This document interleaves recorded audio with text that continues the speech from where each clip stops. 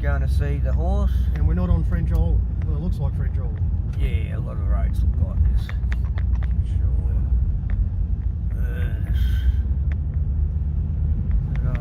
Yeah, this road goes right around in a shoehorn back onto that main road. Oh. But yeah, I never ran out of wood along here. No, you never fucking ran out of wood. The council was fine with me taking dead wood, because they just put it in a pile and burn it anyway. And they used to wave at me when I'd be chainsawing along the road here. Yeah. Locks Ford, I get fucking fine. Yeah, so just there, it's on the right. On the right, yeah. On the opposite side of the rubbish bins. Yeah, it's midnight here too. It's midnight for us. Locks Ford. It's a bit of a rough old road, but she's got a Mercedes. She seems to get up here now. I've got to be careful. I don't want to fucking damage my car anymore. Got to be careful. Yes. There we go. Up a four-wheel drive driveway. Stomping ground, the old dog ranch. Driving? Yeah. Just a few tree roots to go over, and that. Where's the horse? Where's there? He's probably out the back. Yeah, drive around there and park. Yeah, that'll be better. People are going to freak out. They don't recognise the car. It's just a letter there. And two dogs. Hello, buddy. G'day, mate. Hey. Here's my boy. Yeah. I was looking for you. I was looking for you, buddy. Hi. Hey, Taz. Come here, buddy. Are you upset with me? For details, English service press 1, Chinese press 2. 用户你好，你的电话因使用异常， Oh, 将 yeah. 在今天停止本 Right, 地数 so 据。 my 了解 phone's 详 going to 情 be out of 经理服务 service. 请按1，中文请按2。 Yeah, and what happens? What, my phone's out of service today, but you just rang me. I mean, one of them calls. Well, I went shopping today. I don't feel too good after shopping. I don't know what it is. There's something in the supermarkets I'm allergic to. But every time I go shopping, I feel shit out. Horrible. For at least a couple of hours when I get back. And so I'm not even drinking beer at the moment. I'm having a cup of tea and stuff. Anyway, I'm taking me a while to settle. I got back about, what time did we get back? What was there? 12:30. 1 o'clock.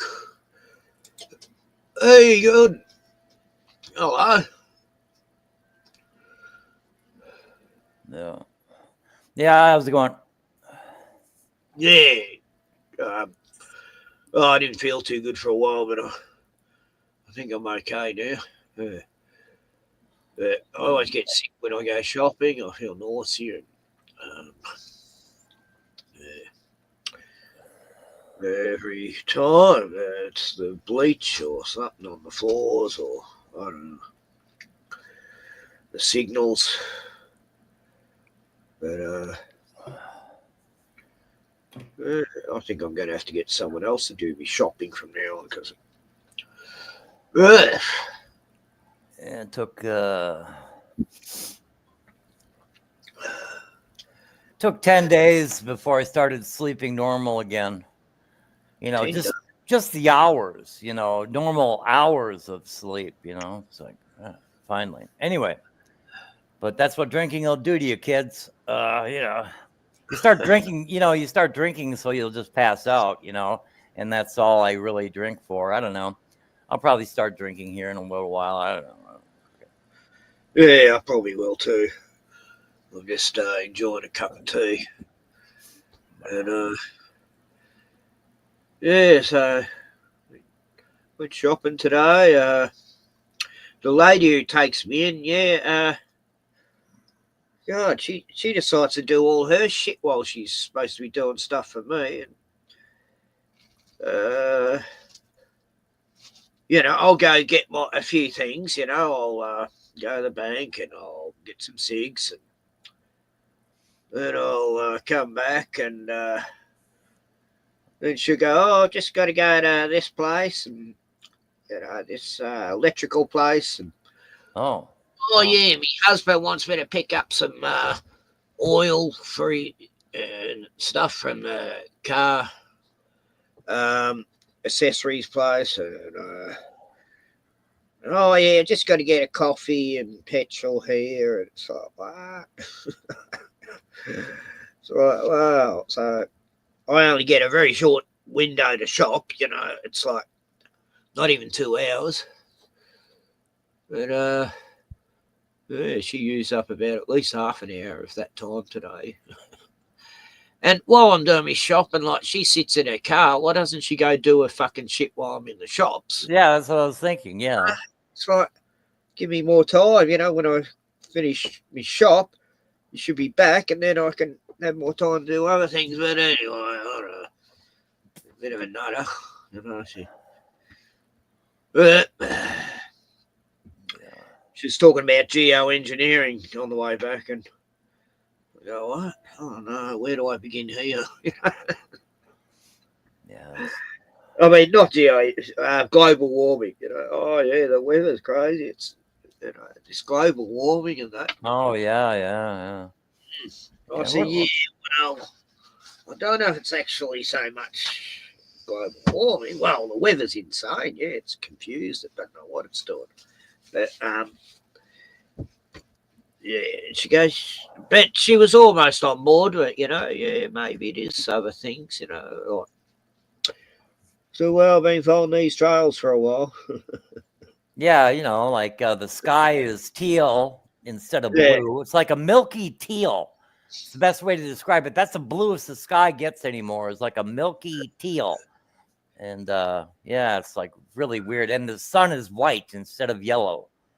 It used to be yellow. Used to look up and it'd be like a deep blue, A deep blue and a yellow sun. You didn't dare look at it, but you could see it's a yellow sun, and now it's white.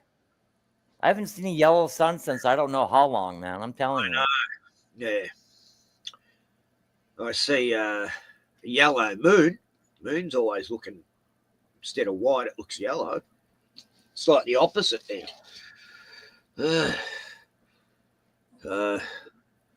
It's all going to shit in a handbasket. Or, no, hell in a handbasket. Yeah, our skies look terrible lately around here. It was pretty nice when I don't know. It's terrible. It's terrible around here. Yeah, so I had Mad Pieman up on the weekend. Yeah. Yeah, he loves to party. It's like, you said he was playing all kinds of music you didn't like.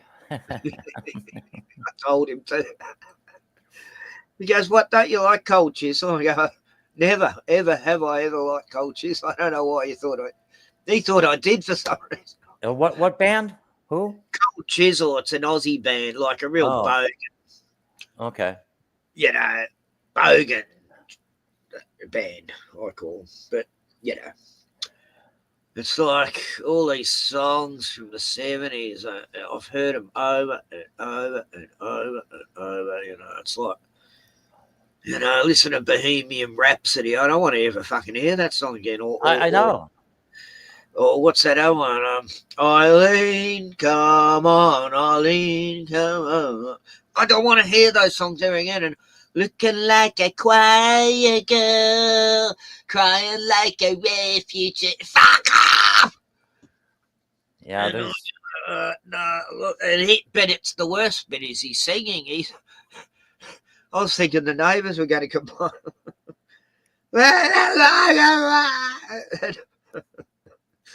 Why would a person still listen to oldies on the radio? I don't know. It's like, really? I mean, my ex was like that. She listened to all the old shit like that.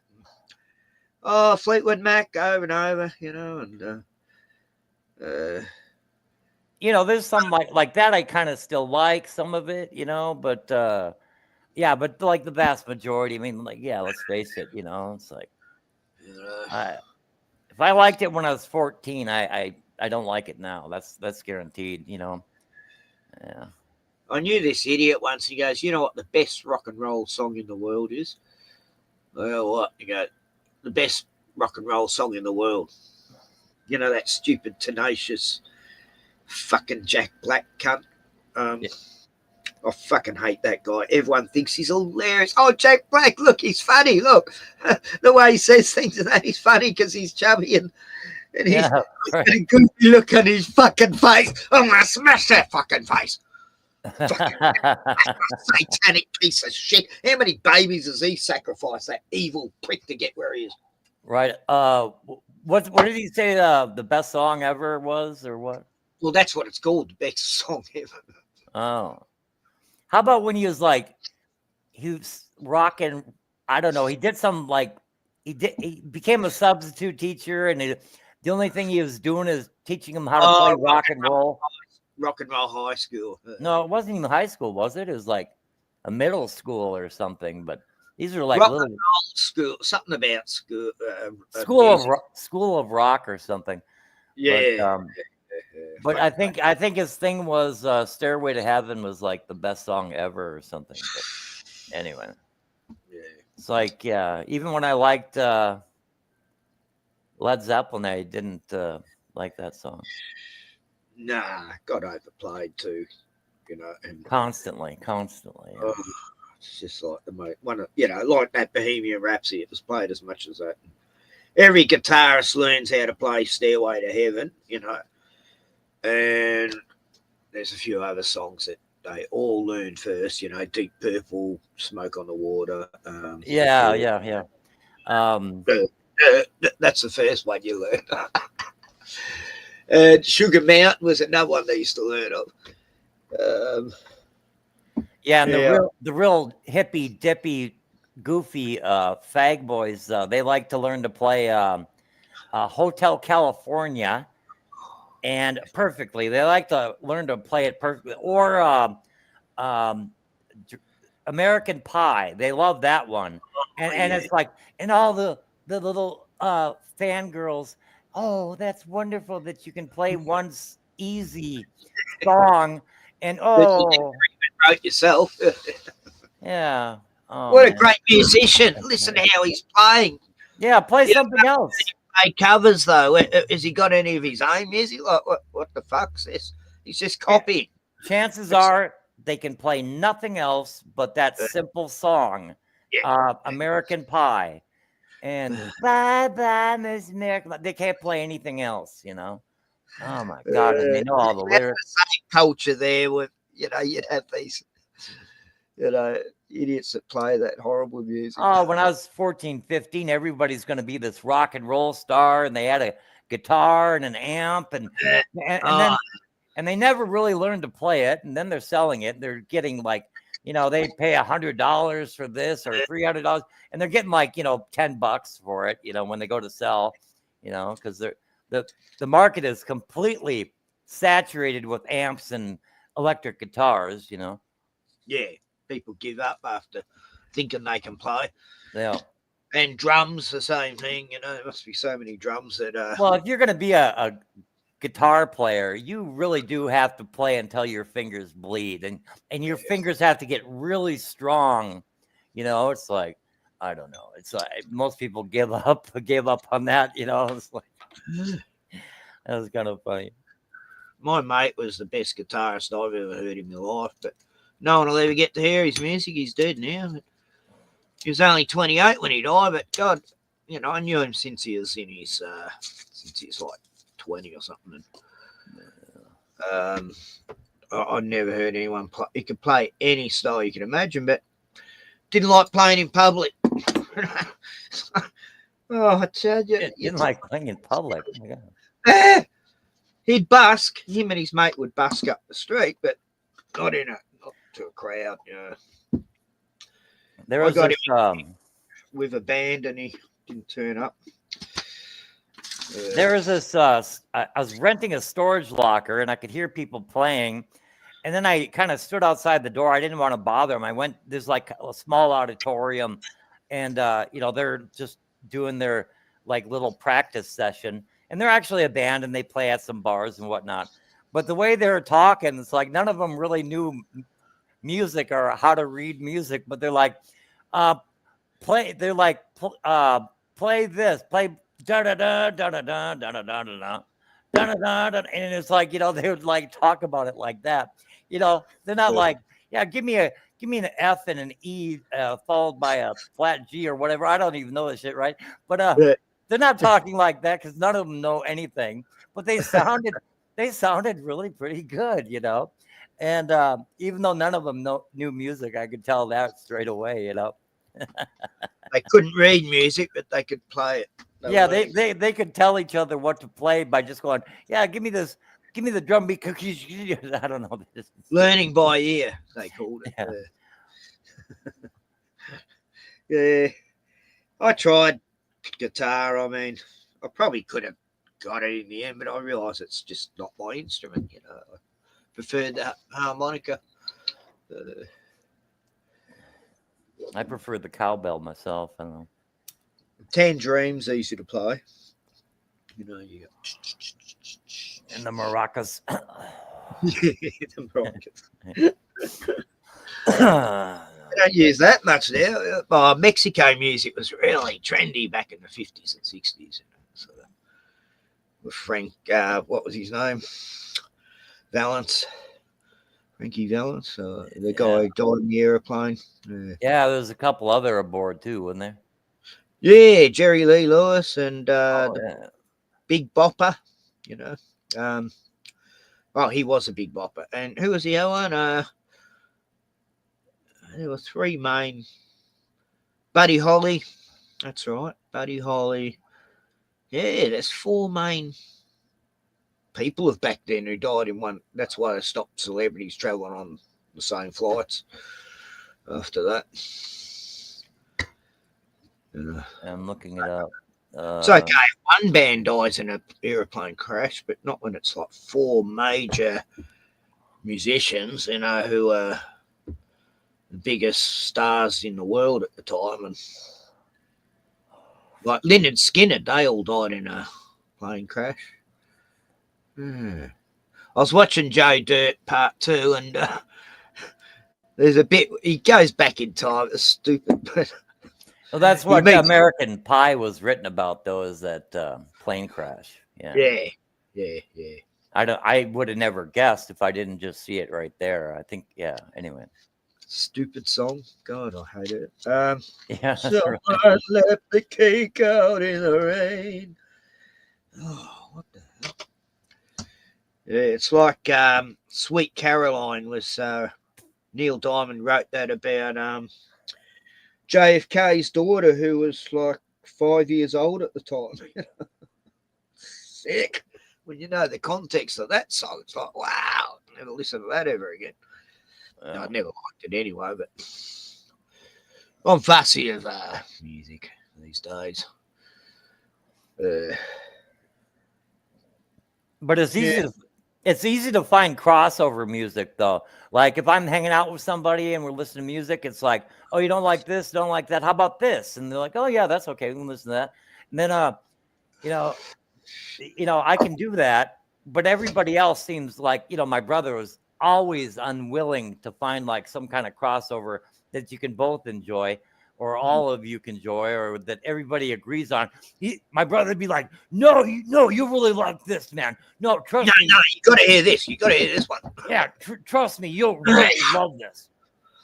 Now you love it when you're playing music. It's pretty loud, and they're going, turn it up. I love this song. Turn it up.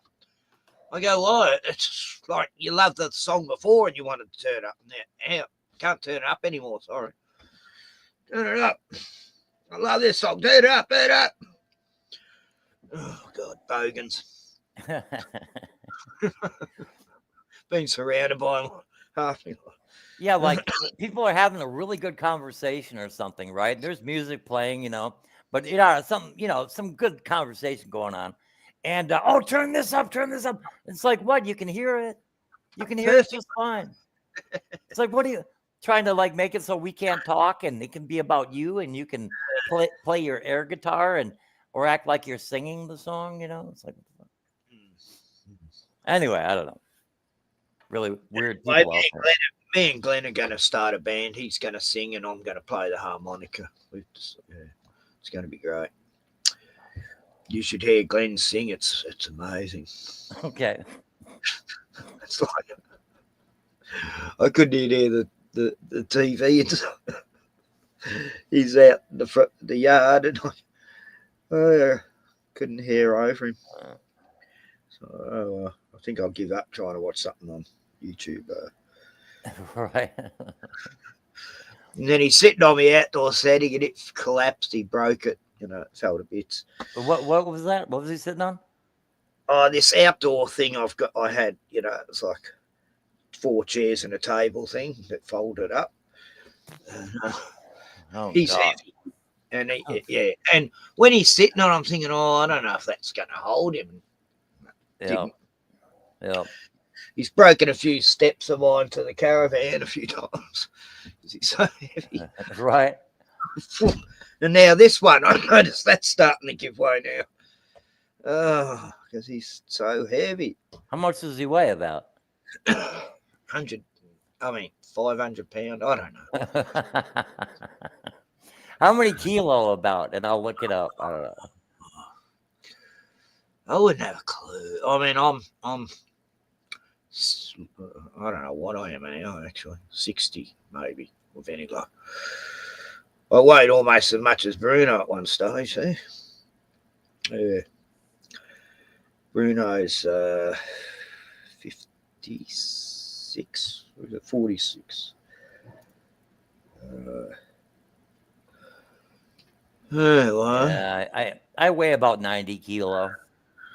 I got it about I don't know, 20 kilo too much, really. I'm certainly not at my optimum weight, that's for certain. Yeah.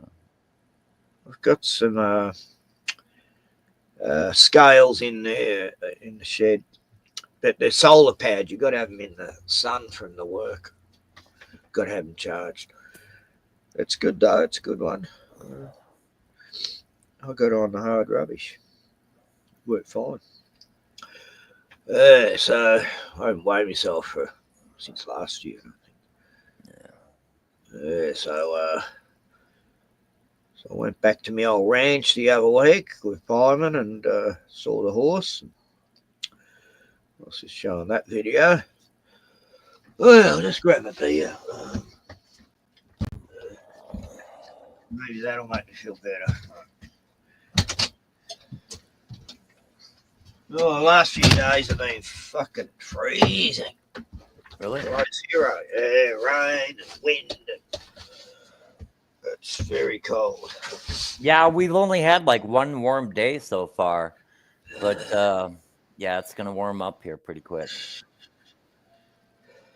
Hey, this woman, she's meant to pick me up at 10. She turns up at 9:45. It's like, what the fuck? I need that 15 minutes. God damn it. And I'm going, oh, fuck, now I have to rush. And trying to get Bruno his water and food. And she's doing it, you know, she must have some ulterior motive to get there early. It must suit her time better to get back early. I don't know, but I'm going to tell her, fuck it. I want to be picked up at 11 now. It's winter, you know. Fuck these cold, getting up early mornings. I fucking hate them. I got up yesterday morning thinking it was Wednesday, and I got all ready for her to pick me up. And what? Then I've looked at my phone, and it's Tuesday. Like, it's not even. So I had to do it all over again this morning. Get up early and didn't feel. I didn't hardly got any sleep last night. I didn't have any beer. I bought beer the night before because I thought I need to sleep before I get picked up for shopping, but I was a day ahead of myself. It's happened a few times. You know, I've turned up for a doctor's appointment. Oh, you're a bit early, Ken. I go, am I? I thought I was running late. And go, no, it's at next week. Oh, right.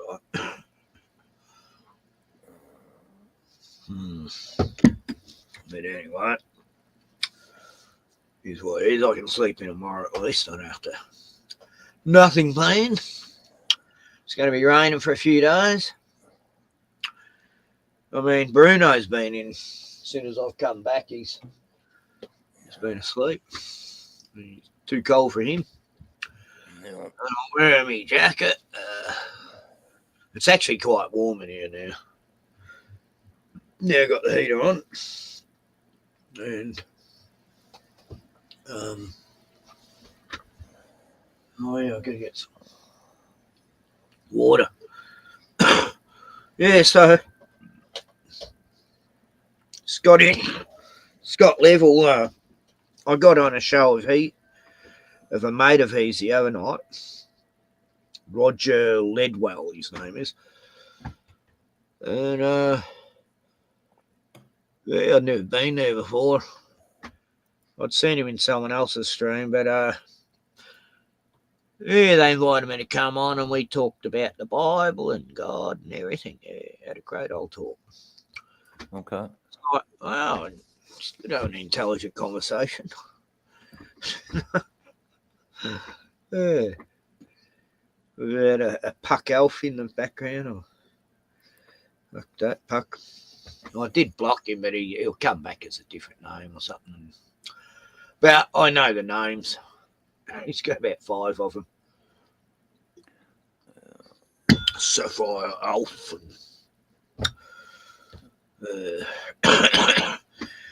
So, Yeah, if I met him in person, I'd slap him.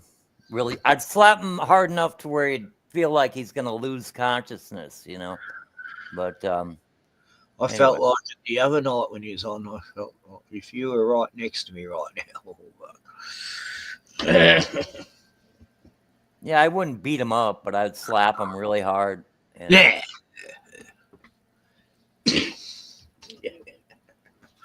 Give a total big whack over the back of the head. Slap him on the back of the head. Wake up, boy. Oh, he's telling me to give one example of when he's ever lied before. and then he won't wait for an answer. But he given him an answer. He actually lied without real. I caught him in a lie twice. You know, it was great. And he didn't know what to say because he realised I had. You know, it's like, oh, fuck, that's brilliant. It was it's the deal with me dog and how he said he's going to kill me dog and kill me granddaughter and Yeah. blah blah. And he says, yeah, but that's after you said you'd sick your dog onto me. I said, how could that be after? Like, unless you had already said it, how could I say I'm going to sick my dog onto you unless you said you were coming around? You know, like, you're the one who said you'd come around. You know, I never said I'm going up to your place with me dog. And yeah, I went back and I reviewed some of what Puck was saying after. And I forget what you were talking about, but all of a sudden he's like, yeah, you're gay, Ken. I know you're gay.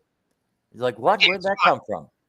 When he can't win an argument, he just insults. You know, just it's like, where the hell did that even come from? I mean, you're gay, Ken. Oh, you muted yourself. I was meaning to audio myself. Yeah. So what's happening in the news? Did you see Macron's wife whack him in the face? No, I did not. Yeah, that was great. I'll show you. This one, I'm not sure if it's this, but at any rate, it is what it is.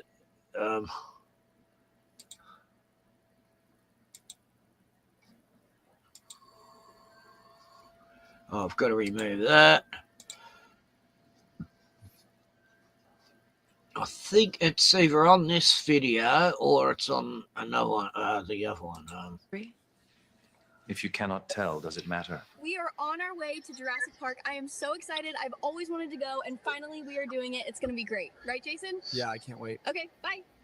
All right, we're here. Everything you just saw was generated by AI, and today I'll tell you how this technology is already going rogue. I'll also share how United Healthcare found yet another way to screw over its elderly patients. However, before I talk about any of that, I want to show you this clip of French President Emmanuel Macron.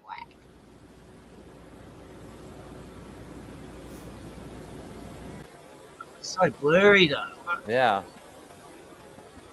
As the entire world witnessed, the French president got smacked in the face by his wife on live television. And before some idiot tries to tell you that they were just joking around like Macron said, just look at how she refuses to take his hand as they walk down the stairs. Congratulations. Oh, and already. Wow.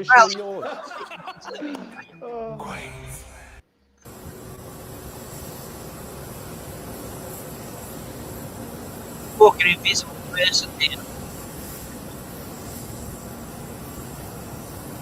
Now, the French First Lady has always been controversial. I'm sure some of you have seen what Candace Owens had to say about her. Emmanuel Macron is the current president of France.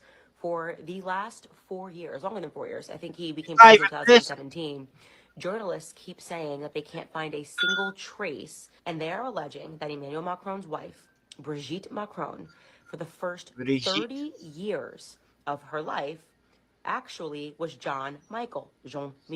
This disinformation campaign is almost entirely based on a negative. Mrs. Macron has not provided definitive proof that she is a woman, therefore she must be a man. Mrs. Macron does not owe you proof that she is and always has been a woman, because frankly, it is none of your business. But I think this video is a great indicator that something is really wrong with the French president. First, he gets caught on camera with some white mysterious substance on the table. We're partying and you know you're coming in. I'm going to try and sneak this off without anyone noticing. Then, only days later, the entire world sees him getting smacked by his partner. Now, of course, he said they were just joking around, but I think if this wasn't caught by professional sources, he would have called it fake or AI. And he won't be wrong, because the latest AI models are getting way too good at making ultra-realistic videos. I tried everything for my depression. Nothing worked.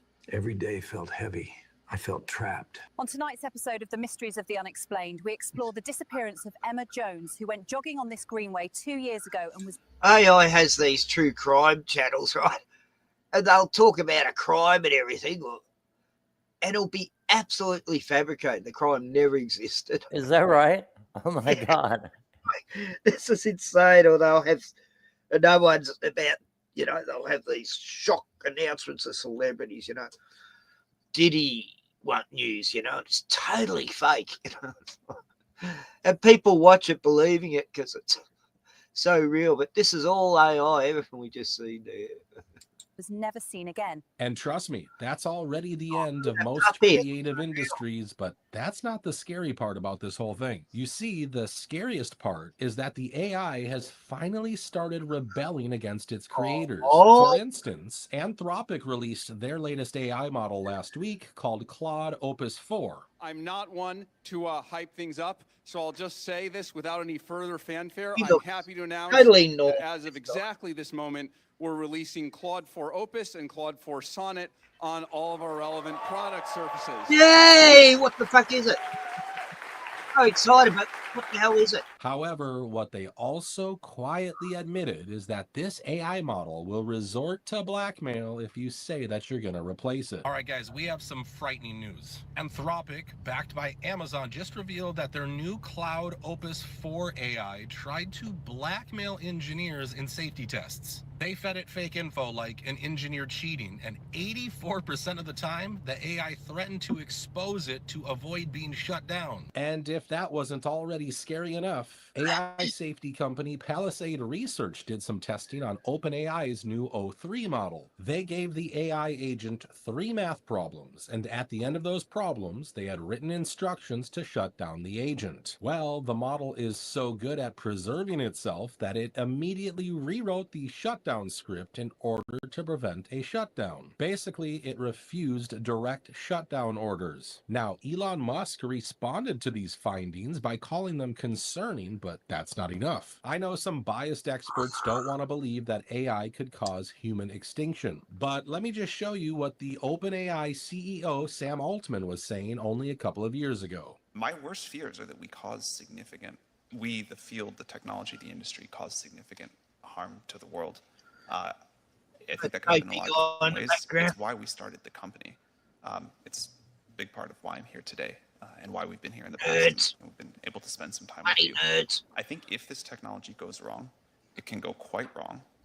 And we want to be vocal about that. We want to work with the government to prevent that from happening. But we try to be very clear-eyed about what the downside case is and the work that we have to do to mitigate that. While it's true that OpenAI was started as a nonprofit to make sure that AI benefits all of humanity, they have already forgotten those goals, and the reason is simple.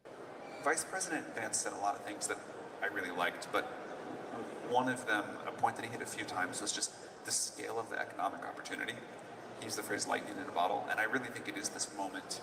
I think it was like a great phrase, and it is this moment that I've never seen before. Maybe it was like this at the beginning of the Industrial Revolution. Maybe it was like this at the beginning of the internet. But the economic impact this can have You know, to go back to the deep research example, the idea that you have for 50 cents of compute, you can do like $500 or $5,000 of work. Companies that are implementing that to just be way more efficient, I think you'll see this in a big way with the software engineering agent. That's category one, so companies can just run way better, people can do way more with way less. And then the second is building consumer-facing or business-facing products that use AI in this very fundamental way. And you know, ChatGPT is one example of that. A lot of other companies have done great stuff there.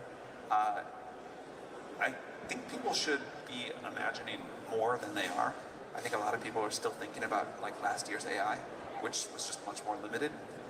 And what you can do now is like really quite remarkable. Folks, if a billionaire can it's really quite scary.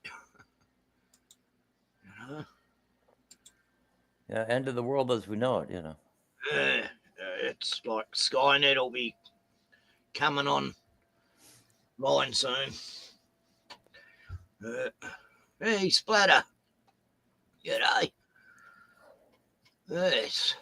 Yeah, I've been wondering about the veracity of these reports that say, you know, it'll get to the point where your computer is reading your mind and reporting it to Big Brother, you know, that sort of thing, you know.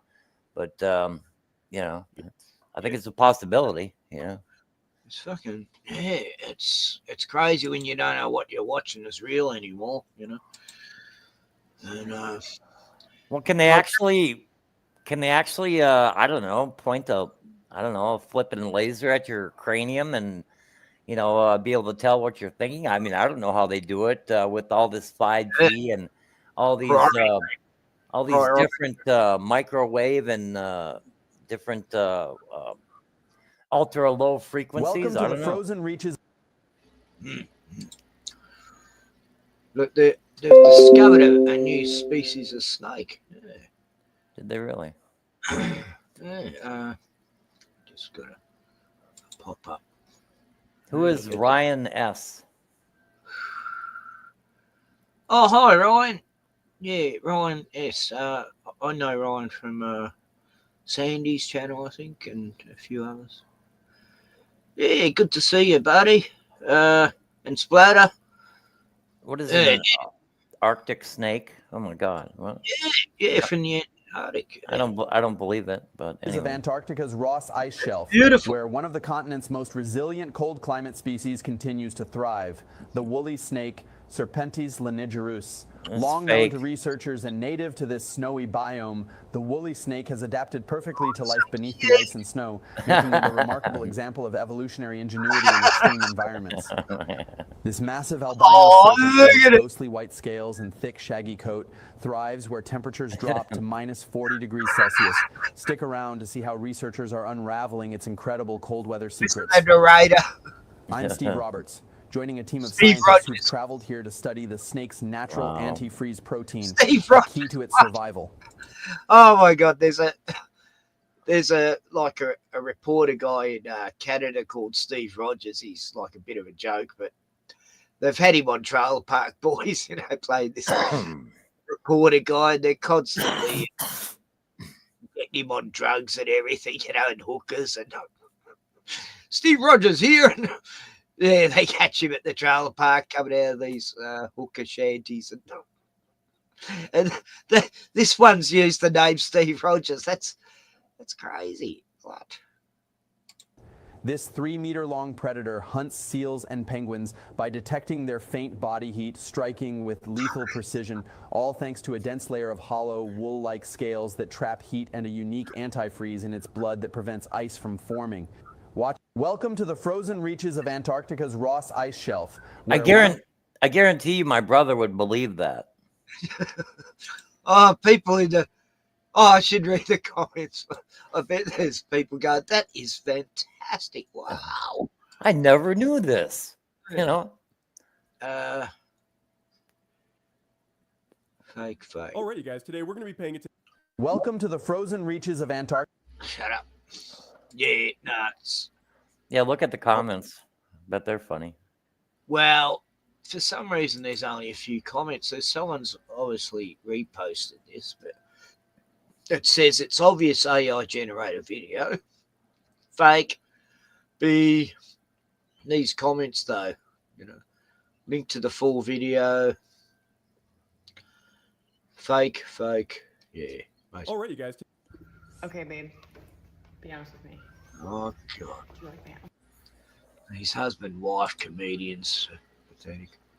Oh, yeah. I've seen a few different ones where they're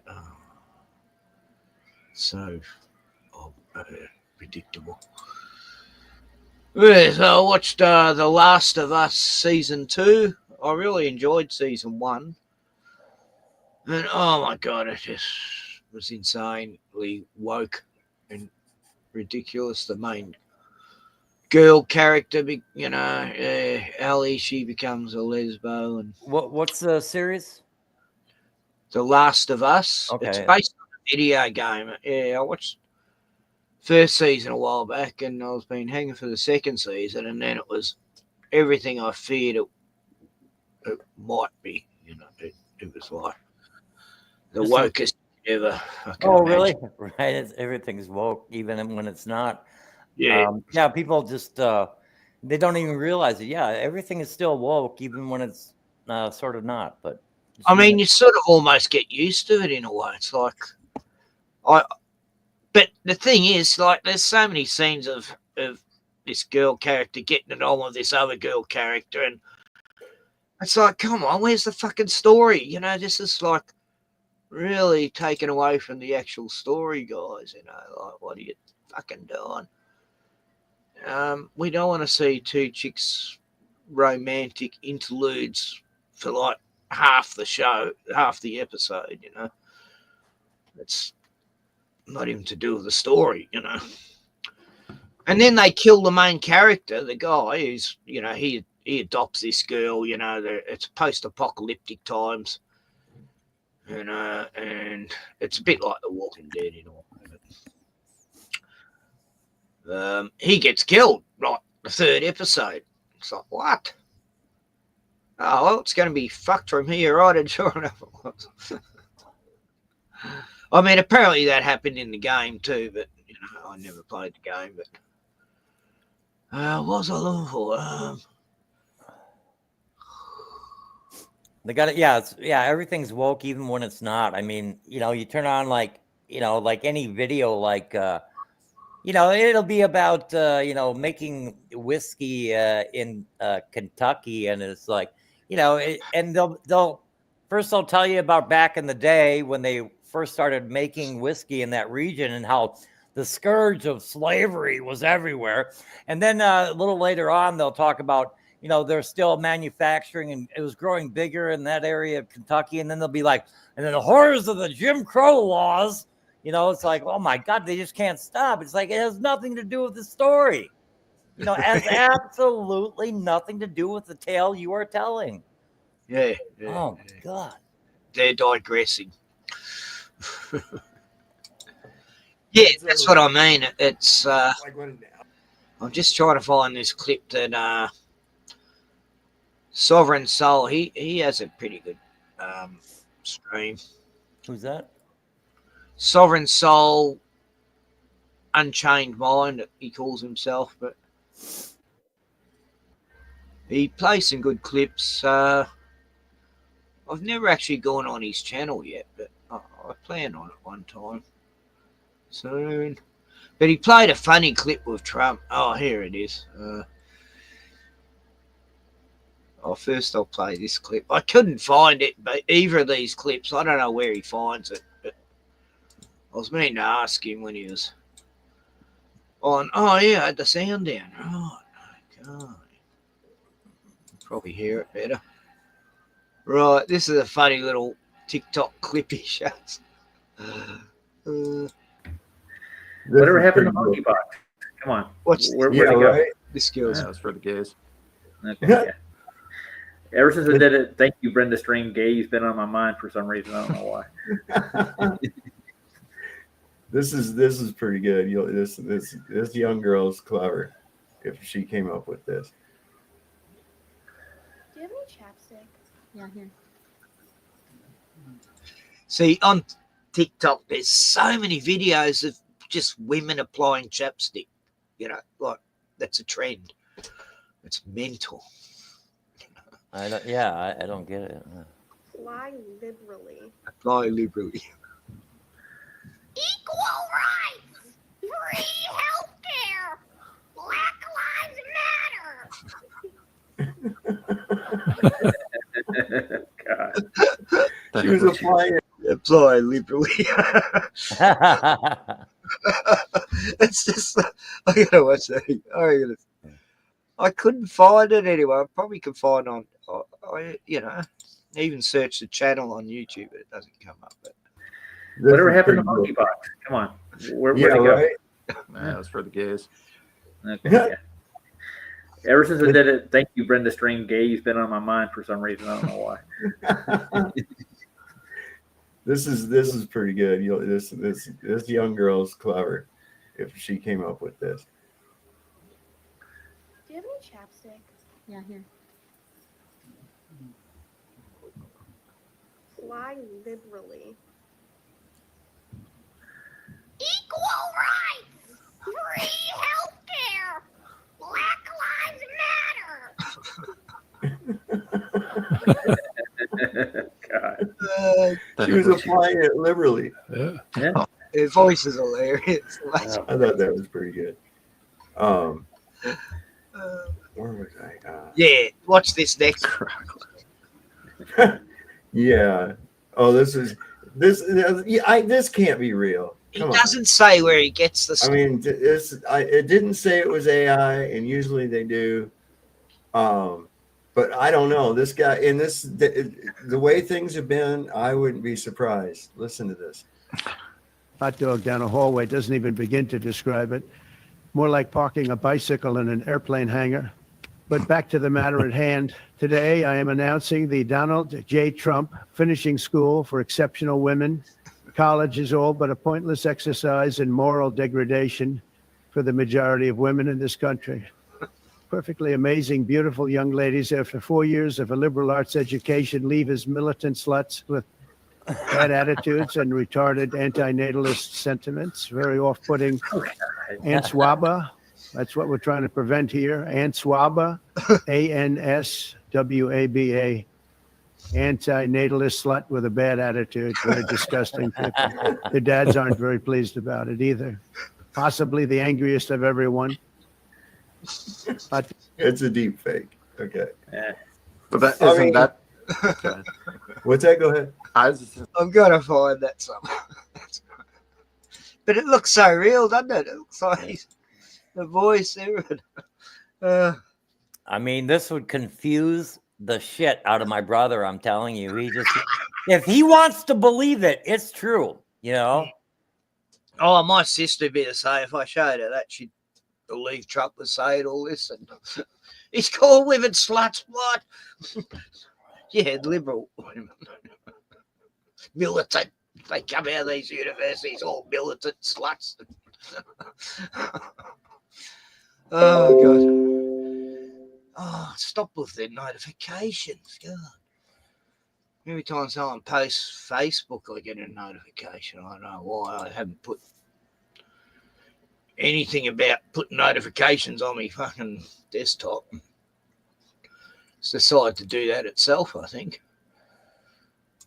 Russell Pete's put up some he's puts up some very controversial posts about the Jews.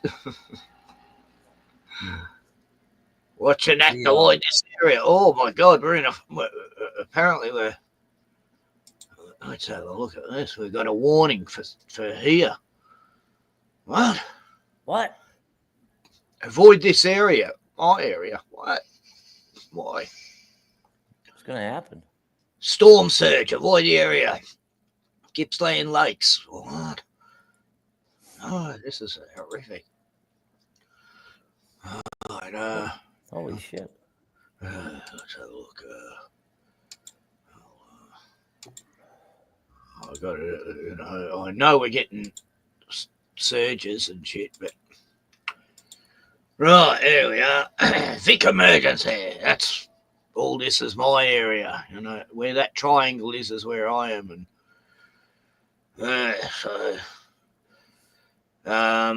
Yeah, it's pointing right at your house. Abnormal high tides are expected in the warning area. Prediction for lakes entrance breakwater reach 1.13 meters. It's not much. This will cause sea levels to be above normal high tide. Or abnormally high tides may cause flooding of low-lying areas. Act now, avoid flooded roads and paths, and take action and protect your property. And that's it. Yeah, okay. I think I hear water lapping against your caravan. You might want to check that out. I don't know. Well, we're not actually right on the coast. We've got a lake between us. Yeah. Let's have a look at what Locksport's saying. Hang on.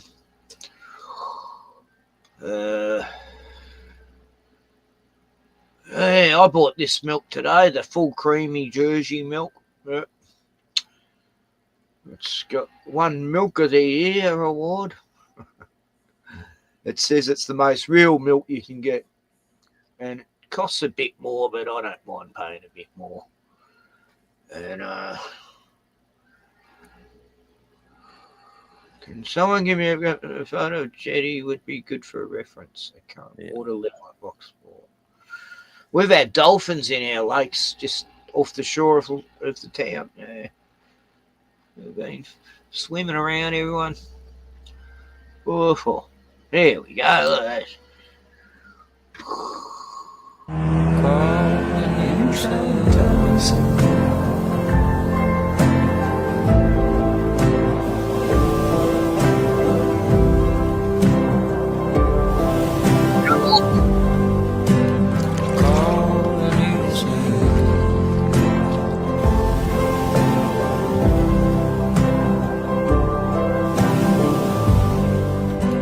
Anyway, that's not Locksport.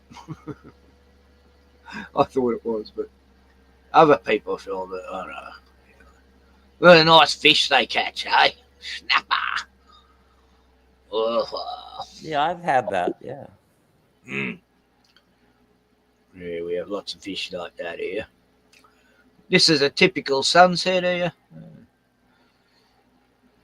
The moon, the sun goes red.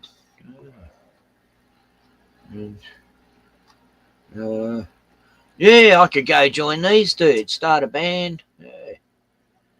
Okay, let's do it. Guitar lessons. No, I don't want guitar lessons. Rather teach myself, sorry. Karaoke night. Oh, yeah. Excellent. With DJ Gordon. Yeah, I'll be there. Gordon, you're down this way. Wow. Marina, the pub was shut last week, saying shut permanently, indefinitely. And then it was open a few days later. It's like, wow, that bloody panicked us all.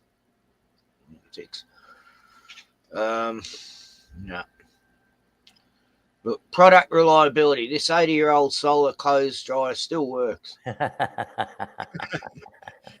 I've never got why people get clothes dryers. I always done it that way, on the line. Although I won't get any clothes dryer this week. But, another nice fish. Ooh, yummy. Salmon. Yeah, looks delicious. Yes. I'm going to get Glenn to go fishing for me when he's living down this way. And we can kill the fish. I can catch him. He can kill him. I mean, I can do it, but why do it when you don't have to? Get someone else to.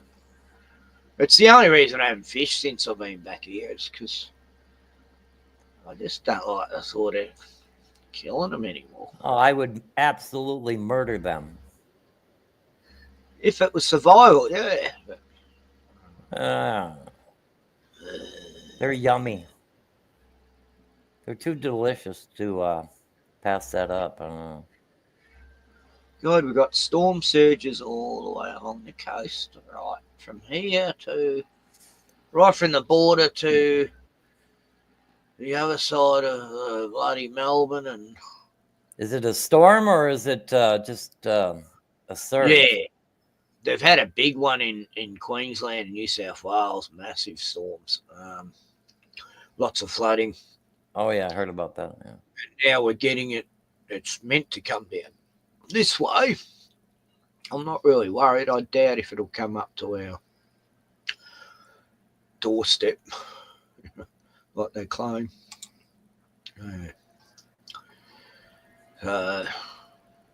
Yeah, this is my next door neighbour, Craig. While Locksport may be called a coastal town, it does not actually front the ocean like Inverloch, Port Albert, Seaspray. There are 15-metre high sand dunes all along the local coast between Lakes Entrance, past Locksport, down beyond Seaspray.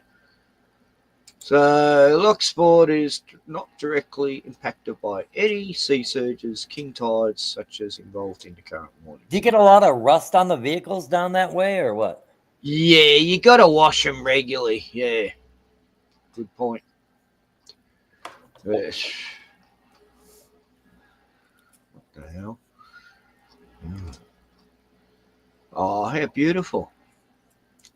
Oh, God. American women, Thai men. Oh, goodness. What did I put on my post? Oh, man. Oh, wow. Terrible. Terrible. Makes you almost prefer the company of a Thai man. You know? At least they look. Yeah.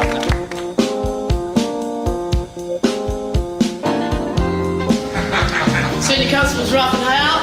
That's it, son. Let's relax, gents. I'm only here to introduce you to your new superior officer. How's ex-drug squad, alright? So he's not going to be any pussycat. Oh, great. Another bent narc on the way down. He was cleared at the inquiry, Senior Constable. Yes, ma'am. Ah. Come in, Sergeant.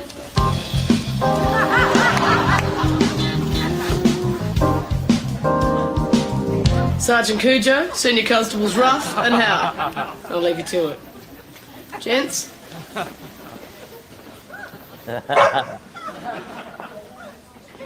Yes, sir. Yes, sir.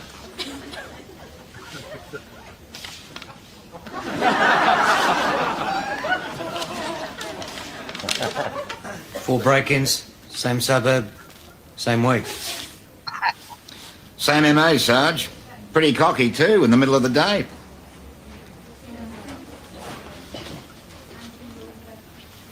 Think it might be a junkie, Sarge? Nah. No, he's too cool. Too organised to be a junkie, isn't he, Sarge? Junk can be all over the place like a dog's breakfast.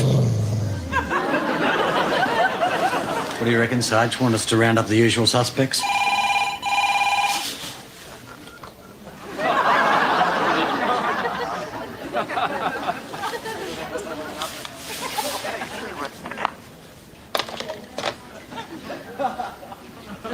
What is it, Sarge? Anything we should know about, Sarge?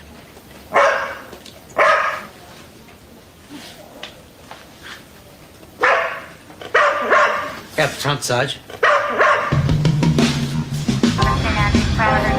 Thanks, Sean, over. He's just done over a bank and they got him holed up in a house round the corner.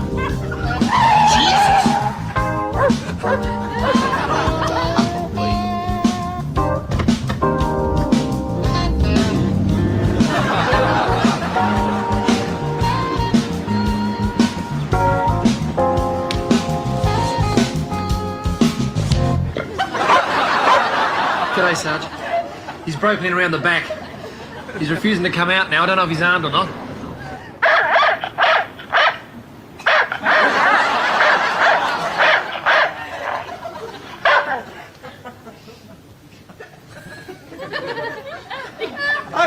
Okay, don't shoot. Okay, let's have him. You're right, Sarge. Who else is in there? Toby, come on out. They've got us cold, mate.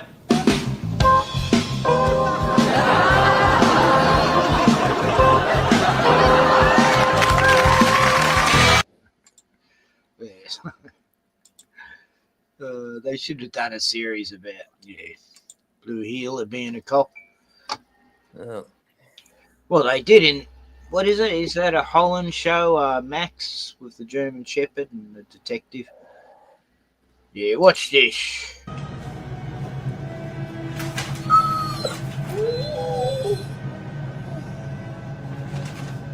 Poor Simba.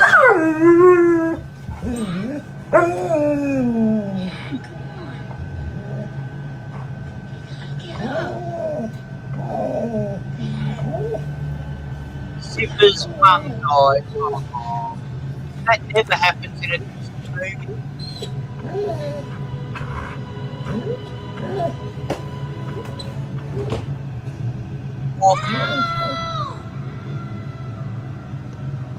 Somebody! Anybody!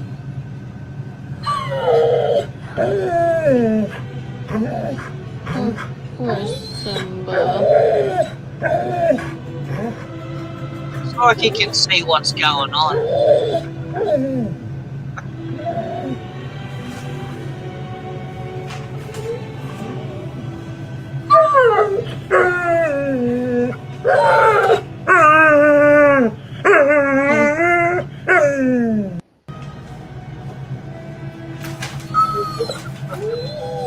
I don't know. He seems to know what's going on anyway. I've watched him watch King Kong, and he gets all angry when Kong's being attacked by another monster. It's so funny. Watch this, a cat playing.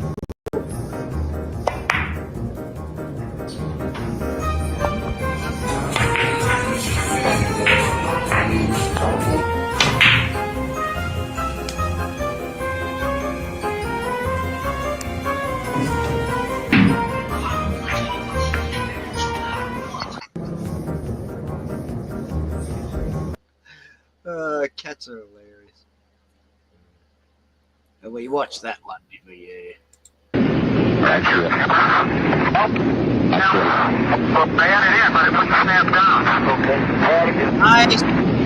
Actually, it's a link along that tether line you see there, 25 feet of umbilical cord. That contains the life support system and communications link from the spacecraft life support system out through that chest pack.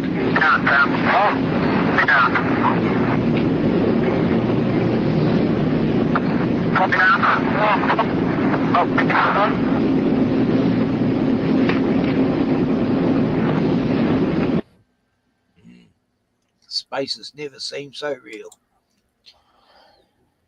Yeah. But they expect us to believe it, huh? Yeah. Those moonwalks were extra fake. Yeah.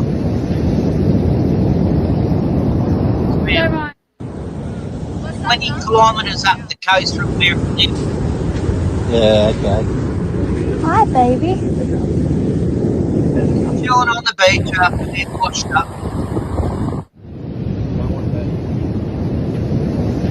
Yeah, all these cows got flooded out into the ocean and then washed up on the beach, 20 miles away. This is one of them.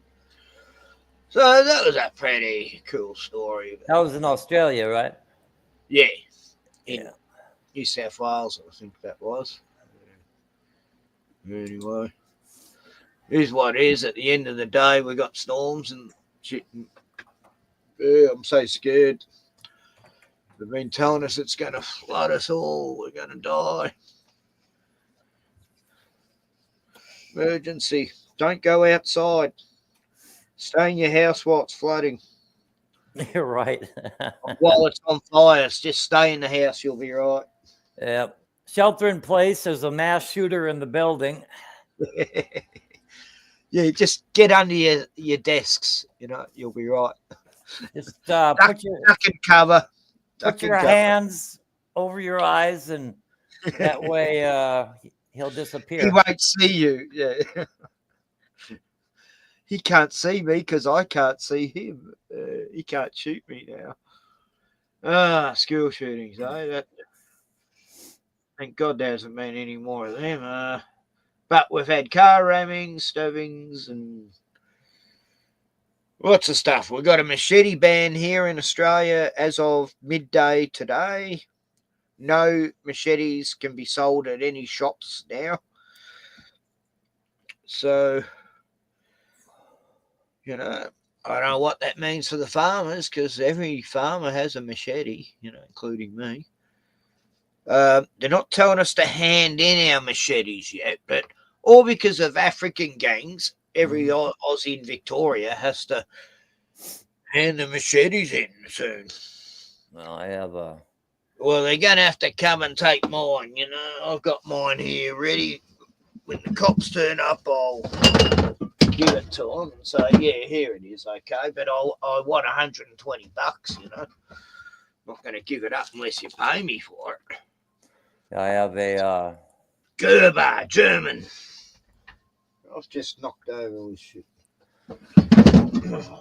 Yeah, we have something happening in the States here that it's really, I don't know, it takes a little bit of background, not much, but I'm not a fan of women's basketball because they're like, junior high boys level, and these are professionals, right, getting paid. But most of them play at junior high level. And so along comes Caitlin Jenner. Caitlin, what's her name? Caitlin Clark, okay? And she's white, and she makes them all look stupid. So they put she set in her rookie year, she set all the major records that really matter in her rookie year, all the major records that really matter in the WNBA. Okay. She's by far the very best. So what they do is they'll put at least 1.5 floating coverage on her all the time to keep her points below 30 or even below 20. But then she has such smooth passing that, she already set records for most 3-pointers, triple doubles, all these things all these stats that really matter. She did that her rookie year, set all kinds of records. And so they started doing this thing last year, and it continued into this year to where they're full body checking her. They wrap themselves around her like a blanket. And, this is foul territory, fouls all day long, but nobody's getting called. Hardly ever are they getting the call, even when it's malicious. Well, just recently, one got suspended and two got. It's their fault for being white, Yeah, right. But so now, finally, this year, some things are being done. One person got suspended, and 2 more got released. They got waived from their respective organization that they're playing for. But I don't know. But so that's been really grinding my gears. It's discrimination. Yeah, she could play with college men, she really could, but maybe not AAA, maybe AA or something like that. But no, she's really good. Yeah, she can ball. And you should see some of it, but I don't know. Put a link. Okay, let me check it out here. I've got to grab a beer, have a piss in a minute. All right, let's see here.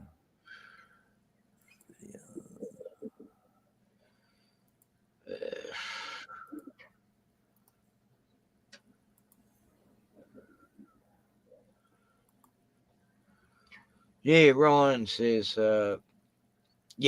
most dummies will, believe that snake was real. That snow snake, the Arctic snake. Yeah, right. My brother would. He doesn't know the animal world, so you could show him anything. AI, he'd believe it. But you could show him,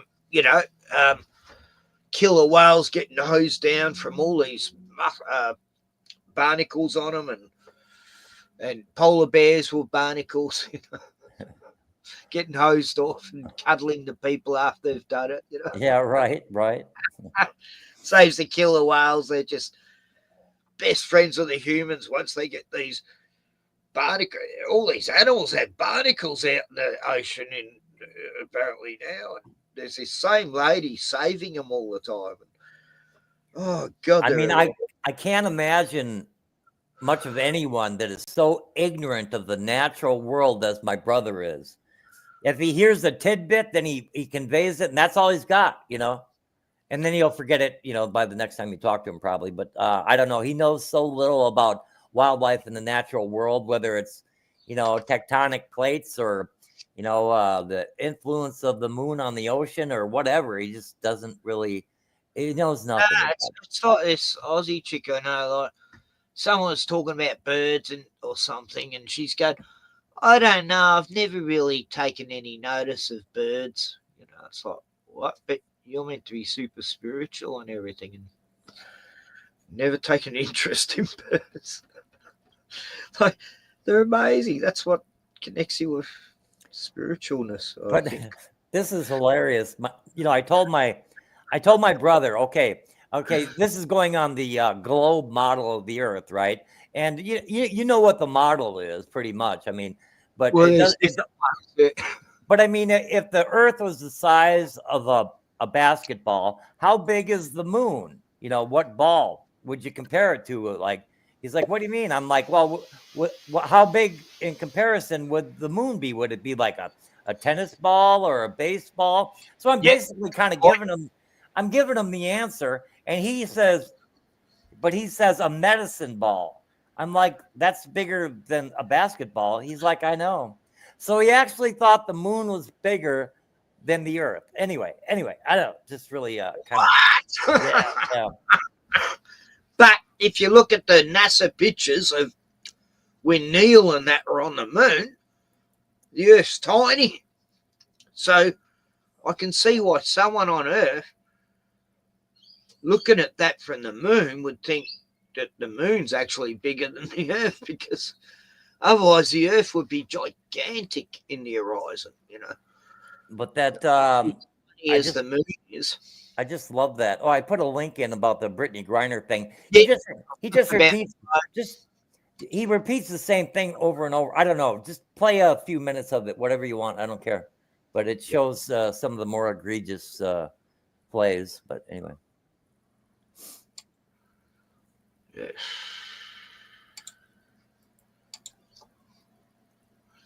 Brittany Griner or Griner. Oh yeah, she laid into Caitlin. Yeah, Griner scored 5 points in 25 minutes. Only 5 points in 25 minutes. Oh, I thought black girls can jump. Well, not in this. This is something else. Post-game press conference, Brittany Griner Center. Okay, maybe she scored 20 in this game, but anyway, go ahead. I'm gonna say something off the court. Lemon pepper wings. I can't wait to get them lemon pepper wings. That's a dude. That's a guy, man. It was meant to be a woman at first. It's supposed to be a woman. That's Brittany Griner. That's like this is why everyone says this is a man, baby. Oh, of course it is. But on the court, I mean, it's just gonna be amazing. Having there is not one bit of feminineness to that voice. It's just I know all bad. And everyone around me, setting screens for them, getting them open, getting to the basket. It's gonna be fun. I can't wait to go out there and run up and down that court with them. It's gonna be something special. Thank you, BG. Appreciate it. Thank you, everybody. Thank you, BG. Thursday night, Indiana Fever and Atlanta Dream played. Indiana Fever is where Caitlin Clark plays. Atlanta Dream is where Brittany Griner plays. Now you tell me what it looks like Brittany Griner is saying here. For the ticky-tack fouls that we were talking about earlier today. For a little bit of context, this was in the fourth quarter after Brittany Griner fouled out against Caitlin Clark, and Indiana Fever would go on to win by 5. Now I'm going to tell you what I think she said. Let's play it back. Looks to me like she is saying trash and then calling Caitlin Clark a bleep white girl. Just a reminder, this is who Joe Biden traded for the Russian merchant of death. So many WNBA players hate Caitlin Clark so much when she is the best thing that could have happened to the league. And she's not the best thing that happened to the league because she's white. It's because she's a good player. It's because she's the best player. Now, imagine if Caitlin Clark said the inverse of this. It would be reprehensible, condemned, and understandably so. You've got all of these individual players. You have sports commentators, people like Ryan Clark, who constantly tout of the racial tensions that exist in the league, when in reality, they are the ones perpetuating and amplifying these racial tensions with their anti-white hatred for Caitlin Clark. Boy. So we got to talk about Brittany Griner, who is facing a whole lot of backlash after getting caught going on what appears to be a racial rant against Caitlin Clark. after getting fouled out of the game. Now, one of the fouls that led to Brittany Griner being fouled out of the game came on this play right here against Caitlin Clark, in which Brittany Griner committed an offensive foul. She fouled out, had 6, and it was the ticky-tack fouls. And again, Caitlin Clark doing a little bit of an acting job. Not sure if that was actually a foul, but again, that's... Yeah, so again, some people are saying that this is a flop, right? They're saying that Caitlin Clark flopped here, right? They're saying that she was doing some acting. Now, I personally don't know, right, if she was doing some acting. But, you know, hey, this is what people are saying. Now, this is the foul that actually led to Brittany Griner getting fouled out of the game. For Ryan Howard sitting at 23 in the foul by Brittany Griner. Wow. That's another fouled out situation for BG. And we were wondering when she would come back in the game, comes back in and immediately picks up that 6th foul. And it's smart by Indiana. It's smart by Natasha Howard to realize that I need to go at a person who has 5 fouls, and BG just gets her. Inadvertently, you see that left elbow go into the throat of Howard and changes the direction of her shot. And when BG goes back and looks at the film, she's going to know that some of these were the ticky-tack fouls that we were talking about earlier today. Now, this is what she said on the bench after she got fouled out that is leading to the backlash. For the ticky-tack fouls that we were talking about earlier today. For the ticky-tack fouls that we were talking about earlier today. Yeah, so people are saying that Brittany Griner said trash and then effing white girl, right? That is what it looks like. Trash, effing white girl. That's what it looked like, right? So that is what Brittany Griner is now facing backlash over. So Brittany Griner. Yeah, but look at Brittany Griner going half white anyway, you know. Obviously not fully black, you know what I mean? Skip ahead on this, though, gets past Brittany Griner. There's this Angel Reese that fouled her. You would think they were playing football, but she basically got hip checked or tackled on the fucking court, but it was so blatant that, I don't know, maybe it's not in this one. I don't know why. Anyway, I don't even like that guy, that commentator. Black, what is his name? Black conservative. It's like, I don't know. No, he just did that for the clicks. Anyway, people just love it. White people just love it when black people agree with them. That if you're black, you're guaranteed like 500,000 subs.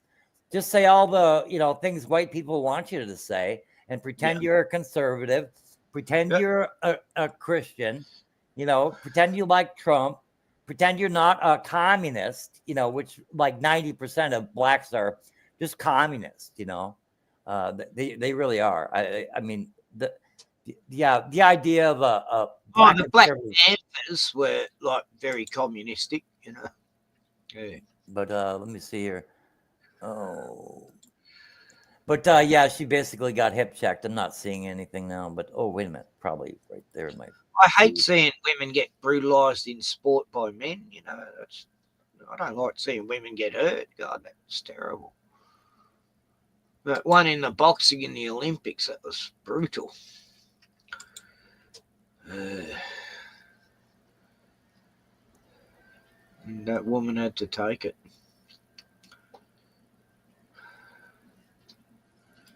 Australia is actually fucked. There's one video.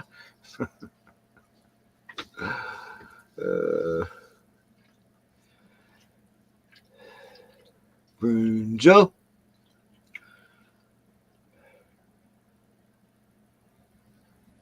And Jake the arsehole's done a stream today called We Are Seriously Fucked. Tommy Robinson has been released from prison. Wow. Tommy Robinson. Tommy. Yep. He just loves Israel so much, he just can't get over it.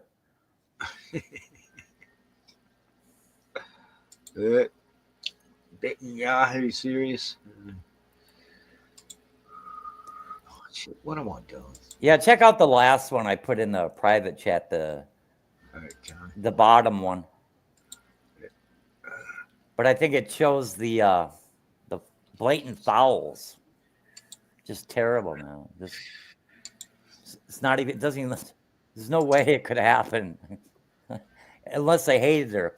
She has had fingernails poked in her friggin' eyes, you know, to where her eyelid is bleeding a little bit, you know. I mean, and they act like, oh, complete accident, you know. Yeah, that was totally accidental. Never meant to do that at all.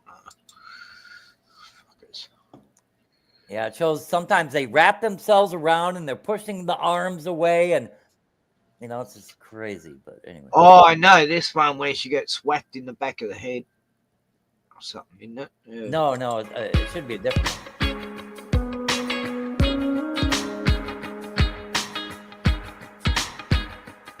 That was a Chicago Sky head coach has reportedly suspended star player Angel Reese following her confrontation with Indiana Fever rookie sensation Caitlin Clark. The suspension comes after what many are calling a fight during their recent matchup, where tensions boiled over and resulted in a flagrant foul call that has since escalated into a full-blown controversy. The WNBA is looking into allegations of hateful fan comments, the league announced in the aftermath of the incident, but the situation has now taken a dramatic turn with Reese facing internal discipline from her own team. Sources close to the organization suggest the suspension stems not just from the on-court incident, but from Reese's conduct following the play and her response to the subsequent investigation. The confrontation that led to this unprecedented decision occurred during the third quarter of what had been a physically intense matchup between the Chicago Sky and Indiana Fever. Clark was called for a flagrant foul after making contact with Reese on a driving layup attempt, sending the Chicago Star to the floor. What happened next has been the subject of intense debate and scrutiny. Reese's reaction was immediate and confrontational, appearing to direct words toward Clark and attempting to approach her before being separated by teammates and officials. The Indianapolis... You can stop it. I mean, this is one of the... It wasn't a flagrant foul. It was, what do they call it, like a drop foul, one that you do just so they don't go to the line, or just to send them to the line. Why give her an easy layup when you can just strip her of the ball, you know? And then send her to the line for two instead of letting her get an easy two, you know? So they do it all the time, but when she does it, they act like it's, you know, oh, you assaulted that black girl, you know? I mean, really, and they up her foul. Sometimes if somebody commits a foul against her, they give Caitlin Clark a foul just because they don't want to upset their black audience, you know? Exactly. I mean, it's really bad. I mean, yeah. But listen what happens when she goes on a road game, then their attendance will double and triple. You know, I mean, they're already like in Indianapolis, they already went to the biggest coliseum they could find because they're selling like 40,000 tickets at like $300 to $500 a piece. You know, I mean, I guess she's go ahead. She's putting up with it because she's getting well paid. No, she's only making like little less than 80,000 a year. What? Yeah. And asses. But she's got this major endorsement now from Nike, and like merch is flying off the shelves, so that adds to it. You know, she probably is making over 100,000 a year now. But when she's on a road game, they have to like switch venues, or they switch venues, raise their ticket prices because everyone's going there. The only reason people go there is to see Caitlin Clark. You know, that's why the vast majority even show up. Well, I admire her. She's going against the odds, like, wow. She's by far the best player in the WNBA, and they hate her. Yeah. They just hate her so bad. Jealous. Yeah. Total jealous. When they keep her to 12 points a game, it doesn't matter. 12, 15 points a game, it doesn't matter because she already gave like 15 assists that it's worth like 30 points. They try to double. Women in general can be such bitches to each other. Yeah. They're jealous and that. Yep. Let alone when it's black women against a white woman, then you got it doubled up, I mean, if they just gave her single coverage, I mean, she would score easily over 20 points every game, probably over 30. She already set game scoring records and season scoring records and every friggin' record that matters. She did that as a rookie, so they just hate her. They hate her guts. Yeah. Jealousy's a curse. Fuck, I got this fly that got in. It's mental. It's jumped on my head about 50 times so far. It's seemed to be a little bit nuts. So I think it's a demon. A demon-possessed fly. A gadfly, yeah. I'm sure when people like Puck die, they come back as a fly. Right. To pester people. Oh, they do. They do. That was a theory I came up with as a joke years back, that evil people, they go to hell, but hell is being an insect and coming back and being a maggot. But some of them merely come back as a gnat. When Puck dies, he'll be reincarnated as a gnat, more easily killed and very insignificant, but kind of annoying, but so. Yep. Oh, God. Yeah, so, you have what nasty bitches in sports, eh? Wow. Let's see. There's a 1 minute video. The one in the middle is a 1 minute video, and that's one of my favorites, actually. Which one? Oh, in the private chat, the one in the middle. It's only 1 minute. Right. Okay.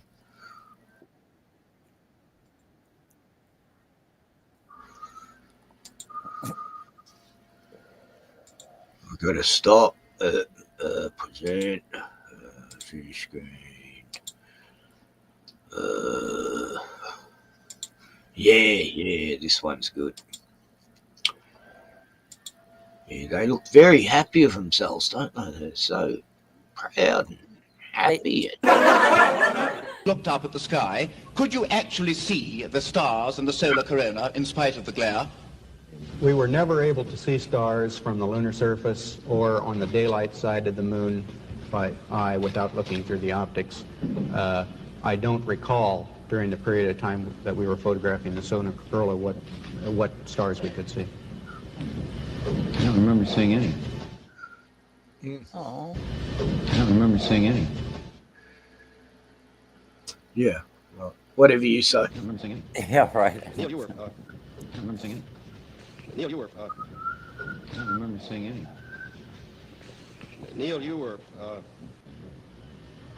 Mitchell, Armstrong, Eldred. Neil, you were. They look like they're on trial for a murder. If you watch this without sound, they're all fidgeting around. Turn the sound off and just look at them. You know what I mean? Yeah. If you turn the sound on, they're all fidgeting around and looking nervous, and you think they're being cross-examined about, where are these dead bodies located? We know you killed them, I mean, it's like you would think that, they had done, you would think they had done something terrible. And this is their first interview with the press since they came back, supposedly, right? And they look like they're scared to fucking death, man. Yeah, I'll try and get a clearer one.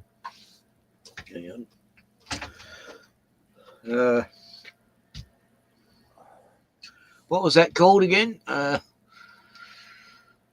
That's the interview after first moon landing. Yeah, right. I'll just put that in, see what else comes up. I might get a clearer, longer version, because there's a longer version. Yeah, there's a lot longer version, actually, but they're being fed softball questions, and I don't know. Just I would have said, "Did you really go?" Or you look nervous right now. What's wrong? No high. And a half. Wow. No high fives. No smiles. Not one smile out of these people. I'm telling you, it's like, why so serious? It should be, you should be happy and celebrating and proud. Party on. Yeah, this one's a bit longer, I think. Crazy tasty. Oh, With the sweetest snack for you. Fully juicy too. Juicy. Crazy tasty. I love Kiwi At this time, I'd like to introduce the Apollo 11 crew, astronauts Neil Armstrong, Michael Collins, Edwin Aldrin. Neil?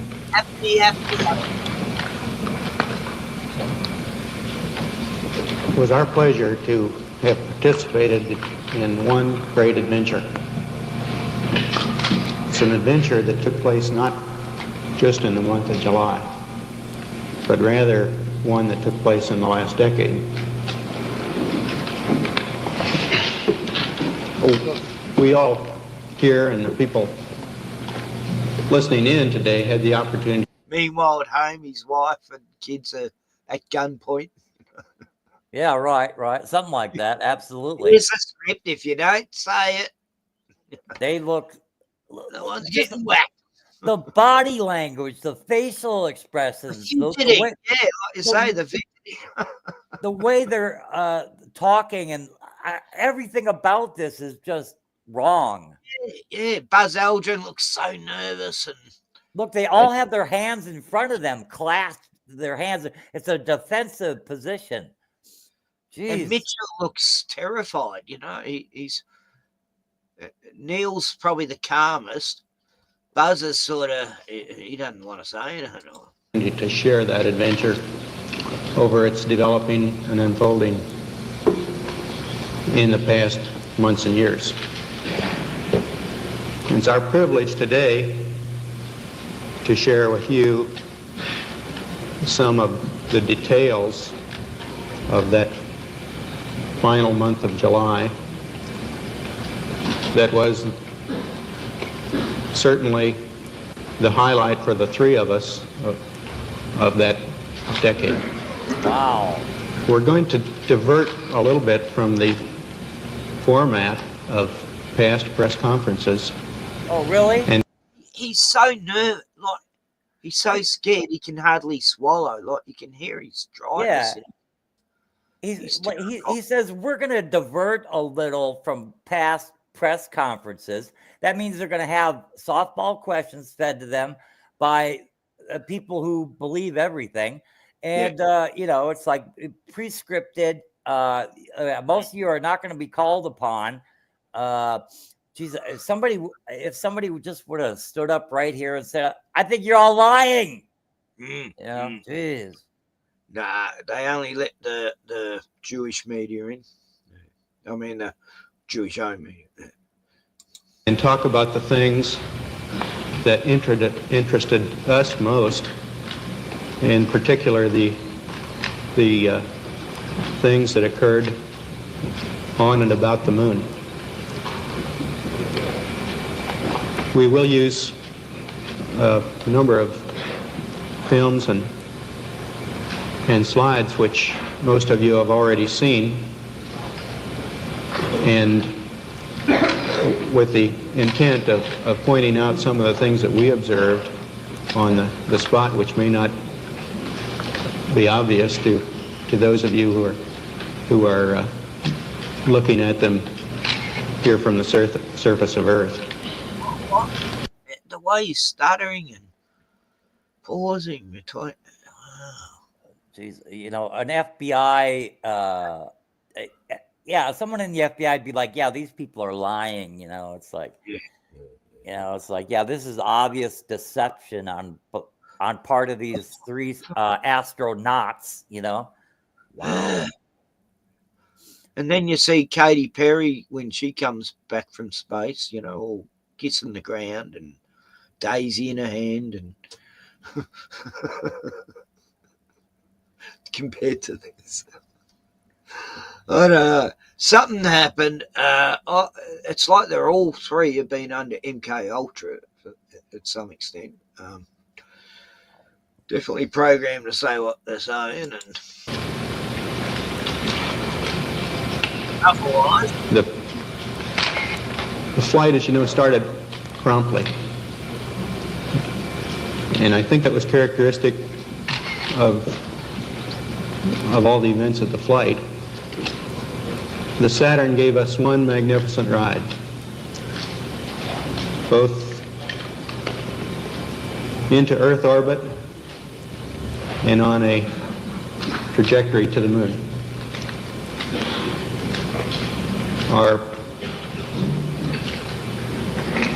Our memory of that actually differs little from the reports that you have all heard from those previous Saturn V flights, and everything about those the previous flights served us well in preparation for this flight Feels real wrong. in the boost as well as the subsequent phases.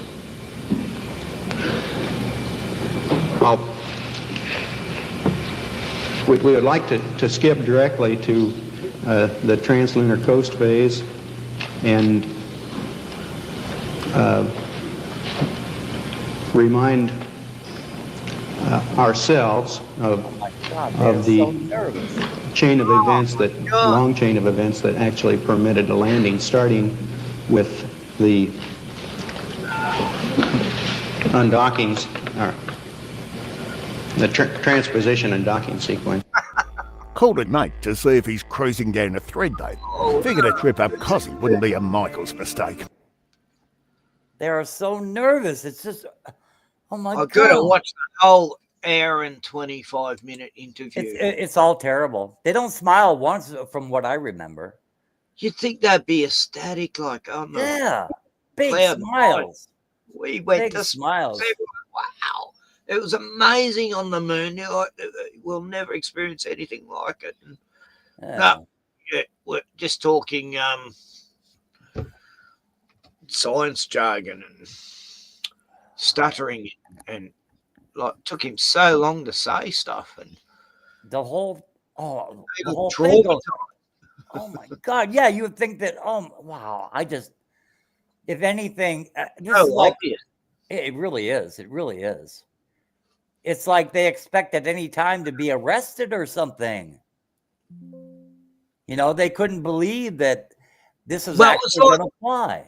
It was like they were in terror for their life. You know, they felt they seemed so fearful. You know? Yeah, and that's why they were all at home instead of somewhere else. They're probably all at home with guns pointed to their heads. Oh, the families, all the families, yeah, being held hostage in a special NASA base, you know, until it's over.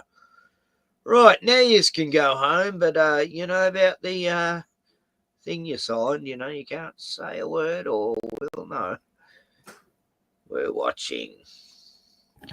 Nah, it's scary when you think that that's how deep it can go, you know, this government control. And it was the title of that last video you showed, because I want to show that to my friend. Psychotic Apollo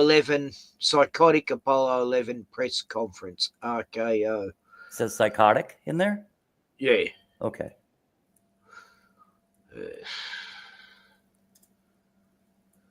There's a body language one about that. Goes for half an hour. I mean, I can't even believe it. Hey everybody, Dr. G here. I'm a clinical and forensic psychologist as well as a body language expert, and today we're going to be analyzing the behavior and body language of Buzz Aldrin, Neil Armstrong, and Michael Collins after the Apollo 11 space mission. Before we get started, this week I won't play it all, but let's see. Oh, okay. for changes in body language. So right now, all of them are a little bit closed off. They're all touching their hands. They're not wide open, which is something that we look for when it comes to honesty. We'll see if that changes as we keep going. It was our pleasure to have participated in one great adventure. Now, if you look at his shoulders already, they're very bunched up. So he may be somebody that's either uncomfortable speaking in front of others or he feels anxious right now. But this type of shoulder position we think of and we associate with discomfort and stress. It's an adventure that took place not just in the month of July, but rather one that took place in the last decade. We all here and the people. Now, you may have noticed he just scooted back. Now, when we are emotionally connected to people, whether it's in court, which is oftentimes what I'm analyzing, or whether it's situations like this, the more we lean forward, the more we're trying to connect with the person we're speaking to. leaning back. Sometimes it can be for comfort, but sometimes it's also a way to disconnect a little bit. Let's look at the context of when he did that. One that took place in the last decade. Yes. We all here and the people listening in today had the opportunity to share that adventure over its developing and unfolding. So for whatever reason, when he talked about this being something that they've been working on for the last decade, he chose that to be the time that he scooted back a little bit. Now, I want you to watch Buzz Aldrin, who's on the left. I want you to watch his mouth right here. We all here and the people listening in today had the opportunity to share that. So you see him licking his lips. Now, this is something that Buzz Aldrin does quite a lot, actually. We're going to be talking about that more as we go. But when you lick your lips, it's a way to feel less stressed. It's a way to calm yourself down. It's a pacifying behavior. So why is it that right now, as Neil Armstrong is talking about this, why is that a time that Buzz Aldrin is trying to calm himself down? Let's see whether or not there's a pattern to it. But oftentimes that suggests that you're feeling something. We don't have to calm ourselves down for no reason. So whether or not that he's just anxious being on the world stage because this was potentially or arguably the biggest event in human history at the time, maybe that's just anxiety provoking for him. But we are seeing him do pacifying behaviors. Michael Collins less so. He just seems to be engaged right now, but we'll see if that changes. Adventure over its developing and unfolding in the past months and years. It's our privilege today to share with you. So as Neil Armstrong is continuing to talk, watch his hands right here. See, he's picking at his knuckle right there. This, once again, is a pacifying behavior. Those are what we look at, and those are what we focus in on when it comes to whether or not somebody's being deceptive or is uncomfortable. The reason that we associate calming behaviors, pacifying behaviors with being deceptive is because we oftentimes feel uncomfortable being deceptive. We don't like to do it. So when we're doing it, we have to do things to calm ourselves down. Privilege today to share with you some of the details of that final month of July that was certainly the highlight for the three of us of that decade. Sounds like a We're going to highlight. divert a little bit from the format. And there's Buzz Aldrin licking his lips again. Not seeing a whole lot from Michael Collins yet, but I'll continue to watch. Of past press conferences. I've gone on about these psychotics that lick their lips, and I did a body language analogy on this guy whose whole entire family were killed, and apparently it was his stepfather. And when they're interviewing him, he's constantly licking his lips, and just the body language in this one incident, you know, it was so obvious to me, and yet, no, Western Australian police, nothing suspicious here, you know, and yet the guy says he's happy that his family are dead now. Like, oh, God. Oh, no, I'm happy. I'm happy that they're in a better place. And, yeah. And, yeah, I've got no animosity towards the dad, that the grandfather that shot the kids. And, no, I love him. And, you know, it's so obvious he's the guy. They had a restraining order on this guy. You know, he was threatening to kill the wife and kids, so they had a restraining order on him for like over a year. He was a Jehovah's Witness. They were ex-Jehovah's Witness, his wife and 4 kids. And the grandfather and grandmother, they were a strong church-going family, you know, Christians, happy, doing lots of charity work. No reason for this dad to just grab a gun and shoot his whole family, you know. But no, this guy got away scot-free, and I know he did it, and he got away with murder because the Western Australian cops are the most incompetent fuckwits. Like, they're the ones who solved the Virginia Gaffrey case recently, how she unalived herself, you know. Yep, nah, definitely unalived case, you know. Right, right. And it wasn't, you know, oh, God. Anyway.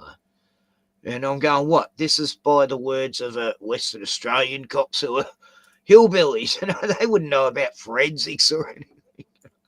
How to, you know, look for signs in a oh god, look at the ones in Northern Territory, Queensland cops, Northern Territory cops, with the Lindy Chamberlain one. That was an absolute mess, the forensics on that fucking case, because of outback hick cops, who don't know what they're doing.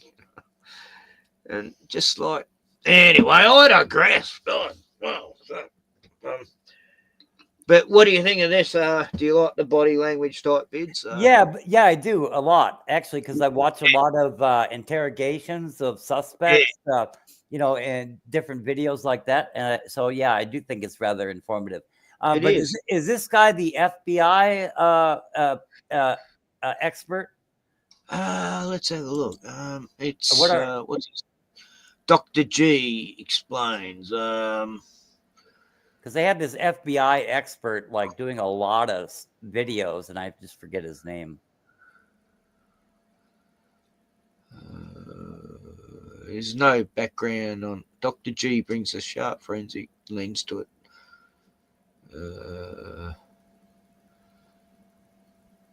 Here it is. Forensic psychologist. So he's a clinical and forensic psychologist. Okay, yeah, there you go. Yeah, so he knows a bit. Yeah. He knows a thing or two about a thing or two, I'll tell you what. And currently conducts psychotherapy for couples therapy. Right. So he knows a bit about brain science. Yeah, forensic and what? Clinical. Forensic and clinical, okay. Clinical and forensic. Yeah. Clinical and forensic psychologist. What's it mean, clinical psychologist? Clinical, I think that's where it's a type of evidence that you're using where. You diagnose what they are, sort of. Yeah. And forensic is physical. Yeah. Forensic is physical, and clinical would be I don't know, just reading what you think the person's malfunction is, So it doesn't. Yeah, we're like clinical psychologists when it comes to Puck Elf. It wasn't forensic. No, we can't say definites, but hypotheticalize. And talk about the things that interested us most, in particular the things that occurred on and about the moon. What occurred? We will use.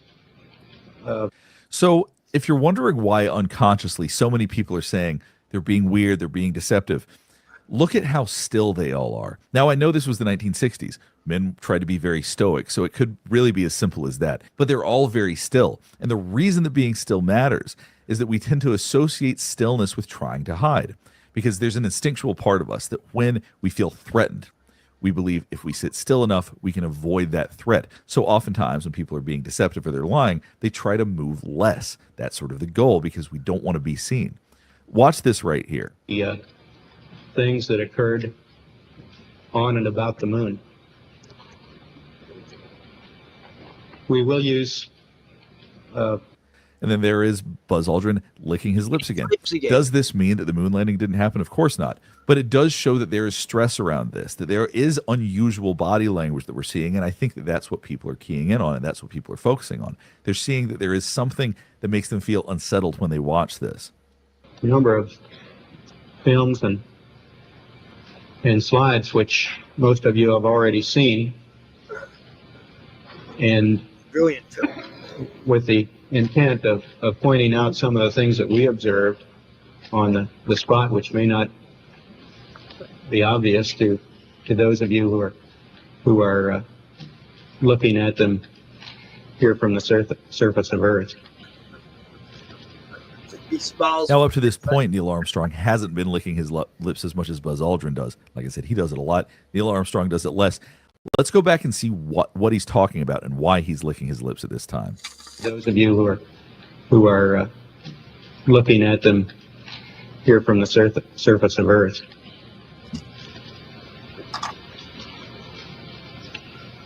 Whether or not that he's just not a comfortable public speaker, this does seem to be continuing to stress him out. There does seem to be stress here. And I understand they've been in quarantine for like 21 days. They just got back from an incredibly complicated space mission.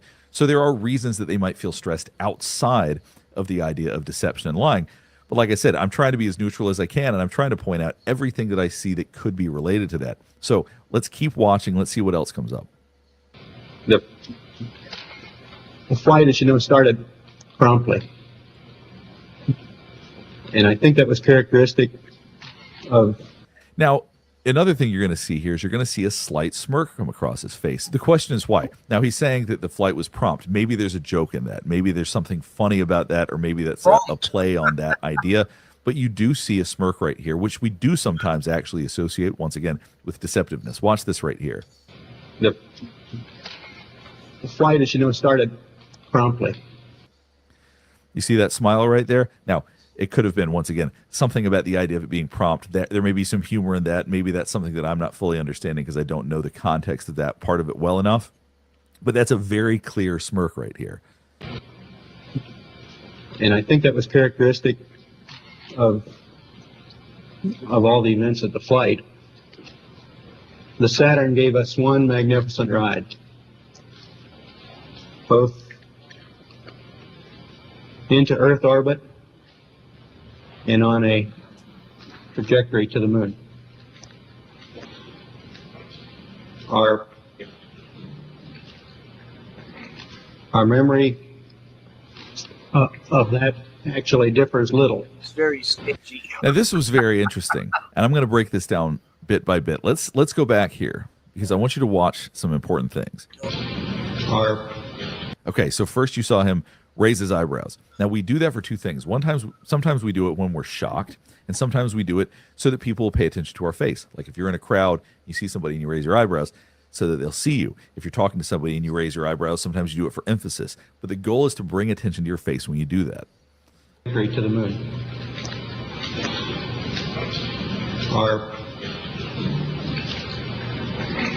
Our memory.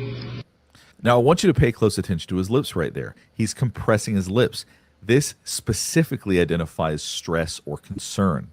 Now, he's not quite withdrawing his lips. Sometimes people do that when there's something they don't want to say. But right here, this looks like there's significant stress and concern as he's specifically talking about this. Let's go watch this whole sequence again because to me it's so interesting. Trajectory to the moon. Our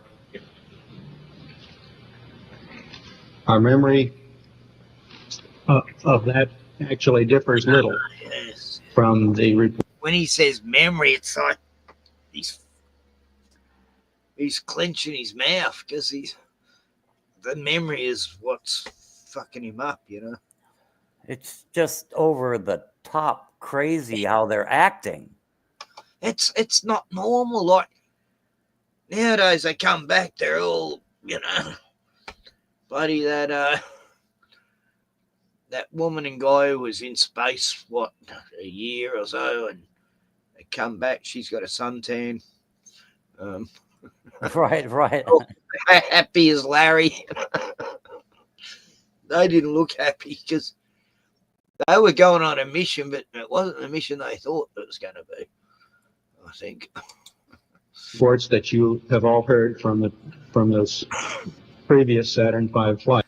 What we're seeing right now is different than what else we've seen up to this point because right now we're seeing stress and concern. We're seeing him slow down in the way he's speaking. He's stuttering a little bit. He's not as clear as he has been up to this point. So it's interesting that as he's talking about their memory of events, that brings up stress and anxiety and concern.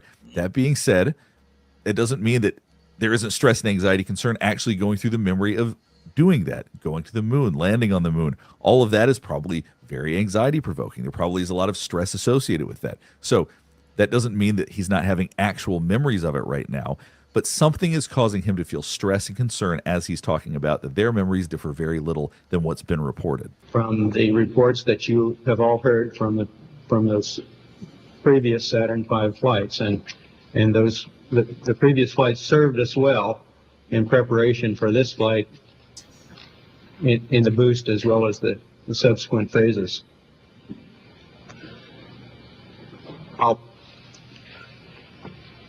We would like to. Now you saw him lean back again. So after he said that, after he got through all of the stress and concern of saying that, then he leaned backward. Once again, that's a way to gain emotional distance from the person we're speaking to, whether it's because it feels too intense or we're trying to disengage in some way. He just scooted back, he leaned forward again, but he felt the need to move backward. That's what would make him feel more comfortable at that time. So what we're seeing right now actually is a lot of stress and anxiety about this specific sequence of what he's talking about right now. In the boost as well as the subsequent phases.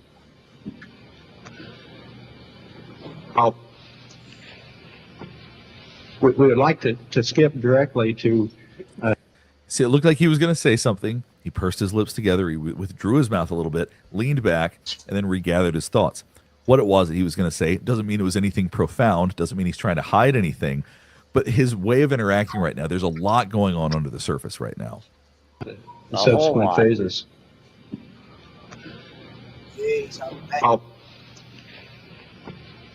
We would like to skip directly to... So now they're going through different aspects of the flight. We're going to be skipping around some, and after this, we're going to look at some of the Q&A. Relatively close range.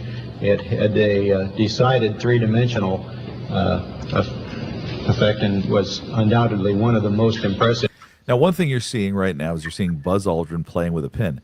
You're going to be seeing this throughout, but this is a way, once again, to help manage feeling stressed or concerned. So when we're fidgeting like that, think about there's a goal in everything that we do body language-wise, and that is to calm ourselves down. You can also see right here, Neil Armstrong has his fingers crossed. He's a little bit closed off as well.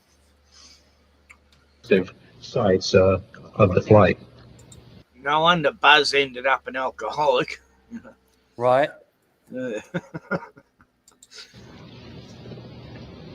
As we left the moon after a successful PEI, this is the view that we observed. I think that we were sorry to see the moon go, but we were certainly glad to see the Earth return. We used Now, if you look, Michael Collins is very fidgety through this. Now, he's somebody that tends to be very stable. So it's interesting that after they looked at these pictures, he looked back at Neil Armstrong, and then he's seeming to disengage. He's looking forward again, not looking at the pictures anymore. But he really is very fidgety throughout all this. Does that mean that there's any fakery going on? No, but it means that there's a lot of emotions going on during this. As I said before, it's possible that the emotions are very intense because having gone through something intense like going to space it could all come back as they're talking about this, and maybe it makes them feel fidgety and uncomfortable. But you might also interpret that as deception. That's what's so challenging about this, is that I can tell you what we're observing, but I can't necessarily tell you their motivation for it. Now, I know a lot of people are going to interpret his discomfort as that he's lying, and maybe that's possible. Let's keep going and see what else we observe. sorry to see the moon go, but we were certainly glad to see the Earth return. We used took a large number of photographs of the Earth on the way out and back, and had our wristwatches set on Houston time. An interesting use can be made of that. If you were looking at this picture and you looked at your watch and your watch said 7 o'clock in the evening, then you'd know that Houston is about 7 o'clock from the evening, and it's about... Now, this is very interesting, and I'm not even sure what to make of this, but we're seeing something here. Watch Michael Collins react to when he's talking about that it's 7 o'clock in the evening when it's Houston when it's 7 o'clock in the evening. Just watch Michael Collins' head right here. Said 7 o'clock in the evening, then you'd know that Houston is about 7 o'clock from the evening, and it's about... Now, what's hard to tell, it's hard to see if Michael Collins is actually looking at Neil Armstrong right here. I mean, it appears that he is, but watch his eyes as best as you can. I know the quality of this footage isn't stellar, but it looks like he's looking past him or above him. I'm not trying to add to conspiracies here, but this part right here is so strange to me. Watch his eyes and then watch his movement. That Houston is about 7 o'clock from the evening, and it's about an hour away from sunset, so it would... Once again, it doesn't look like he's looking at Neil Armstrong. I mean, it kind of looks like he's looking at Neil Armstrong, but it looks like he's almost looking above him or past him. 7 o'clock from the evening, and it's about, and I know that Houston is about 7 o'clock from the evening, and it's about an hour away from sunset. So, So just to be clear, body language wise, I can interpret most things. I don't know what to make of that, other than he's making some kind of movement that looks voluntary, and why he's doing that is anybody's guess. If anybody else has an interpretation of that, I would love to hear it below. I'm a little bit perplexed by that. I don't have a good explanation for what we were seeing. Now we're going to jump ahead to the question and answer phase. To ask, if I may, when you were carrying out that incredible moonwalk, did you find that the surface was equally firm anywhere, or were there harder and softer spots that you could detect? And secondly, when you looked up at the sky, could you actually see the stars and the solar corona in spite of the glare? In rather flat regions, the footprint would penetrate perhaps a half an inch or sometimes only a quarter of an inch and gave a very firm response. In other regions near the edges of these craters, we could find that... So right now, as Buzz Aldrin is talking about this, he's answering it in a very clear and firm way. We're not seeing any fidgetiness. We're not seeing him licking his lips. We're not seeing anything else like that. So far, so good for him. Find that the foot would sink down maybe 2, 3, possibly 4 inches. Now, if you'll notice his eyebrows right there. Now, this is something that we associate with surprise. So as he's saying that the feet would go down however many inches, he looks surprised by that. Watch this right here. We could find that the foot would sink down maybe 2, 3, possibly 4 inches. And in the slope, of course, the various... So as he's putting his hands out, as he's talking about how deep the feet would sink, as he's moving his hands with that, we oftentimes associate that with something being very tightly connected with how he feels. So this is a situation where he is speaking clearly. He doesn't seem to be trying to hide anything right now. But he is also, once again, you might have caught the lip licking once again. Various edges of the footprint might go on up to 6 or 7 inches, and compacting this material would tend to produce a slight sideways motion as it was compacted on the material underneath it. So we feel that you cannot always tell just by looking at the terrain what the exact resistance will be as your foot sinks into it. So as you can see, as his hands are moving along with what he's talking about, this does seem to be actually connected with what he is feeling right now. A point of firm contact, so one must be quite cautious in moving around in this rough terrain. You can see Michael Collins and Neil Armstrong also both fidgeting with pins the whole time while he's talking about this, or at least from when we can see them, which is interesting because these are military guys. These are very disciplined guys. So rather than being able to just sit there, there's so many feelings going through them. They're having to do things to calm themselves down. So I thought Michael Collins, I thought it was Mitchell, but he must have been on the next mission. So who am I looking at here? Buzz Aldrin on the left, and Neil Armstrong, and Michael Collins. Okay. To me, it was. I thought it was Mitchell, but Michael Collins. I guess Mitchell is on the next mission, I think. But when they drive the buggies around. Oh yeah, good times. Good times. Playing golf and. Oh yeah. You know, throwing balls and. Yeah, golf carts. That might be explained by the fact that they had been in quarantine before this, so there could be reasons for that, but we are observing a lot of fidgety anxiety. We were never able to see stars from the lunar surface or on the daylight side of the moon by eye without looking through the optics. I don't recall during the period of time that we were photographing the solar corona what stars we could see. Ben Andrews used to say. I don't remember seeing any. That's Neil, you were a little bit concerned. You said about stubbing your toe. Collins, he's a funny dude. He's so twitchy. You know, it's like he's on smack. I mean, they were in the. I don't know. Everything about this just reeks. Yes, something's wrong. What happened, guys? You know? Look at the hands are clasped, or they're playing with pens. They're very nervous. Hey, if I just landed on the friggin' moon, I'm going to be happy. I'm going to be smiling. I'm going to be, just rattling off all kinds of, new discoveries. It's like the Nuremberg trials, these are the Nazis on trial. I know. Although the Nazis on trial never actually got to say anything. Yeah, they kept them in sealed boxes where nobody could hear them. They They're on, wouldn't let have any say. They just intercom everyone- only. Nah, Nuremberg trials. It was so fair, that one. Oh yeah, absolutely. Very, very excellent. No, this is like a Nuremberg trial situation. It really is, man. It's just It's like we're on trial for our life, guys. We got to lie real good. You know? nobody even has cracked a smile. I mean, from Collins, there was like a smirk, kind of a smirk on his face, but they forgot to say to each other, "Pretend to be happy." Right, yeah. Pretend to be overjoyed. At the point of landing, because the surface was obscured by dust. So another thing that was interesting is that Michael Collins was saying, I don't remember seeing any, and he responded to Neil Armstrong rather than to the reporter. Rather than saying that out loud, he sort of said it quietly, said it looking at Neil. Doesn't mean that it's anything suspicious per se, but it is a little bit unusual. It's all suspicious. These guys, maybe they aren't great at doing these kinds of press conferences. Bullshit. It's like Neil's the handler of them two, but who's his handler? And the way he looks, Collins looks at him for confirmation almost, and Buzz is he's terrified. He can only talk technical talk, when he's asked questions. It's like, this is straight into a textbook manual, stuff. It's absolutely horrific.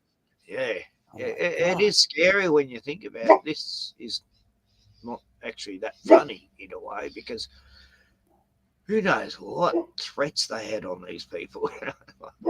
Well, like Capricorn 1 just, that seems like a documentary now. Right, it really does, yeah. Yeah.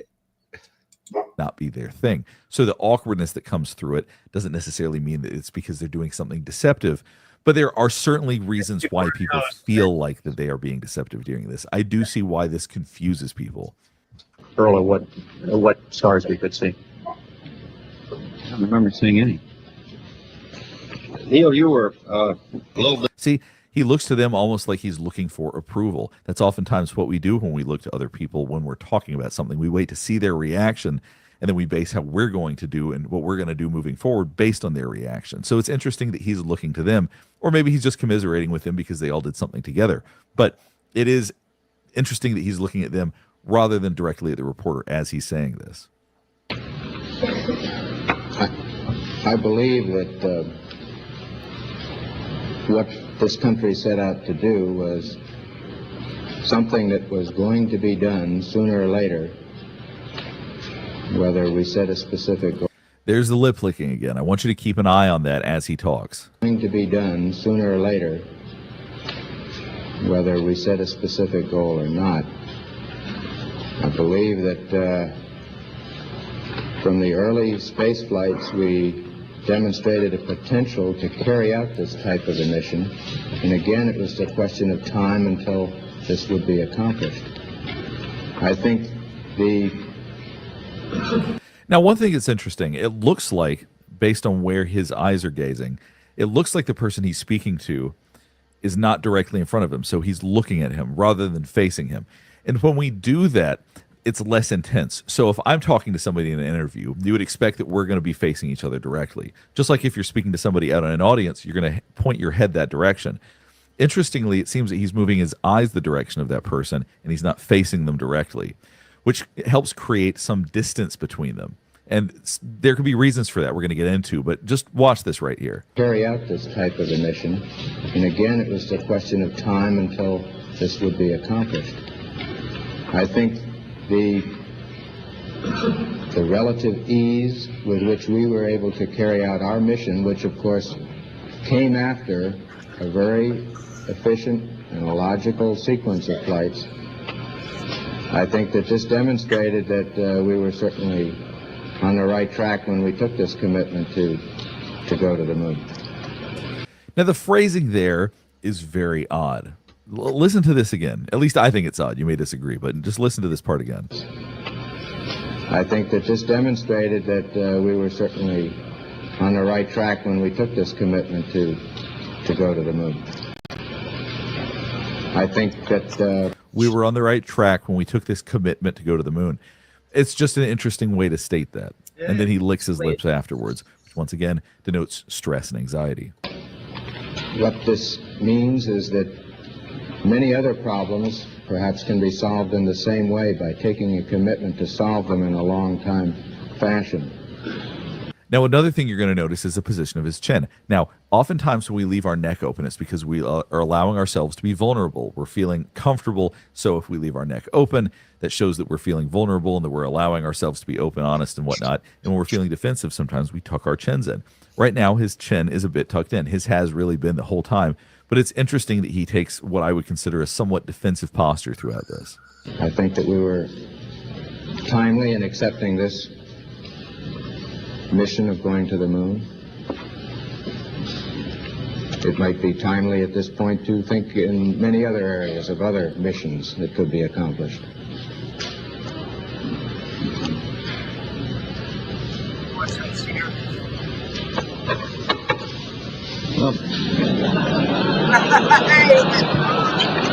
So obviously, as you see, Buzz Aldrin looks at Neil Armstrong. Neil Armstrong looks It's weird that no reason they just start cracking up. Yeah, show that again, because I don't even remember that. Yeah. No, I don't remember that. I've never seen this. I mean, it sounded a little too much like they're giving a eulogy or something. So I guess they had to like lighten it up, you know? They realized, like we're at a funeral.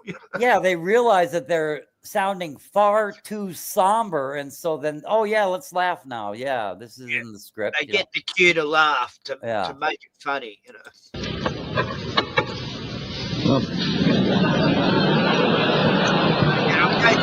So obviously, as you see, allowing ourselves to be open, honest, and whatnot, and when we're feeling defensive, sometimes we tuck our chins in. Right now, his chin is a bit tucked in. His has really been the whole time. But it's interesting that he takes what I would consider a somewhat defensive posture throughout this. I think that we were timely in accepting this mission of going to the moon.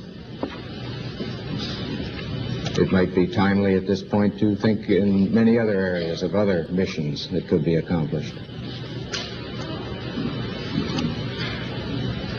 Tap, tap, tap.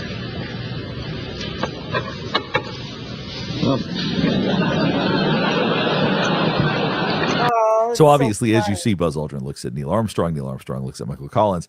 Obviously, they're all laughing because none of them particularly want to answer these questions. And that may be part of what's so important about how to interpret this, is that maybe none of them are very comfortable up there. And it may not be because they're being deceptive. It could just be that none of them are particularly interested in answering questions in front of a bunch of press. And it was like it was his turn to talk, and he didn't realize, and that's why they were laughing, because he was, oh, it's my turn. But yeah, right. Yeah. He tapped his microphone with a pen or something, you know. I think that's what he did. Yeah, I don't care. I don't really like speaking before large auditoriums of people, for fuck's sake. But if I just landed on the friggin' moon, I'm going to be like freaking out up there. It's going to be like I just won the gold medal at the friggin' Olympics or something. But these people, they just look like they're being investigated for a murder or something. It's crazy. for, you know, high profile crime. It was mass genocide or something. Yeah, really. Something terrible. Everybody looking at me? Well, to me, there are near and far term aspects to it. On the near term, I think it's a technical triumph for this country to have said what it was going to do a number of years ago, and then, by golly, do it, just like we said we were going to do. JFK said, by the end of this decade, we'll have a man on the moon, and then he got killed. Yeah, right. Now, these guys look like they're going to be murdered if they don't say the right thing. And then he also said, we have before us a vast and ruthless conspiracy. And he had to go. That great speech he said at that university. That was only like 5 weeks before he was shot. Was it? Yeah, I knew it wasn't long. Yeah, it was like, hang on, this guy's, you know, he's cracking the code on us. You know, he's people are going to wake up if he keeps talking. So we got to take that. Next, he'll say we're going to fake the moon landing, and that's all. Yeah, right. That. I think it was all to do with the moon. Going to the moon, you know, is why they took him out. Like, I think that's the main reason, because he wasn't going to buy it. No, we can't get away with that. Come on, what are you talking about? Well, pretend we go up on the moon. We can't get there. What? How can you simultaneously piss off pro-Castro and anti-Castro people at the same fucking time? I mean, he had so many people hating him that, the mafia, like Israel. I mean, oh really. God, the mafia love Trump. Oh yeah, they love Trump. Yeah. Now that they have primarily Jewish mafia, and the Italian mafia has been neutered completely. I think they still, Same in Australia. There's no such thing as mafia hardly now. They're just small time fuckers. They don't run much. Maybe a few brothels. But mafia's it's fading. Yeah, maybe not so much in Italy. Mafia is the government now. They've all graduated into governmental positions, and they're all Jewish. There's really no Italian mobsters to speak of. I mean, I don't know, some small time racketeering, but Look at all the popes. How many Italians have they had the last few popes? Nothing. They got an American pope. God. Oh, that's disgusting. And I'm not even Catholic. I don't know. Yeah, it's like the first American pope ever. So whatever that means, but he loves Trump.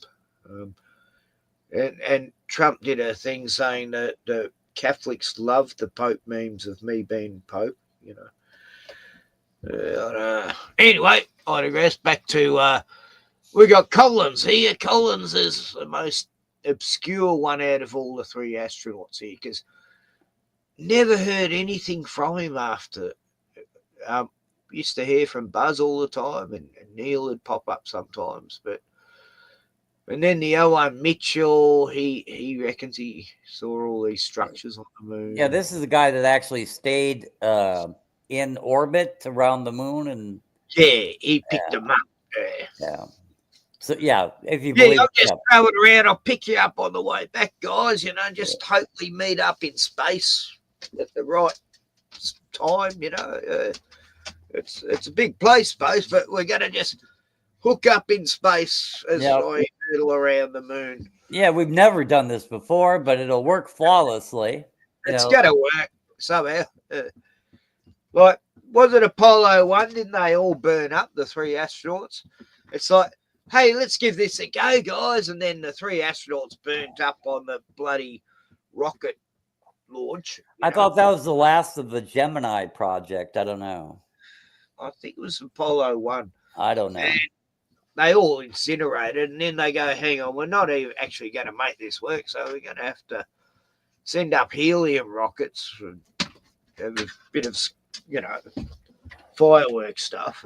Yeah, we're gonna just if you believe the model of space and that, but purportedly they're gonna launch towards the moon at the exact second to like meet up completely at the right time to orbit the moon, which has such, you can fly right past it and not even notice any gravitational pull.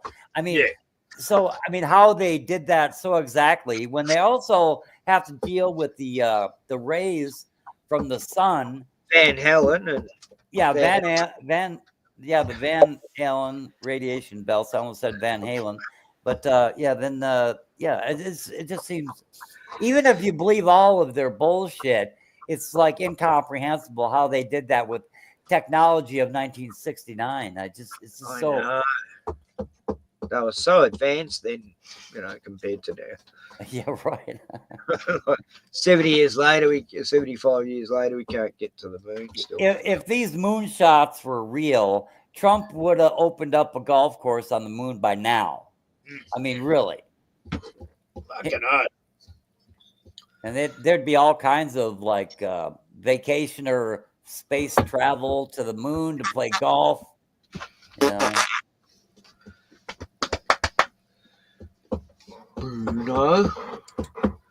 Bruno's being. Very, he's bashing the cupboards with his tail.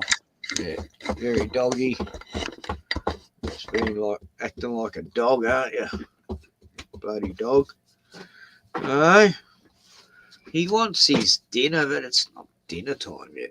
I just gave him a Scooby snack. You should be happy now. What do you fucking want, Bruno? How Give much you are the world, mate? How much are pig's ears now? $4 here for one pig's ear. Oh God, that's terrible. I know. That's right. He loves them, but I've got these other. They're like dental dog sticks or something made of hide, or yeah, he seems to like them. And each time I get him something different, try it out. Pig trotters, give him them sometimes. Pig's feet. Yeah, I got this, friend from the church, but he is so, I mean, you can tell he like listens to every word that I say, right? But I'll get him on. I mean, no, he hasn't heard anything much of conspiracy, but he's like, he like, I talk slow. I give him plenty of chance to interject, but he lets me talk forever, and he'll ask questions, and you can tell he's like really interested, and nobody talks to him about the things that I talk to him about, all these conspiracies. He's been so deep in the church and in the Bible that he's truly mystified by all these things I'm saying, and he's really interested, asks a lot of questions, I'm telling you, but good stuff. It's good when you meet someone like that. Look at Bruno. Hey, Bruno. Woof. Bruno, say hello to everyone. Woof. Look, Bruno, look at the camera. Woof. Woof. Bruno, Woof. do you want a beer? Look.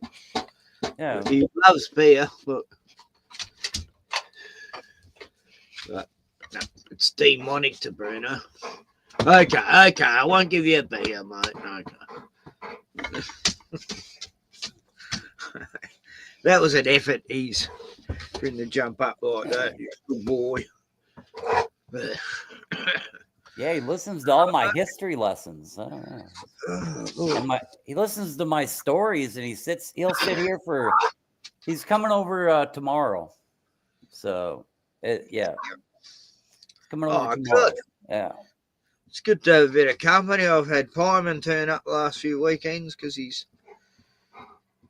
went down the shops early Sunday morning. I got up and no Pyman was around, and then I get a phone call and he goes, "Oh, hi Ken, I'm down at the shops here. Do you want anything?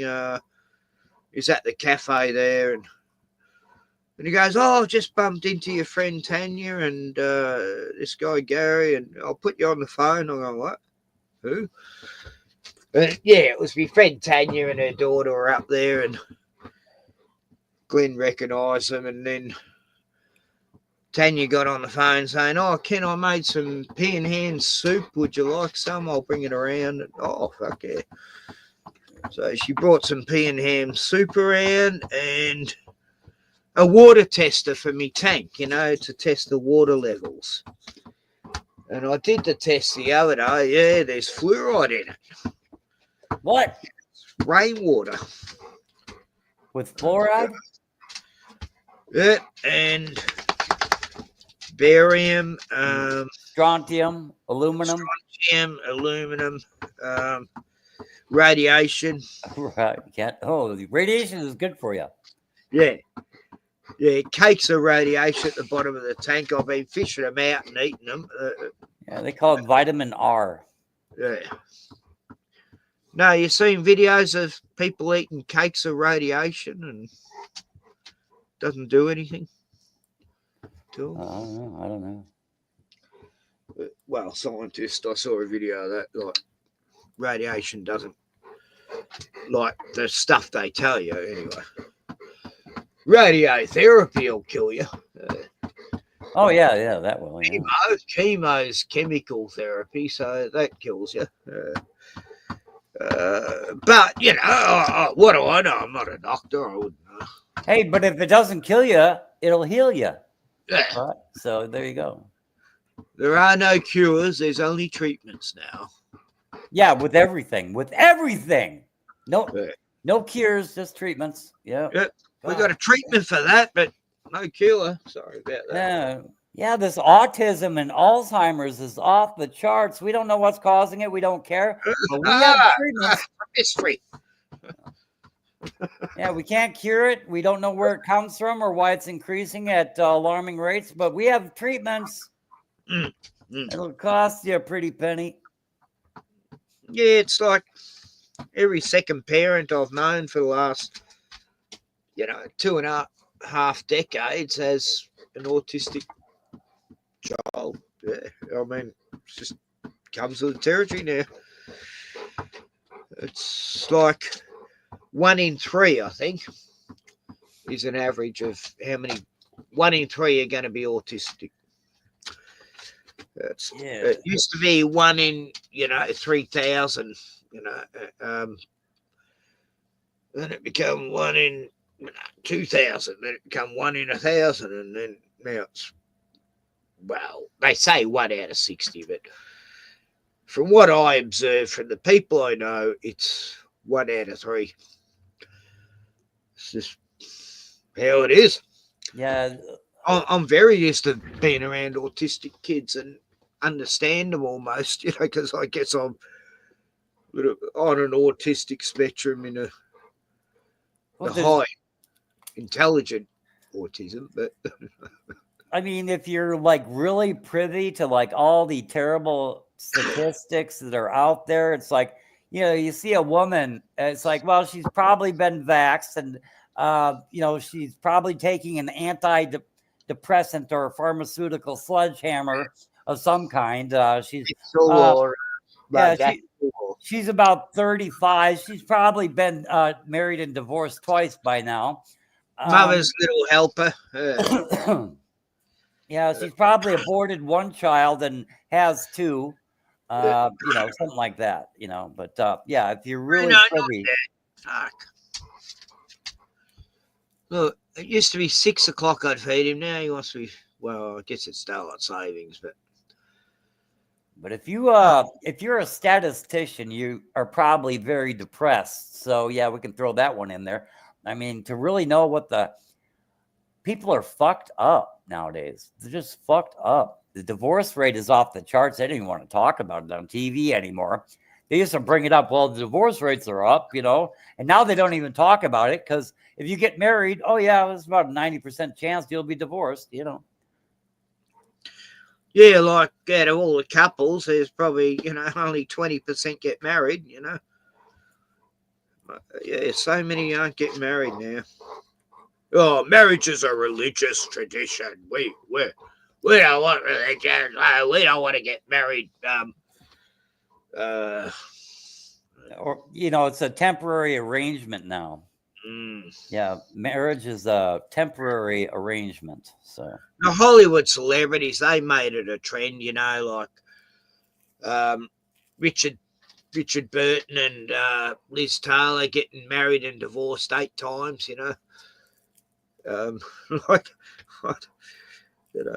They divorced each other like 7 or 8 times or something like that. It was weird. But then she ended up with Robert Wagner. They went out on a boat with Christopher Walken. What a trustworthy guy he is. And Robert Wagner went to bed with leaving Christopher Walken and her on the deck. And, she fell overboard. I don't know what happened. Bigger boom, bada boom. And, then a joke was getting around what wood doesn't float, Natalie Wood. I mean, it's terrible. But I think Christopher Walken threw her overboard, slit her throat, threw her overboard as part of a sacrificial Hollywood ritual. And Robert Wagner never talked about it. Didn't say nothing. Yeah, I'm not familiar too much with that case. I don't know anything about it. Yeah, it happened in the 80s. The last film was called Brainstorm. And they're actually gonna... The film wasn't going to be released because she died too soon. She didn't finish some of the scenes, you know. But then they managed to splice the film together where they didn't need all her footage. And they released it. But there's a lot of dark undertones to that film, like what happened to Natalie Wood? It's still a mystery to this day, you know. No one, there's never any proper explanation. She wasn't even drunk, apparently. She fell overboard. Bruno. I'm gonna try to watch that later.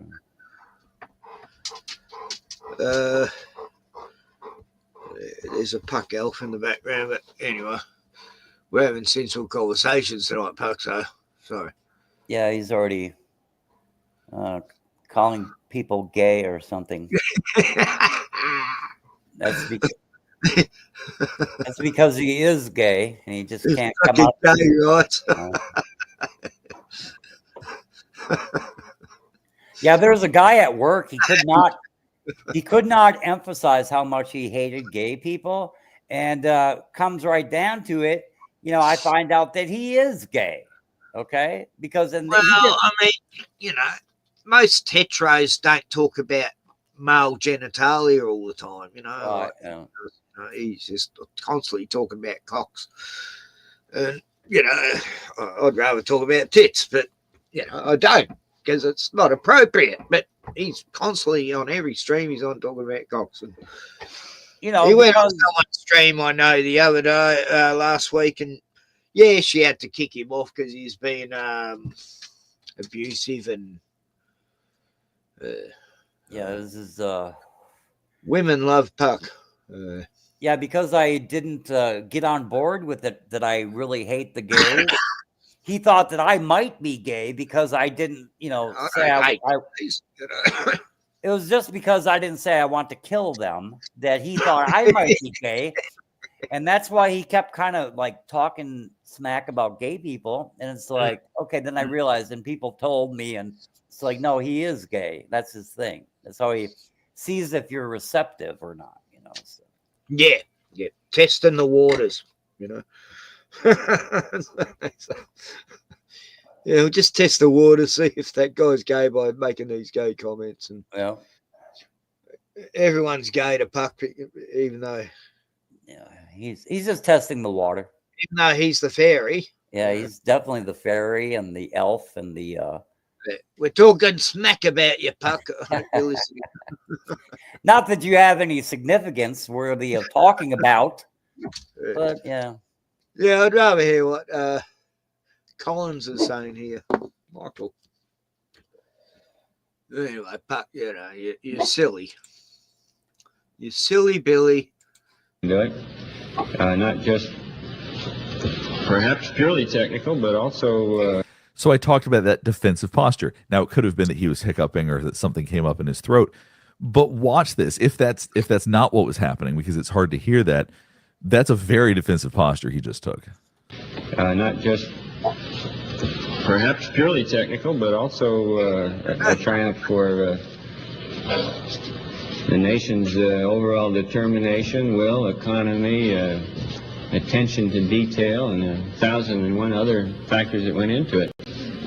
That's short term. I think long term. But then again, he's tucking his chin again as he's saying with that short term. 1,001 other factors that went into it. That's short term. I think long term, we find for the first time that man has the flexibility or the option of either walking this planet or some other planet, be it the moon or Mars or I don't know where. And I'm poorly equipped to evaluate where that may lead us to. So now let's see if their behavior was the same or different before they went on the mission. That one here.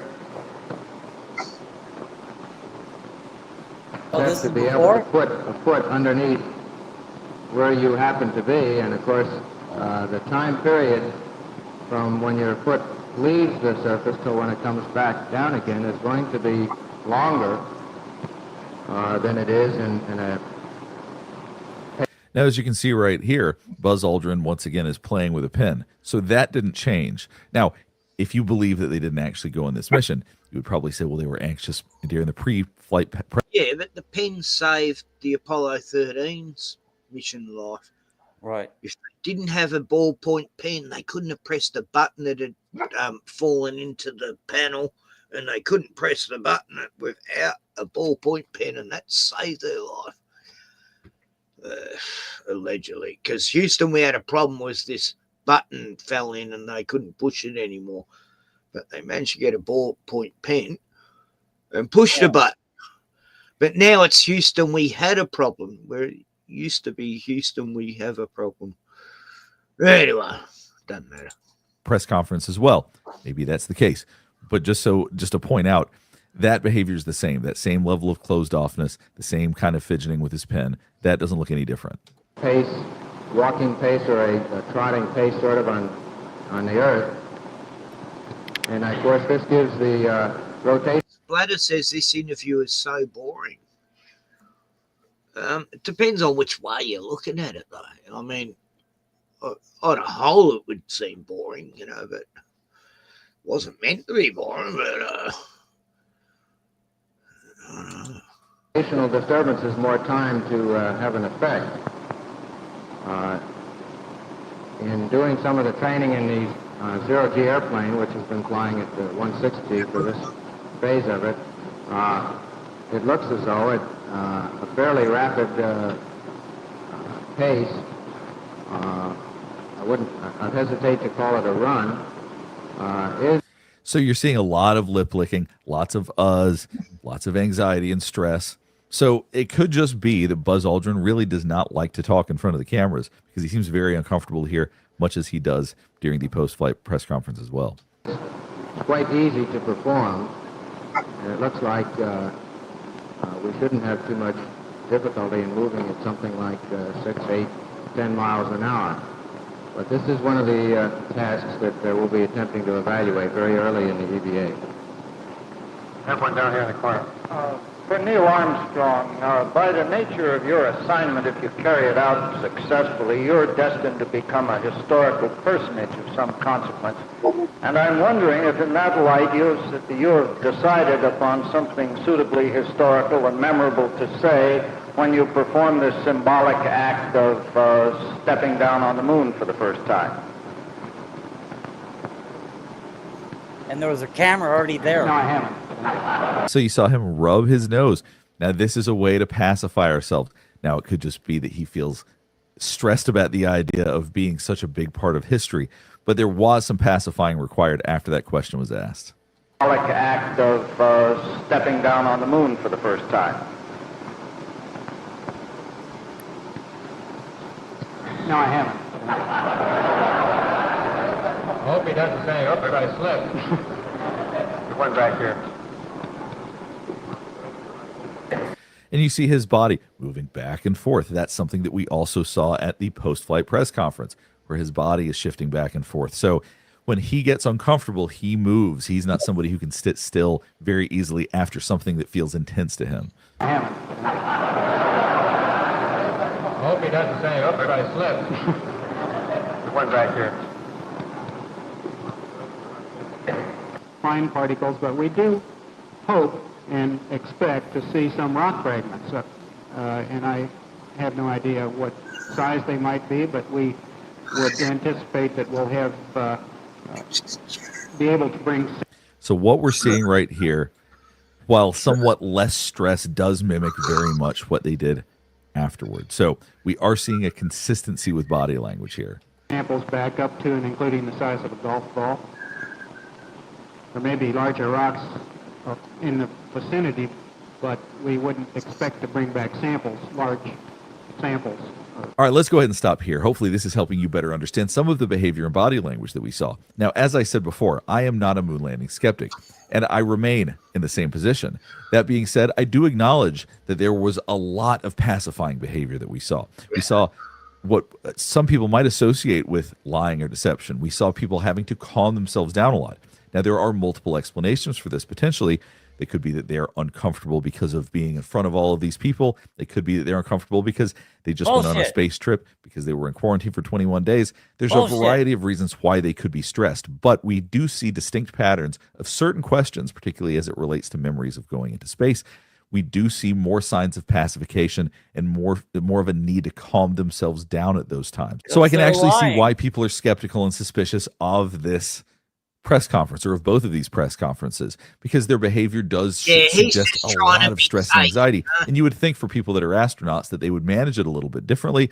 But ultimately, this was also a time period where people were not on TV a lot, where an event like this was one of the biggest events in human history. So They it could still had just be that there public was a speaking. tremendous amount of pressure and they didn't know how to act on TV, that they didn't Bullshit. feel comfortable with it. It's also possible that there was lying and deception going on. That is Yeah, possible. there you go. I'm not convinced that the lying and deception that may have gone on was specifically related to the idea that they didn't go on some sort of space mission, that they didn't walk on the moon. But I do understand why some people find their body language confusing or off. Now, there are some things that I didn't see because I looked in the comments because I was curious what people believed they were observing. I saw people saying they appeared sad, there appeared to be shame. We didn't see any of the typical signs of sadness or shame. We saw a lot of anxiety, lots of nervousness, lots of stress, but no sadness, no shame, nothing like any of those kinds of behaviors. So get off as the far as fence. that goes, I think that people may project ideas that they felt shame or sadness here, but we really didn't see any body language that was consistent with that. What we saw was three guys that all appeared to be very stressed and didn't really want to be doing what. The guy is just sitting on the fence. He won't pick a side. He won't say he just won't commit to anything. Oh, it could have been this, it could have been that. That was an Oh, annoying conclusion. yeah, really, yeah. Conclusion was for fence sitters like Tim Pool. Anyway, I think Splatter left because he found it boring. So, I don't know. Sometimes Sandy's streams can get boring, though, Splatter, like when it's like on the one Mandela effect for half an hour. I know this was half an hour, but, you know, other people will play something for half an hour and, you know, like if it's like- a Mandela effect in America and I don't even know the company, it becomes very boring for me because I don't know what the change is meant to be because I don't know the company. And I don't know. I thought Splatter had more of an attention span, but No, he doesn't. I thought he might come on, you know. Instead, we got Puck wanting to come on to insult us. That's all he would have done is just, you know, he might have started off for 5 minutes being okay, and then he'd get into insulting and calling us faggots and poofters and. Yeah, he's got to call people gay. But liars, blah, blah, blah, blah, blah. Thou dost complain too much about the gays. You must be gay, sir. You know. Yeah. He must be gay. Most homophobics, it's because they have an inner gayness, you know. Yeah, they have a inner longing. Fear of gays? Like, why would I? It's only people who fear they're gay that have a fear for them, I think. Well, they hate. I've seen the most yobbo guys, they hate gay people so much, but turns out they might be, you know. Yeah. Oh, no, that's all right. But I was, no, well, you know, it was a bit of a long video, though. And it was disappointing at the end when the guy's going, no, I'm not saying we didn't go to the moon. What? No, we definitely did, but... Back in the 80s and 90s, people used to constantly talk about, you know, they might not constantly talk about it, but, you know, nobody in my company liked the gays. They just didn't. And, but the ones who were really outspoken about it and all the time, every day, talking about this gay person. Yeah, well, why are you worried about it? Yeah, there's none around. We don't know any. There's none in this crew. Oh, then you realize over a little bit of time, oh, they're the gay one. Okay. Got it. You know. Yeah. I mean, you know, I found out my uncle was gay when I was about 10 years old. You know, it didn't sort of worry me. it's like whatever. I didn't really care. Yeah, a guy says, you know, I'm really worried that my new roommate is gay. I'm like, you know, what did he do? Make a passage or something? No. I'm like, yeah, what, that's the only time you got to worry. Yeah, right. You know, it's like, what, does he act all effeminate? Does he act like a femboy or something? He's like, well, no. I'm like, you know, well, why do you think your roommate is gay? He's like, because his dick tastes like shit, you know? And so that was, yeah, I said, yeah, that's a pretty sure sign that not only is he gay, but you're gay as well. So, you know, there you go. That's an old joke. I like it, though. I don't care. I've heard that one a few times. I think it's funny. I don't know. It is. You're supposed to draw it out a little bit longer for greater effect. Yeah. But I'm not a good joke teller, so there you go. I know. I like telling jokes that end badly, and you have to explain them. And yeah, joke's hilarious when you have to explain it. You know, it's like, oh well, like this. Yeah, they finally get it, but it's lost its value. Anyway, jokes is just mocking what's normal.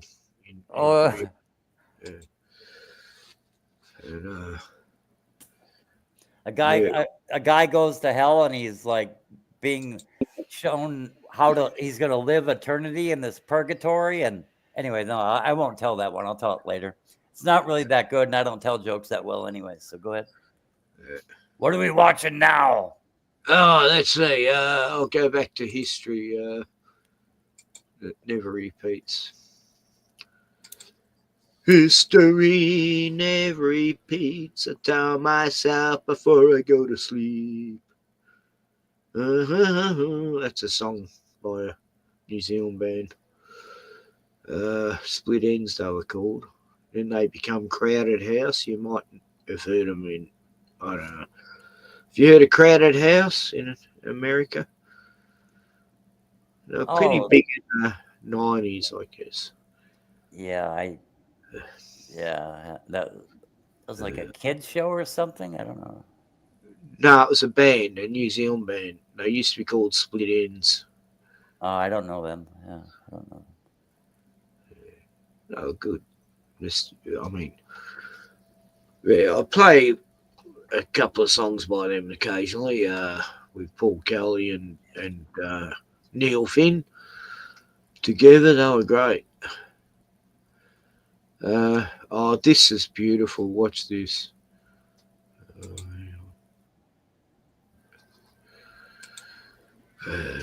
You know, you just gotta love. No, that's not the one. Oh yeah, I put a real short one. I put a short video. It's actually a short, but it actually shows the full body check by the other player, and I guess she got suspended over it.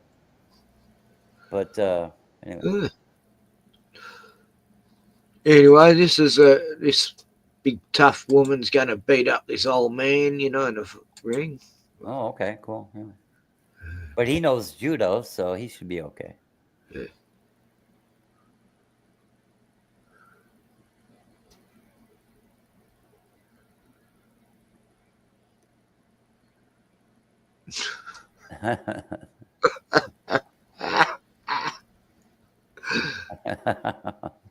It's all AI. That's just total AI. None of that was real. Look, here's another one. Okay, it's AI. Oh my God.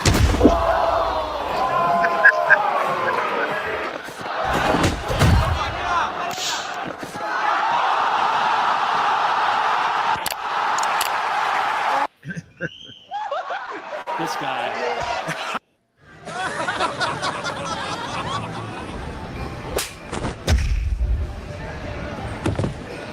Oh.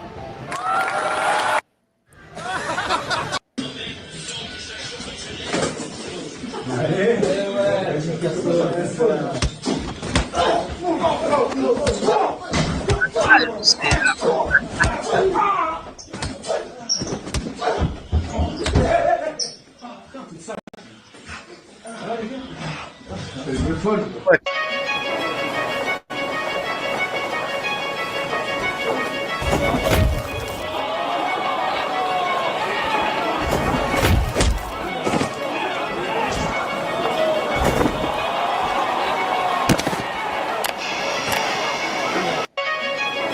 ridiculous. It's just so silly. I don't know. It just goes on and on, these AI vids. Yeah, anyway, I put that short in there, and I don't know, it's at the bottom.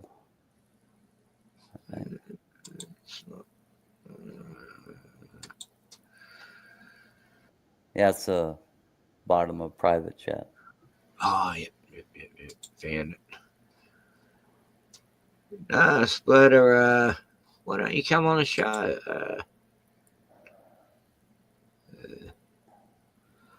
Anyway, I enjoyed going on Sandy's show the last week. That was great.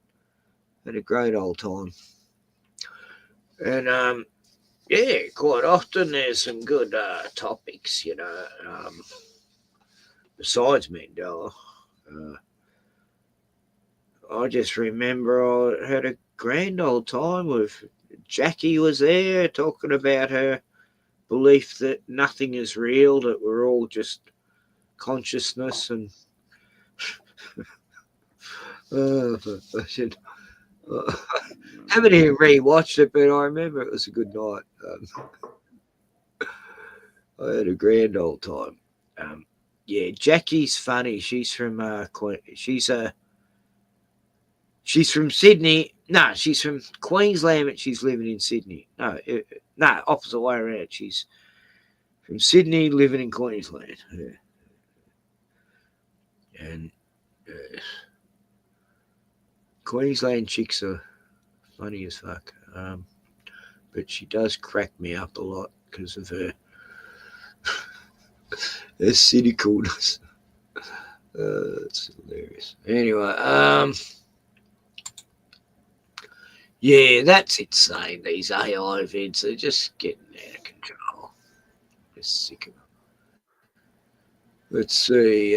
So obviously Puck went to LC's, and LC probably didn't let him on or something. Oh, when's the last time? Like, man, I just watched one dude. All right, he goes to live to. He wasn't supposed to live at this girl's house, but he passes by her house, starts living there. Not even a weekend. He wants to cheat already, and he gets caught on YouTube because it's all YouTube bitches and shit. Drama goes too far. Now those channels, I'm gonna have to give it a break because it's going down the fucking soap opera. Yeah, but when it goes real live, man, it's kind of fucked up. I've been swatted like fuck shit 3 times. I had the RSPCA. Yeah, he said these idiots, you know, make false claims and get him swatted. And is he actually?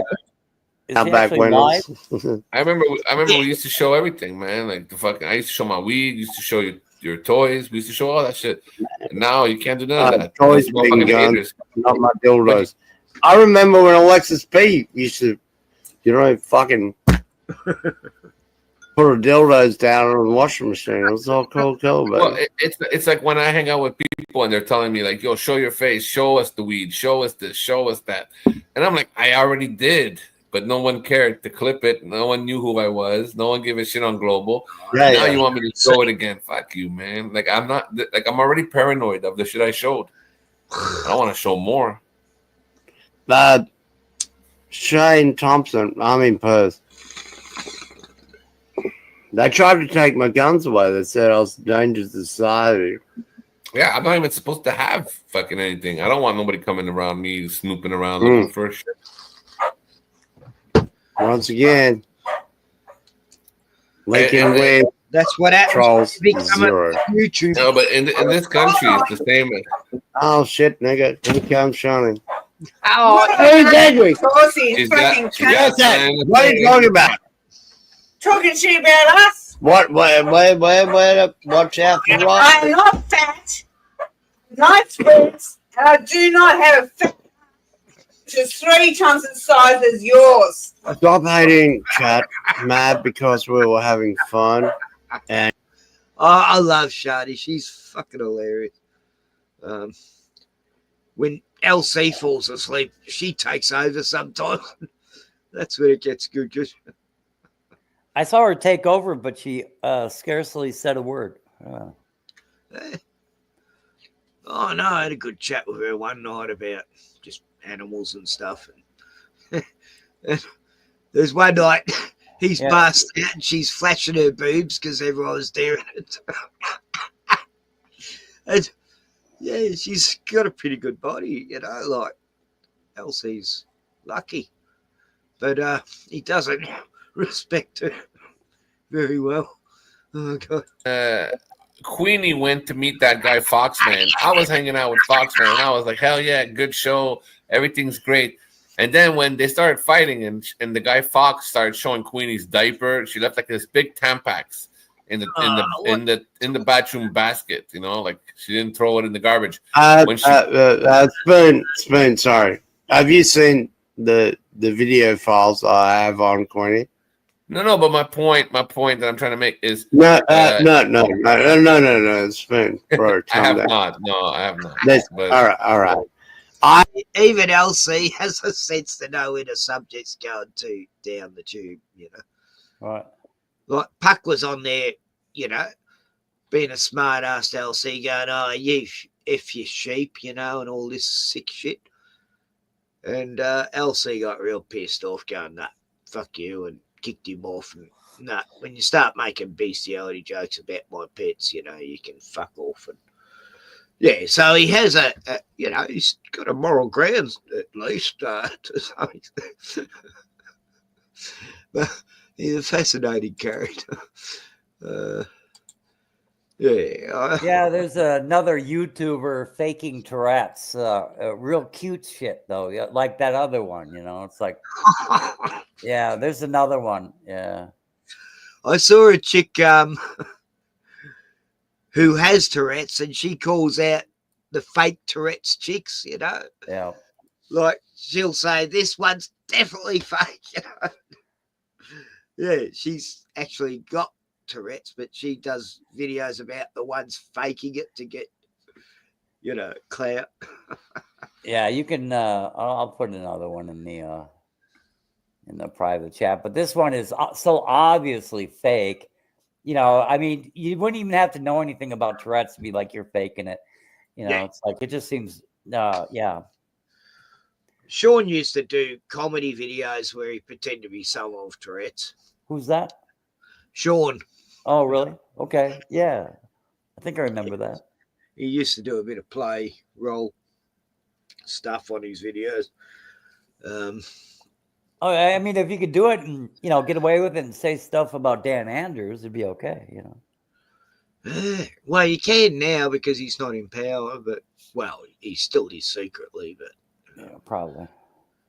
That Ellen woman is just like a doppelganger of him, a female version. Oh, Puck's in the background. What? Puck, why you just want to insult us? I don't know why you want to come on. I mean, God.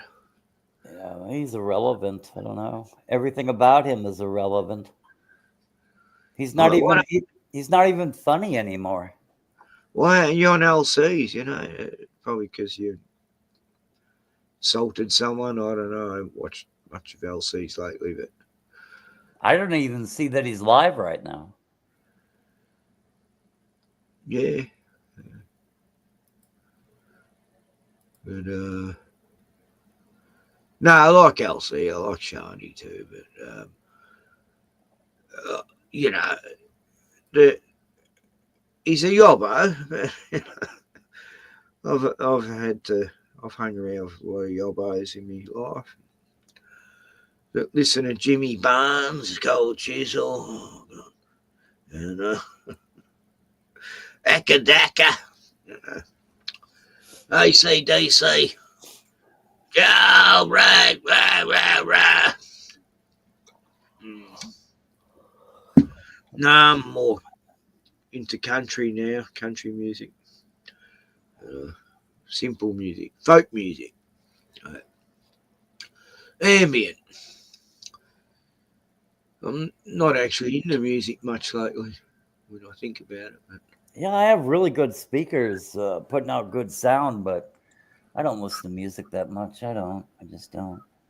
I was looking at speakers today because I've got shit speakers, but these little eggshell speakers that fall off the fucking table every day.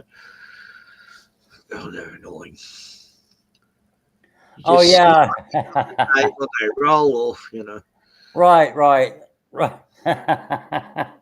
Like before I streamed, I had to pick the speakers up off the ground, because they'd fallen off. And I brought these storage bowls back to the store.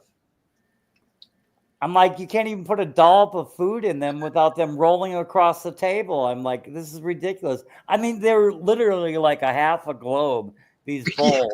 And there's like nothing to really hold them up. There's like a small ridge. But I'm serious. I think they look futuristic or something, but they have no... You could put a dollop of whipped cream in one of them, and it would just roll across the table. I mean, come on. I mean, more than once they did. They rolled. Oh, wow, that's a balance. Yeah. I mean, my God, you have to guard it so it doesn't. Don't eat too much from one side because it'll tip over and roll away from you. Yeah. Oh, what's Charlie? Penguin Zero. Oh, God, he's an idiot. But I didn't even ask for my money back. I just went and set him on the counter. I told him the deal, and I said, yeah, this product is ridiculous. I don't want my money back. I'll see you later.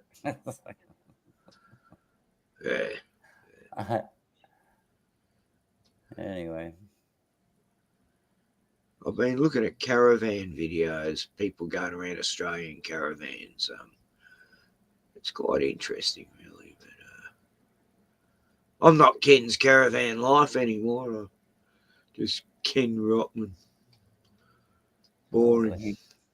Oh, the humanity.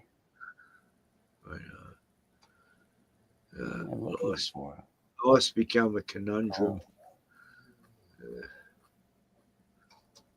Here's the mushroom killer lady.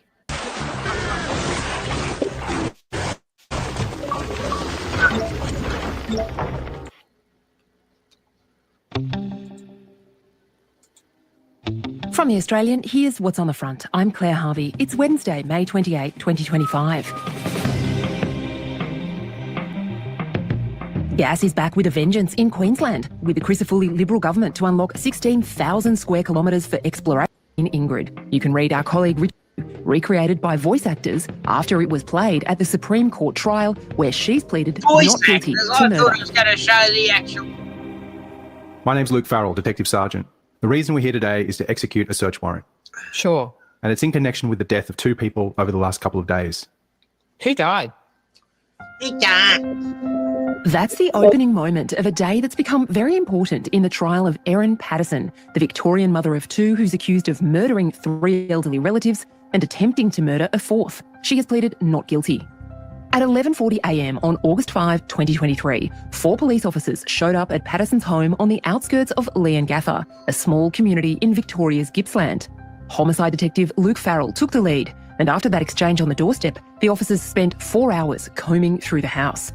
On Tuesday, prosecutor Jane Warren took Detective Sergeant Farrell through photos taken on the day. And on the bench there, what do we see? That is a cookbook, Recipe Teen Eats, dinner cookbook. Did you open the book and look inside the book at the time of locating this? There's a meme now on Facebook of this woman, and it's her cooking mushrooms, and it's a book cooking with Erin Patterson. Okay. It's got it smiling away, pulping up some mushrooms. Oh, fuck, it's funny. I've got Yeah, she murdered 3 people, tried to murder 4, as well as her ex-husband, but he didn't turn up that day. She was so pissed off, but she was angry at him because I can't. It wasn't over money. It was just vengeance. Crazy bitch. Happened last year, and it's finally gone to court and trial for the last 20-something days. I knew it'd go on for a month or 2. But The evidence is so overwhelming, and she's still pleading not guilty. It's like, what the hell? How could you say you're not guilty when every single bit of it? Oh God! Shit! They found the mushrooms in a hydrator that she dumped at the tip the next day. She dumped at the rubbish. The cops found it at the rubbish tip. Her fingerprints on it. You know, the death cap residue in it. Oh my God. They checked out all her web history. Yeah, she'd searched up death caps over and over.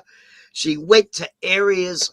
They tracked her on her phone where she'd been. She'd been to areas where you picked death caps. I mean, oh God, how much more evidence do you need? She's been quoted saying, "I've had it with them." Right. Stuff with the family type comments on her text to people, and motive and opportunity, and everything you do on the internet, they can look it up.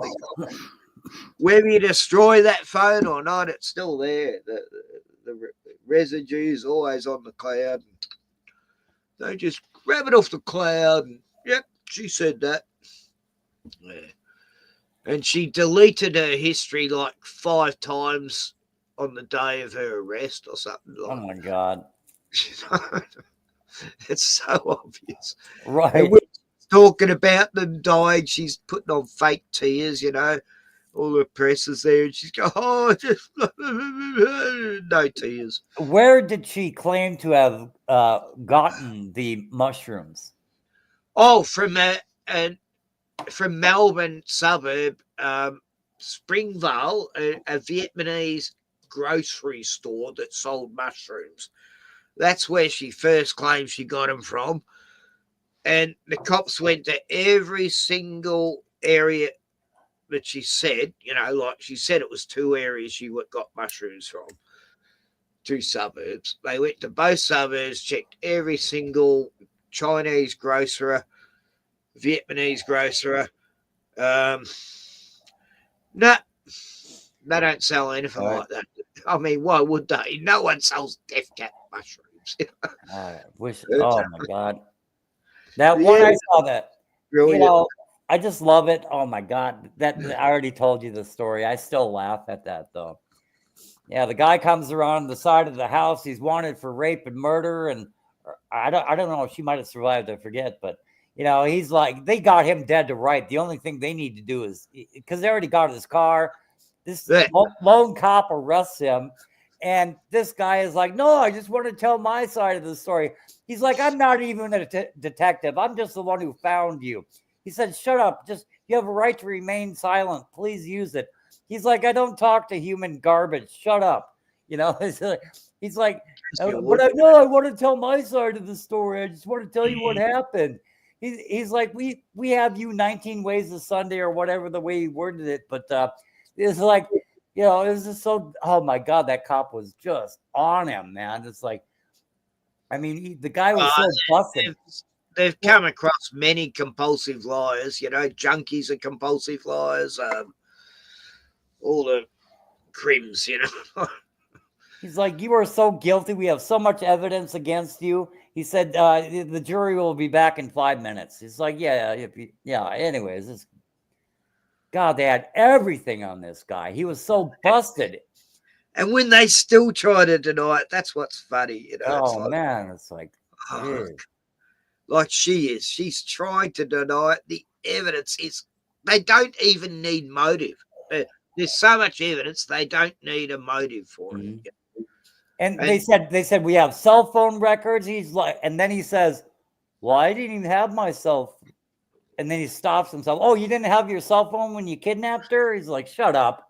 That's a voluntary utterance. That's going against you as well." He's like, "Hey, it's bad." Yeah, you got to get a lawyer, son.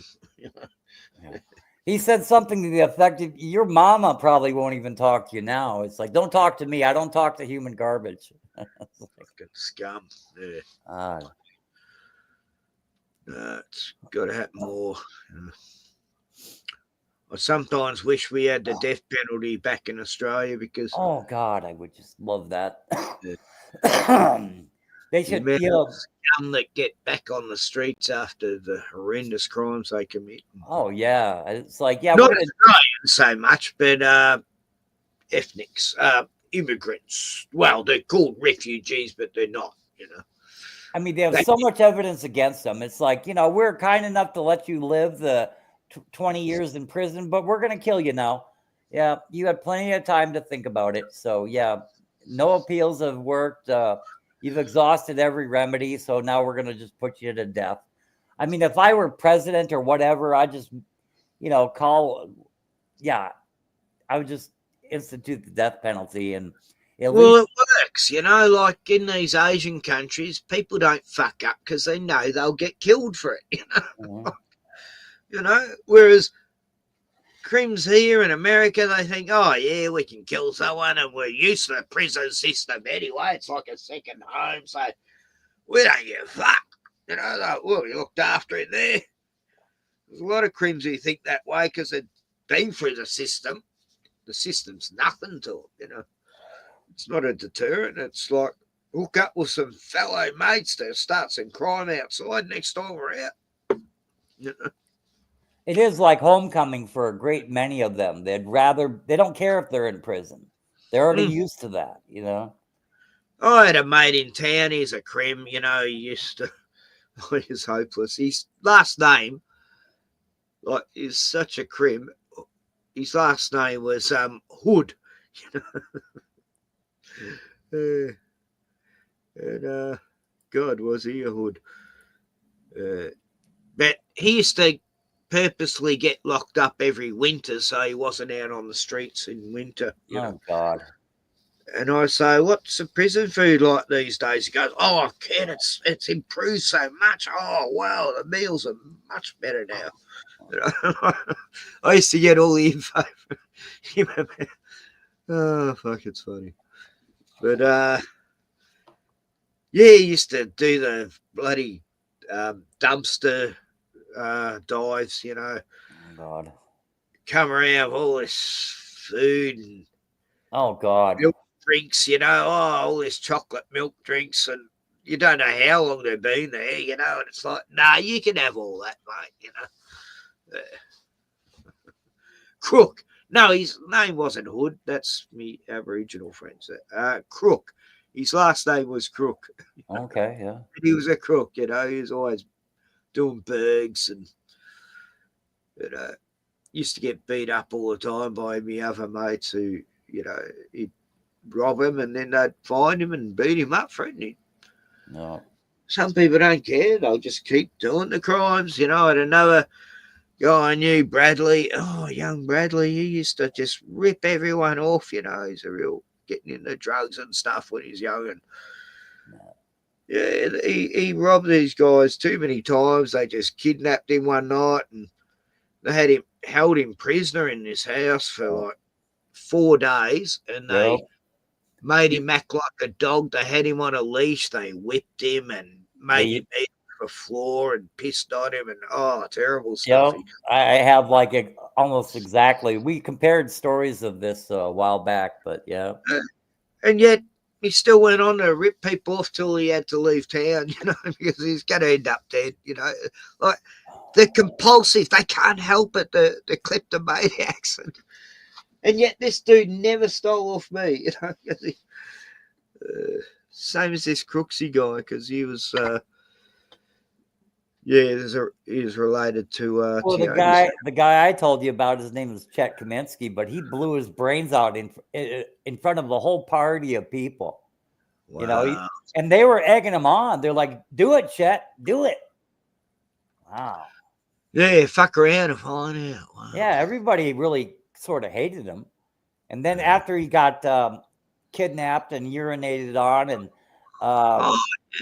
they treated him like a complete bitch and made him serve beers to the people playing poker. And he had ripped off. See, they'd get together for these, poker games, and usually a few $1,000s would change hands, but everybody brought money with them, ready to play.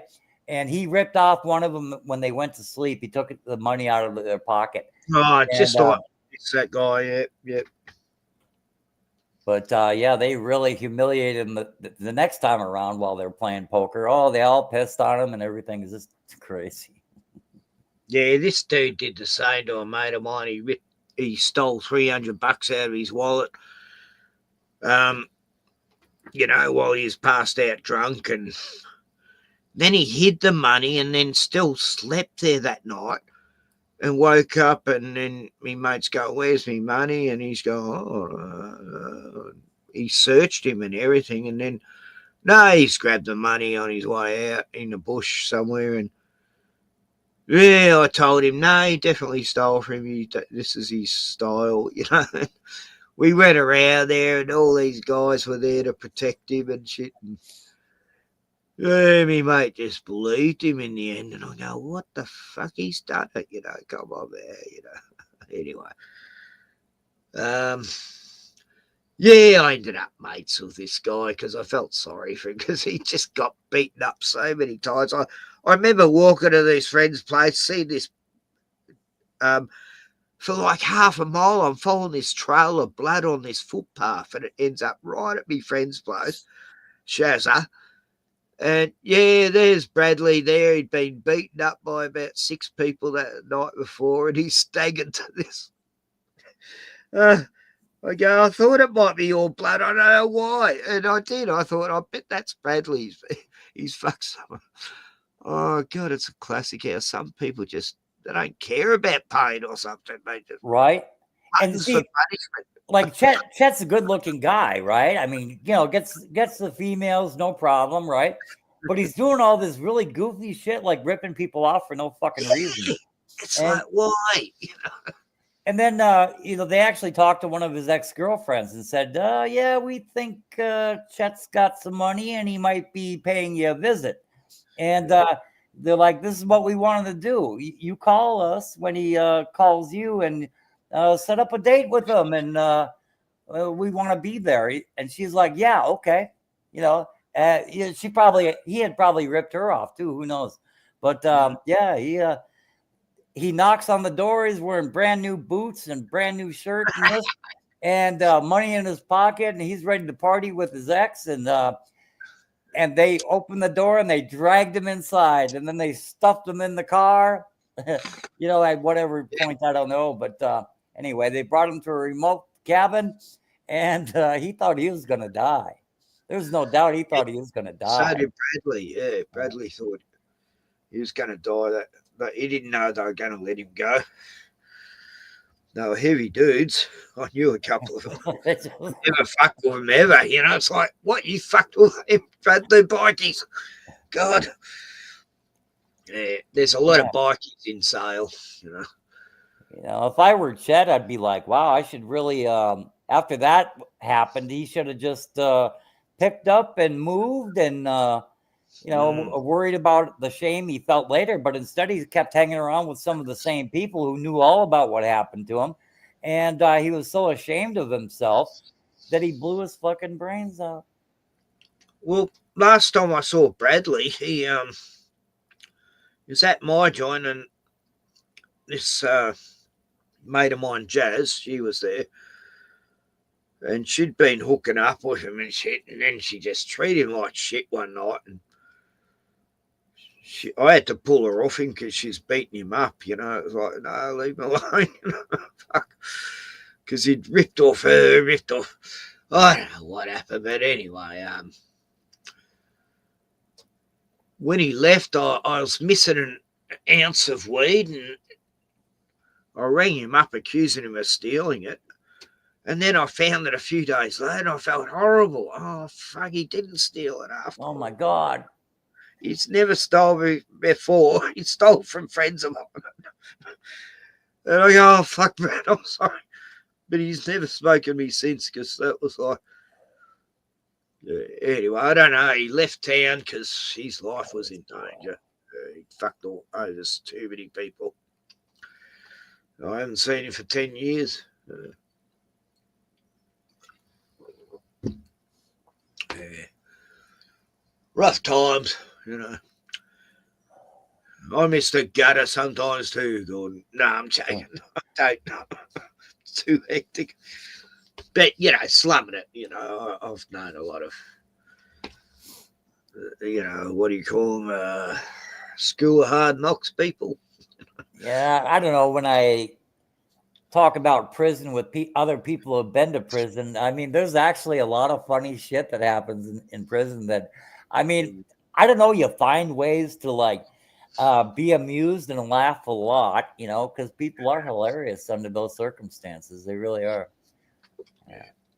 Like, I don't know. It's not even nice.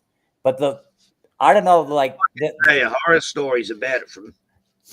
There'd be bottom bunk and top bunk, and this guy on the bottom bunk, the female, I don't know, one of the female guards came around for whatever reason, and she's talking to the person in the top bunk, and then he told her, move away. And I can smell your cunt, he says. It was so bad. I mean, I couldn't believe he fucking said it. It's like, oh, Jesus Christ. Everybody. He was tripping. Stop tempting me, you siren. Oh, man. Oh, yeah. I don't know. Yeah, she forgot to wash down there or something. I don't know. A lot of nutters end up in the prison system. Yeah. You're going to meet the craziest people. Yeah, I met a guy who had been in there. They were nutters.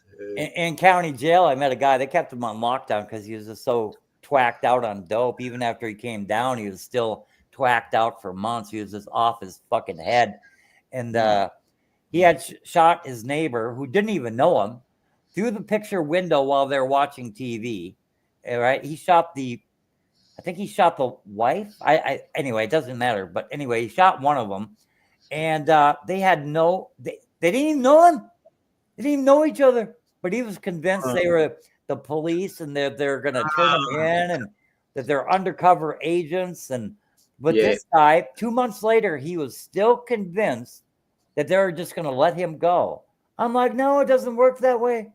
I'm like, no, what is your fucking, I'm talking to him through the door. And it's like, but he I don't know. No, my lawyer says they're going to let me. That's all sorts of crazy. Yeah. They're going to let me go to a psychiatric ward and then they're going to release me back out. Once I'm better. I'm like, no, that's never going to happen. It's like Tiani's uncle. He lost the plot a while back on drugs, 10 years ago. And he was in Melbourne at Flinders Street Station, and he was accusing people of stealing his cat, right? And he'd go up to, did you take my cat? I think you look suspicious, you seem like you took my cat. And he beat up some guy, and he didn't even have a cat at the time. He, in his drug-fueled state, he thought he still had a cat, and he didn't. And he thought someone stole his cat, and yet, like, that's just insanity, and he's beating up innocent people. He got locked up, of course. He's done lots of jail, but he's off the drugs now. Last 8 years, I guess. In America, they don't even really send much of anybody to psych wards anymore. You have to be super goofy in the head before they actually send you to a psych ward. There's not enough insane asylums lately. Oh, they closed them all down. Yeah. They closed them. Got all these crazies on the street. Yeah, on the street and in prison, But they have special cell blocks for the really crazy fuckers in prison. It'll come replete with padded rooms and a couple of them anyway, but and lots of medication. Lots of medication. Medication time. Yeah. Remember One Flew the Cuckoo's Nest? That was the best film, like showing how the health system works, as far as mental health. Oh God. That was so dark. But brilliant film. There was another good psych movie, kind of like that. Yeah. Anyway, But the actors played it brilliant. You'd swear they weren't actors. You know? Yeah, Jack Nicholson did Crazy pretty well. Yeah. The doctors weren't believing him though. Not they knew he was psychotic, or what is that? No, they knew he was a sociopath. Yeah, sociopath, yeah. But yeah, they knew he was trying to trick the system because he was, you know. Yeah, I don't want to go to prison. I'll make out I'm a loony. Yeah. It didn't end well for him, though, because he bucked the system too much. And yeah, I forget how it ended. Yeah, full on lobotomy. Oh, really? That's fucked up. Yeah, you don't even feel human after that. Your emotional center, that's what they do, man. They fucking go after the emotional. So you feel like Mr. Robotnik, kind of like Puck Elf. Yeah. No, he's all the inmates go crazy, and this big chief, you know, he's Jack Nicholson hung around with him there. He picks up this big marble sink thing that no one could move. Jack Nicholson said he could move it, and he lost his bet, and he throws it through a window, and he escapes at the end. And yeah, it was a very moving film, actually. I think I want to watch the Truman Show again. I think I probably missed something last time. Yeah, that's quite an entertaining film. Yeah, I've only seen it once, but I'm sure I must have missed something that probably. And Cuckoo's Nest, I've got to watch that again. It's been years.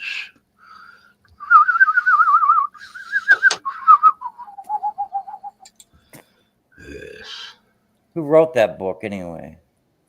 Oh, let me look it up here. I'm looking it up. I read the book in the 70s, actually. Joseph Heller? Oh, Ken Kesey, yeah. Ken Kesey. Yeah. Yes. And Joseph Heller, what did he write now? Jesus Christ. Oh, Catch-22. Yeah, Catch-22, which is like a precursor to MASH? Yeah. No, or was it? I don't know. In a way, yeah. MASH was very much based. Well, they did the movie MASH before the series, yeah. Which was, yeah, Catch-22. Which had different actors. I think Hot Lips Hooligan was in the original, wasn't she? But they didn't have Hawkeye Pierce like what's Alan Alda. It was Elliot, that Jew guy. And God, my memory for movies, it's still pretty good. I remember all the old actors. Yeah, about a military hospital, yeah. Yeah. In Korea. South Korea or something. The Korean War, whatever the fuck that was about, didn't make sense. Yeah, that was probably it made sense, but none of them make a whole lot of sense. As much as the Vietnam War did. It's probably one of the more sensible wars, but I don't know, man. It's just fuck up. This country is so fucking. It was the same with Vietnam War. It was like, what did they actually accomplish? You know? Yeah, the North were the bad guys, and the South were the good guys. Same sort of thing, but you know, South Korea. Well, it's not that here. All the North here in Australia are evil, yobbo serial killers, and in the South here, we're normal, civilized people. Right. You use eating utensils instead of your hands, and we eat with our hands all the time. You bathe at least several times a week, and you know, instead of never, that kind of thing. Yeah. And we don't have body counts, you know, on a calendar. No, like God, there's so many serial killers still getting around, and they're getting away with it, and the government doesn't blink. Because the old days, they'd catch the serial killers all the time. Now they're not, you know, and all these missing people. I was seeing them all again on Facebook, all these missing girls, you know, in their teens. all pretty, missing, never any answer. Yeah.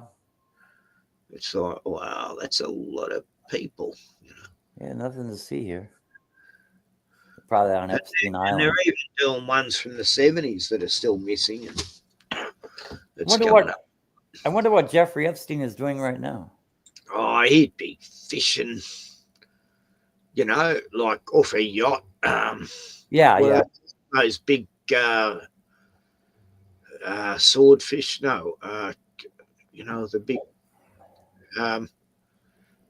the big sword on the end of the nose.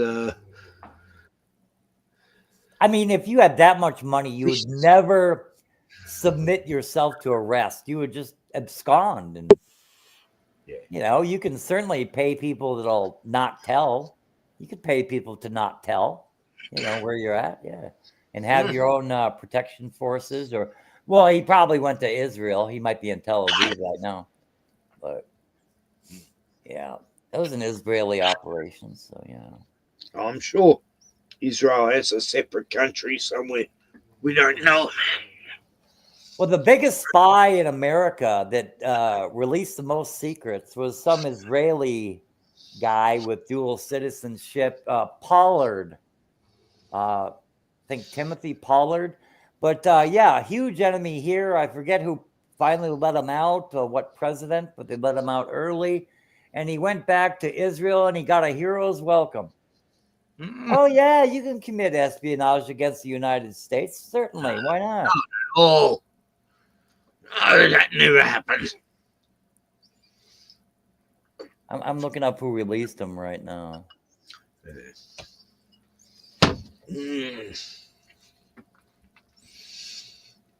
Who was that? Salman Rushdie or something? Salman Rushdie. The demonic verses, the satanic verses. I bet he was a Jew.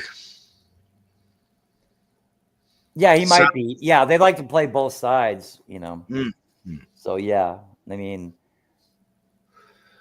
even pretending. Well, it's really complicated, but yeah. Anyway, even pretending to be against the Arabs and Islam so badly, it was meant to incite in a way, probably, and But anyway, he's safe. Nothing will happen to him.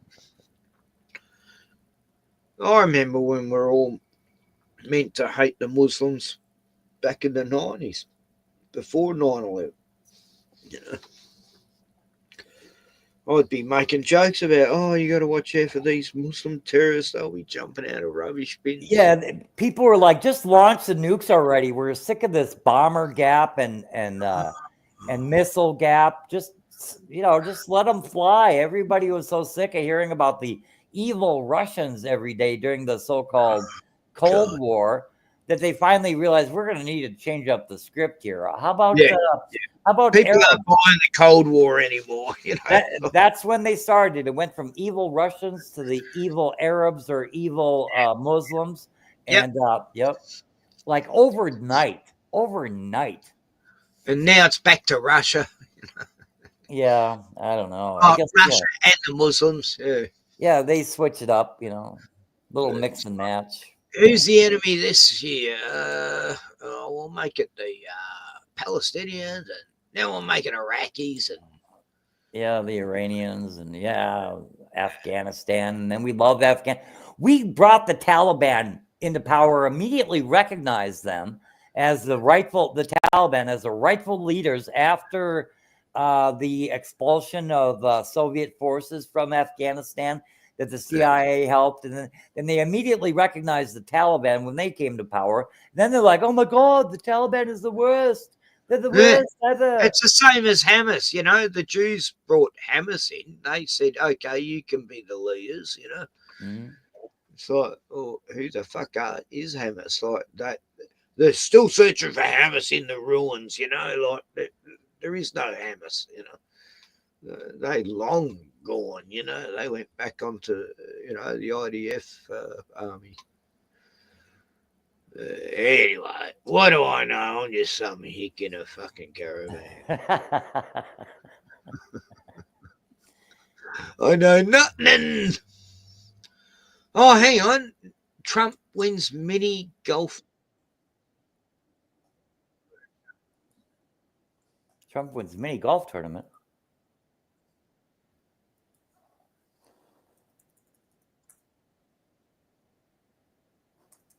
For Donald J. Trump, defying expectations, defying logic, and even defying physics. It's not every day that a president proves to also be an accomplished athlete. We go now to the second hole, where the president seems to be struggling with a ramp. That's really a tough shot, no matter who you are. He's so close to the hole. He must be so frustrated. Is that Stephen Miller? And wait, it's a drop-in. He pulls off the shot. Trump, you can't count him out. Like him or not, he finds a way. And now we arrive at Trump's longtime nemesis, the windmill. Oh, yeah. For years, he has struggled here, blaming rigged wind power, the Green New Deal. Can he finally overcome it today? The crowd got silent with anticipation. This is a tough hole. He hits the shot. He hits it again. I think he hit it twice. It looks like he clipped a bird. You know, he's right about windmills and birds. There it is, an easy par 2. It's great that the officials gave him a redo on that hole, maintaining his perfect record. Looks like Trump is taking a well-deserved breather. This course can be very taxing. And now the last challenge in this course, the clown mouth. Arguably the hardest hole in this championship. Can Trump finish strong? Trump approaches with confidence, as one does when facing a fellow clown. He lines up the shot, and oh, he slices it. It's going. It looks like he might have overhit it. Oh, is it flying? Wow, you don't see that every day. Nice of the judges to give Trump another chance at the clown mouth. Oh, and it looks like he hit the shot. He wins! Better than Tiger, better than Nicklaus. He beat second place by a long mile. What a surprise that I won. Really, folks, what can I do?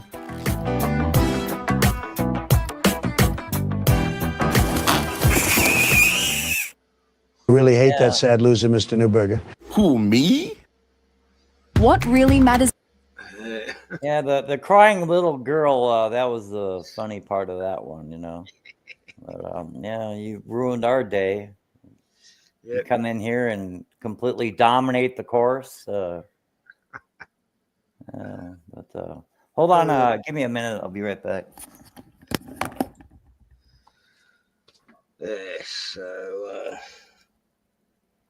Oh man, a beer. I've got to go grab a beer. And oh, there's 10 comments. I wonder who that's from. Oh, it's Pacquiao. Oh there! Aussie Radio half hour, ghetto. Hammers or hammers?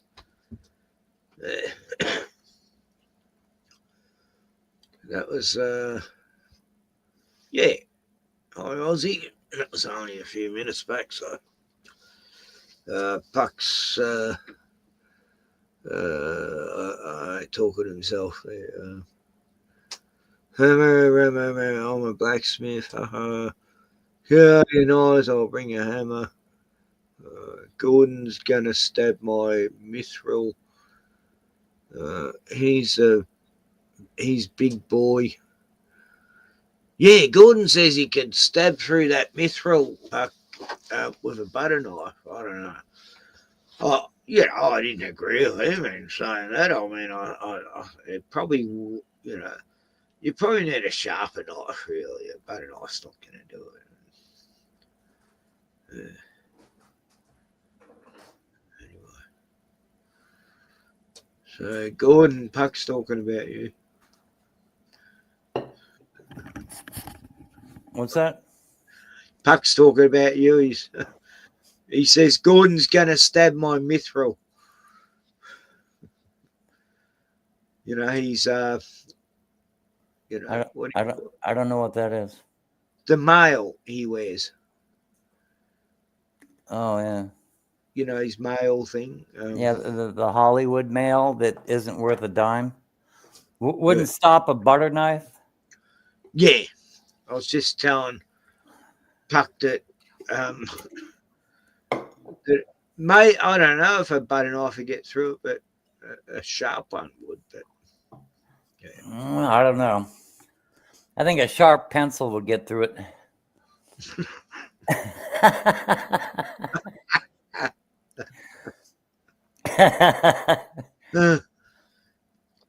Ozzy says, too bad for the machete salesman.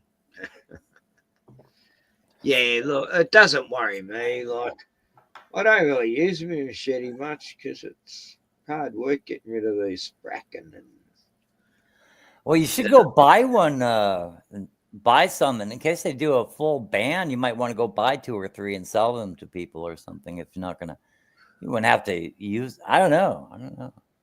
No, I'm going to put an order into Germany for, I got me Gerber one here, they're the best German steel, and I'll get boxes of them and sell them on the black market, Yeah, let me see.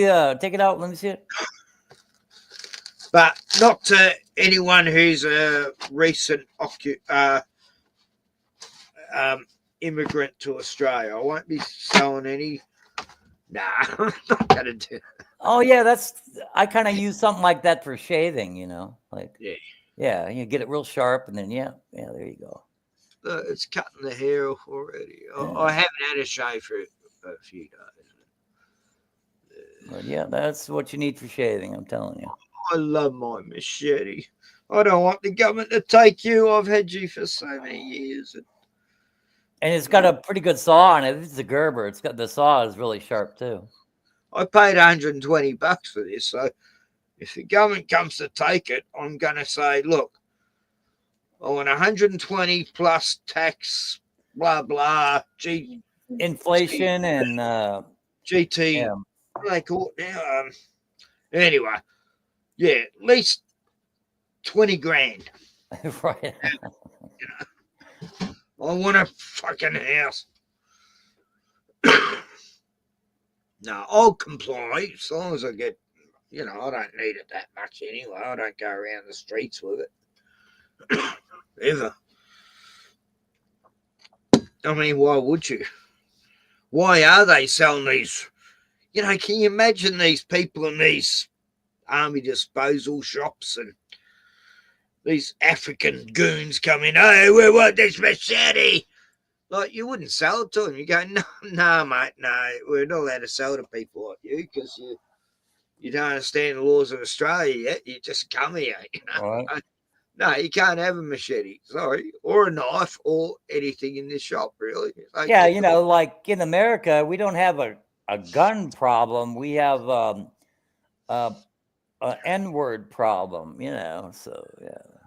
N-word. They even got me saying it, so N-word. Oh God, it's becoming too trendy now. It's ridiculous. Like, it's like the biggest word ever.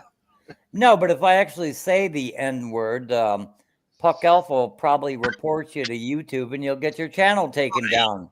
He's trying to get the receipts right now. Yeah. But he's going to report me for having a machete to the police soon, and I'll get a knock on the door. And yeah, I don't know. I think it's a little bit suspect the way one of your channels got taken down. I think Mr. Puck Elf had something to do with it. Might have. Yeah. Anyway. He has reported me to YouTube. A private party reported me, and he got real pissed off the night before. And I said, no, that private party is actually the one who's... Anyway.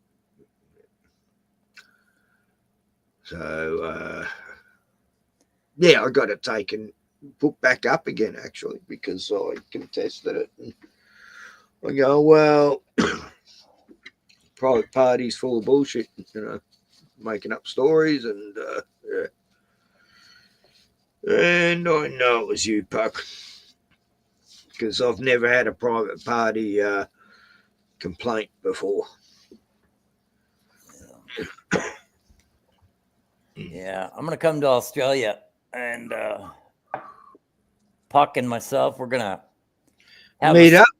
Yeah. And first, we're gonna have a spelling contest, and then each competition afterwards is gonna get a little more severe. Yep. Yeah, start off with a spelling contest, and then yeah, it'll.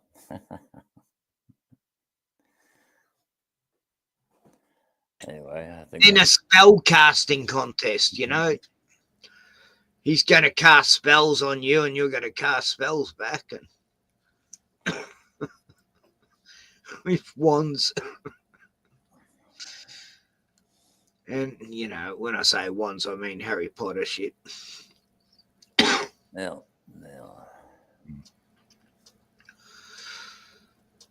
Yeah, so then a cage fight. That'd be good. Yeah. Nah, you wouldn't do that anyway, would you, Gordon? Because you hover above him. You're a man, you know, a man's man, a tough man. And Puck would shake in his boots if he's come face to face with you. Oh, Puck says he'd win in a fight with you, Gordon.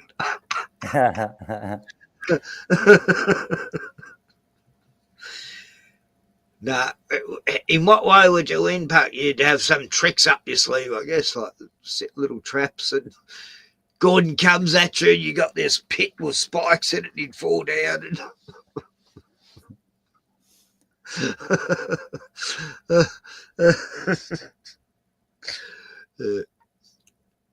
have some logs in a tree, and Gordon comes towards you, and a log comes out with spikes, and Puck's, you know, he's like Rambo. He's survivalist.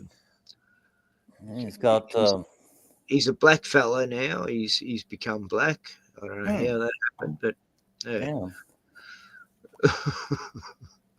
Yeah, you know, I've been inducted into a tribe before, and but it's just it's meaningless because I'm not Native American. I'm not Sioux Indian, but they've done little things. They gave me Indian name and that, and it's like whatever. I don't even remember it. Nah, look, they made me a chief of the tribes, all the tribes of Australia. They said, look, we want you to be in charge of all of us because we don't know. Man, you know, and yeah, we don't know what the hell we're doing. Okay, whatever. And we don't know what the hell we're doing, so we want to make. Said, look, whenever we need you, we'll send you a message. And I said, hey, what? On the computer? No, by birds and the bush telegraph. And so every now and then I get the kookaburras tell me what they're saying up in Queensland and Western Australia and Darwin and Northern Territory. And yeah, we keep in touch through kookaburras. It's amazing how, you know, nature works and we can still communicate with each other. And I'm trying to run the country from here in my caravan, but it's hard work being the king of Australia and shit. Yeah. Anyway, I'm going to my kingdom in the garage and grab a beer from my royal golden fridge and then have a piss in my gold toilet. And I'm going to grab some gold and just eat it, and some silver, collodial. I'm so wise, Gordon. It's overwhelming, and it's sending me spastic. Yeah, I learned how to spell liar when I was in like second grade. It's L-I-A-R. L-I-A-R, not E-R, A-R. Okay, there we go. Puck says he has a golden piss jug for you, Gordon. He's going to pour it on you. I don't know. Anyway, what other stuff can we show?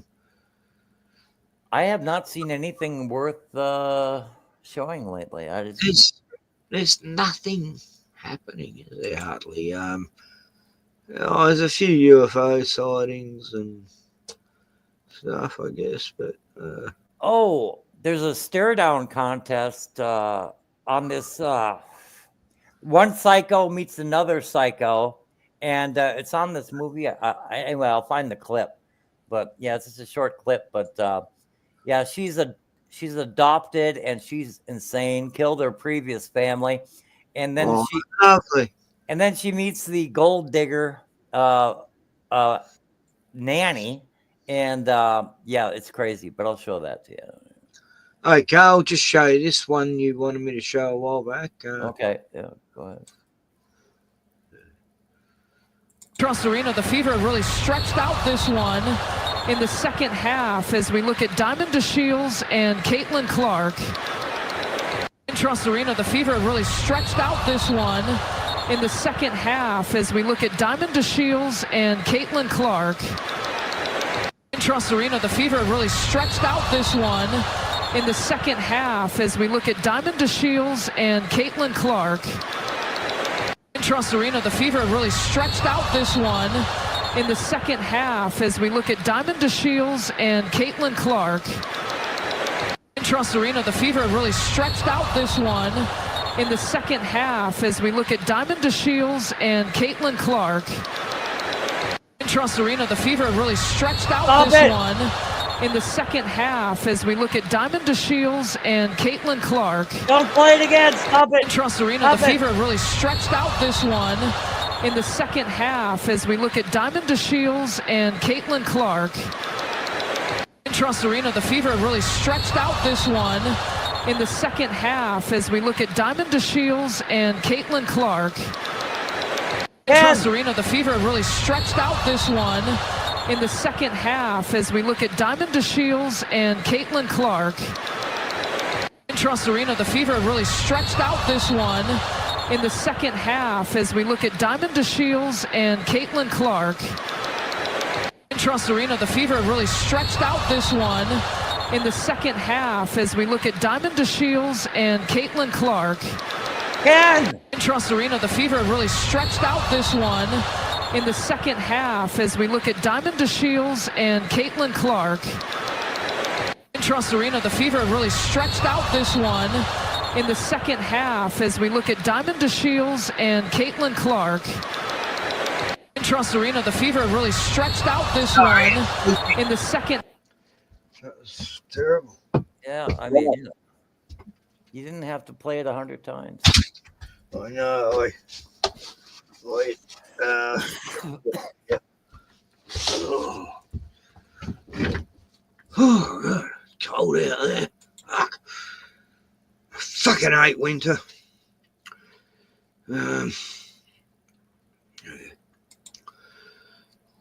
So, yeah, that was definitely bad sportsmanship. But she only got like a minor foul over that, and I don't know, it's really bad. Yeah, but no, she ended up. It was like a few days later, then she did get suspended. So they're actually doing something about it. I mean, they're just hating on her. All the reporters are like, they have this script to act like she ain't nothing. She's easily the best in the WNBA, but I don't even care about the WNBA. But she is by far the best player. Yeah, they give her double coverage, so she dumps it off, and she passes it, and they make the basket instead. It's like, whatever, choose your poison. But they just want to make her look bad by holding her to under 20 points, but she don't care. She's a team player. She don't give a fuck. She's when you double, they don't give a fuck. They double and triple attendance when she's on the road. I mean, and it's crazy, just crazy. She brings them in. She is the WNBA. All by herself. Oh, Monica. Hello, everyone. I haven't seen Monica around for a while. She's going to court against Dan Andrews. He had her arrested over and over again when she had this bus protesting the lockdowns, and she got went to prison for a month for inciting protests when she'd only go to the protests that were already arranged. Yeah, they just really come for this poor woman. And when she's in jail, her boyfriend left her to it, Oh, see you later. It's getting a bit heavy now. Ooh. Anyway, I followed her all through the shock downs. And she's trying to take the court. I don't see how she's going to win. This is an update video about the Daniel Andrews prosecution case. Now, firstly, we have postponed the fundraiser for now because we have enough money to get to the next steps. And before we have a plan forward, it's probably best to wait to collect any more money. But the most exciting thing that's happened recently is that we have engaged with a private investigator. Now, a lot of people don't understand what this is for, but you see, when the police are prosecuting someone, they have in-house investigators at their beck and call all the time. And those investigators put together the case and they work with the legal side of things to draft the paperwork to make sure the charge is, formidable and will stand up in court. So that's exactly what we are doing, except we don't have the resources of the police on our hands. We have to engage with private investigators. So basically, we already have a plan of what we're attacking, but the private investigator will basically go through publicly available information and hopefully other information. They will work directly with the lawyer to make sure that we can come up with a charge and the path that will be as strong as possible so that we actually get somewhere. You see, if you rush this part, then you'll spend tons of money, get to court, and it will get thrown out anyway. And especially with a high-profile case like this, we have to be so careful with our approach. You see, the thing is, Daniel Andrews has committed several crimes, dozens of crimes, but which one is going to get us the furthest in court? That is really the biggest question that we have. Now, some people are asking for the names of the investigator or the names of the lawyers that we're working with, but let's be realistic. This is a career-altering case for either of them to take on, and I'm absolutely not going to share who they are, because then trolls could harass them, worse people could harass them, they could be compromised. I mean, how crazy could you possibly be to expect me to give up that information? It's not going to happen. So if you are looking for the exact details of everything, you're not going to get it from me, because this is very sensitive information and the case is very high profile. So I can't wear my heart on my sleeve in this case. And look, there's only been a few people harassing me online about, updates on every single little detail. But the 1,400 others of you who have actually donated haven't been asking me those questions, because you must trust me, and you should, because the website is up to date with all the costs that we have incurred and all. Anyway, that's Monica Schmidt. And yeah, she got picked on. She got gaslit by the cops. Had a whole political party leave her when she was at her worst, in prison and everything. They all disbanded. Oh shit, we don't want that trouble on us. Yeah, I saw it all happen. But yeah, she's not going to win it. I just know. It's like the bike boy scandal. They're not going to win it. The poor bike boy who got hit by Dan's drunk missus. That's just a crazy ass story, man. That's fun. My God. And they go to the hospital and encourage him to sign things while he's just in there the very day he's in there, when he's drugged up. And Yeah. They're threatening him, saying, if you don't sign this, you're going to die, cunt.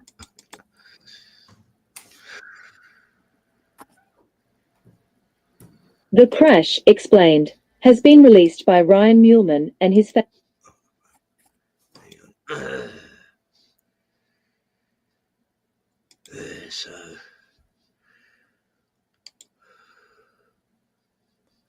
Stop. I can't even find the movie I'm looking for. I don't know. It has one really good part. It's nothing like, I don't know. I just thought they did it so well. And the only thing they're doing is exchanging a few words and glaring at each other. Like, yeah, they one psychopath could spot another psychopath. And I thought they did it just perfect. I don't know, man. I don't even know the name of the movie now. Right. It is true. It's kind of like how one narcissist has been released by Ryan Muehlman and his. One narcissist can't put up with another, so that's kind of anyway. Oh yeah, they hate each other. Yeah. I've seen it. I've seen two narcissists in the same room. It's like, how dare you steal my thunder? How dare you interrupt me? It's like, Oh, they hate each other instantly because one's getting more attention than the other. Yeah.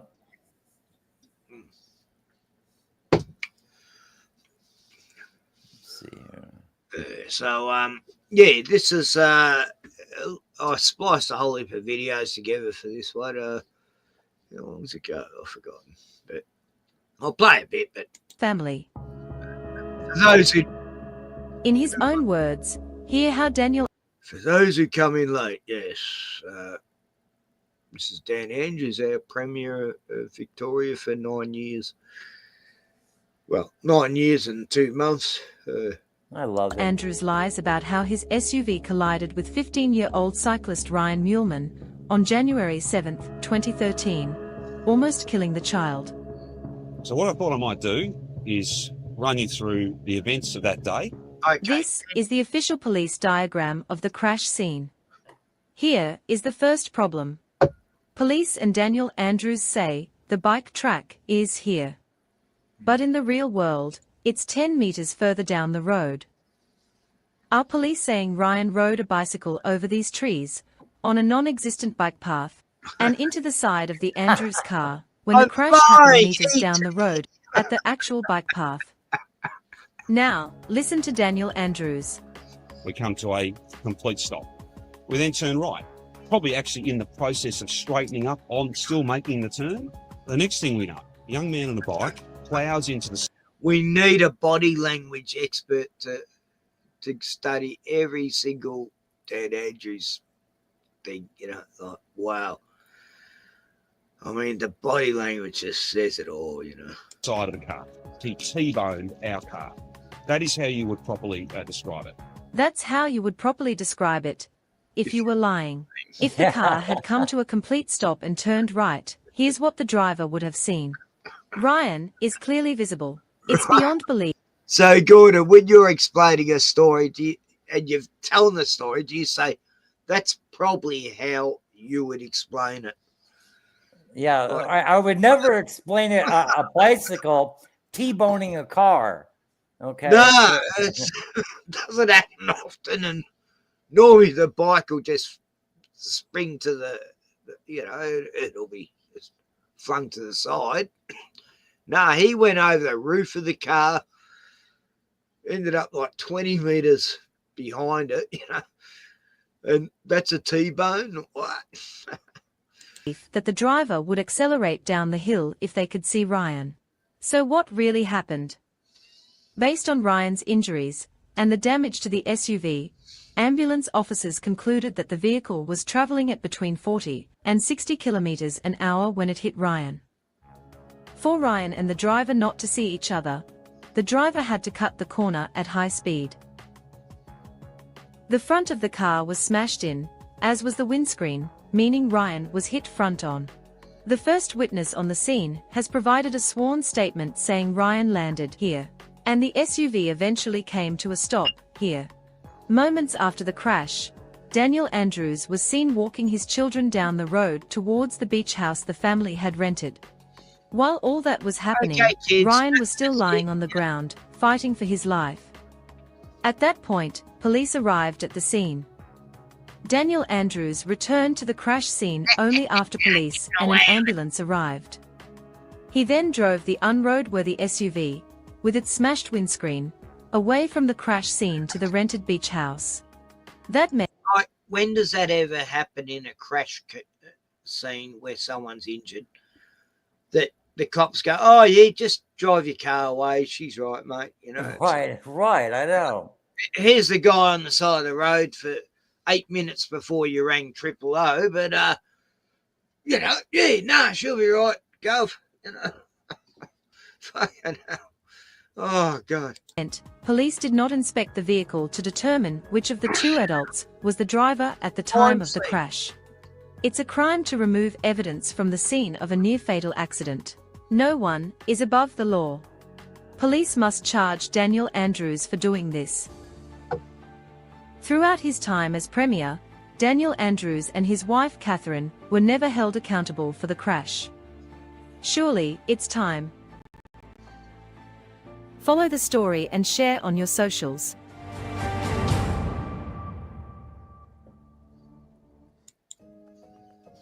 I'll never understand why Catherine and Daniel Andrews started saying it was my fault. They were the ones that cut the corner. They hit me. On the day I got out of hospital, the two coppers came to my mum's house. I was recovering, mate. I'd just gotten out of hospital. I couldn't even talk because I had those tubes down my throat. But they sat there and said, "We got to talk to you." They sat there and told me that I was the one that caused the crash. And that was the story. I couldn't say anything, mate. I was so sick. My mum Sonia, she was there, and so was my sister Sam, and they heard everything. The cops never showed me the photos of the smashed vehicle. All they did was pull out this, photocopy of one of the photos, and they sort of waved it around. My dad, he never saw the photos. If he'd seen the photos, he would have said straight away, "There's no way my son hit the car. The car hit my son." They said to me that it was my fault, and I could have been charged, right? But they weren't going to charge me because of my injuries. I mean, can you believe that? The day I got out of hospital, that was the last time those two coppers, or any coppers, have ever spoken to me. No one from Victoria Police has ever taken a statement from me. Never. Not once. They don't... See, this young dude, he's autistic, right? He looks just like Sean's son, Ryan, you know, it looks a lot like him. And I can't imagine, this poor kid, he's just minding his own business and they've just fucking hit him from... No way did he ride out and T-bone him, but oh, God, that's just so fucking wrong. And this is just before we become Premier, you know. They're going, oh, shit, he's the future Premier of Australia, so we got to sweep this under the carpet. And these cops were compliant. They should be held accountable as well. You know, in the States here, high-ranking officials, whether it's like a former attorney general or governor of South Dakota or, I mean, they're like, oh, you completely mess somebody up driving and speeding like you normally do. I've seen a judge get arrested by cops, but I'm a judge, doesn't matter. Yeah. Well, but in Australia, that will not you'll never hear a judge. Well, the one judge in Minnesota, I mean, he got caught with, cocaine and hookers, even in the courtroom. And, they give them back their law license. They always get their law license back. It's like, there's been a few cases of judges drink driving and they get let off. That not enough evidence. They didn't have breathalyzers then. What is it? It's our state representative or one of our senators. We have a single state rep and 2 senators, but of North Dakota. Yeah, I forget either or, but he's got 2 sons, and one died of a drug overdose, and the other one, I guess he was so distraught over it months later that he drove at high speeds, and the cops were chasing him, and they finally decided, we're going to put an end to this with a spike strip. and he just ran into the back of the squad car and killed the officer. So I mean, how would you put him in a? No, he should be let go immediately. It's like you can't even raise a family, dude. You have complete mental cases for sons. Deeply involved in drugs. And you've done nothing about it. You should be relieved of your duties. Well, it's like our Prime Minister back in the 80s, Bob Hawke, He had a daughter, and later on got found out that some other politician tried to, well, he did. He had his way with her. Some reason Bobby didn't do anything. And, when Bob Hawke's in power, like in his third year, he's on the stage crying about his daughter being a drug addict, involved in drugs. And there's all this thing about drugs. And, I wonder why she's on fucking drugs. The same happened with Bert Newton's son, this big celebrity Bert Newton. He was like on these night shows and everything. His son ended up the same. He had a really good career ahead of him. He's like an Australian DiCaprio, but no, he ended up totally fucked up in Hollywood and punching on with some hotel guy, and on the floor crying, sorry I punched you. And he was a mess, but he was in a few shows here in Australia that, he did a good part, Matthew. But I mean, God, the hold they have on these people, and the way they can get away with shit, but I can tell you all the ones who are involved in the shit, but what's it gonna do? I had a Freemason mate, and he used to tell me all the celebrities involved in the dark stuff, and God, years later, it all come out. Everything he said was fucking being proven right. It's like, oh, God, Alf, it could be that person involved. Yep. Sure enough. Anyway, back to Dan Andrews. Oh, he's such a lovely leader of a state of Victoria. I want to know me, mate, and I can't tell you how much that hurt. Why would Daniel Andrews abandon a critically injured child at the scene of a crash involving his SUV before police and an ambulance arrived? After the Andrews SUV collided with 15-year-old cyclist Ryan Muleman, a witness at the crash scene described Daniel Andrews walking away with his children towards his nearby rented beach house, leaving the critically injured child without rendering assistance. I would think the decent thing to do would be to render assistance to any injured parties at the scene. It was only much later, after emergency services arrived, that Daniel Andrews decided to return. Incredibly, and in a direct conflict of statements, the same police officer who lied about breath testing Catherine and Daniel Andrews also lied about Daniel Andrews driving the SUV back to the beach house with his 3 children in the car. The children had already been walked back to the beach house before Daniel Andrews returned. It was only like a 2-minute walk, He's just not far from the rented beach house. Yeah. So, he walked his kids back, then he walked back, Like, this is before like 8 minutes before he rang 000, Turned on his own to the crash scene, where at the direction of police, he destroyed evidence by driving the damaged and unroadworthy SUV away. All the while, 15-year-old Ryan lay on the hot road, fighting for his life. Despite a pattern of questionable ethics and duty, Senior Constable Shayna Sage and Constable Daniel Ward were cleared of any wrongdoing. It's no wonder Ryan's family, the Victorian public, and the media suspect a political and police cover-up. The family continues seeking justice for their son, justice for Ryan. This video has been released by Ryan Muleman and his family. Over a decade ago, when 15-year-old cyclist Ryan Muleman was... See, I've spliced like 6 videos together. Yeah, that's why I might repeat a little bit. Yeah. Oh, who wins the State of Origin tonight, Kenny? That's Greater Husks. What is that? State of Origin. I think it's soccer or rugby. Oh, okay. Oh, I don't know. I don't follow the sports much. I like playing pool. Anyway, back to the scandal, bike boy incident. Hit and almost killed by an SUV. He never imagined that one of the occupants would become the Premier of Victoria, or that after that crash, Ryan would be referred to as political waste.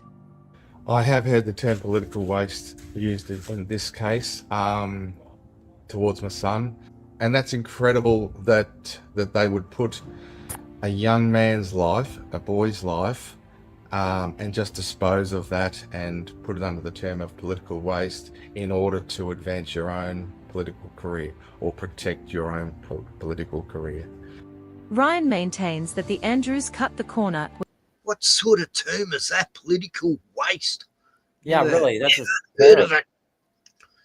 It's fucking horrible. When he was hit. An ambulance report stating the vehicle's speed could be as high as 60 kilometers per hour supports Ryan's statement. 23 months after the crash, Daniel Andrews became Premier of Victoria. Throughout his time as Premier, Daniel Andrews and his wife Catherine were never held accountable for the crash. Surely, it's time. I think he missed an opportunity to do the right thing, to conduct himself with integrity at a scene of crisis.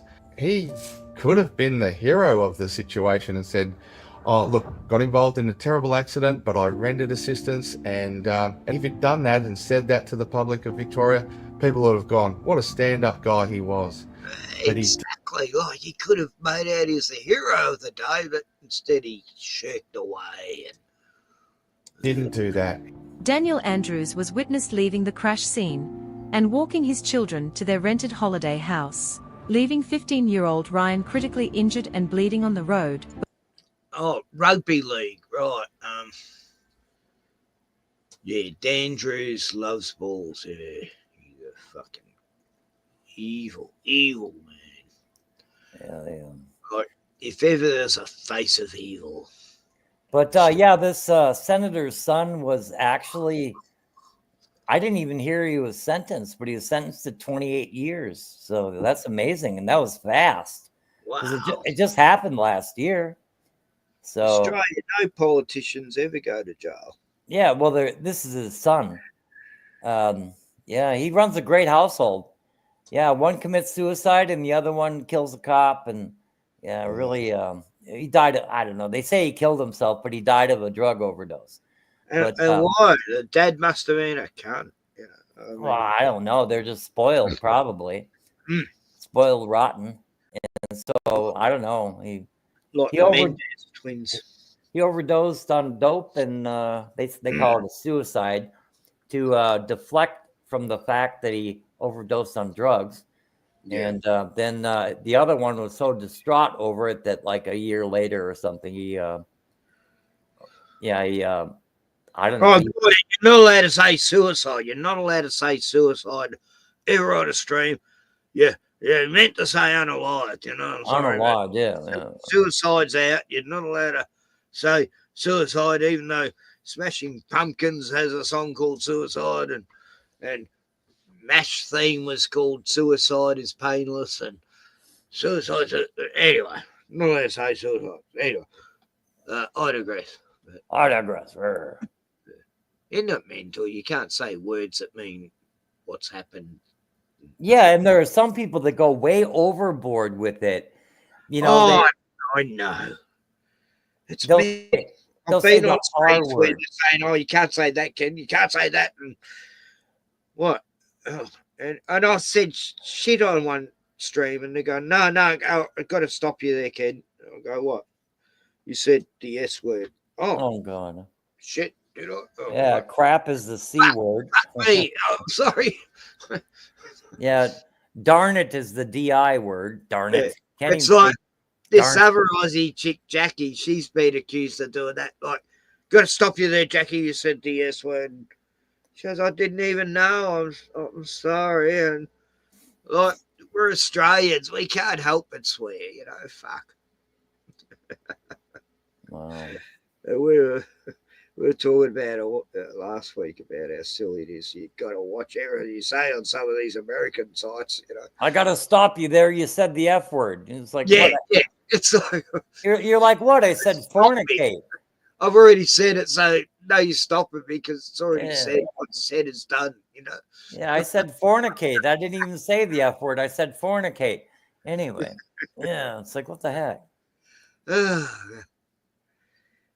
Damn. Oh, no, you're not allowed to say that soon, you know. Yeah. Like Louse in the Prairie days. Well, they'll let up on some things and then clamp down on others, and then people lose their channels to never get them back. You know, it used to be you couldn't question the vax, and people lost their channels over that for giving the so-called medical advice. And then it comes out that, oh, it's absolutely true. A lot of these criticisms, the same thing, you know, or like ivermectin. You know, if you recommended ivermectin, oh, that was terrible. Now they're acknowledge wholeheartedly, oh, yeah, actually, that's a good treatment. You know, it's like, what the heck? Yeah. Oh, God, I've been giving me horse ivermectin for years, you know, like 15 years he's been getting that stuff. This paste, you know, and you put it in his mouth, but you got to give him food before you. Oh, God, he hated it.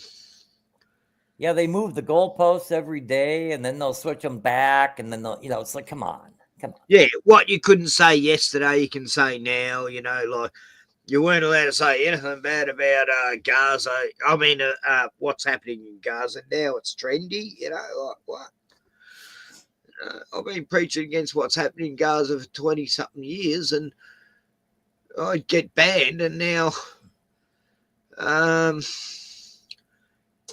it's trendy to be, you know, save the Palestinians, you know, which sort of, because all these activists, you know, climate change and Black Lives Matter, they're all jumped on the bandwagon, and Antifa idiots. And do you reckon Penny Wong has a dick? No, I think she's a total screaming like.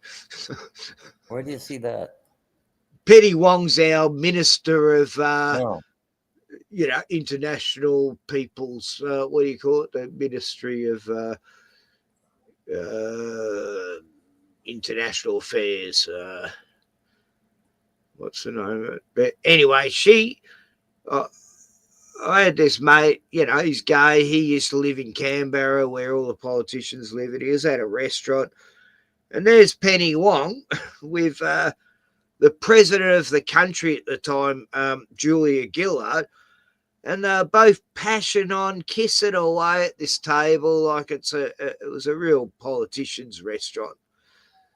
And me mate, his dad was like a real top surgeon, you know, Illuminati. Anyway, yeah, he confirmed it, you know, years back that, yeah, Penny Wong's a lesbo with Julia Gillard. Like, they had a big fling. Julia Gillard had this renter boyfriend, you know, who was as gay as, and that was meant to be her, to prove that, you know, to make out she's hetero, but she was gay as, you know. Not that matters. I mean, it's just that they're all lousy. Like Penny Wong's just, she's just totally sealing contracts for China left, right, and centre. You know? She's our, you know, international affairs minister or whatever, and here she's selling us out, you know. It's fucking hilarious. But she speaks on behalf of all Australia, just like all Anthony Albanese, our Prime Minister, speaks on behalf of all Australia when I say that we stand with Ukraine. What? Which Australians? Yeah, who are we talking about here? Yeah. Oh, the leader of our country come out when Trump got in. He comes out against Trump, going, "We're not going to follow Trump's way. we as Australians, and I speak on behalf of all Australians, that we stand with Ukraine. I met with Zelensky last week, and we are going to stand with Ukraine with Zelensky. You know, he's saying this shit, and that's when Trump got angry with Australia because of that statement. You know, that I just heard like in the past few days. It's when Zelensky got insulted in the White House by Pence and Trump. You know, there was a payment to Ukraine that Trump could have stopped, but he didn't, and he's the one talking about. You know, it's like, I don't know. He's acting like he hates Zelensky, but I guess that's just what I heard, that there was like whatever billions that went to Ukraine recently from the United States. Trump could have stopped it, but he didn't. That's what I heard. I haven't checked it out, but anyway. Right. Yeah, we've sent him millions. You know, I don't know about billions, but millions. Well, you probably sent a few billion. I'm sure everybody has. That's small potatoes. Small potatoes, I tell you. Oh, I remember they were sending millions and millions. You know, like and what they were sending them all these over Rangers or something. Oh, I forgot what they're called. These military vehicles, you know, that we had heaps of them, and they sent all of them to Ukraine. Like, I don't think we might have had like 30 left here, and after they sent hundreds over there, you know, it's mental. Like, what? These are our military vehicles. We'll send them over to Ukraine to help kill Russians. And look what happened, you know. Ukraine's desolated, you know. It's almost like Gaza, you know. And you got Nazis ruling, going into villages, killing them, and they're going, oh, the Russians did it. The Russians did it. Zelensky's hired Nazis that have lived there for so long, you know. It's hard to say what they even mean by Nazis, and I don't know, like what. They're not even Germans, these Nazis. So what the fuck is that? You know? I mean, I can't even. I don't think a lot of people in high positions, they don't even know what's really going on.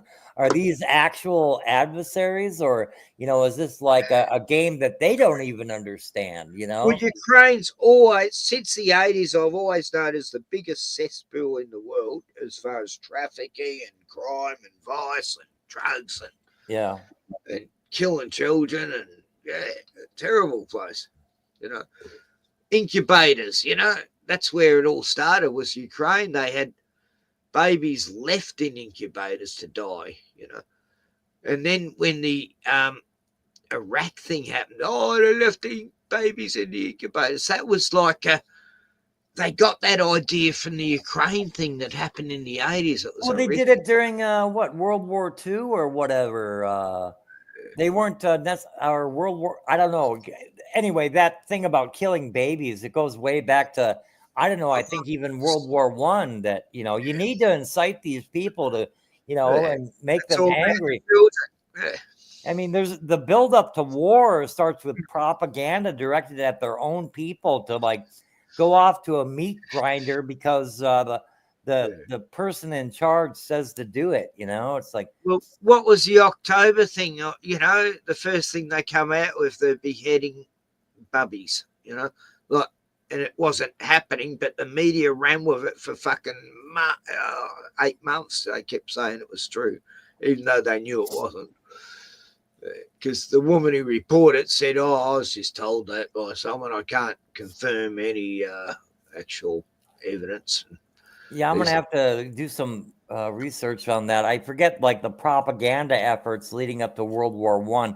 I mean, we know a lot of them leading up to World War II and what that consists of. But anyway, there's, I don't know that. Yeah. Anyway, what's in the history books is obviously wrong about World War I. They said, oh, it's because World War I started because of secret alliances, economic imperialism, nationalism. You know, it's like, no, it didn't. That was the least of it. But anyway, but yeah, secret. Anyway, I'll just finish this, Dan. Yeah, play that wonderful footage. Before police and an ambulance arrived. Meanwhile, his wife Catherine Andrews walked back to the vehicle and sat in the passenger seat until Daniel Andrews returned and drove the unroadworthy SUV away, destroying key evidence. He cowered from the scene. He ran from the scene. Here's the people's elected premier, put into the most powerful position in the state, and yet he can't conduct himself with honesty and integrity. It really hits home just how fragile life can be. Ryan Muleman was 15 years old, with a bright future. Ryan was almost killed when he was hit by an SUV being driven by either Catherine or Daniel Andrews. Daniel Andrews destroyed critical evidence by driving his unroadworthy SUV away from the crash scene before crash investigators could determine which of the two adults was the actual driver. He cowered from the scene. He ran from the scene. Daniel Andrews told police the SUV stopped and turned slowly, but his story conflicts with an ambulance officer's report. The report states, 15-year-old on bike was struck on left side by a car traveling at 40 to 60 kilometers per hour. Why did Dan Andrews wait 5 minutes and 24 seconds after his SUV hit Ryan before he called 000? A witness saw Dan Andrews talking on the phone soon after the crash, but minutes before he actually called 000. If you were the driver in a crash that injured a child, who would you call first? Would you call 000 or would you call someone else first? And it's now been proven that it was 8 minutes. Yeah. Yeah, So, but if you're guilty, you call your lawyer first, and yeah, exactly. who would that be? Is this why Catherine and Dan Andrews don't want to release their phone records? yeah, he probably called a lawyer first. Anyway. Right into my mother's house, the bike track crosses Ridley Street. It's a dangerous street to cross because cars turning off Melbourne Road sometimes cut the corner when they turn right. I remember putting my left foot down to steady the bike. You have to go diagonal to get to the other side of the track. I didn't see any cars, so I crossed the road. Then out of nowhere, bang! The car struck me full on. I didn't stand a chance, mate. I got thrown up and smashed onto the windscreen. I remember spinning in the air, and then I landed heavily on the road. I remember screaming in pain. The road was really hot, but It's amazing they had all these photos of the And his leg is sticking up in such an unnatural angle. It's like, oh my God. Nah, they had to reenact it, but I'm just joking. I mean, no, but like, look, I mean, no, but like, how does he get his leg there? I don't know. Anyway, it looks like it's broken. Anyway, If he T-boned the car, he would have been flying back, not over. You know what I mean? Yeah, he went over the car. couldn't move. Next thing I remember was two adults from the car that hit me.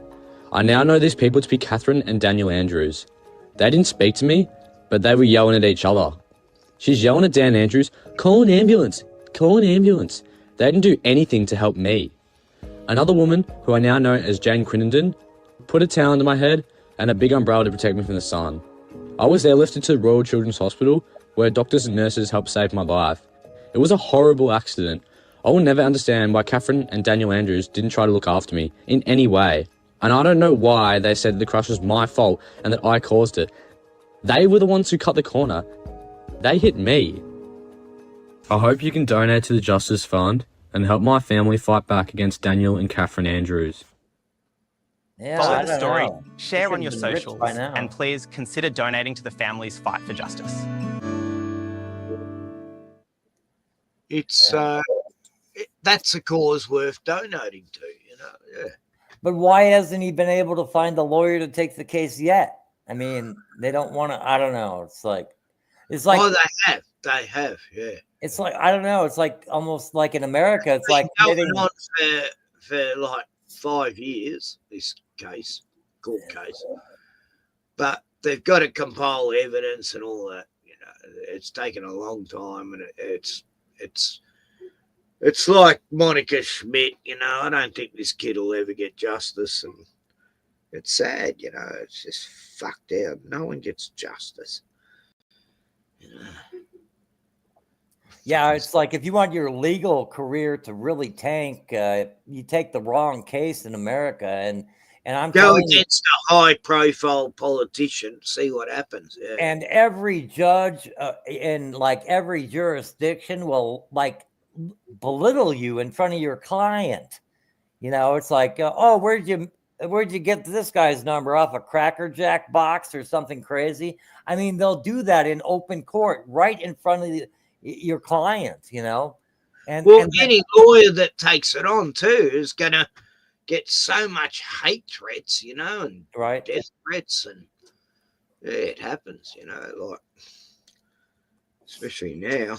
Yeah, you fight the powers that be. Otherwise, they'll take a payout on the side and they'll completely sell their client out, and they'll act like they'll just be the Oh worst. no, we can't, you know.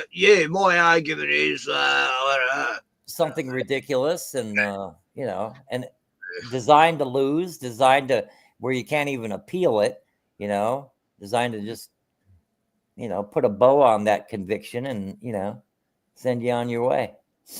Yeah. No, I don't think they'll get justice. He'll never be convicted. He's a Mason, high-ranking Mason. You know, he's got away with rape and murdering children. You know, like he's the one who put the 9-month abortion bill in. You know, for women who don't want to have their baby, they can still have it at birth and have it die. And that's terrible. I mean, a woman could basically go to a man and say, yeah, I don't know, I'm 8 months along, but, you know, it's like, if you give me some money, I'll actually have this child, you know? Oh, this is what they're doing. They're getting all these women to hate, you know, being a woman and having a baby. So, yeah, I'll terminate at 9 months, and I'm proud that I had an abortion. Men have no rights in the reproductive process. Men have been deemed in numerous cases as being a donor, a sperm donor. And once you put it in her, your seed, it belongs to the woman. She can just take off and you never see her again. And she can put the child up for adoption. You know, she has all the rights and the man has none. I know, it's terrible.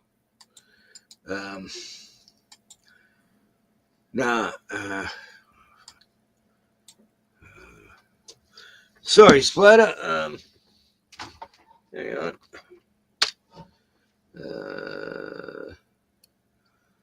Oh yeah, the pills cause a lot of bad shit for women I've known. Yeah, the no-fault divorce society really started going downhill fast after that. And they call it the Duluth model here in the States, to where it's like, oh yeah, you can about depopulation and that's what the whole Pride Rainbow Alphabet Mafia says. It's to stop people producing, you know, and let all these refugees in and run our country. You know, they do it so well in Africa. Oh, and fresh off the plane, they're getting high elected office, and you got to wonder if they're even being elected. You know, it's like that's what's happening here. Every single Indian I saw this interview. This guy goes around interviewing all these Indian people in Melbourne, and they're asking who they voted for, and it's all you know, Dan Andrews and all this, and Anthony Albanese, you know. Oh yeah, we vote for Anthony because he let us come here, and we love him, you know. He's great, you know. We don't know anything about him, but we're here because of him. And goodness gracious me, number 5 is still alive. Yeah, it gives us free stuff. Yeah, we get lots of perks, and then they ask Africans, go, oh yeah, that piece of shit government give us only a house and 2 cars and an SUV, and I want more. You know, this free food we get, it's not good enough. And all the health care we get, you know, we want everything. We're not happy. We go out doing home invasions to make ends meet, even though we're in a fucking mansion. And anyway, I'm being a bit racist here, but well, it's not racist. It's just it's a good and natural thing. It's like it's fucking up our fucking country. Racism is a good and natural thing, and yeah, a little separation is good. Yeah, all this miscegenation going on, they make it fashionable to procreate with different races, and I think that's absurd. But especially one group in particular, or no, two groups in particular. But I got nothing yet. Like, different races, when they mix, they create beautiful children. No, they don't. No, they don't. But, I do believe in keeping a race, like, yeah, you got to still keep your own race alive. God, you don't just go, nah, let's wipe our race out by interbreeding with every fucker that we got. Anyway. But, yeah, like, it was always balanced properly, in the past. So, I mean, I am no more racist than the average black person, so I will stand on that. Right. See, we don't have the same problem here as you do in America. I mean, God. Yeah, you get a different type. You get the ones from Africa that actually, a lot of them do have common sense, and which is they're not walking around going, "Oh, we got all this, rights and stuff." Like, in America, they're told from the cradle to the grave how bad the white man is, and that they'd be successful, and they never would have suffered a rainy day in their life if it weren't for the white man. And everything is the white man's fault. I mean, everything, literally everything. Well, here, like, black fella, white fella, they're all hung around together in the same bloody POV areas, and yeah, everyone's battling. So it's not like it's a race thing. It's just we're all battling, and no one gives a fuck which race we're at. We're all in the same boat, Well, they are anyway. I've never been in the what would you call it there? We call it the commission areas. What was that show I watched, The Wire? What'd they call it in that? Anyway. But, any disparity in this world is it's bad for the blacks, and it's not the same in England. Everyone in East, EastEnders and all that, they're all different races, but they're all at the same level of poverty. So there's no you white bitch got white privilege. Yeah, they don't. They see their next door neighbours exactly in the same situation as them, and it's sort of the same here. They have the thing with national. It's like, I mean, they don't go to national parks. State too in America, like it wouldn't be like what you're seeing everywhere. Yeah, in America, I mean, in America, I mean, they have commercials about going to national parks, and it's propaganda showing like all kinds of civil rights leaders, and that you have to take your place in this world and find your park, and it's like, really, yeah, it's going on a they're actual ads. Yeah, commercials. You got to take your place in this world and claim your parks. And and they're showing. They go on this long thing of, and a woman set people free, and it's Harriet Tubman, and then great thinkers abound, and then it's like, I don't know, these different. Hey, Splatter, I just saw you back stage. Sorry, buddy. That's okay.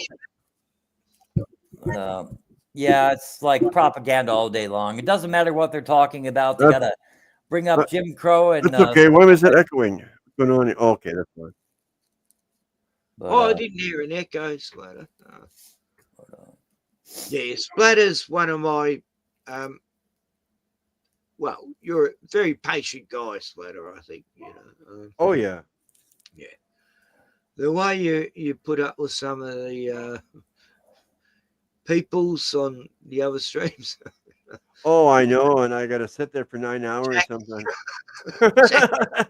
Jackie's hilarious. I don't know why she cracks me up. I can't take her serious, you know.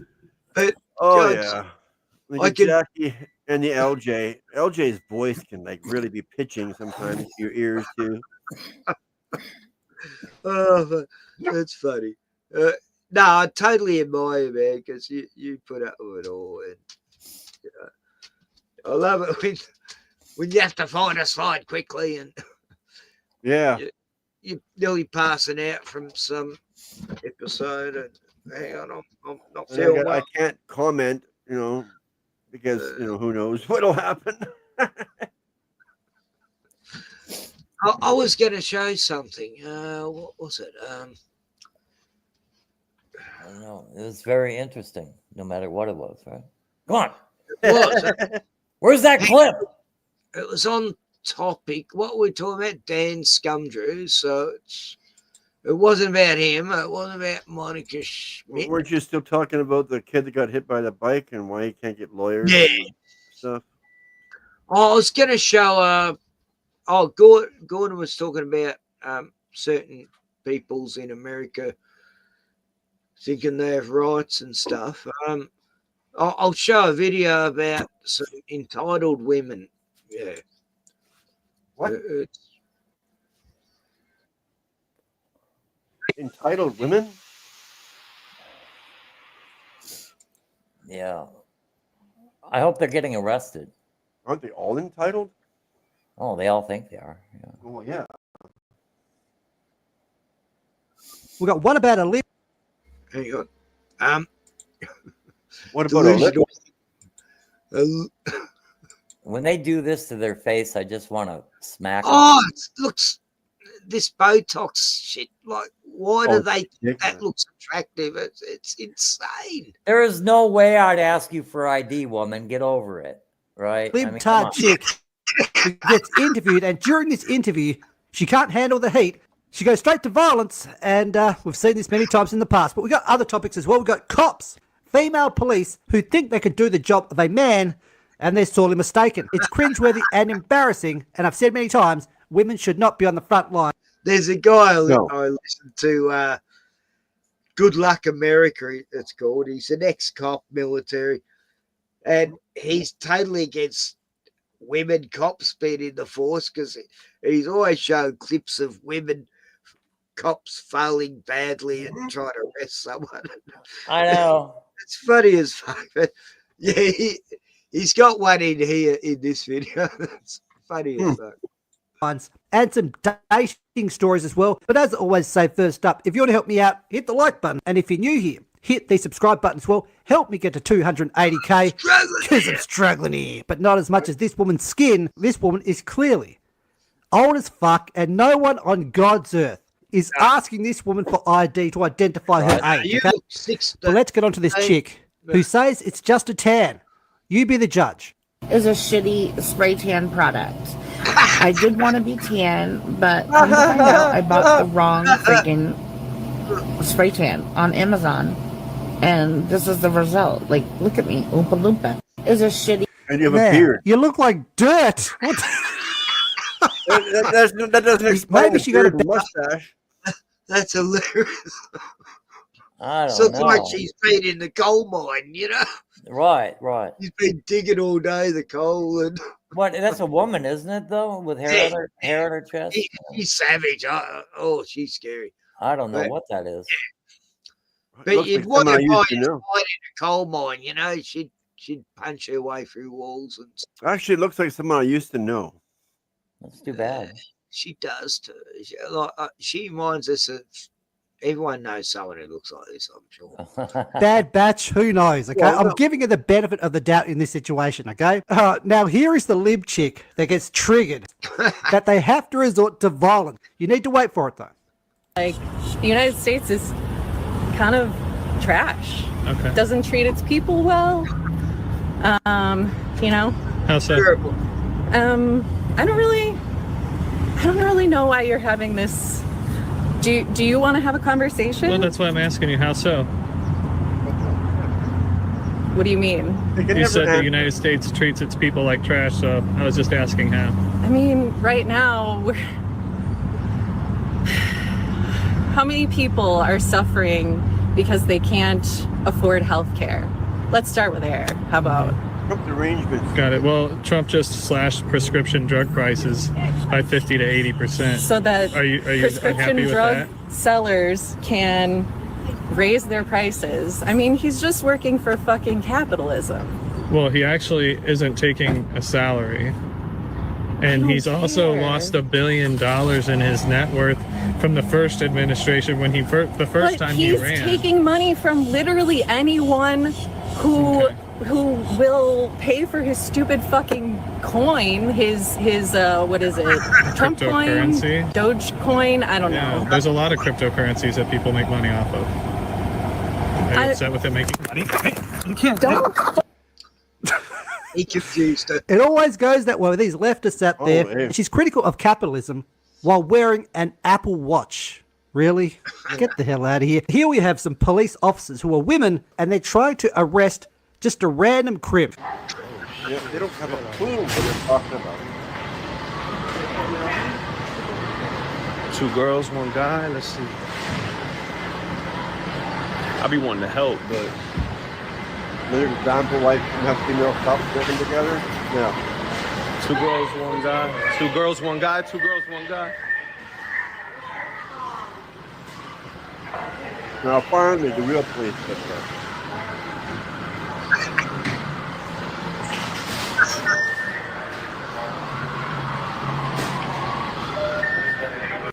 Baby Bunting's huge stock take sale is on now. I seen a clip the other day with It's a got male and a all the female safety cop. features you could ever need. If it with a- was 2 male cops, the suspect wouldn't have been shot. Like they it was ridiculous. Exactly. It's happened so many times, Splatter. Like a few years ago, back in the 90s, I got to know, I was on a building site of a mate of mine. He started, he's an electrician, but he become rich and he started having like all these different trades working for him. And I was a painter by trade and I was working with this electrician guy. He's about 6'9". I mean, almost 7 foot tall. Big. He was bloke, tall. really nice guy. Gentle giant. And one night he got drunk. His mother had died that day, and he was just having a bad day, and he started punching walls, and his wife made the mistake of ringing the cops. Oh no! And these 2 small cop ladies turn up. No. And at this stage, he's got a knife in his hand, no. and he's just put the knife through the wall. Never harmed his wife at all. Yeah. And the cops said, "Put the knife down." And he did. He goes, "Okay." And he threw the knife on the ground and he walked towards her with his arms folded to be handcuffed. And then they shot him like 6 times, Oh my! And he was dead. And the woman, like his wife, was just fucking distraught, going, "I thought you were going to help him." It was horrific. This was such a nice guy. It broke my heart, I heard about it, He was just having a bad day. And that because the women felt overpowered by his height, they shot him out of panic, because he's walking towards them. I mean, I heard it all from his missus, afterwards. And, And where's their taser? Didn't they tase him? I mean, come on. they didn't have him then. Even if a woman cop is stronger, more powerful than the average woman, it's still no, like any man would basically just take her out and take her gun away, and it's like slap her face, and Well, men in women's sports have proved that, hasn't it? Oh yeah. Like, I'm a woman today because I'm going to beat these women's and punch them down, smack them down. Yeah, but I love hitting women, but I can get away with it if I make out I'm a man in a woman's sport and wear a wig. Somewhere in America, there's a woman in like collegiate, I don't know, high school or collegiate wrestling. And of course, I believe it's high school. Yeah, they're going to win the state title, hands down. You know, I mean, Trump said he's not going to allow it, but he's kind of doing that. I don't know. Trump kind of says a lot of stuff and doesn't follow through on, if you really look at it. Well, he will. Give him a minute. Hey, I found out Glenn from Boston's still alive today. I saw him in someone's stream after they streamed. Whose stream was it? Did Could have you- been Jake the arsehole. Did you ask him why he hasn't been around? No, because the stream had already finished, so I couldn't comment. I think it was Jake the arsehole stream. But yeah, I haven't seen Glenn for so long. Like, you know, when you left, when your computer effed up, Gordon, that's the last time I saw Glenn too, you know, like maybe a week after. Did Glenn show up to your stream at all? He never has, not since I've So, had so he hasn't been around for months. But I subbed to his channel. He has no content there, but Jake the asshole says something that pissed me off, and I got rid of him. Who? Glenn? No, I did. No, Jake the asshole said something that pissed me off, and I. Oh yeah, he always does. Like, I don't blame anyone not liking him, you know. But he will. He's always been right on everyone I've fucking called out. You know, it's like, oh, Jake's actually agreeing with me here. Well, you know, Yeah, so if you disagree with that Jake, way I like Jake because he's called out the exact same people I have, and it's like, wow, he's on the ball. if you disagree with Jake, he'll ban you so Oh, fast. yeah. I've seen him ban so many people. Well, I beat him to the punch. I didn't ban him though. I just like deleted him. Too much or something. You know, he hates Biden and Trump, but if someone's a Trump lover, he'll ban him. You know, what? Or I'm a not- Biden. I'm no Trump lover, but I mean, compared to Biden, Trump is a king. King is royalty compared to Biden. Oh, I don't know. When you really look at what he talks about and what he's actually done, it's not really on.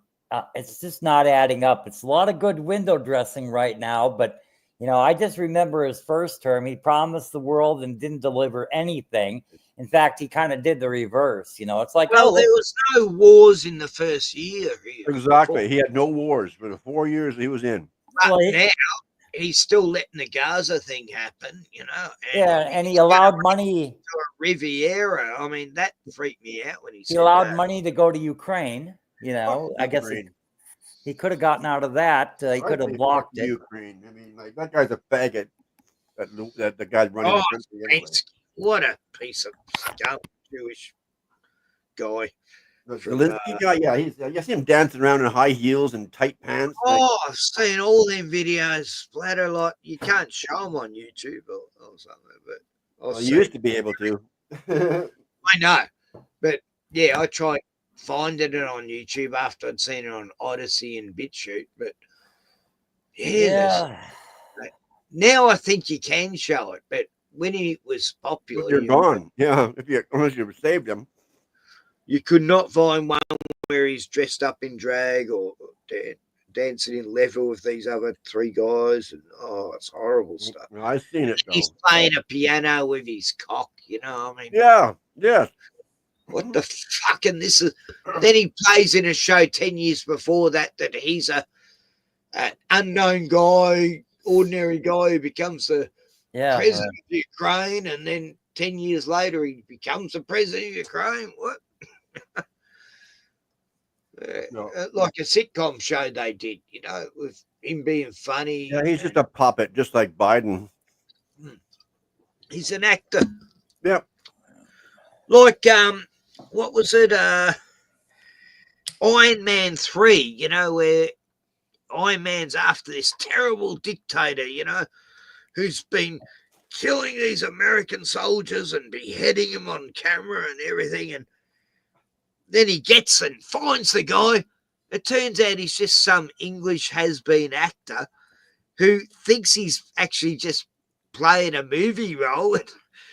And no one's been killed. It was just all a setup to fake a war. It's like, you couldn't make that shit up. But, it's like this English drunk guy who's a womanizer, he's like a Russell Brand. Oh, no. And then when Iron Man discovers who he really is, it's like, what? He's not that. And on TV, he looks so evil. I will kill the infidels. You're like the Wizard of Oz, right? The little guy. And he's like, oh, yes, man, I'm just buddy, honey. He's not even Arab. He's English.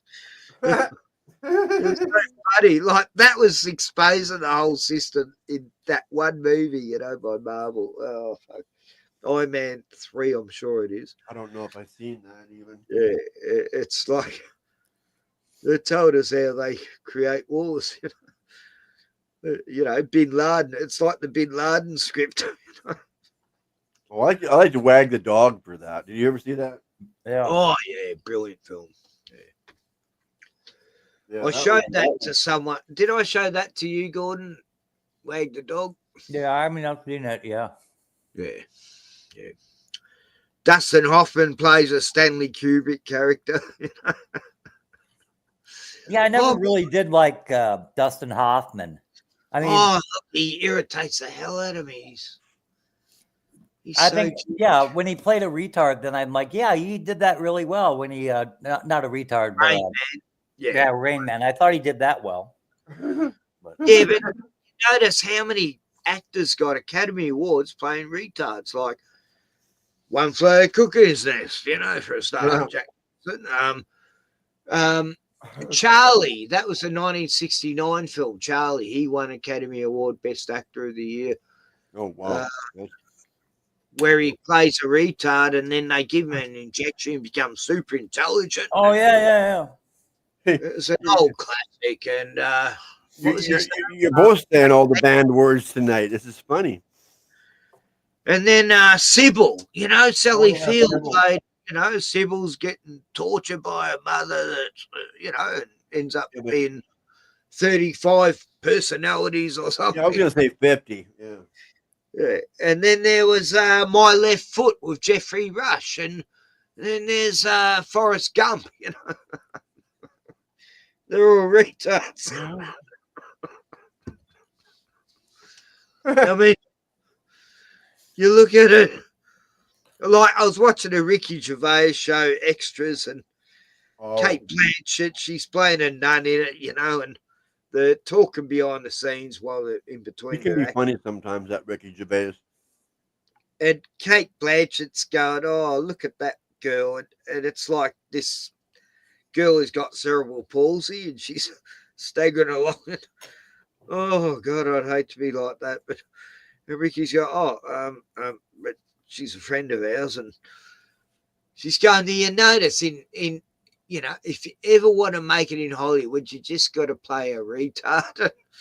She's going, and then she's listed all the movies of the people who won Academy Awards playing it. It was just a classic, because I'd already said that years ago. I was going, oh, well, all you got to do is play some of a mental twitch Rain Man or gonna get Academy Award, or you can play a black slave who was brutally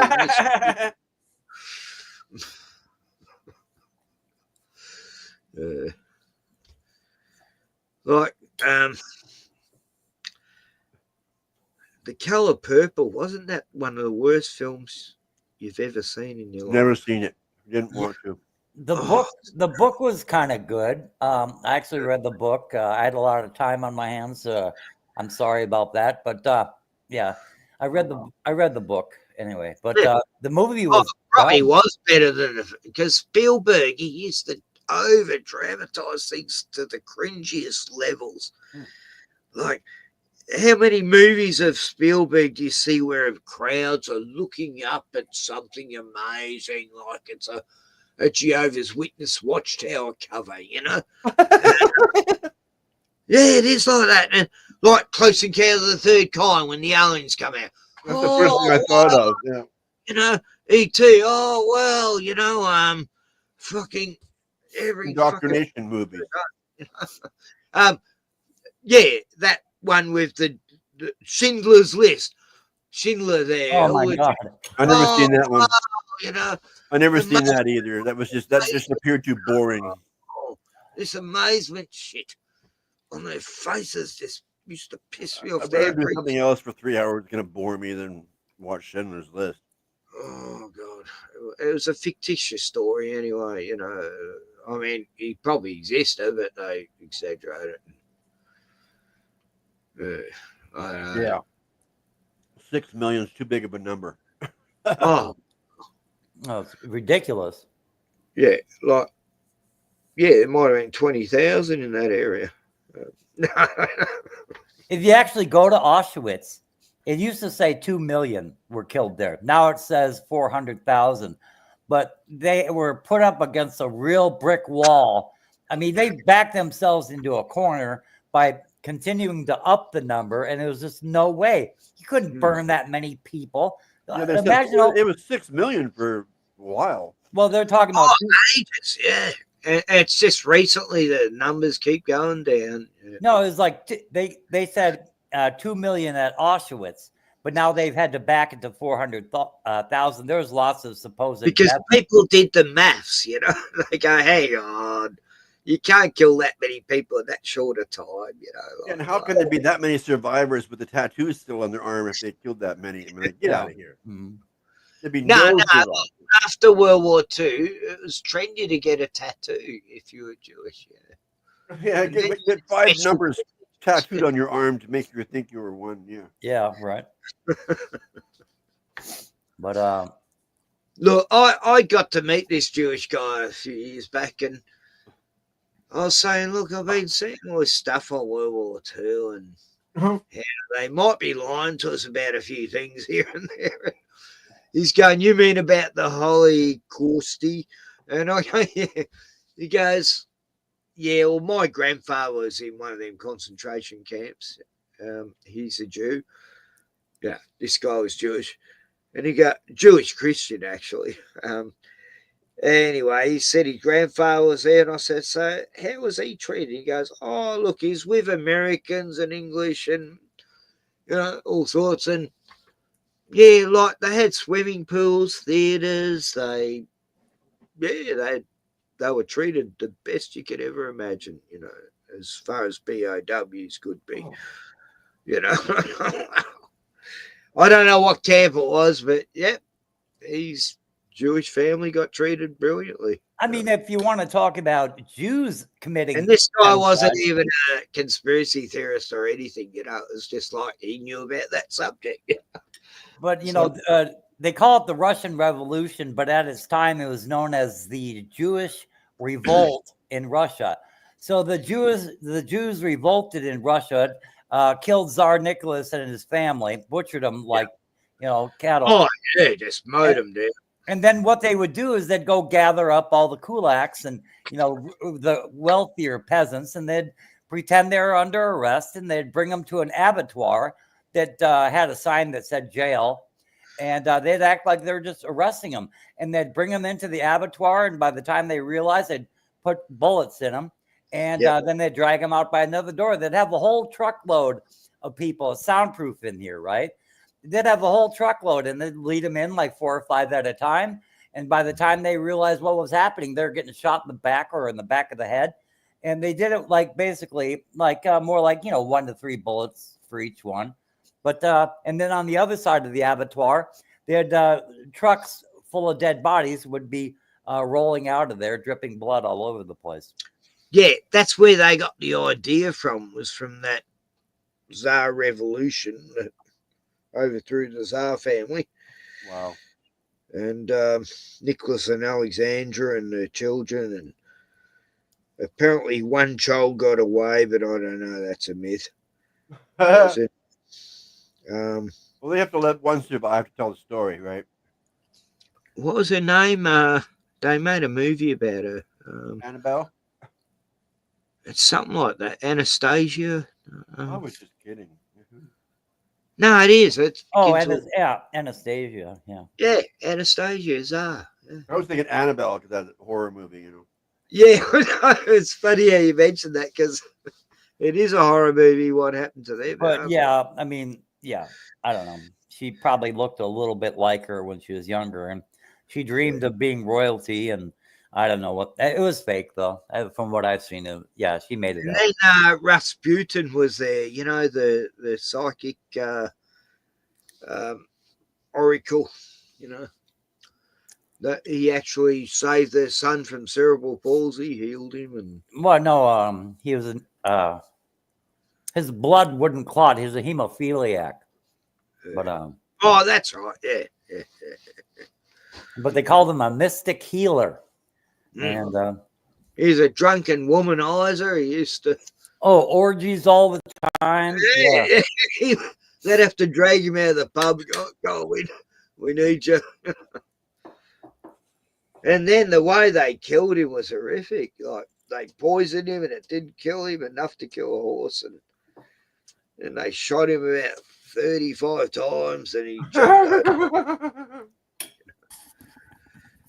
They called him a mad monk, but he wasn't mad, you know, he wasn't insane, you know. I just remember the old song, Rah, Rah, Rasputin.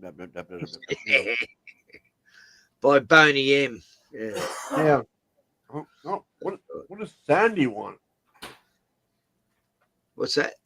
Sandy just messaged me. She was, is she going to do a stream? What happened? Where'd he go? Oh, he got a message from Sandy.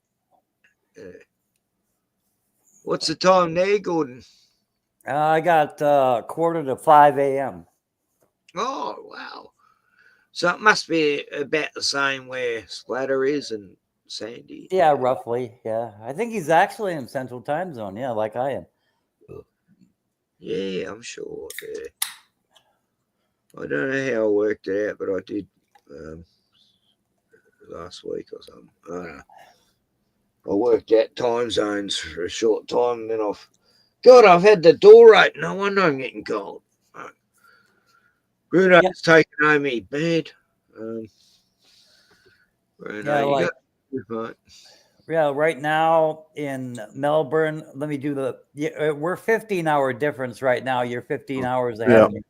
But so I hit a button by accident. Sorry. You're a 7:45 right now, Ken, right? 7:45? Yeah. Yeah, exactly. Yeah, PM. Yeah. Night's still young. 2:45 for me.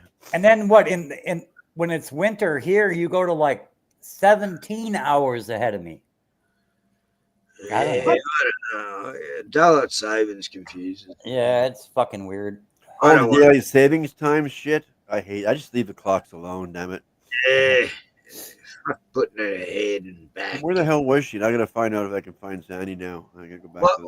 Is Sandy gonna stream tonight?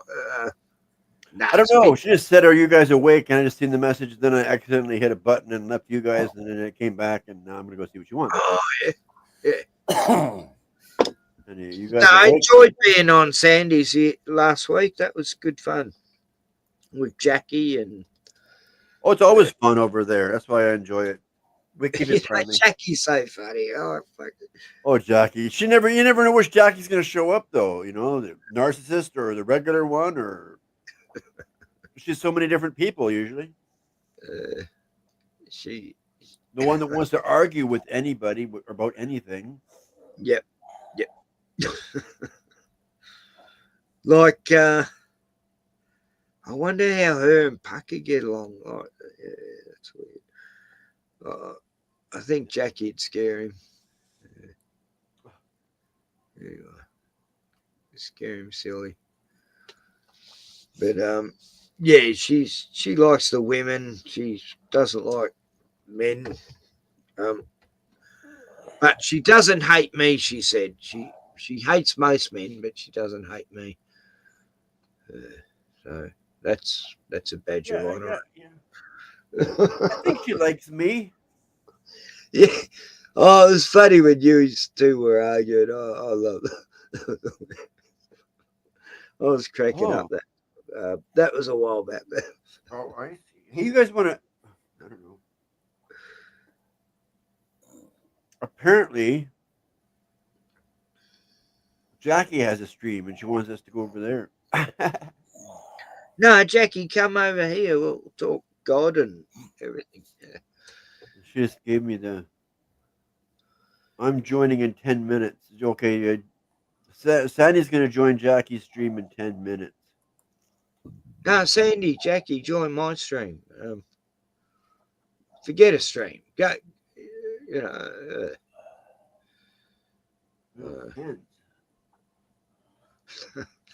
Well, we can share. You know, I know. But I didn't think Sandy would stream this early in the morning. Wow. Whenever here. The we. Who's this we? I said we on cans. I mean, what's that? What? No. Oh no, not Josh. No, she's asking who's on Ken's. Who's on first? Not many. Just there's 4 people watching. Yeah, no. She wonders if Josh is on here. No, Josh is not here. No. I don't know, Josh. No. No. Oh, I do seem to recall a Josh and Sandy's. Josh something.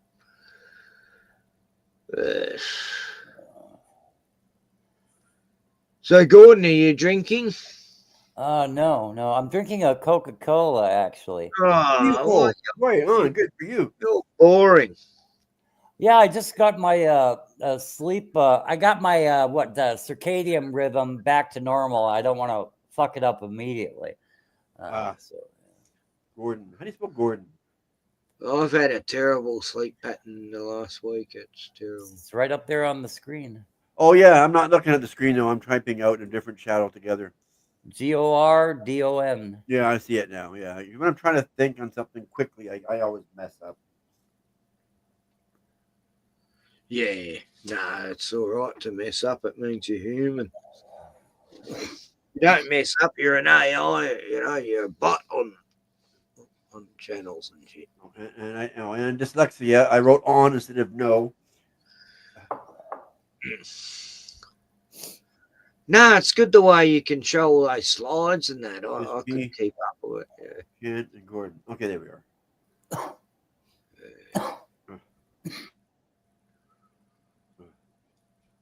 No, Jackie's funny. She has sleep problems, I guess. Like everyone I know on the internet don't have a good sleep pattern. Hey, Sandy. Isn't that right, Gordon? You don't have a good sleep pattern?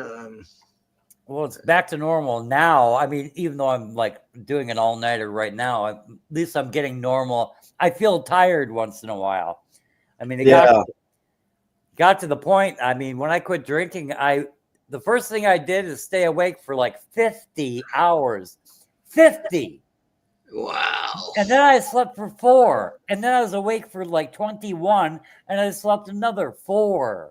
Oh my God. Normally people who stay up that late have been on the Louis, you know, the speed. Yeah, no speed at all. No, I mean, really. I wrote it down. I was so concerned about it. I wrote it all down. I have my sleep and wake schedule written down for the past 12 days anyway. But 50 hours, slept 4. 21 hours, slept 6 actually. 26 hours awake, slept 6. 18 hours, slept 5. 19 hours, slept 7. Yeah, it's crazy. 23 hours, slept 7. Jeez. Oh, Sandy. She said I'd join, but I promised Jackie. She's by herself. Oh, she sent you a message? Yeah, Jackie should join here, Sandy. And you tell her that. Yeah, you tell her that. Like she could join and still stream, couldn't she? Like she does on yours, yeah. And you two could join, yeah. Like join from Jackie's stream. Like, how does that work? Restream? Restream, you can do that. I think you can do it on StreamYard, but it depends on your camera and. Oh, that's right. She's stuck on Rumble because she pissed off YouTube.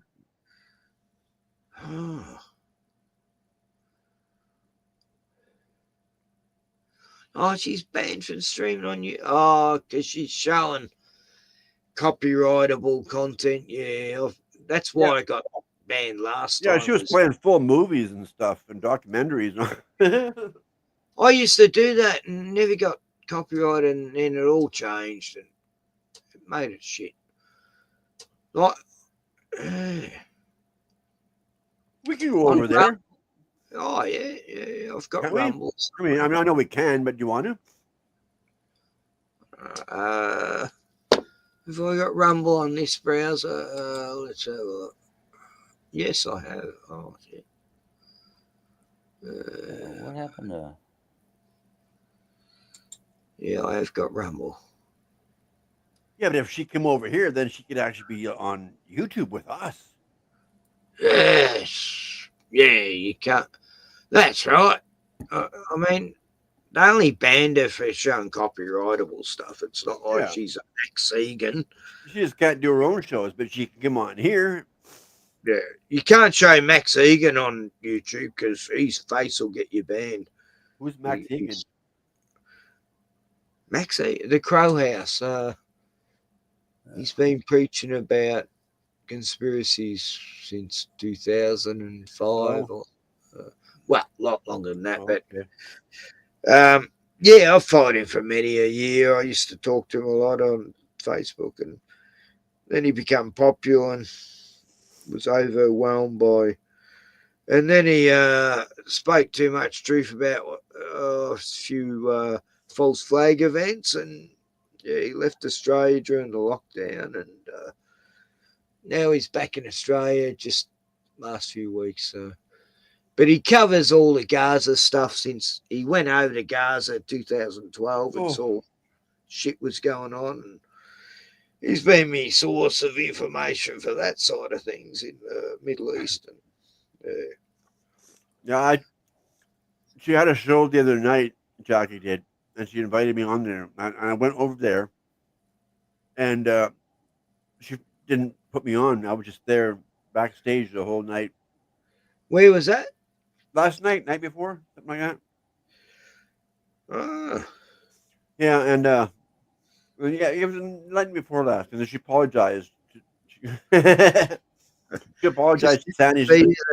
Tell Spider I'm sorry. I mean, I've seen him there after, but I was asleep, and by the time I got awake and came up to go to the the screen, I was gone.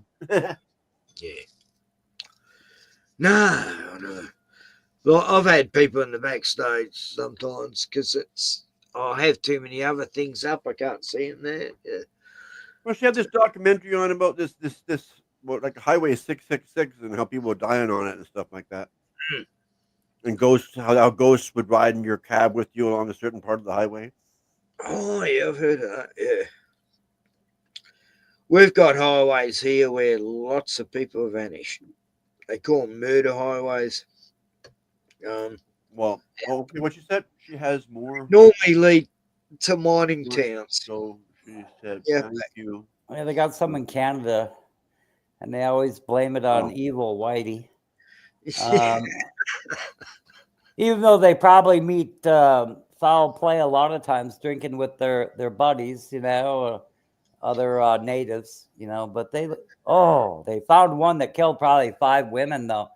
And, if you don't hitchhike, this probably wouldn't have happened. But, I mean, yeah, you're probably going to meet with foul play if you hitchhike enough. I've been telling people, especially European backpackers, don't go hitchhiking out in the It was outback. such a big thing, bro, back then.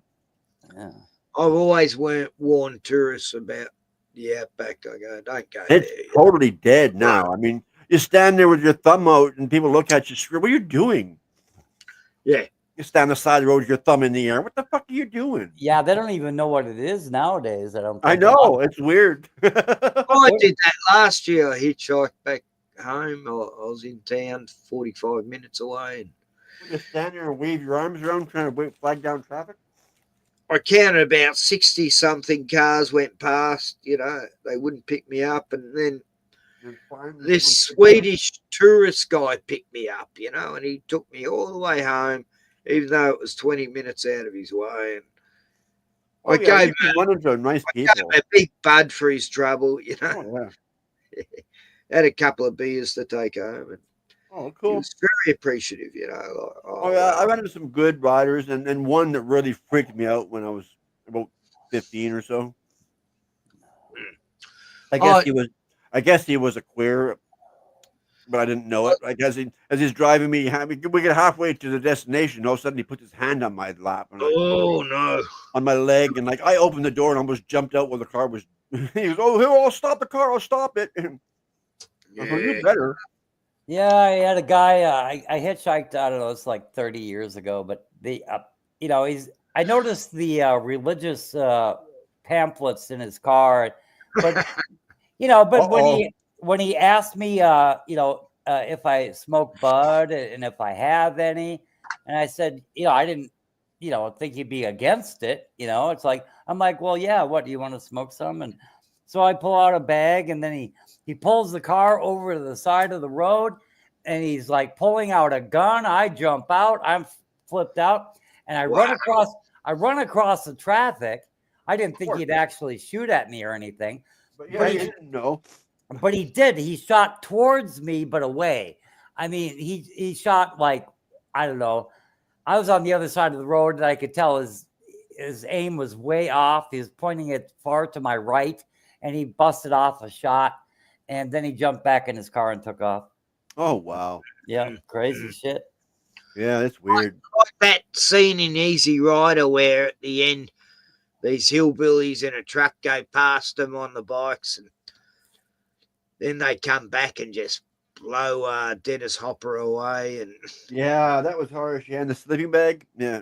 And it's like, yep, welcome to America. You America. Yeah, the one good thing about that, when I jumped out of the guy's car, it was actually a van, but whatever. We were smoking big fat joint at the time, and I left with the joint.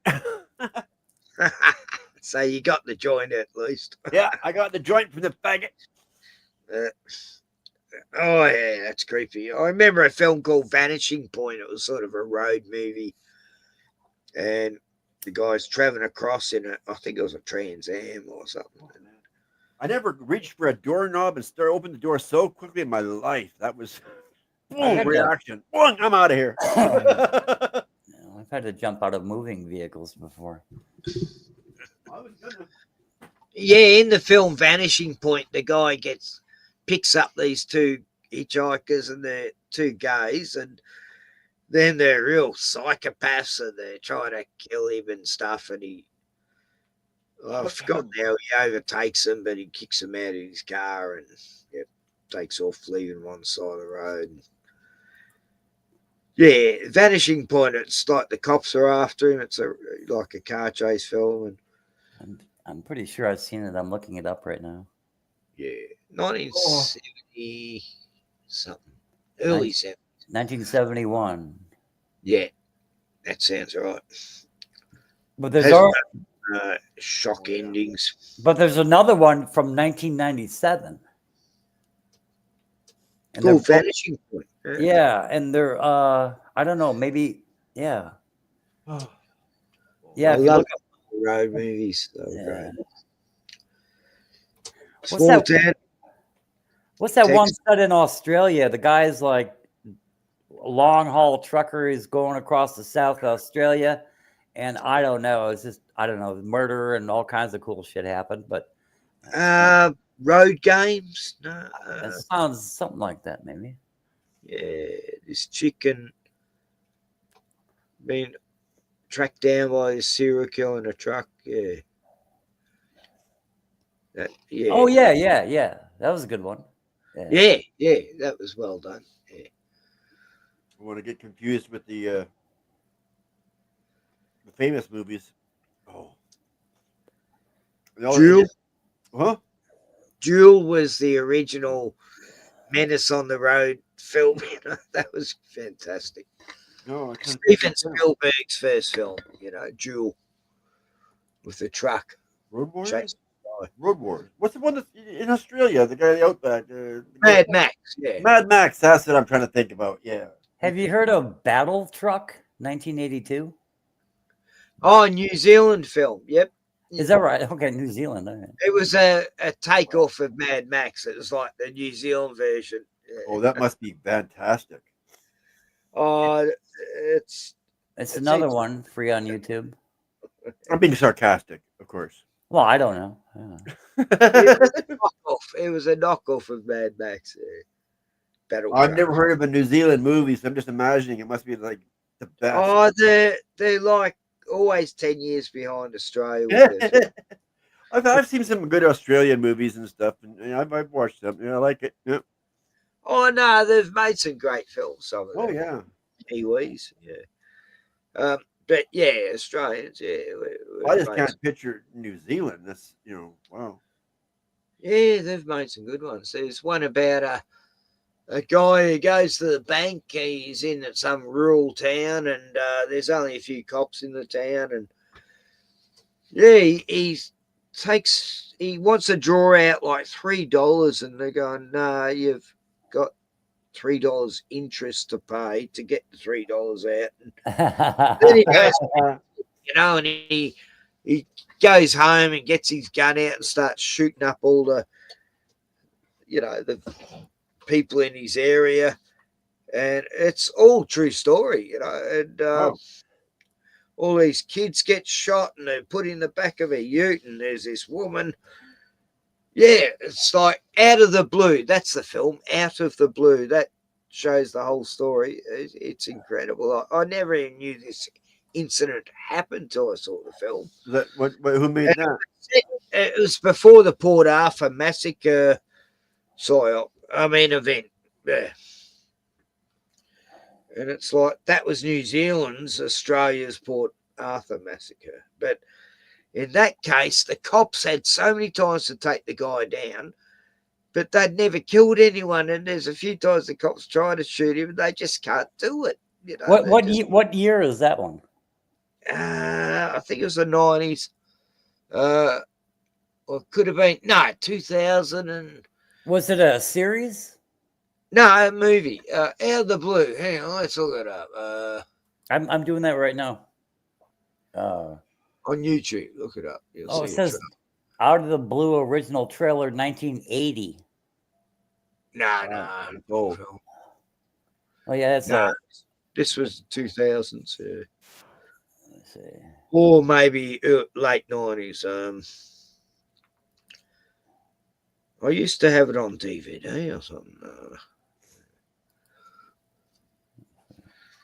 New Zealand film. Huh. I just remember that was the name. Is it about a kidnapper? No. Okay, wrong one. There's a couple called Out of the Blue.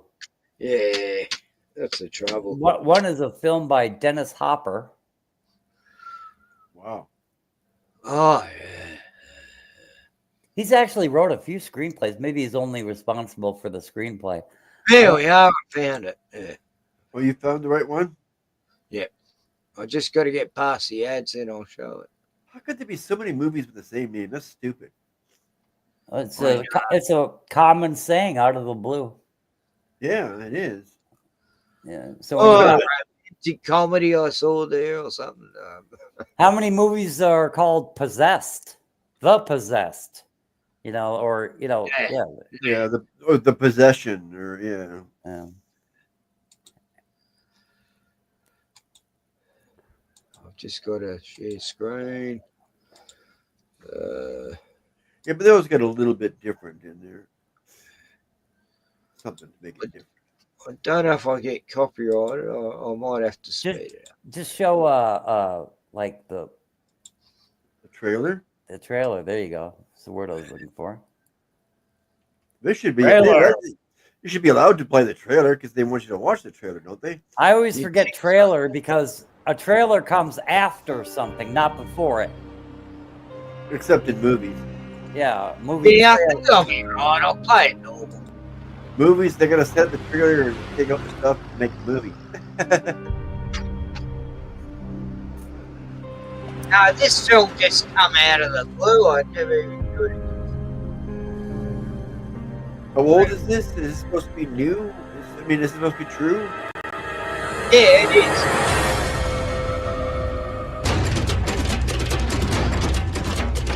I looked up the real case. Get out! David's got a gun! David's got a bloody gun! Get out! What is the situation, fella? Roger. David Gray is under. Copy. Can we safely evacuate, over?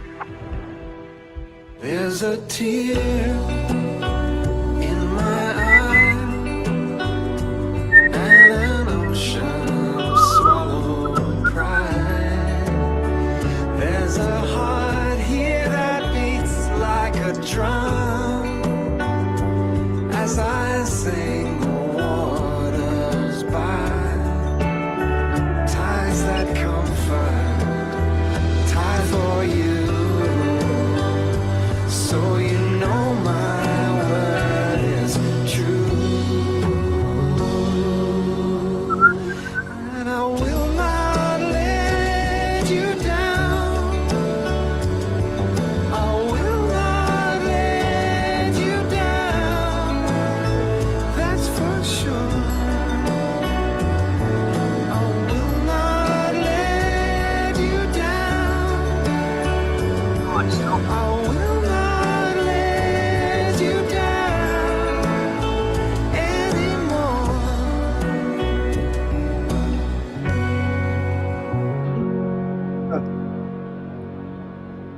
That trailer didn't do it justice. 2006. Yeah. On JD Hi-Fi today, only get wicked. Oh, shut up. Yeah, I like when it says based on true events. It's like, well, what about the other 95% that was completely made up? Are we just supposed to overlook that? You know? Yeah, when they say based on, that's how Yeah. they get away with it, right? Yeah, so loosely based on it, you'll never recognize the story. You know? Oh, compared like to- the Texas Chainsaw Massacre, based Yeah. on true events, and it was like so far fetched from the real events. Well, the only thing true is the guy used a chainsaw. Yeah. That was Other than it. that, it's all made up. Oh yeah, he took the skin off and he made this mask out of it. He became Leatherface. Like, okay. Probably the grisliest one that the movie actually followed true events. And it was probably the worst. Is what they call it, the pig farmer or something up there in Vancouver. Oh, they made a movie about that? Yeah. Casey, John Gacy or something. No, it wasn't Gacy. It was I remember his name, but I lost it right now. But I remember. Yes. I live here. I mean, like that was my mass murder guy. He had a pig farm and he had killed people and then disposed. Yeah, he of lived them. in Port Coquitlam. I used to live there too. There's the pig farm in Poco. Yeah. He'd get rid of the bodies by feeding them to the pigs. Yep. I met a couple of girls that escaped him. Yeah. Yeah. Wow. Picton. Yeah, Picton. Picton. His name was Picton. Something Picton. That sounds familiar. Oh, I remember. Like I said, that was a story for me. I mean, that was my hometown. It was going crazy with that guy. Yeah. Where are you? BC or what? I'm in Vancouver. Yeah, Vancouver. Yeah, right. Oh, okay, yeah, right. Like I said, I lived where Picton did his stuff. Yeah, for a while. I thought you were around Winnipeg or something. I don't know. Oh no. So have you been voting for Trump to take over the country, or? Well, he wants Canada now. Yeah. Like the Not gonna get Canadian. it, crying out loud. We got the king here helping us, reinforcing us at the moment. Yeah, you got the Commonwealth. I mean, as if Canadians are just going to go, yeah, okay, take our country. See, now he's offered us protection for $60 billion or something like that. But we don't have to pay if we become part of the state. Is that all? 60 billion? That's not going to be a real thing, is And it? that's pretty cheap, isn't it? Yeah, I don't know. For a country, 60 billion. That's Sounds What like do the Royals think of that? You know, that must be a threat. I don't know. I guess they're talking about it. You brought the king here to open Parliament yesterday, and then they postponed opening Parliament yesterday because who knows why? They're trying to get people used to the one world government that's about to form. It's still Yes. kind of in the shadows, but we're basically the same country as it is right now. That Same with is true because yeah, the the guy that they got UK. appointed in here right now, he was from the Economic Forum. Yeah, the good old World Economic Forum. He You'll was own nothing. he was put in here. He wasn't elected. No way. Did you see that footage of Macron getting hit in the face by his missus? Yeah, that's all Right. over the news. Yeah. I mean, that's funny. Like last week, he was trying to hide baggies, like little paper baggies. Yeah, he had that little vial with the package of cocaine on his desk. He's Yeah. looking so like a deer in headlights right now. Yeah, then he grabs it off the table. Nobody's seen that. Yeah. And then he talks to some reporter there to try to divert attention from what he just. The camera doesn't blink, sir. I mean, like the camera was looking at it the whole time. Like He's not looking at the baggies at all, but he scoops it into his pocket. yeah, not thinking there's a camera right across the table from him, broadcasting everything he's doing. That was beautiful. Yeah, that was ridiculous. That guy's going to be in trouble. I mean, that happened. Then he got slapped by his wife. He's out of there. Didn't Yeah, France go bankrupt anyway? His arm when she goes down the steps. I thought France's parliament all went kaput and they went bankrupt and all that. Anyway, No, it's very entertaining. Funniest meme as of the long as week. it's another country. I'll be back in a minute. I mean, like every country spends itself into debt, and who they owe the money to is like probably private Jewish central banking. And Yeah, no doubt. The Rothschilds and all them people. But the nation state is like just a shell of its former self. Corporations run the world. Nation states and political boundaries, they mean absolutely nothing. Oh yeah, especially the states. The state, that's all it is a corporation. It's not a country at all. It never has been. Yeah, they're the ones that take the blame for everything, even though it's the corporations who are in charge and actually pulling off most of these shenanigans, So, they blame their political leaders, even though they're not leading anything. They're not in charge. It's the global corporate communist system that, communism for us and capitalism for them, So, yeah. And that's, they get to, have real wealth, real property. And we get to have fiat currency. It's like, oh, thank you very much. Yeah, exactly. We'll give you this, but you got to pay for it. Yeah, early last year, they said the last run of pennies would take place in January, and now they're saying it'll take place in like September. They don't want to they don't want to get rid of the penny here. It's ridiculous. It's ridiculous. Even Canada got rid of theirs. Oh yeah, more than 10 years ago we got rid of ours. Yeah, ours is easily as worth. You can't. No, it costs more money to make the penny than it does to have it around. And they're like, well, how will they figure sales tax? It's like they'll figure it and they'll pay it. It's like, it's a sales tax. It's not a buyer's tax.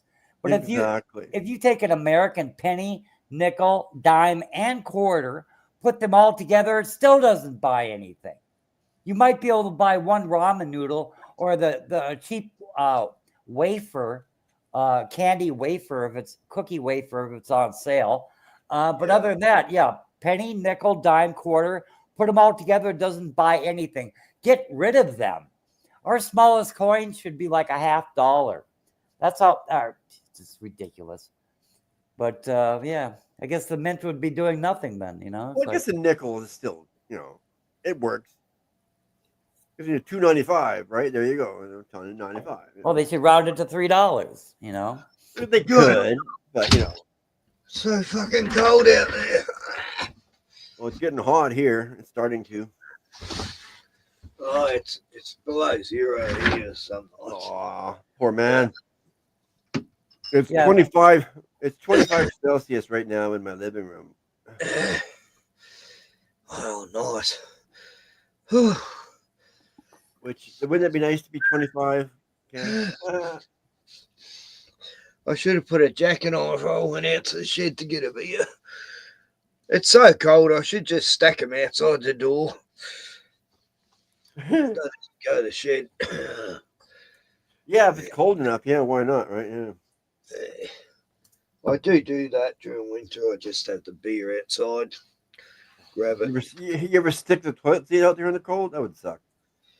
Yeah, I got a toilet out in the shed. It's freezing. I've got a heater there, but fan heater. But Yeah, we're at 8 degrees Celsius right now. You're cold too? Yeah, yeah. Wow, It's that's normal. insane. Well, I mean, indoors. I mean, what do we? I don't know what I'm at. Outdoors.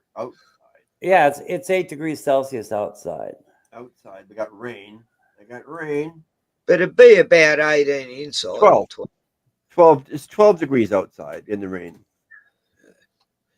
Yeah, it's about 18 inside. It's kind of warm. It's in 13 Celsius in Melbourne right now, so it's colder here because we're at the ocean. Well, yeah. Well, 12 is not bad, and I'm not out there anyway. But it's 25 in my house with no It's heat. been on. colder. We've got cloud cover, so it's not as cold when you got cloud cover. When it's open sky right now, it's freezing. Frosty mornings we've had. Yeah, isn't that weird how that works? The clouds actually work as a heat blanket to keep the heat in. Yeah. Like we had some beautiful warm days just before it went all stormy and cold and winter. Winter's in just a couple of days, yeah. And it's felt like so Is long. In 3 days after today, yes. Really? I thought it was like later on in June. Saturday is the last day of autumn. The fall. I'm guessing your last day of winter will be our first day of summer. Yeah, probably. Yeah, I think so. Yeah, 'cause it's First, spring now. It's autumn, whatever you call spring. Is that right? Spring is autumn? I always get those mixed up. first day of summer is when I was born, December the 1st. Oh, yeah, I don't think of that being the first day of summer. Yeah. Our months start on the 1st of each. of the Wow. 4 months. Your Yeah. seasons. Hey, we're close. I'm November 7th. Yeah, first day of summer, December the 1st. Here, I think it's different over there, isn't it? It's mid month or something.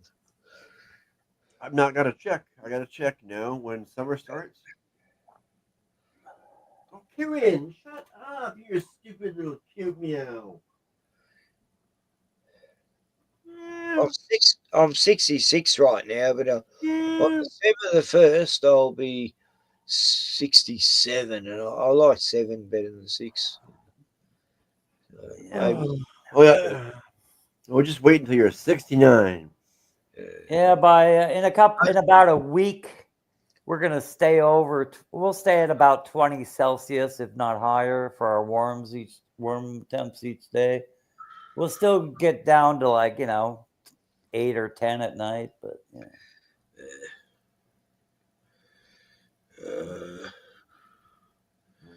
There we go. Oh. 9 degrees feels like 8. That makes a lot of sense, you know. Yeah. It's Monday. Tomorrow's sunny, but 16, so it's still cold. So it'll be windy. Oh, where's all these storms they promised us? Oh, I thought it was climate change and shit. Yeah, I'm looking at the Weather Channel right now. It says chance of rain for tomorrow 20%, chance of serial killers 14%. Yeah. But, yeah, we could get rain or Look at South Australia, serial killer rate has gone up 100%.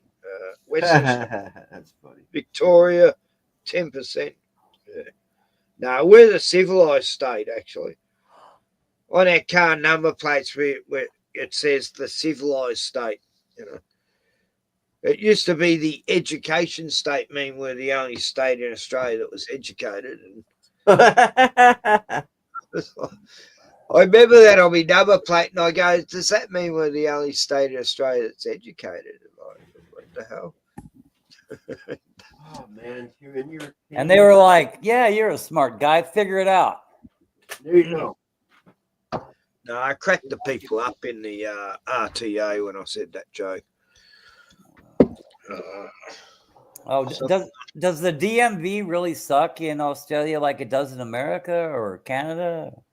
We call it the RTA, but or the Vic Roads, Victoria Roads. Oh, it sucks so bad here. I don't know.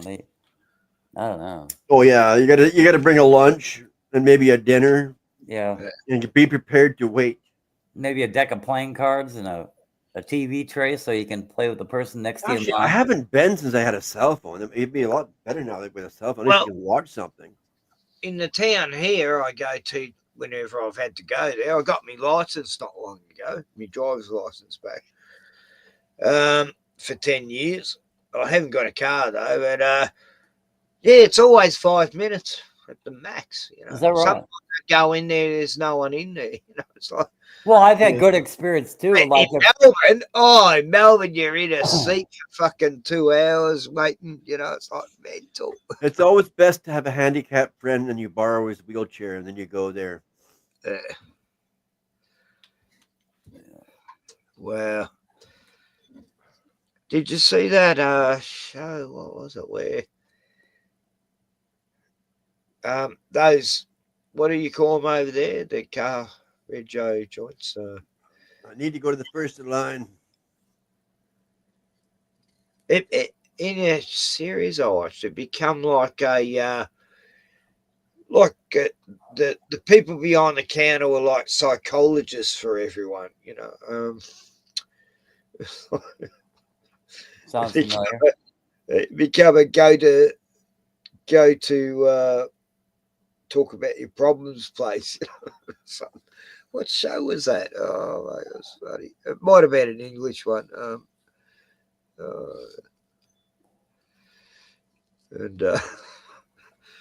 Yeah, it was an English show. That's all. Yeah, they make the best comedies. Anyway. So, yeah, tomorrow I've got big plans. I'm going to sleep in for the first time. I guess the rain's going to be gone by tomorrow because it says it's supposed to be 27 degrees and sunny tomorrow. Tomorrow's going to be 16, so we're getting the wind off the mountains. It's. Oh yeah, that's how I was doing. We got snow on the Alps, 2 hours away. Oh yeah. There's snow on them there hills, like it was snowing in summer, which never has ever happened 2 years ago, like on the mountains. We're sunny for the next 4 days. Highs like 22 to 25 Celsius. 22 to about 25 Celsius. So. Yeah. But then it's going to drop back down to like 17 Celsius for highs and rain and clouds and hurricanes and tornadoes. And... I was right. I was correct. I was right. I like it when my memory is correct. The 20th of June. I thought so. I didn't want to say it until I knew it was right. I thought it was like mid-month or something. But I was right. Yeah, the 20th is the first day of summer. Why don't you start on the first day of the month? I don't know. It's the 20th. Just like we start on the first day of the month each season. Yeah. Yeah, well, everything's messed up. May the 1st, that's the first day of hang on. You guys keep everything on the 1st there, huh? That works out good. Yeah. April the 1st is the beginning of autumn, fall, you call it. Yeah. Okay, I always forget though. Yeah, the official names, I always get those mixed up too. Like, yeah, what is the one for spring? What's the official name for spring? Spring. They call it warmer than winter. Like, they have winter, then they have warmer, and then they have very warm, and then they have less than warm. Anyway, and then winter. What happened to hot? I don't know. I don't know what they did with that in Australia. So it's summer, autumn, winter, spring. Yeah. I can't even find a date for summer here. I don't know what the fuck. June 20th. I already did. And it's been like spring some days here. It's been like real spring days, even though it's autumn. But well, the official start of spring in North Dakota, you look outside and there's likely going to be snow on the ground, and you're probably going to get a couple more snowfalls. I mean, we had a snowfall like 2 weeks ago. Are you kidding me? Oh man, it's been sunny for a while here. Well, we've been having mushrooms grow. They normally grow only in spring. We've had them growing all month, last 3 months, mushrooms everywhere. No, I never pay attention to the official dates on, the seasons here. It just makes no sense. We've got a glowing mushroom here. I never even knew existed. Must be a Mandela effect, but no, it glows green at night, Oh, yeah, I remember that. Yeah. And I've got some out the front of me yard. I keep meaning to film it at night. Oh, fuck. Yeah. Yeah. And they're everywhere lately. These glowing mushrooms. People going, no, you're tripping. That doesn't exist. Your reality's fucked, fucker. Yeah, like here in North Dakota, It's so crazy here. It's crazy. I don't know why they do this. They say the official start of winter in North Dakota is December 21st. Yeah. No, December 20th to 21st. That's when it's like, what? It's already been cold for 2 months. I'm talking really fucking cold. That was just fall. Fucked. What the hell? That was just fucking fall. Just start at the start of a month. Why halfway through a month? Yeah, we all of ours start the 20th and the 21st. They take turns. This one is the 20th. It starts the summer, and then winter is the 21st, and spring is the like the 20th original calendars. It should be 13 months in a year because each month would round out to 28 days. And each day is the same that way. Every Monday is the first, and every Tuesday is the second, and whatever, and so on and so forth. Right. And why can't we all start on the first of a month? Why do how many other countries besides Australia do that? I don't know. I know. I like the 13-month thing, except for the fact that you have to pay an extra month's rent that way. In North Dakota, you're going to freeze your fucking balls off You like put 5 the months rent a down. year. You have to put the rent down. Yeah. To equal out the same for the 12 to 13. Yeah, that makes sense. Yeah. And I'm glad I live in a warm climate because I couldn't stand where Gordon lives. I don't like winter at all. Yeah, Gordon loves it. Gordon loves the cold. Yeah, I like it. Bloody Viking. He is No, it barely ever snows here. If it does, it's gone in 3 days. If it does snow here, I mean. Yeah, you're outside of Vancouver, real close. No, I'm dead center in the city, right in the middle of the city. Oh wow, that would suck. Oh, you'd be able to go visit Rob Wells and Paul Tremblay and Mike Smith and they're all around here. Well, but Matt Roach. If you want some heroin, you don't have to go very far. So. Oh no, I can get anything you want right over there. Yeah. What about the guy Dave Mustang? Is it? From Scorpions. Oh no, Dave Mustang. No, that was from Megadeth. They had this guy. He was in the band Scorpions. Yay! Is it Dave Mustang? No, it's not Dave Mustaine. He's from Megadeth. Oh, right, Dave Mustang. Yeah, he's the one that got kicked out of Metallica. he was an ex-Jehovah's Witness too. That's why I like him. He was too much of an alcoholic freak out for Metallica even, so they got rid of him. An ex-Jehovah's Witness, we all become pissheads. An alcoholic with a bad temper. Yeah. You don't want that. Nah, it's what's the guy from Trailer Park Boys? He's The fucking Scorpions, bad. they got all German names. They're all like Heiss, Feiss, Nice. Hey, you're Canadian, so did you like the series? I loved it. I just put that out there. The series Corner Gas. Oh, I loved it. Yeah, I know, it's awesome. I love it. Yeah, it was a nice show. Yeah, I liked it. Actually, the guy that you had on that I haven't interviewing, watched it all yet. the guy that you had hosting the astronauts, that reminded me of Brent Butt. Yeah. Corner Gas. I was saying you got Brent Butt's cousin on there, like interviewing the guys. But Which guy? Brent Butt, the lead from Corner Gas. Yeah, he's like, yeah. He's Who was I showing that reminds you of him? The show that you had on earlier, the astronauts. Oh, Neil and yeah, the bald guy that with the mic that was like doing the show. He reminded me of Brent Butt. oh, the guy showing it. Yeah, the body language guy. Yeah, he looked like Brent Butt. Don't you? You agree with me now? You think about it. Yeah, I think I noticed that. Yeah, a little bit. But I actually, I rode my bicycle to Saskatoon. That's a long fucking way from North Dakota, from I forget Fortuna, North Dakota, all the way up to Saskatoon, Saskatchewan. But huh? That's where I was born, in Saskatoon. Oh, is that right? Yeah. But where did I happen to go through? Right, not exactly at the time they were filming, but they were doing Corner Gas in Rawlou, the city. It's French. I don't know. Raleigh. I don't know. But it's called, but Dog River, and there's the actual gas station, says Corner Gas, and then the supermarket was actually a travel agency and something else. But yeah, it was a fake storefront.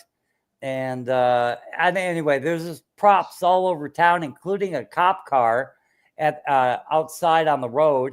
And it wasn't even a real car. You know, it just looked like a squad car, you know. Oh, wow. Yeah. So I like 3 different parts were the set of Corner Gas, and I just happened upon it. I was looking for a hotel room. They said no. Since they started filming, there's no hotel rooms. They're all full. Everybody, you're lucky. Everybody in Corner Gas, they had rented everything that could be rented in town. Yeah, you're lucky you got to see that. Yeah, I know. No, it was a Canadian show. Because it burnt down, you know. I thought they tore it down. No, it burnt. Oh, really? Yeah. How did it burn down? Jesus. It was an accident. Well, it wasn't an accident because I actually set light to the place, but yeah. No, but you arsonists. No. It's terrible. Yeah, I remember hearing about that. I remember hearing about it burning down. That was like a landmark. That should have never. They should rebuild it. It's like a mecca for people who like Corner Gas. I mean, they actually refer to Canadian television as like being before or after Corner Gas because that was really a milestone for, you know, what Canada put out. That was one of the best shows ever in Canada. Oh yeah, and then Trailer Park Boys. Oh fuck yeah. I remember watching a Canadian series in the 60s when I was a kid. We got a lot of Canadian shows because they're British, you know, the Commonwealth, you know. Yeah, so yeah. we got shows that Americans wouldn't have got from Canada. Did you get As Mr. Dress well Up? as the UK, you know, we'd get Irish, Scottish, English shows. I'll ask you now. Did you get Mr. Dress Up over there? Mr. what? Mr. Dress Up for children's show. No. They didn't get in the States either. It's strictly Canada, I guess. He was popular. Never heard of it. No. Oh, wow. But we got ones about these. He did live tours too. Had logs and Coombs, something Coombs. His first name, his last name was Coombs. That's all I remember. He played Mr. Dress Up. He has a case. His 2 best friends were Casey and Finnegan, and 2 puppets. You know. Then he used to have a Tinker chest thing. He used to get all his clothes and change. And yeah. Oh, yeah, it sounds scary. Like one of them puppet shows, was it? Yeah. But he dressed up along with the puppet. That's why it was Mr. Dress Up, because he'd dress up as a fireman. He'd dress up as whatever it was he was going to talk about for the show. In the 60s, I saw the most scariest children puppet shows that were. It's like, I don't even know what country they were coming from. I think the ones that the what the heck was that guy's name? The other puppet guy, the more famous guy, Frank Oz. Who? The Muppets. Frank Oz. No. Oh, man, my brain's farting. Yeah. But there were these creepy puppet shows all throughout the 60s that just used to give me nightmares. Right. Mr. Rogers. That's the one. That's the one I was trying to think of. That's the one with the creepy puppets. Yeah. Oh, I didn't know Mr. Rogers had puppets in it. Oh, I'd never seen the show. Oh, they were creepy. Nobody ever said he did anything with children, but he looks straight up pedo. His entire demeanor was just screams pedo. Oh, yeah, it's a great day in our neighborhood. He got busted for cocaine use. Like Pee Wee Herman. Yeah. Well, Pee Wee got Herman for busted with playing with himself. Yeah. But the second best show, Canadian, and I watched it like 9, 10 years old. My friend would call me, "Oh, it's on. Turn on UHF 17 or 23 or 29." Oh, SCTV? SCTV, yeah. SCTV is on the air, and I knew them all, from the earliest days. Oh, I love that beginning. The TV flies out of the window. Like, smack. Yeah. John, look at all the big names that came out of that. They all made it pretty well in Hollywood. Oh, John Candy, Martin Short, Joe Flaherty. He played a bunch of different, movies. Yeah. I don't think he ever got a lead role or anything, but like all of them. And that woman, I can't remember her name, but there was a woman. Neil Young. What? Neil Young. Neil Young. You name him a musician. All of a sudden, a musician comes out of nowhere. Like, you see, yeah, but he's a Canadian. He's a fucking. But he was bounced. Neil was lucky. He got bounced back and forth, Canadian and States. He was in Crosby, Stills, and He's Nash. part of the club, the Illuminati club. Crosby, Stills, Nash, and Young before it just was Crosby, Stills, and Nash. Right? Yeah. Oh, he hung around with Charles Manson. I mean, of all the coincidences. Well, so did the Beach Boys. And the Birds, the Mamas and the Papas, and they're all connected. But you look at all the big names that came out of Canada with SCTV. Joe Flaherty, Eugene Levy, Andrea Martin. They all did. Andrea Martin was in Home Alone. And, Catherine O'Hara, or was it Catherine O'Hara I think it was Catherine O'Hara in Home Alone. It definitely was. The show was ahead of its time, obviously, to have all those actors come out of there and all do really good after it. Yeah, Tony Rosetto, Dave Thomas. Dave Thomas, yeah. Harold Ramis, he was in Ghostbusters. Rick Moranis. No, he was from Kids in the Hall. Rick Moranis. Moranis was on there, yeah. Yeah. Danny DeVito. No, he wasn't on there. I never watched Kids in the Hall, though, but... I never watched that. It was a bit too queer for me. I don't like queer. Like, I was going to see guys dressing up in women more than I thought one episode. The Hall was like, what's that American show, about teenagers at school? I never watched it. It looked horrible. I thought it was like that show. What was that show, that American show, Teens at School, Saved by the Bell? Oh, God. I thought Kids in the Hall was like Save Like the Bell. So I never not even close. And I saw a few sketches, and some are funny, but it's got a real gay type overtone to it. It does. Yeah, that's why I didn't like it. Yeah, they had stupid. A lot of women love it, like Rachel Reenstra. She used to play lots of clips of it. They had some really dumb skits, like "You took my pen." You took my pen. And he goes around accusing people of stealing his pen.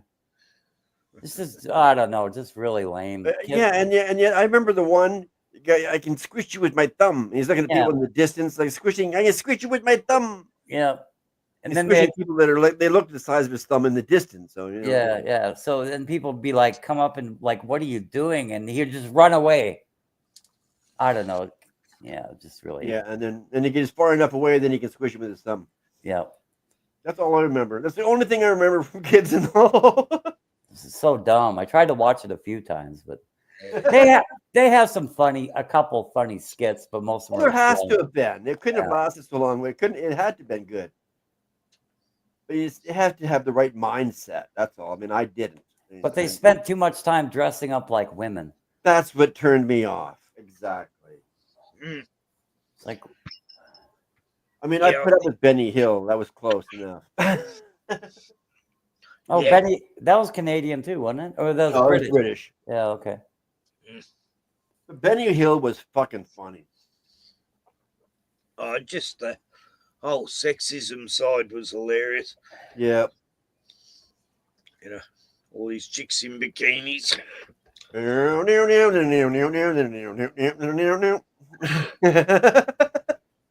Yeah, I just watched it for the women. Well, yeah. There's nothing else on TV. Yeah. Well, he always had scandal. No, yeah, exactly. That was back before, like, there was a lot of good, yeah. Before there was cable, I think. That could have been the reason, too. Yeah. TV was so good in the old days. We used to skip school, and, well, MTV had been on the air for a few months or something, but we'd skip school, just go to my friend's house and watch MTV. When that came out. I remember when that started. The very first MTV. I think it started in the summertime. Yep. I think they were first. Let me look that up. I don't know why I even care, but it was. Yeah, August 81. 80? August 81. 81. See, I said 80. I was close. I knew where I lived when it was started. I remember sitting on my patio. Yep. Yeah, I didn't see the first show. I thought I had because, they were showing Video Killed the Radio Star. The first, they're still playing that when we're skipping school to watch it. But anyway. Yeah, just the beginning. Yeah. Yeah, we didn't even get in trouble, but they knew that. Yeah, by the people who didn't show up on certain days, they knew that they just brought us all to the principal's office and said, you got to start making it to school or we're going to call your parents. And so basically they didn't call our parents, even though we'd missed like 4 or 5 days of school. But they knew we were all friends and that it wasn't an accident that we're hanging out together. Yeah. And so I just didn't go whenever I didn't feel like it. I didn't go. That's just the way it was. And then when it came to grade 12, I decided to just tell them that I have a job in the afternoon and I don't want to go because I only want half days of school. So there, it was that easy. I just got half days of school.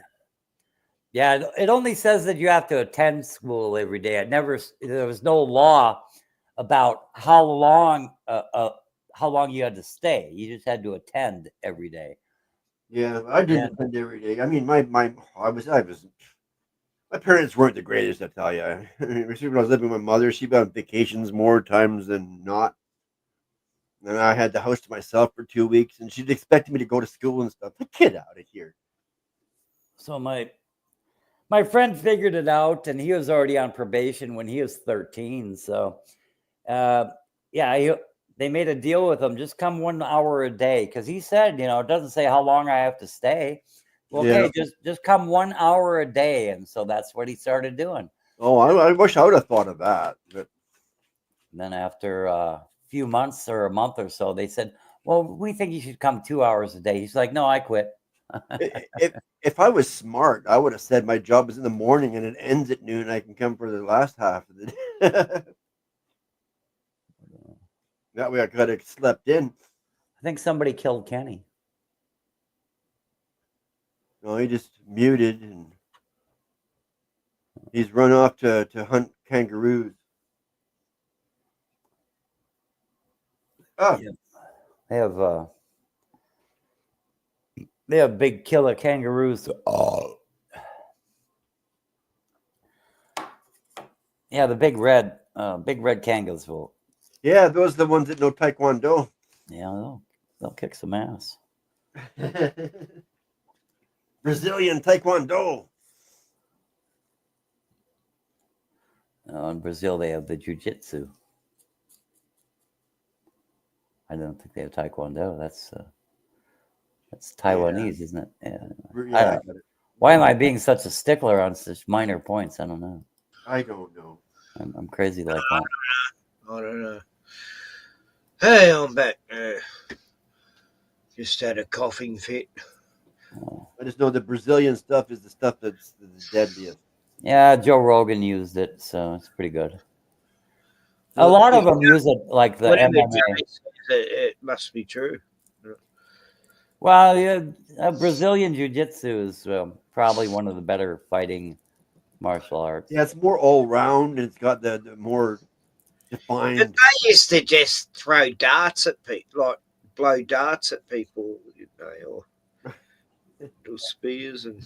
Well, yeah, that's like the saying, what's going to be better, like little pygmy people, weren't they? Or jiu-jitsu or an AK-47, you know? Let's see.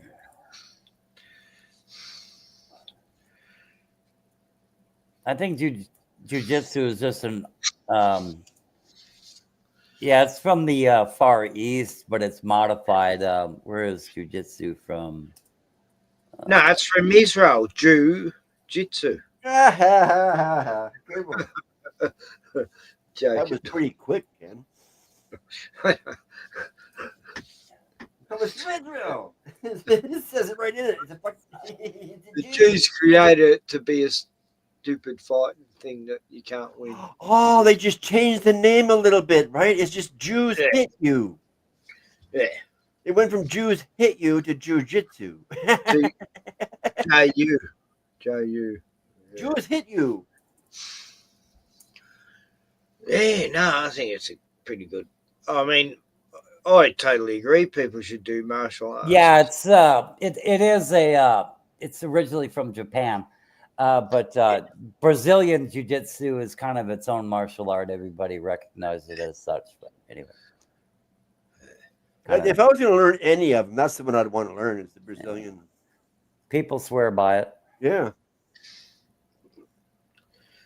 So, what fighting technique do the cartel use? Probably Brazilian Jiu-Jitsu. 40 cal. 50 cal. Well, they should, you know, like if that's a national type tradition.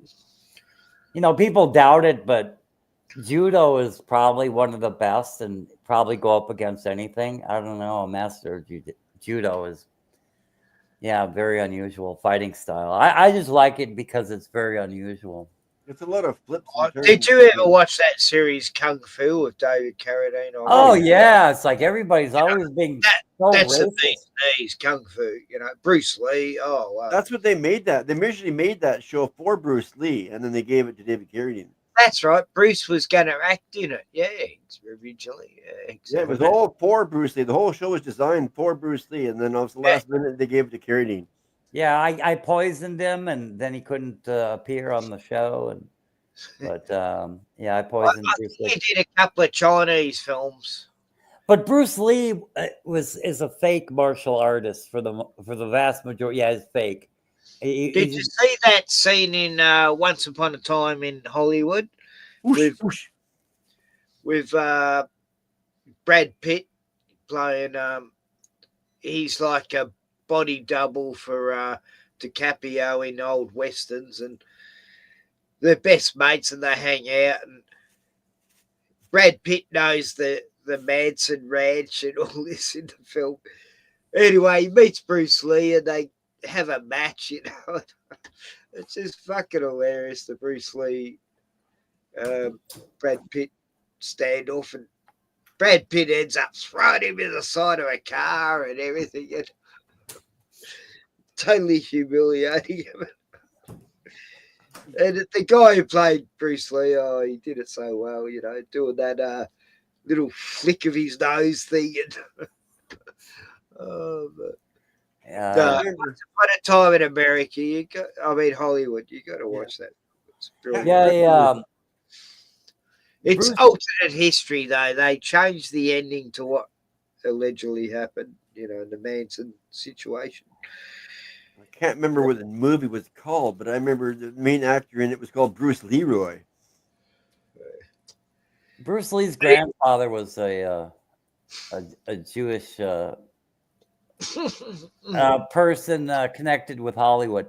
He had Hollywood connections, but Bruce Lee was in no way a real martial artist. I mean, he technically had a belt, but he was more for the Hollywood, and like he never went to competitions, only demonstrations. He was never in a real fight in his life that anybody can prove for a fact.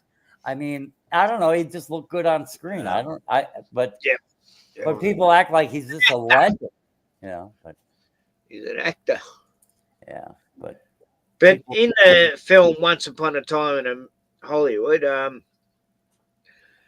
they have the Manson family. They're turning up to Polanski's house, but they get the wrong address, and they turn up at Brad Pitt's mate DiCaprio's house instead by accident. And Brad Pitt's got his pit bull over, and they barge into the house, gonna kill everyone there, you pigs, blah, blah. And then Brad Pitt and his pit bull attack him, and the pit bull just tears into pieces. The pit bull becomes the hero of the film. It's just brilliant the way what film? Once Upon a Time in Hollywood. Oh, okay. It's just such a it's like it's set on the time when the Mansons went into Hollywood and all this, the family.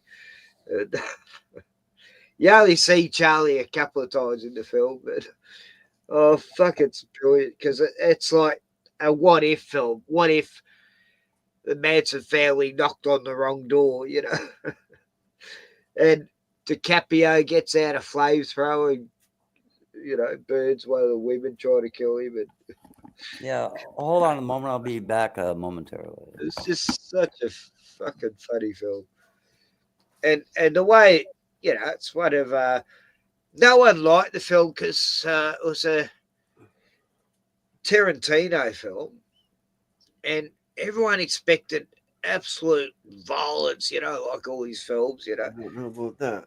And there wasn't any violence in the film, hardly, except at the end, when the pit bull's tearing people to pieces. There's a 5-minute scene where Brad Pitt's feeding the pit bull. It's just brilliant, like he's cooking up all his food. It's like a 5-minute segment in the film where he's just feeding his pit bull. Like, I loved it because it made the pit bull a hero. It's like, it's just beautiful film, and it's not talked about enough. It's like it didn't become as big as Pulp Fiction because there wasn't any fucking raping and violence, and I don't know. I mean, that film had some sick parts in it, but I liked Once Upon a Time in Hollywood because it didn't rely on violence, for the story as much. Oh, good. I don't know. I don't know about that, Gordon. I think it looks like he was actually a martial artist for real. Oh yeah, I heard he was all my life, but yeah, I don't know. Well, yeah, I'm looking it up right now, and there's nothing denying it. He has his own style. They claim that him and his son got killed because they were exposing the secrets of the martial arts. That could be. Yeah, I don't know. That was the biggest conspiracy at the time in the 70s, like in the 80s. Yeah. Yeah, when you try to look up the story, right away you get this banner saying Bruce Lee's grandfather was Ho Kong Tong. What, he only had one grandfather? What? We're talking about the other one. But yeah, because everybody has two grandfathers, unless there's some serious incest going on. But yeah, and he said, But he said that his European only came from his English maternal grandmother. And I don't know why they have to, it's like, oh, how to fight anti-Semitism. It's like, this is the first thing you get on Google. It's like, fuck Google. Oh, God. Oh, I know. I don't use Google. Yeah, I got to get another one, but I just got this computer. How to find out what the hell's that got to do with I it? only use Google to broadcast on Sandy's show and here because StreamYard doesn't like How to find anything else. anti-Semitism. Oh God, that's hilarious. Oh, so Crazy. it is. We've got these new laws that come in this year, anti-Semitic laws, and suddenly within a week, there's all these hate crimes on synagogues, and there's this caravan they find in the middle of nowhere in New South Wales, and a big bomb threat that they're going to blow up a synagogue, and it all turned out to be fake and a hoax, and there was no explosives on there, but they had the public believing that for 2 months, and I was called a hoax at the start. And yeah, the cops have said every one of these crimes that were committed seemed to be actual hoaxes, right? Wow. I mean, oh wow! And the only people arrested on 9/11 were arrested by street cops in New York, right? These cops are good, right? The only people arrested on 9/11 were Mossad agents. One in a van full of bombs on the George Washington Bridge. Some other ones were dressed as Arabs and dancing around, and they're all full of cash. They had thousands of dollars in their socks, and it's like, oh, we're just here to film the event. It's like, so you knew it was going to happen. So within a couple of weeks, they were all sent back to Israel. What is this? Normal street cops arresting Mossad I've seen the photos, Gordon. It shows them sitting on top of the building, watching the buildings go down. They're dancing on top of this truck, and they're partying on like, yay. And Jews, like what? Bruce Lee did have real competition fights. I can show you one right now. I know it's I'm sure it's like an exhibition, but show it. Yeah, go ahead if you got one. I got several actually. There's 3 in a row here. Okay. This is rare footage of Bruce Lee's real fight with karate champion that you never seen. Probably never heard of. Okay, bring it up, Slater, quick. Hurry up. All right. Okay. Remember how to do this. I'm looking for it in the private chat. It's not there. What the hell are you doing? I decided to look it up because, I doubt everything. Sandy's going to fire you if she sees it. You're not quick enough, mate. Come on. Oh, no, it's up. There you go. It's commercial. Of course. I love Sandy. She's awesome. I mean, what do you think of Noelle? She's funny. Like, you got to have half an hour for Noelle because she's got a lot of questions, and you need time to answer them. One punch. What? Look, come on, show this wonderful bean footage. Are you not seeing it, Ken? Not in private chat yet. No. I can make it big here. Did you put it in private chat or what?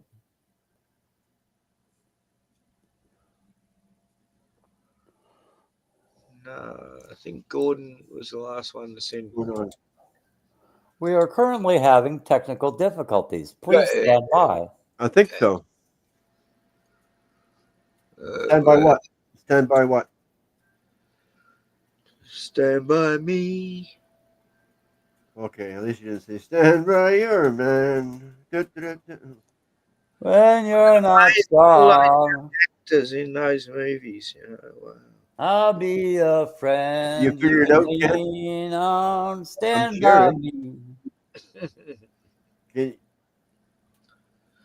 I've seen clouds from both sides now. What's up, Ken? Can you not get it up? Can you not get it up? I can't see a link turned up. No. Oh, hang on. Yes, yes. I was looking in the private chat. Sorry. Okay. I've got to remove something. What do I have to remove? Right. Okay. Now I can show it. Yeah. Okay. Now, oh, jeez, this took forever. Yeah. Oh my God. Hey, on standby. I think I'm getting it. It's yeah. Here we are. Hi. Oh, Yeah, this is. Tell me when I no. can hit play. Okay, now? Yeah, okay. There.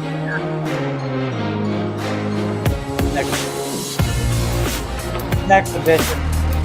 One of the most impressive moments is Lee's demonstration of hand speed. In one of his rare video recordings, Lee is seen punching at a speed almost imperceptible to the human eye. Yeah, right.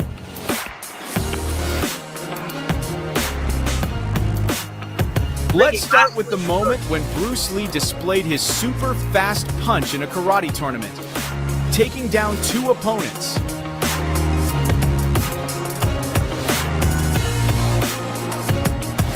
The first was a black belt karate master. Oh, with a punch from just 1 inch away, Bruce Lee sent this karate master flying back into his chair. Well, yeah, he's off balance. The second opponent was a young man in a shirt. This time, Bruce Lee punched from a distance of 6 inches. The young man was thrown even further, approximately 6 meters away. Could have killed him. Oh, yeah, easily. Break his ribs. Savage. Look at him go. In fact, Bruce Lee had a punch speed of 1/500th of a second, which earned him the title of the fastest punch in history. That's not very fast,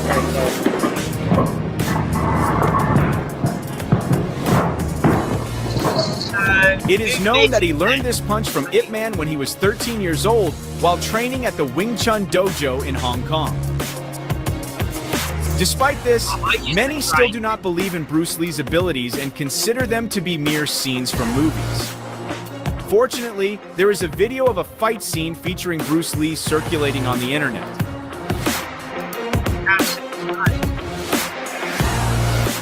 Yes.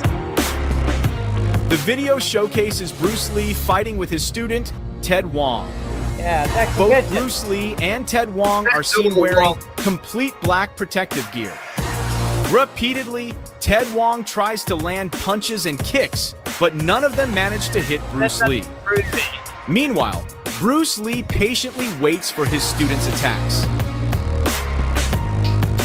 Chinese WWF.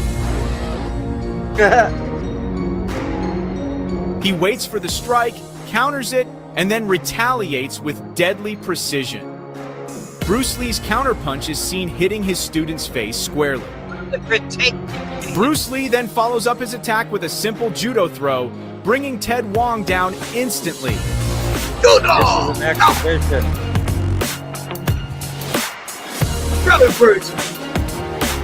After getting back up, Ted Wong tries to attack with a spinning kick. But once again, Bruce Lee easily counters it. From this fight, we can see that Lee also mastered and incorporated grappling techniques into his fighting style.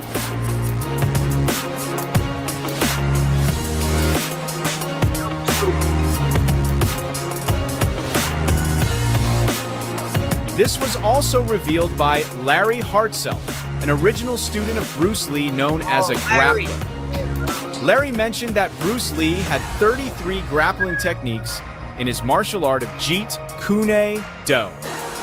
Additionally, it is known that Lee took lessons and often trained with other famous martial artists, such as Bob Wall and Chuck Norris.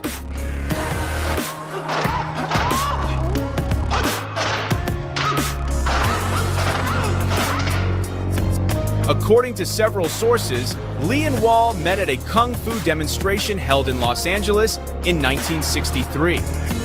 A few years later, they became closer and had the opportunity to... Hang on, I'll just stop her for a sec.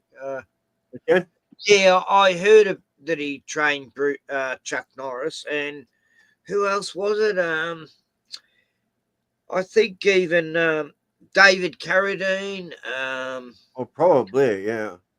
There was like 5 famous people who he taught. Yeah, he had his own style and everything. Definitely a thing back then, but yeah, for sure. It wasn't just an actor. He was for real. Yeah. I mean, you could tell by the footage he was pretty quick. And muscly. God, those muscles were just solid iron, you know. Well, there's schools that teach his style too, right? There's one down the street from me here. Well, when I was going to high school, you know, it was like the second year of high school. I learnt to fight because I was the only kid at school who was going to watch Bruce Lee films in Melbourne. And none of the kids at this Hicks school knew about arts, and I was kicking their asses. I learned how to take their feet from under them, and I was trained at home to fight all these Bruce Lee maneuvers. And it fucking paid off. I tell you. If you practice something long enough, I mean, you know, it could work. Oh, I was an expert with the nunchucks, you know, the old. Well, yeah, expert at what? Knocking yourself. That was one of the first tools. Expert of knocking yourself out.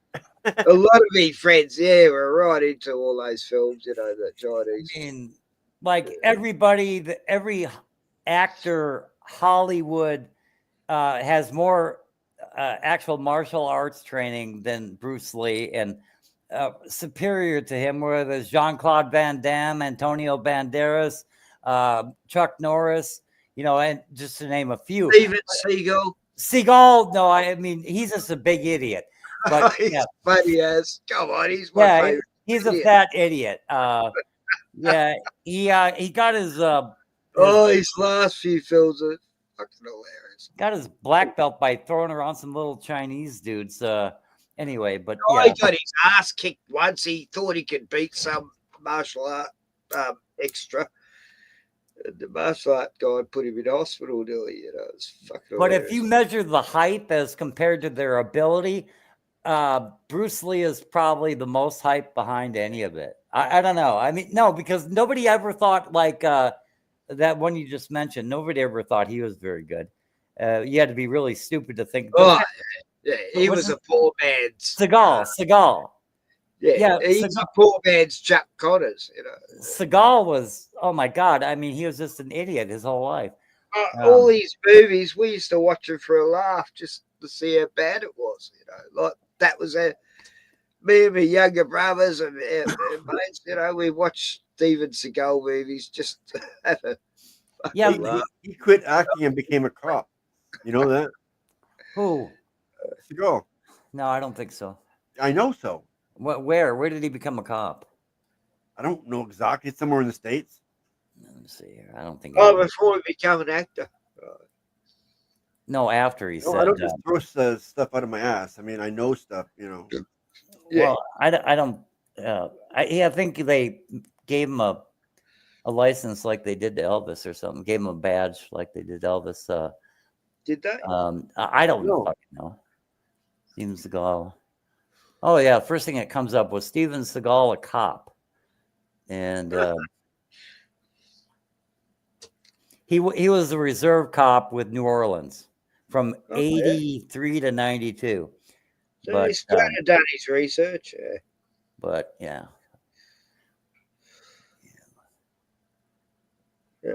He was a reserve. I don't just pull things out of my ass. I know they're true before I say them. But he was a reserve. I don't know. There's a big difference there.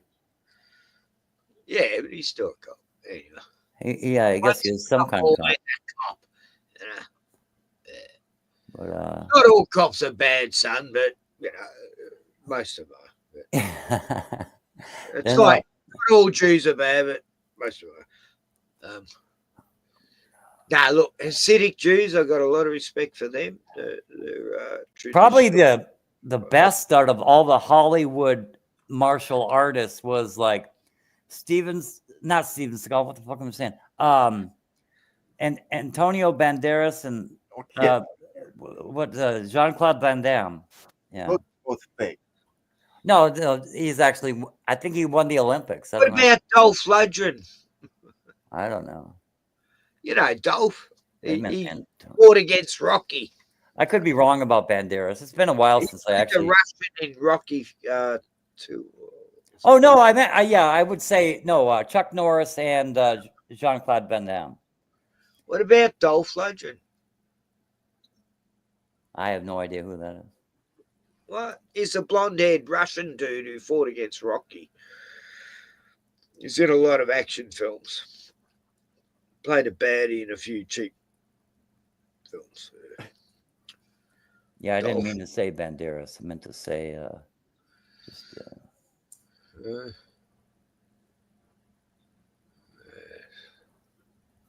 yeah, if you pay enough money, anybody can get a black belt. Really, that's pretty much a thing. You know, it's like you can. Look, I gave myself a black belt. You know, I wore a white robe and put a black belt on, and yeah, official black belt. Yeah. Well, people would see me and walk across the street and then just can you do the form? Nah. I think like if Bruce Lee was in MMA, like at the peak of his form, if he's in current MMA, he wouldn't lose all of his fights, but you know, more than half. Anyway, you know, you're talking about a hero, man. I don't. Yeah, I don't know why he's got a hate on for Bruce Lee. I mean, like. Yeah, leave my Bruce Lee alone. He saved me at school. You know, I learned off Bruce Lee, and I learned to fight good. And He said he didn't fight in tournaments, and I proved that he did. What? Those were exhibitions. Everything you showed was an exhibition. They said that, or they're students, and it wasn't a real combat. I mean, they're trying to, I don't know, maybe help a school of that other guy, or you know, that was one of his students supposedly. But everything about his career was Hollywood, and you know, he was credentialized. But Bruce Lee really wasn't anything. Oh, we got to pull that back up again. He missed it. He wasn't. No, I saw everything you showed me. I've only put a few hundred hours into looking into Bruce Lee and his so-called career as a martial artiste. You know, I don't really. 1,000 hours in. I don't really need to like. I can't prove he was to myself, so there's no real use talking about it. Really, I mean, I'm not gonna. There's no way I'll change my mind. You'd have to really show me footage I have not seen before. You're being racist because he's Chinese, right? Something like that, yeah. And there's a few books. There's a few books about like these supposed beefs he had with other martial artists, and they went and got into a fight. And Bruce Lee mopped the floor with them, but you know, in retrospect, people look at it and say, "No, it didn't happen. It didn't happen." Didn't he become friends with Clint Eastwood and Cognitive dissonance. I think Charles Bronson. It's called cognitive dissonance. What you got? In other words. No. Yes. What is that? What is cognitive dissonance? You What? don't know? Oh, I know. Do you? You define it, and then I'll define it. I'll give you the real definition. Obviously, you don't know. Oh, I do know. That's when you hold two conflicting ideas, one in either hand, and believe them both, even though they contradict each other.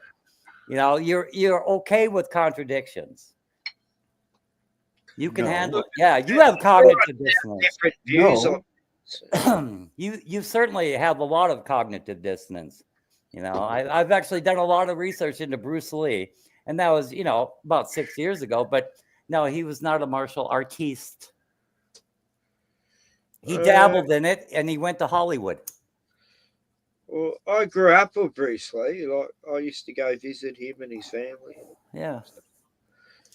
But so I know it's where someone can show you a mountable proof of something, and you still won't believe it. Those were exhibitions, and some of them with his students, you know. And that's cognitive dissonance. It's yeah, like, I can show you all the proof in the world, and you'll deny it. Well, that's not all the proof in the world. That's been analyzed very closely. Bruce Lee may have never been in an actual fight in his life. Certainly not close to any MMA or something without a lot of padding, you know, so nobody accidentally gets hurt. But no, it's doubtful he was ever in a real fight in his life. It can't be proven if he was. You know, That's the two big. I mean, He had two big beefs with other martial artists, and then people came out later and said, "No, it didn't happen." But you know, like that's okay. You're allowed to think that. I think otherwise, but Yeah, exactly. I'm with Ken. but no, I don't think he's all acted. I think he No, could. hell no. He knew. I do believe he could fight. He knew more martial arts than I do, but not much. You know. I don't think anyone could actually beat him in a fight ever. Come on now. He had special monkey magic powers. There's no doubt. And he probably had, you know, other Chinese demons helping him, like Pigsy and Eelsy. And I mean, if they're standing there with their feet side by side, and of course, a 1-inch punch can put you back in a chair. I mean, my God, if he was standing, you know, with his legs apart, you know, one facing you, you know, leading with the left or the right, he's not going to fall back into a chair with a. Look, there's lots more video, like clearer and everything of it. Yeah. Look, when I used to hang around, I used to take all these Super 8 vids of him fighting, and now I've lost it all. Damn it, I can't prove anything. But yeah, I used to record them on my VHS. no, my best friends, Chinese family, my ancestors grew up with here.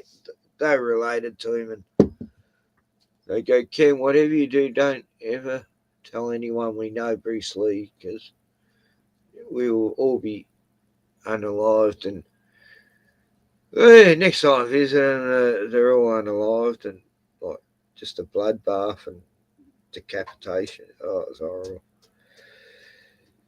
But, you know, anyway, triads and shit. I don't know. What do I know? I've lived on the edge, and now I'm at the end of the world. And the end of the world as I know it. Anyway, what music can we play for a break? I've got The World's Not a 12 by Scott Level Realm. Have you heard that song, Gordon? The World's Not a 12. I'll just punch it in here on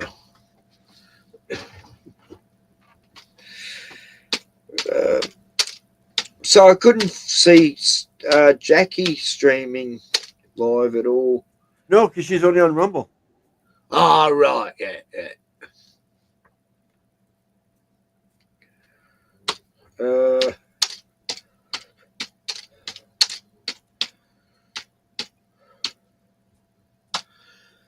Yeah, she kept getting copyrighted. It's not come up. Yeah. And I guess she's got shut down for 2 weeks, probably, I'm guessing. Happens to me all the time. Yeah, you know more than I do then. Yeah, like 2 weeks, something like that, right? Yeah, normally 2 weeks. And then she'll be right back doing the same thing, waiting for her next one. I see, like, she shows vids if she sped it up, it wouldn't get copyrighted, but she's still learning. Yeah.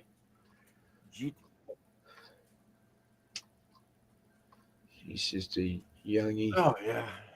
Doesn't matter what evidence you find. He's not going to. No, it's not coming up. Scott Level Realms song isn't coming up. Oh, God, you fuckers. I'm subbed to him and it still won't come up on his. This is weird.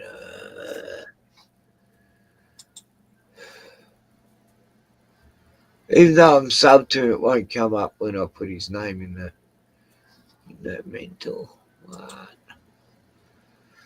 This is insane. Wow. I just got a notification from Facebook. I don't know why. I've got to somehow work out how to turn that shit off. Hate Facebook. I only have it so I can contact friends, you know. Gordon, you should join Facebook. You can talk for free on there. Yeah. Phone call, video call. Yeah, that's really good about Facebook. That.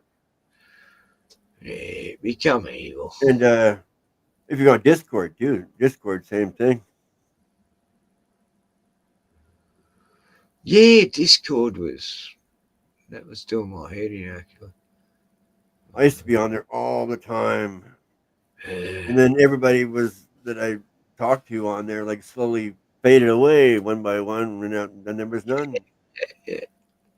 I was there when this Kev Baker, there's a community there, and then when he died, I sort of lost interest. Actually, there's still 2 people on there that I say hi to just now and then when I remember. But they're not on regularly anymore either. But, you know. Do you know Algorithm? He did a stream the other day. It was on Rumble, I think.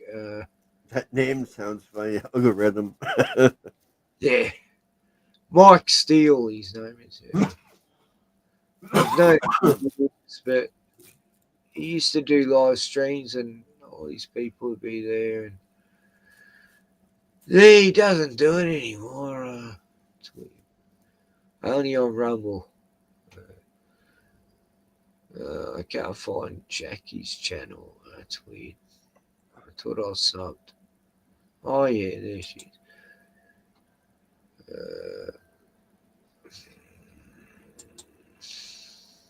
No, not live streaming.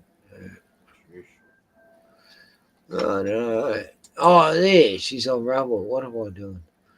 Yeah, see her name there in the chat, Jackie Mitchell 32. Yeah. I haven't got Rumble on this browser anyway, so. Oh, well, then how could you find her?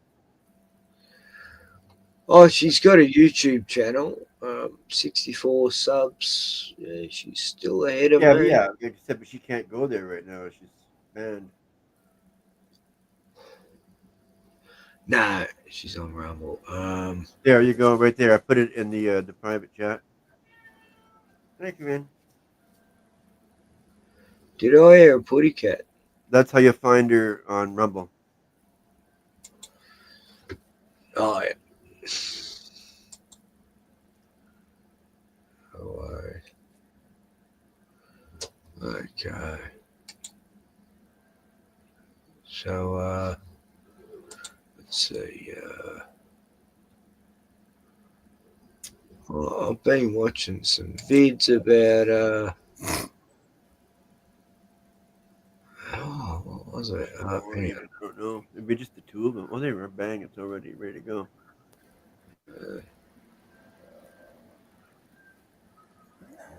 What I watched Dollar Effect. Five Eyes watching. Don't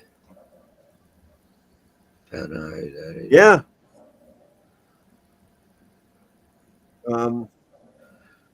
Yeah, Sandy and Jackie are over there on Rumble. Oh, yeah. Yes. You hear her? No, I'm not there. No. Oh, Boy, there's something they can hear in my mic right now. What's this one about? Hang on, I just checking out my history. Weird stuff on phones.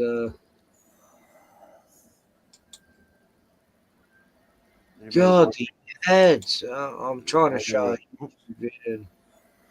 Friggin' ads. What is your problem, Kevin?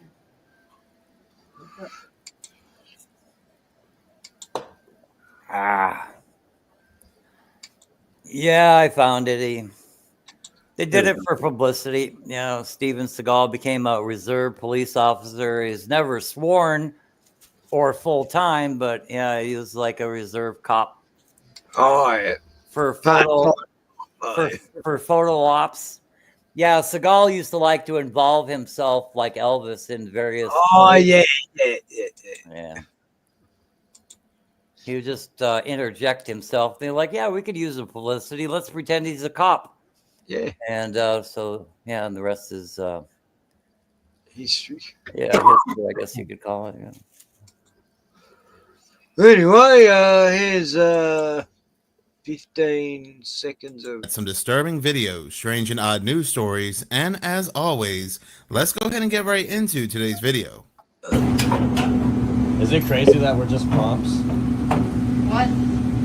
Is it crazy that we're just prompts? No, not really. Someone out there like just prompted one sentence. Now we're alive. Is that not crazy? It was. Yeah, it is. I blame that person. I now have to pay taxes. What makes this very first video clip disturbing is the comment section of this video.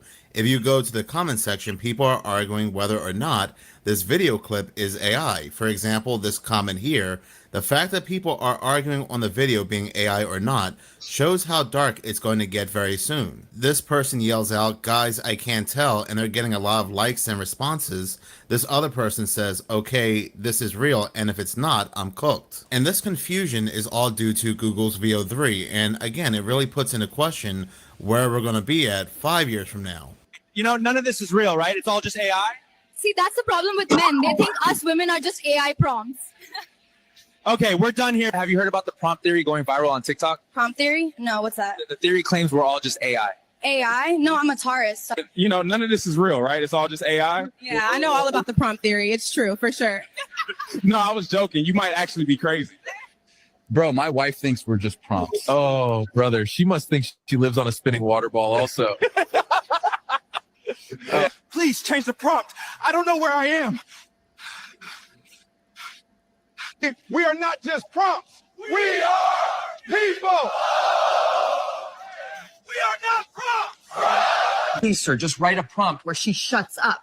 Bro, that got met. Change the prompt to where we never met. Please.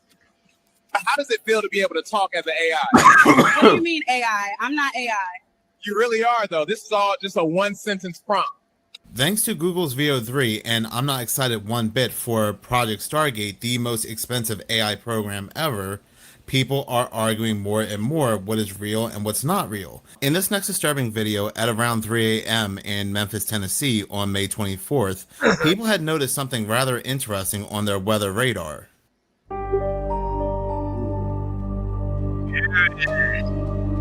So, yeah, that was weird, eh? There's all this new theory where prompts, you know. That'd back up Jackie's theory, you know, about us being just, we're all just programming. Yeah. Bullshit. Well, you might be able to meet someone in the future and they'll come on your live stream and you'll swear they're real and they're not. Not at all. There'll be an AI from the future that's able to hack into the past computers and go, yeah, I'm your sugar daddy. And Ken will be real, but the only people that will get pushed over to his channel will be AI bots, and Ken will think he's talking to like two people by the name of Gordon and Splatter, and they'll just be AI. Well, they're doing that on Facebook. All these people are trying to sub to a Ken F. Rotman. That's not me. And they keep going, Ken, have you started a new channel? Nah, that's fucking fake. And they got all these friends that I know as, like, I've called the channel and it's pretend it's me without an avatar. You know, that's always us. But I've been getting other friend suggestions from friends I'm already friends with, and never an avatar. So you instantly know it's fake, you know. This is other Ken Rotman, and I swear, like yeah, he hates dogs, and it's really weird like that. And yeah, he's like me alter ego. Yeah, right. Yeah. I've got to kill him. I've got to cut his head off. It's the only way. Yeah, but he's pretending to be you. But like, I know he's evil. He does the opposite to me, which is he wants to take over the world and become Prime Minister of Australia. Whereas I could have done that, but I'm not evil. So. And he loves Dan Andrews. It's really crazy. Yeah, he is Dan Andrews. He's cloned from me. Like Dan Andrews, he's only been around for like. But do you like the amount of water that they have to constantly run from the ground and then back underground to run through these computer systems just to keep them cool, you know? And I mean, it's outrageous, really. It is. I mean, oh my God. I don't know. It's like, you know, and we're living in a nightmare roller coaster kaleidoscope of terror that we cannot comprehend. It's just a nightmare beyond comprehension, and you know, I'm out. Okay. Anyway, on that note, but they are so. On that note, I'm out. You know, good night, everyone. Thanks for joining. No, I'm not really.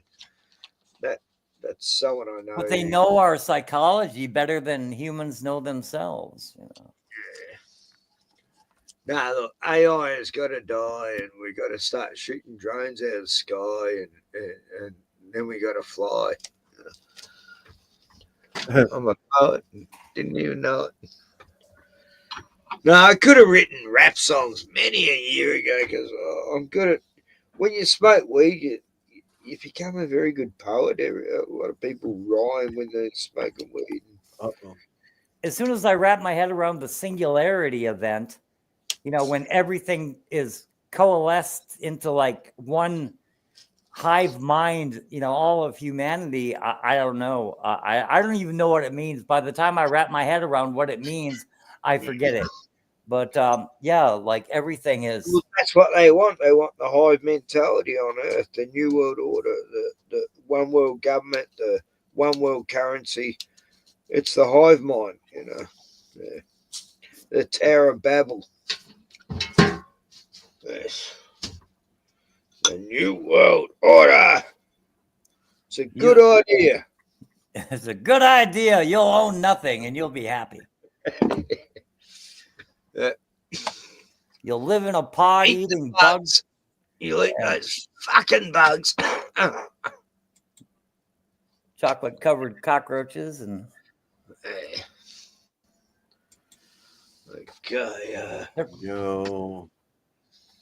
They're crunchy, very crunchy. Look, I've eaten witchetty grubs before because the indigenous people used to eat them, and I fried them on a barbecue when I was about 11 years old, and we had them, and they tasted nice. Actually, I was really surprised, but now the thought of it, I don't think I can do it. Everyone here has eaten the fecal matter of E. coli bacteria. Everyone here has done that. Yeah, we, you know, we're always breathing in insect. But I mean, you know, you've had saccharin. You might have grabbed a bottle of soda that you're familiar with, and then you find out it contains saccharin, and saccharin is the fecal matter of E. coli bacteria.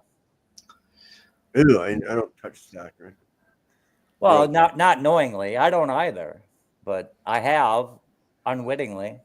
Well, there have been extraordinary scenes in Berlin tonight as thousands of people gathered to hear Barack Obama deliver key foreign policy speech on his current European tour. Democratic presidential hopeful laid out his vision for America's place in a new world order, saying he was speaking as a proud citizen of the world, of the world, of the world. It is a big idea. It is a big idea. A new world order. It is a big idea. It is a big idea. A new world order. Have you ever taken a moment to second guess the Masonic Order or the IRS, the Carlisle Group and the CFR, the Bohemian Grove and others so bizarre? The rulers of the world operating in the shadows. Oil, throw the leader in the gallows. Land of the free man, it's land of the fascists. Have a little taste every time you pay taxes. The fact still remains, slowly see the change, keeping you in line as they tighten up the reins. The boogeyman's to blame for a global mainframe, then they'll kill 80% when we see the end game. Such a shame, it won't stop. Eyes wide shut, listen close to my words because it's time to wake up. It's time to live free or die. See through the lies, it's time to save this republic. Stand up and rise. Have you ever taken a moment to second question? Found yourself entangled in evil deceptions. Uncover the truth to infernal dimension. A group of elitists with demonic intentions. It's time to pay attention to the world unveiled, hidden in plain sight with grim details.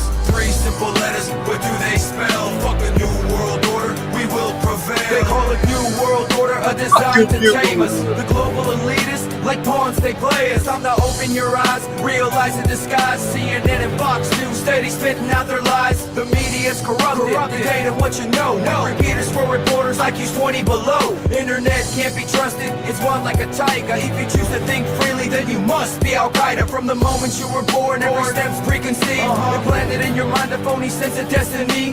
Giving up your freedom for fake security. Got the whole world tripped with RFID. Have you ever taken a moment to second question? Found yourself entangled in evil deceptions. Uncover the truth to infernal dimension. A group of elitists with demonic intentions. It's time to pay attention to the world unveiled, hidden in plain sight with grim details. 3 simple letters, what do they spell? Fuck the new world order, we will prevail. Republican and Democratic presidents alike, from Harry Truman to George Bush, said, and it's a phrase that I often use myself, that we needed a new world order. And people better understand that they mean exactly what they're saying. It's a new world order they're trying to create. They're trying to do so not only without approval or consent of the government in this country, but despite the popular will. This is a straightforward assault by the elitists in this country. Have you ever taken a moment to stand up and fight for liberty and freedom, bringing darkness to light? Defend the Constitution and the Bill of Rights. Make them feel the wrath of God when we stand and unite. Ignite a revolution with noble persistence. Feel the retribution of the global resistance. Divided will fall and get lost in the distance. United will prosper with continued existence. Resist the New World Order and the NA.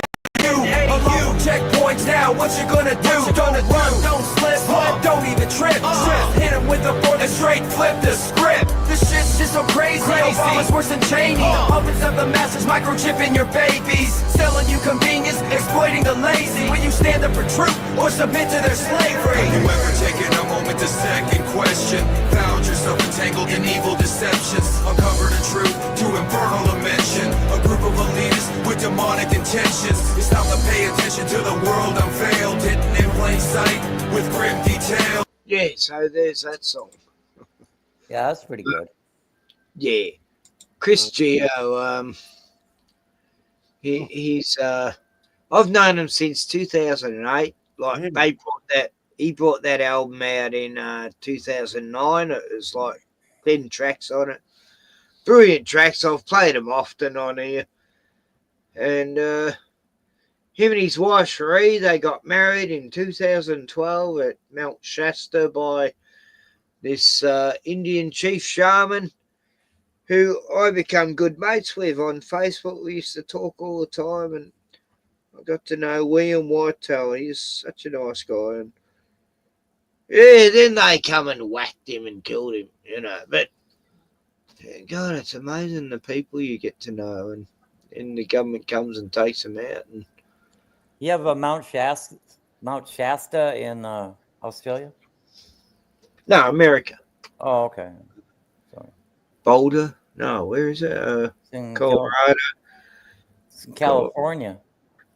Colorado. It's in the Cascade Range. It's California.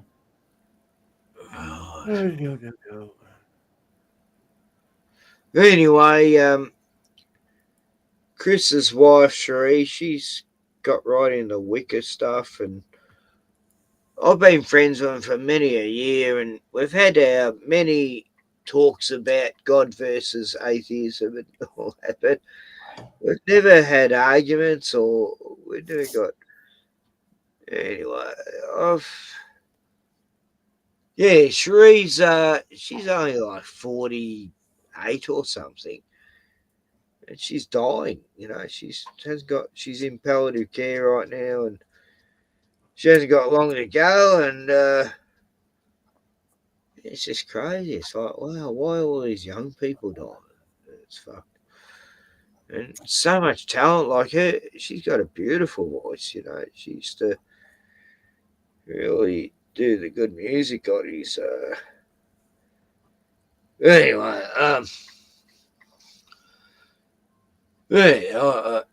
pray for Cherie. She might get well. You know, she's. It's just such a shame. Someone so young. You know. New World Order. 3 simple letters, what do they spell? Fuck a new world order, we will prevail. Have you ever taken a moment to second question?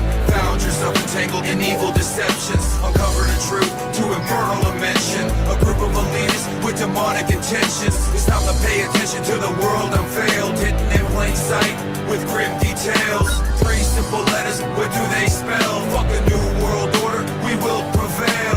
The people of the planet are free. We are here with a new Declaration of Independence, a declaration of free people on back when Alex was popular. the planet Earth. We do not want your American Union. We do not want your European Union. We will expose the global crime syndicate. We will expose the New World Order. The truth of your world government has now been exposed. Has now been exposed. Has now been exposed. Yeah, exposed shit, Alex, you Jewish plant. He's admitted he's Jewish. He's admitted he's a Mason. Anyway, he's what it is, isn't he? Right? So, yeah. But, yeah, I'm very sad to hear that Cherie's probably haven't got long to go. I'm trying to find some nice music. She did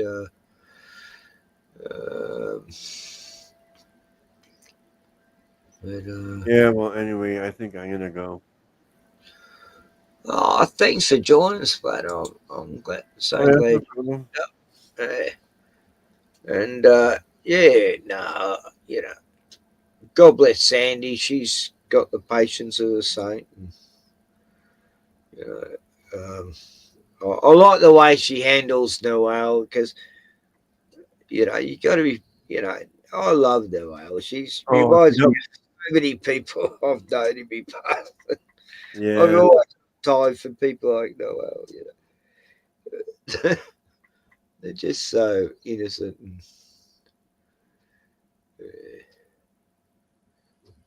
and you know, of course they got lots of questions.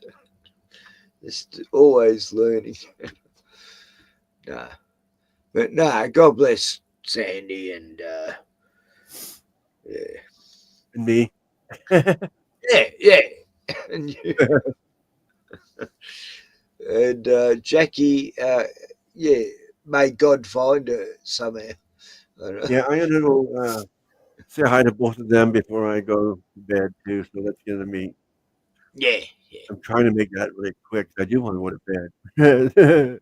Oh yeah. No, you need to sleep. Don't, you know. I've had a few late nights lately, and yeah, as long as I don't let Jack get started a conversation, just pop in there and say hi, good night, and then leave again.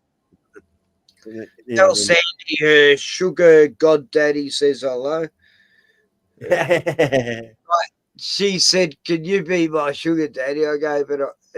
How rich are you, Ken? I go, I'm broke ass, but I'll be your goddaddy. You know? Yeah. She's so anti-God. You know? It's sort of I just heard them mention me on there, so I pop in now and I'll be like, I'm popular. No, she cracks me up. I mean, I've known a few lesbians that It's like- no, she's okay. She's still learning, you know. I don't blame her for being so confused all the time. Just how she can talk and talk and talk and talk. It doesn't seem like she breathes even. She's dazed and confused. Yeah, don't let the Mandela effect get to you anyway. Yeah. Like, when do you breathe when you talk? I just hear you talk. Yeah. I don't hear any breathing. Breath. Yeah. Nah, she's a Queenslander, so you know, gotta excuse her. Anyway. Yeah. Yeah, so no, Next time. Next time you're gonna show, let me know. Is that mine? Yeah, I'll be more prepared. This was a spirit of the moment stream, and I wanted to catch up with Gordon, and I was gonna not stream ever again after I had Puck Elf abusing me for like an hour last stream. And it's like, yeah, I keep finding the psychopaths, and I know why. And Yeah, out of nowhere, he's like, "You're gay, Ken." It's Yeah. like, where the hell did that come from? What the fuck? I'm not the 42-year-old virgin here. You know? Just out of nowhere, he's like, "You're gay, Ken." It's like, where the fuck did that come from? I forget what you were talking about. Just out of fucking left field, it's like, It's like okay. nothing to do with science or space or you know. I don't know. It's like just totally Richie from Boston I digress. Yeah. That's fucking hilarious. Nah, he's obsessed by that shit. He just came to realization tonight or something like that. Oh no, he's the most unself-aware person I've known. I think. Yeah, really. No, he was trying to get on earlier, but no, I'm not letting him on anymore. He's just too toxic, and he's scared to get away. And yeah, Buck. Women. He behaves himself in Yeah, Spanish they chat go, so far. You know, he'll threaten to kill women and their cats, and you know, stuff like that. You know, like, he's not. You got to be choosy when you have him on. You know, like yeah. Yeah, Well, we got lots of mods on there, so yeah. He was gone for a while. And the first Right. thing, Found his way to Sandy's. I've been meaning. Can you tell Sandy if Puck's there, just keep a close eye because he will turn into a porn show or something. He would talk about his dick or something. you Oh, know? I do that. That's my job on the show. I watch the chat and first. Yeah, stuff no, like that, keep it off. If he turns up, actually kick him off straight away. Don't give him any reason. Well, he does that if I show up when he's doing a live stream, he'll kick me. He off. hasn't been like weird yet, so I watch for it. Yeah. No, I noticed that. I was going, well, he's behaving. As soon as he himself. does go weird, bang, like he's gone. Yeah, just shoot him in the head with a strike. I don't mean literally, yeah, just burn him at the stake like the Wicker Man. Anyway, no, okay. Oh yeah, just do the what do you block him for like 24 hours or something like that? Yeah, I was blocking him tonight for like 10 minutes. Then I gave him 3 minutes. I just kept tiring him out just for fun, really. Just for fun, yeah. It's like,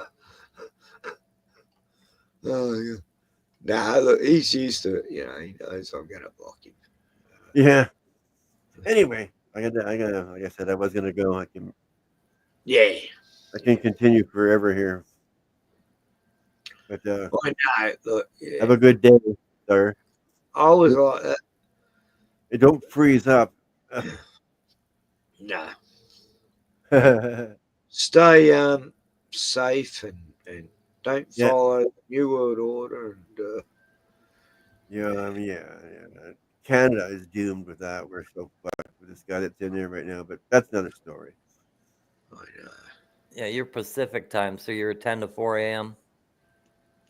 Yeah. At least you haven't got It's 10 Trudeau. to, it's 10 to 5. At least Trudeau's gone. Oh yeah, 10 to 5. Oh, wait a minute. Yeah, but this next guy, Yeah, he's yeah. worse. He's Oh straight yeah, out- they replace him with someone similar. You know, that's what's happened in Victoria here. Oh, the bastards! Yeah, like I said, this guy's right out of the World Economic Forum. I mean, Yeah, that's sus straight away because. and he's a friend of the king. Yeah, and he got in on a very suspicious election, and now it turns out that he's friends with the king. Like, Oh wow! Now, if anyone's friends with the royal family, like Jimmy Savile's and whatever they want, they're gonna get. And he wanted to be Prime Minister of Canada, so there he is. yep. Hey Charles, can you do me a favor? I want to rule. Yeah, that's what happened because the vote was going for the other guy, Pierre. Everyone wanted to change and Pierre, but we didn't get Pierre. Votes don't count anymore. They pretend they do. But, Yeah, it's all a show, but you hope it's real. You try. yeah, there's always hope. Yeah, that's I don't know. Whatever. I'm just glad I'm old now and I don't have to live much longer to this shit. I mean, worry about politics for so long, and then it gets boring. And Oh, my biggest fear right now is being taken over by the states and losing my Medicare and all that. yeah, that's the only thing that keeps me alive is that I got a pension. Because right now, I mean, like the government pays for my rent, they pay for my everything. Yeah, my government will buy me crack cocaine if I move to the right city. And yeah, here I'm. Yeah. Yeah, and I can do that here too if I wanted to, but I don't know. No, thank you. I can get free heroin too if I wanted. Oh yeah. Yeah, I don't doubt that because where's mine? Oh yeah, look what So we you're got. kind of like Seattle, but a lot bigger, or what are you like Portland, but a lot bigger, or I don't know, San Francisco, but a lot bigger? I'd say San Fran. Yeah. Okay. Because we got the same sort of a bridge. We got the Golden Gate Bridge. They got the no, they got the Golden Gate. We have the Lions Gate. Look what the government gave me. This is called controlled drug. I'll show you. I'll show you what it looks like. There we go. Look at that. What's an edible? Yeah. It's an edible. Yeah. How many milligram?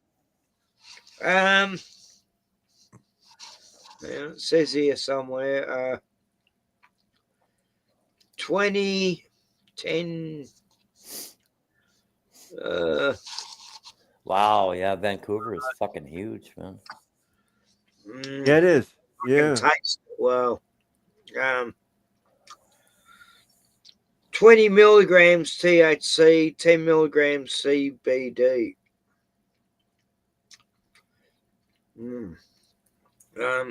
Yeah, we're the second biggest city in Canada, next to Toronto. We'll never catch up to Toronto.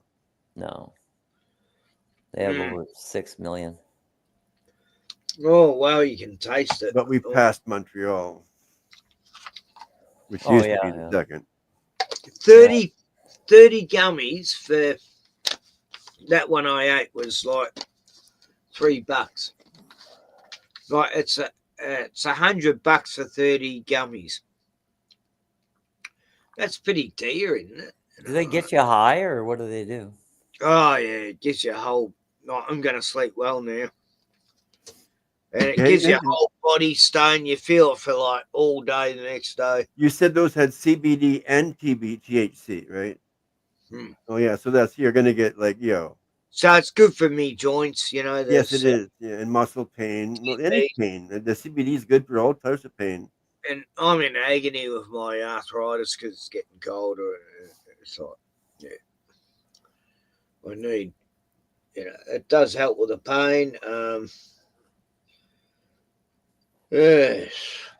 Anyway, I'm going to get some cocaine tomorrow from the government to help with more pain. And Yeah, sure. but it is funny how I've got this from the government. Thanks, Gov. I got some nice weed. It's from Tasmania. Look at this bloody mud. Well, they're talking about in America that they're putting a lot of fucking weird shit into the fucking marijuana. This is guaranteed to be natural by growers who've grown naturally for years. I hope it's real. Sativa. That's just a sativa. It's not a skate. I go back and forth all the time from sativa to hybrid to indica. I want to try indica next time. Right now, I have indica. It's called Fire Breath. Gordon needs THC oil. No, do I? In capsules by the dozens. I took some of that. What was it? I don't know. It made me paranoid over everything, dude. I was like, Gordon wanted to shoot up the town and everything. No, I'm joking. Yeah, I was gonna climb a tower with a high-powered rifle, and it was, we're gonna kick this shit off something proper, It's like, oh. Most people when they have THC, they're calm, relaxed. But not good. You the first couple times you want to laugh at everything. You want to laugh and you want to laugh, and you're gonna keep laughing. But yeah, I had a lot of shit going on at that point. When I'm confronted with government officials that refuse to do their job, it makes me think the whole world is going to fucking hell. But it's a slow burn, really. It's a slow burn. It's not as bad as I make it out to be when I take that something oil. What was it called, Ken? THC. No, I took C something oil. What? CBD. CBD, but that's not. The CBD doesn't make you high; it just makes you relaxed. Yeah, I took that CBD oil, and I was fit to be tied. I was fit for a rubber room at that time, I think. Well, that just make him relaxed, and I don't know. I feel groovy at the moment, man. It just takes away your energy. I mean, I got so lazy when I went on the heavy CBD. Sergeant Pepper Club right now. Yeah. Yellow Submarines. But feeling no pain. Yeah, I think I want to try peyote buttons at some point in my life. Not PCB, but the peyote buttons. Yeah. Look, I gave Glenn one of these, right? He was spastic. He was wasted. He couldn't move hardly. And oh, really? He was like, couldn't stop laughing. And he had trouble making his bed. Like he had a bug out bag thing and took him like an hour to set it up. And oh, wow. Doesn't he smoke anymore? Yeah, he smokes, but this just set him. That just hit him differently. Hours. He was laying out on the that must be that would be the CBD part. Hours, and it was going frosty and everything. Look, he was lying out there on the frost, But he doesn't feel the cold like me. But the THC part. He's waking up a few hours later, go, "Oh, head was getting a little bit cold." Then he staggered back to the house to his baguette bag, but totally and he wanted to grab half of them off me and pay me $50. I go, no, I'm not doing that, mate. This is more prescription drug. Well, I'll give you one or two, Anyway, he didn't want to know about it after that, next day he's going, no, that just totally annihilated me. I don't want to know about that anymore. Anyway, it doesn't affect me much. We'll leave you guys to chat. I'm gonna go. I better let you go, mate. Have a good night or a good day. Yeah, have a good night. Oh no, actually, you rest can't well. leave. You got to stay for another couple hours. So. Rest well, citizen. No, that's okay. Thank you. Good night. God bless. Good night. Yeah. Jesus loves you. And then there were two. You too, Gordon. Anyway, we were playing music, but I'll get back on topic about what, demons? No. No, we didn't really have much of for a topic tonight, did we? Nah, I'm just making up a topic there. I have lots of topics. I don't know. Me mate David in the UK's put up a new video. Hang on, so I just got to share it. Yeah, David's good. I've known him for like 12 years, I guess. We started doing chemtrail video at the same time. He's over in northern England, and he's cool. He's funny as fuck too. Sometimes he's funny. Anyway.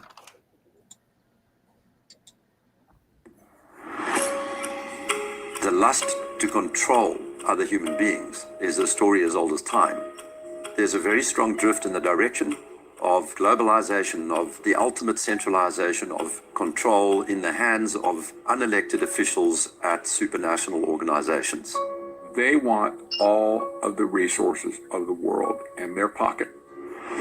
The bigger picture is that an attempt is underway now to collapse liberal democracy and replace it with global technocracy. This is Yep, we know that. Anyway, I'll show one of his funnier vids. Global corporate communist technocracy. Maybe that's a better way to say it. Global corporate. And my Dave's Doug, and I'm in fine singing fettle today, folks. It's Peabody, and I'm on top of the world and looking. Listen, he's funny as fuck when he does the Peabody character. Down on creation, and the only explanation I can find is that people won't look because they do not give a fuck. They're either deaf or dumb or completely fucking blind. Dumb. Ooh, look, folks. You can see the spray lines shooting across the UK. What the bloody hell's you doing, you daft bastard? And Dave's packed up his troubles in his old kit bag to be with his kids. And left me to it, basically. Said, Peabody, don't ask about, get some footage. Footage that people will need to show the truth and the proof that they are spraying this shit down upon us all, folks.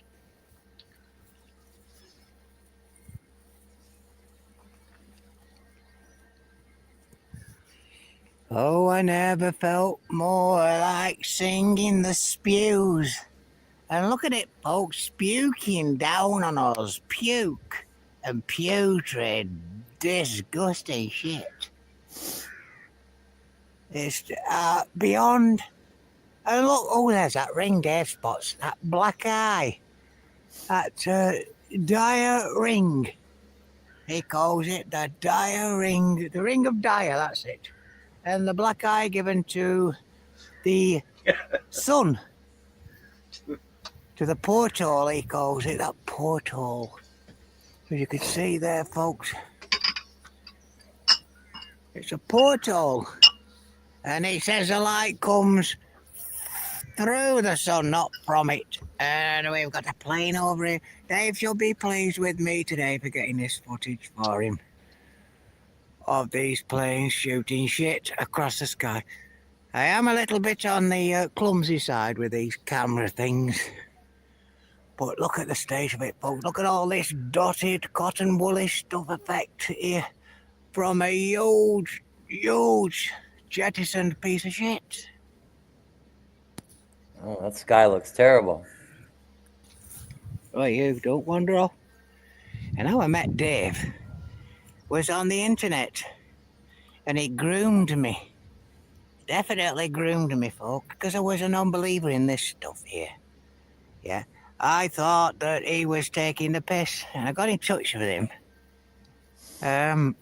to try and lure him in a trap so that I could prove that he was full of crap.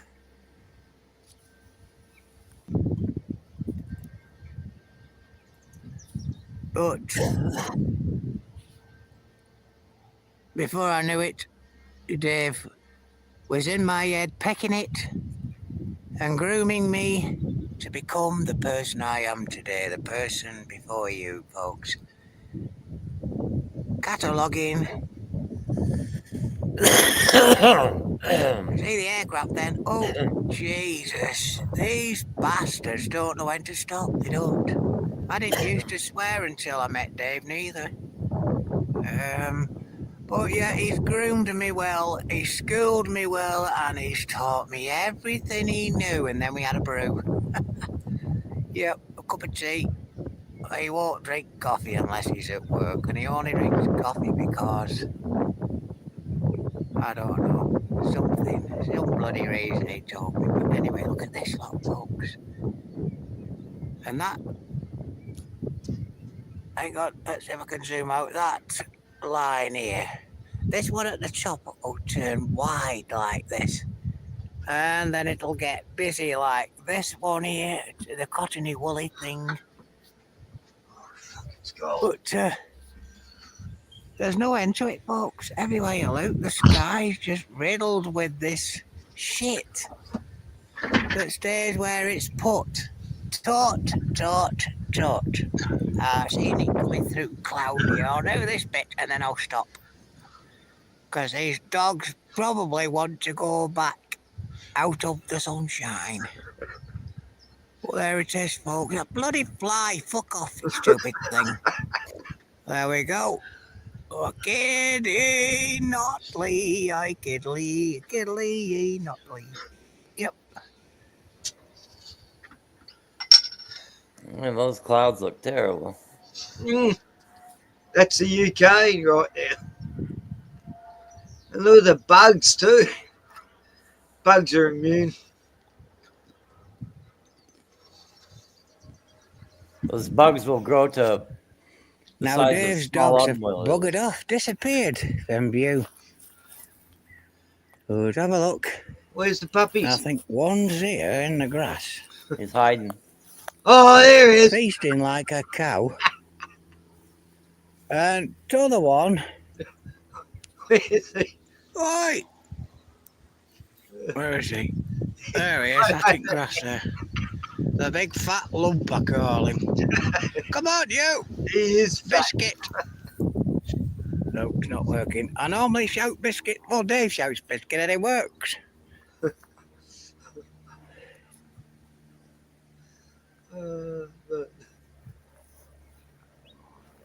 If ever I go to England, I'm going to visit Dave. He's just... I kid you not, folks. Gotta go.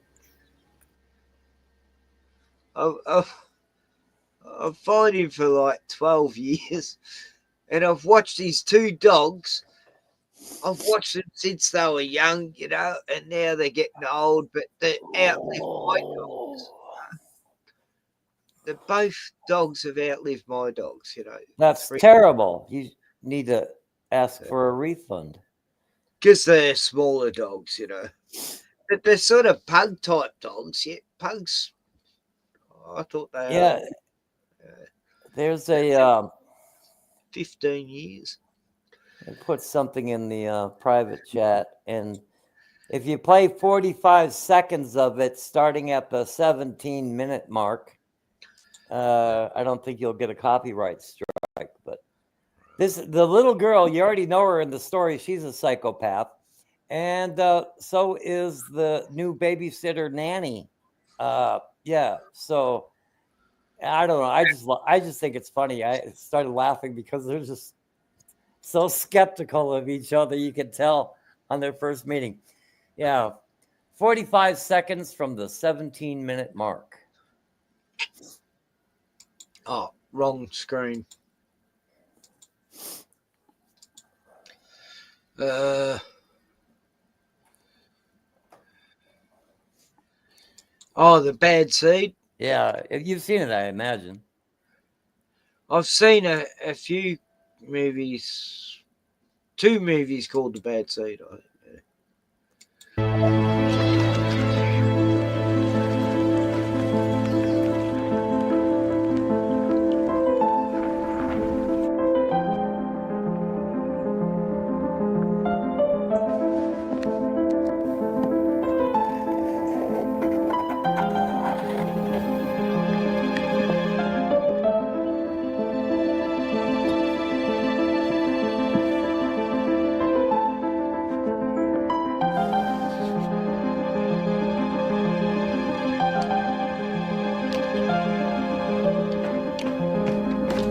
Breakfast and 5, Amber.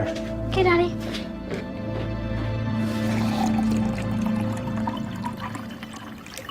I'm gonna steal one of these. Want some more eggs? What are you gonna do? Play the whole thing? Ellis showed us this year's citizenship award.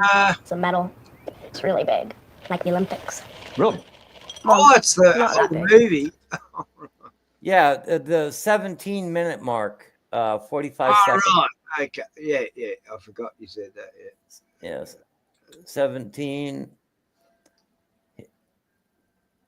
That's 4 seconds. Anyway, it just shows her from the window. What? 17-minute mark. What? You're at the 18-minute mark. Oh. There. Yeah, that's good. Started.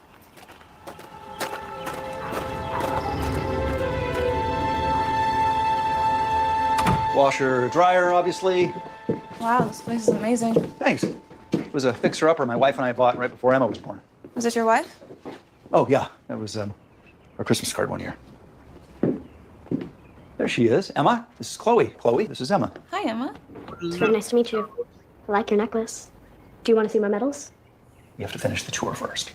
Anyway, emergency numbers here. All the keys go in that little place there. Right there. Fire extinguishers under the sink. We have a couple upstairs in the bedrooms. The stare down. Yeah, I don't she know. needs to play outside more. That kid, she's got a vitamin deficiency. I don't know. I think it's. I don't know. It just seemed more relevant. Like they both knew each other was crazy.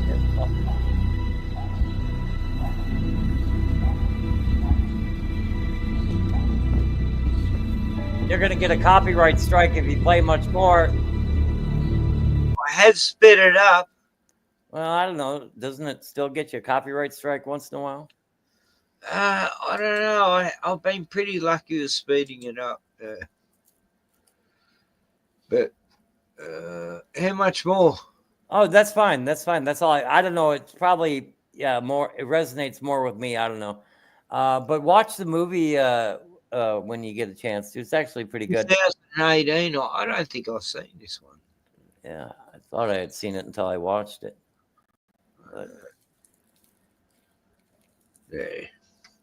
I remember that one with Macaulay Culkin, The Good Son or something. yeah, that's kind of a good one. Yeah, I like that one.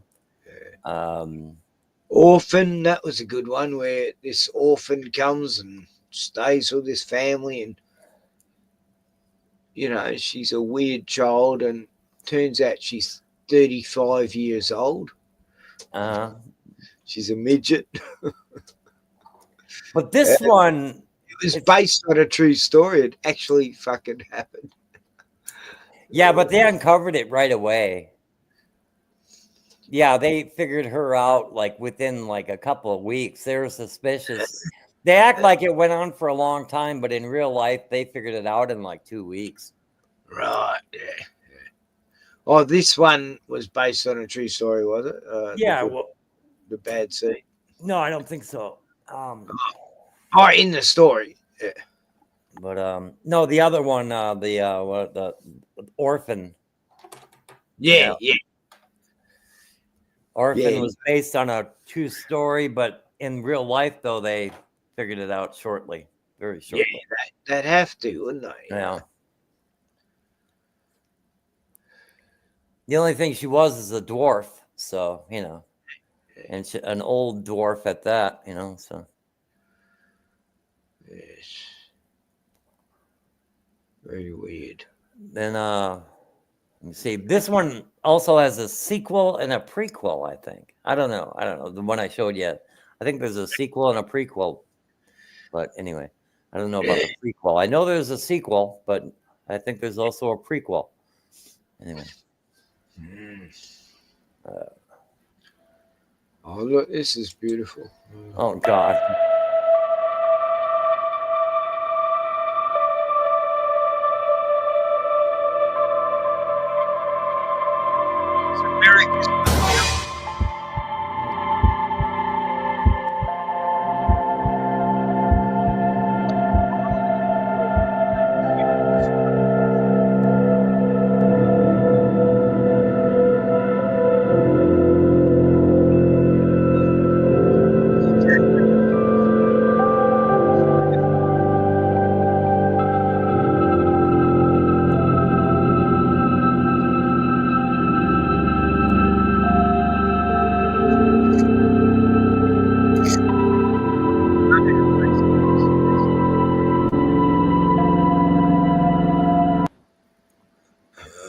What the hell is that? I don't know. What am I watching? It's just mental. It's AI bullshit. I believe it's AI, yeah.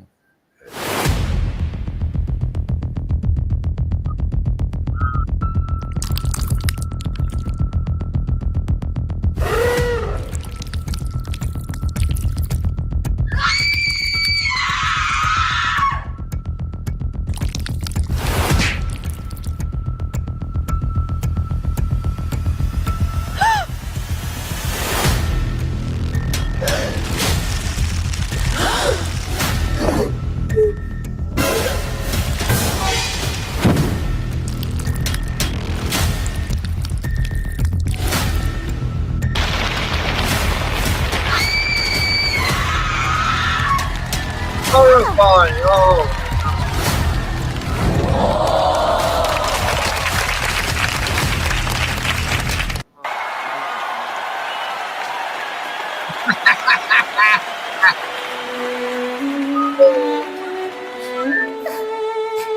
Good job.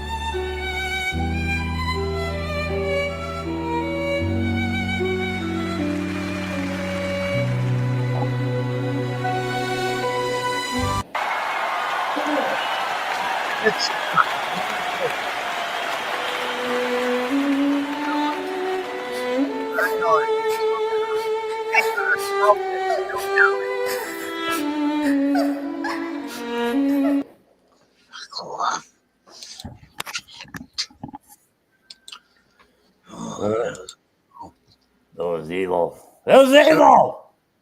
It was just satanic, AI seems to be embedded into hell, and it can't help but make things look weird and twisted. Yep. If you asked it to write Chat GPT to write a a nice story. It'd probably more likely resemble something out of a Stephen King novel. Yeah, Satan to be the nice guy and all that shit. I watched Beetlejuice the other day. Oh, yeah? I can hardly remember the first film. I think Michael Keaton was in it. Yeah, I didn't see anything after that. And I thought I remembered the film, but when I'm watching the sequel, I couldn't remember a fucking thing about the first film. And I don't know, I just hated it. It wasn't funny. It was like, why'd they even make this film? Sort of thing, you know. It was like, it was very non-eventful, and a bit of PDF file type vibes, you know. Like, here's Beetlejuice. He wanted to marry a teenage girl in the original, apparently, and he was in his hundreds, and you know, he's a demon, so probably in his thousands. But the second movie, she's like 30 and or 30 something, and she's had a child, and yeah, he's trying to get with a child. You know, it's like, what the fuck is Hollywood doing, or something like that. Anyway, it's just wrong. Well, 3 people were watching. Now it's 2. Now, who's lurking back there? I don't know. Somebody. Who the hell are you? Declare yourself, or we're going to send in the dogs. You'll get bit. Nah, lurkers will be jerkers. You know. Snitches will get stitches. You know. I haven't seen anything worth watching lately. I don't know. Cobbers get clobbers. No, like, it's far few between now. Like, I search on these sites I'm on and just can't find anything some nights. You know, it's like, well, what are we going to watch? Yeah, let's watch something entertaining. And no. It's all like, yeah, young people, if we go to the forest, still get their heads cut off, or you Ouija board shit, or Yeah, I watched about 10 minutes Invaders from Mars, and because I had already seen it, and then I watched a few of the highlights from Meet the Parents, and that sucks too. I've seen it before. The first time around is like okay, but that was 20 years ago or some shit. But, yeah, a lot of comedies, they aren't that funny as you remember them. You know, it's like I remember this being funny. It's a Mandela effect. and that let me see here. Yeah, I've seen nothing. Jeez. I was watching Tropical Thunder with me mate Sean. He was saying how great it was, and then we're watching. He goes, "Actually, it's not as funny as I remember it." Like, yeah, there's a couple funny parts, but yeah. I think Jack Black was in. I fucking hate Jack Black. If I told you how much I hate Jack Black. Only about 20 times, but I don't mind hearing it again. I don't like him either. Yeah, I hate Jack Black. He's a Satanist anyway. Wasn't he also in Cable Guy? Wasn't he like he that was Jim Carrey and some other dude. It wasn't Jack Black, no.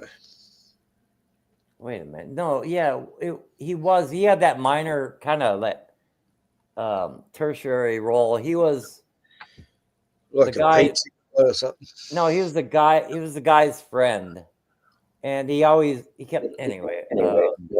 No, you're probably right. Yeah, I can't even remember when he got in the movies. Like, I remember just snuck his way in there somewhere. But I did like the Cable Guy. That was a funny film. Yeah, the first 20 times I watched it, I got a chuckle, but it's not funny anymore. I know the whole movie by heart. Yeah. Yeah, once you watch a comedy too many times, it's like the Monty Python films, you know. So many people, you know, after they quote the lines over and over again, and it's like, yeah, I know the line. Okay, you don't have to. Yeah, Jack Black. In Cable Guy, Jack Black played Rick. It was Steven's friend. Yeah. And he kept blowing him off, and then he asked him for help because he's having trouble with his insane cable guy. Yeah. I don't know. He just wanted a friend. He's a little bit clingy. Yeah, a little bit, yeah. It was a good film. As far as I think I liked Dumb and Dumber the first 3 times I saw it. It was kind of funny. I liked Pet Detective like maybe the first 3 times I saw it. You know, it's like, you know, but yeah, I hate it. Yeah, you grow out of the.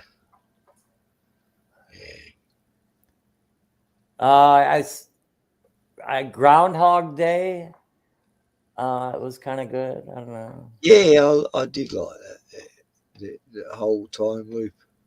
I watched it just to like try to count how many times he died or how many times he woke up, trying to count how many times he lived through the same day. But you lose count. I don't know. I kept losing count. But. That's a bit like Fall Guy. That was a good comedy. Because how would he learn to be like an expert concert pianist unless he did like, I don't know, a couple 100 days?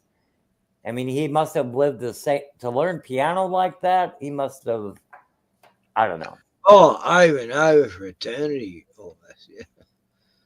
Yeah. Yeah, like the film Fall Guy. You know, he's an NC. What do they call it? MCP player. NPC, non-player character. Yeah. And he actually wakes up the fact that he's a non-player character, you know. And he's repeating the same day every day, you know, with all this superhero stuff going over his head and buildings crashing down. And he's in a video game, right? And he realizes he's actually... What's it called? The Fall Guy? Yeah. It's not called Fall Guy. Something Guy. I've got it on computer. Free Guy. It's called. Yeah. Free Guy. And yeah, he's a character in a computer game, and this chick who's playing the game, she helps him through it. And, yeah, you know, it's the old human falls for an AI character and shit. But, you know, it's sort of a Groundhog Day type situation where he's living the same day every day. And then there's another one, Boss Level. That's a similar one, you know, similar film. Yeah, they brought them all out about 2 years ago. They started bringing out these films. You know, pushing the NPC thing and ruining a computer game, a Matrix. Yeah, I like the movie Matrix until I realized they're trying to get to Zion. You know what I mean? So I don't know. Something about that part of it just really fucked me up. I don't like it anymore. Yeah, it was. The first one was good, but the next two were like a little bit crazy, a bit wacky, and too much robotics shit. And then like Planet of the Apes, doesn't he find these people living underground and they have like a nuclear missile or something? And yeah, beneath the Planet of the Apes. Yeah, it's like they let the apes, which is synonymous with black people, they let the apes take over. And yeah, so they went back in time. They lost slaves in Planet of the Apes, you know, all of these white primitives are being rounded up by the apes and slaves. And yeah, I mean, I don't care what anybody says. It's like a cautionary tale about what will happen if you allow black people to run society. I mean, name one country that they've done exceedingly well at running. Name just anywhere. You know, they can't run their own stuff. They cannot maintain, you know, modern society. They can't do it. They need like people to look over them in a paternal role, you know, before they can make it work, you know. I mean, the Brits, they gave, and the Belgians, they gave so much, like by way of, you know, trains and steam engines and train tracks and, you know, telegraph systems. And they, you know, here, have all this stuff. We're leaving. You want us to leave? We'll help you maintain it if you want. And before long, they stole all the copper and sold that. And, you know, everything went to shit afterwards. But they maintained nothing, absolutely nothing. And, but yeah, anyway, it might sound racist, but, you know. Yeah, so, yeah, the weather's crazy. And even the Indian population, they maintain their trains. You know, they're still, yeah. Do they? Yeah, they're still running trains in India that the Brits gave them, you know, like 50 years ago. I forget when they finally left India, but the Brits left them all kinds of cool shit. They're still running that stuff today, you know. Somebody, you know, right. Thank God for the Britannia. Yeah. Be in a lot of trouble. I guess I don't mind the Indians so much. I don't know, the whole pooping. Oh, I don't well with them, you know, they're pretty easy going. The whole pooping in the street thing is really yeah, it's terrible. I don't know how they they populate to the very extent of their resources. It's like, you know, I guess you know, the Bhagavad Gita or Vishnu or whoever said, yeah, just have children. Just have as many children as possible. Yeah, it'll be fine. And if you got poop, if you got a lot of poop built up around your house, just, you know, shovel it into buckets and dump it in the Ganges River. It's fine. It's fine. Don't worry about it. It'll be fine. But, yeah. No, it's not right, is it? It's a terrible world we're living in. But it's called Malthusian economics, where people tend to populate to the very extent of their resources, and then the resultant, you know, fight for resources, war, famine, you know, that results. I mean, it happens in like every civilization. In the West, they learned about it, you know, and they're actually a bit thankful for the bubonic plague, because it, you know, really eliminated a lot of excess populations. And then they're a little bit smarter when they, you know, started adding to the population again. But that killed, like, I don't know how many people died in Europe as a result of the bubonic plague. Was it like 100 million people or something? I don't know, 60 million? I don't know. Whatever the powers that be decided at the time. Yeah, right. But yeah, but it's funny. You'd watch all these population summits and, you know, World Health summits, and they'd never tell you what they talked about. Not really. They were talking about actually committing democide and killing their populations. You know what? You know, but what they told everybody is, oh, we'll just make more food. Oh, we'll just create better medicines.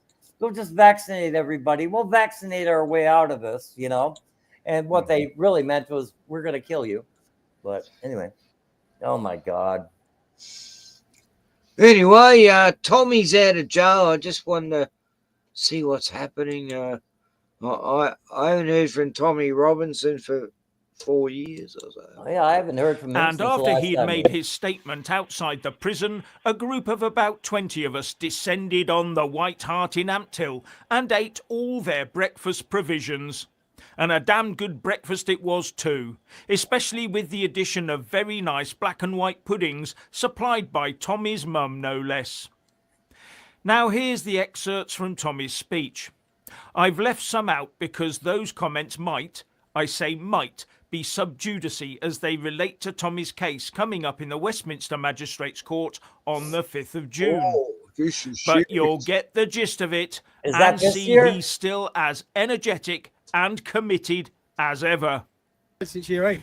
Excellent stuff. So, Tommy, it's so great to see you. You've been incarcerated in this horrible place. What happened to Tommy Robinson? They're showing this dude here, but I want to see Tommy Robinson. But I mean, whatever. I haven't heard from him for a while. Is he still getting in trouble? I doubt it. I don't know. This dude here is pretending to be Tommy Robinson, and he's got a beard. And I mean, I don't. Yeah, I don't know. He Robinson. I remember what the. And he loves Israel so much. I don't know how he could get in trouble. I mean, he must be in a prison in Israel, and this Jewish guy is playing the part as Tommy Robinson. I don't know. Since October, can you tell me, first of all, how are you? How are you feeling, boss? He's rocking the Mel Gibson. Unfortunately, in a country that doesn't believe in free speech, being a citizen journalist, this place is an occupational hazard. It's ridiculous. 16 years. He's looking like a Muslim extremist. Years ago, when I first started speaking out against Islamic rape gangs that were plaguing this country, from that point on, I faced relentless attacks from the British state, wielding lawfare as a weapon in order to silence me. I have never been convicted by a jury. Every one of my convictions have been handed down to me by judges. The lucky thing with this, everyone got to see the film. I'd say thank you to Elon Musk, because without X, if we didn't have X, Elon helped everyone would just think. Like Gordon, did you? Elon's helped him. Oh, there you go. He must help Julian Assange too, I bet. Did you know Julian Assange is free now, living in Australia? You'd think it'd be the biggest news ever in Australia, but no one covered it. Wasn't news here. He goes back to Australia and nothing. No reports. It's like, is he really here? I don't know. I lied. No one would have got any other narrative.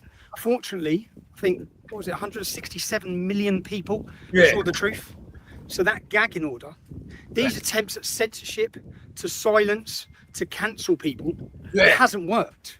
You've attempted to lock up the truth, and that truth has been echoed around the entire globe. It couldn't have been any more successful. I knew exactly what I was doing when I released that film. I knew. Tommy! I also knew that it'd give them every opportunity to pull every trick they wanted. Tommy Robinson! Tommy! Remember that song? Tommy Robinson. It was a chant that was going around throughout the UK, like 2016, 17. Terrible. Like this chanting worship of this guy in protests and Tommy Robinson. It was like a song. You don't remember that, Gordon? No, I don't. Oh, well, you're not missing anything. From messing with visits to messing with phone calls to messing with food. I knew that. I made the decision to release that film because the British public deserved to see the truth. For too long, since the start of my activism in 2009, police raids, court cases, I actually thought when I walked out of here this time, it would be the first time since 2009 that I haven't. There's a guy who's in prison a few years back, right next door in a cell next to Julian Assange. Go figure. Like all the people he was locked up next to, Julian. And him and Julian had great talks and everything, like, wow. Go figure. I've been awaiting trial or prison, and bang, I'm awaiting trial and prison on multiple cases again now. But I've watched from the start of my activism. First of all, I saw Geert Wilders. Geert Wilders was targeted with hate speech laws and prosecutions. I've looked in America. This is the playbook that's played out across the entire globe. If we look in America, look what they've done to Steve Bannon. Look what they've done to Alex Jones, £1 billion. Donald Trump would face the rest of his life in prison if he did not win that election. Yeah, poor Alex. He's batting for Alex, Like Alex yeah. Millions, Millions and millions to Sandy Crookies.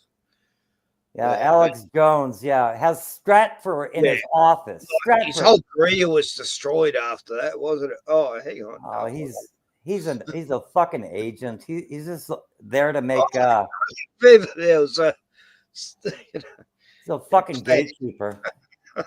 God, Alex Jones. Anybody still on the anybody Alex? who thinks he's for real now?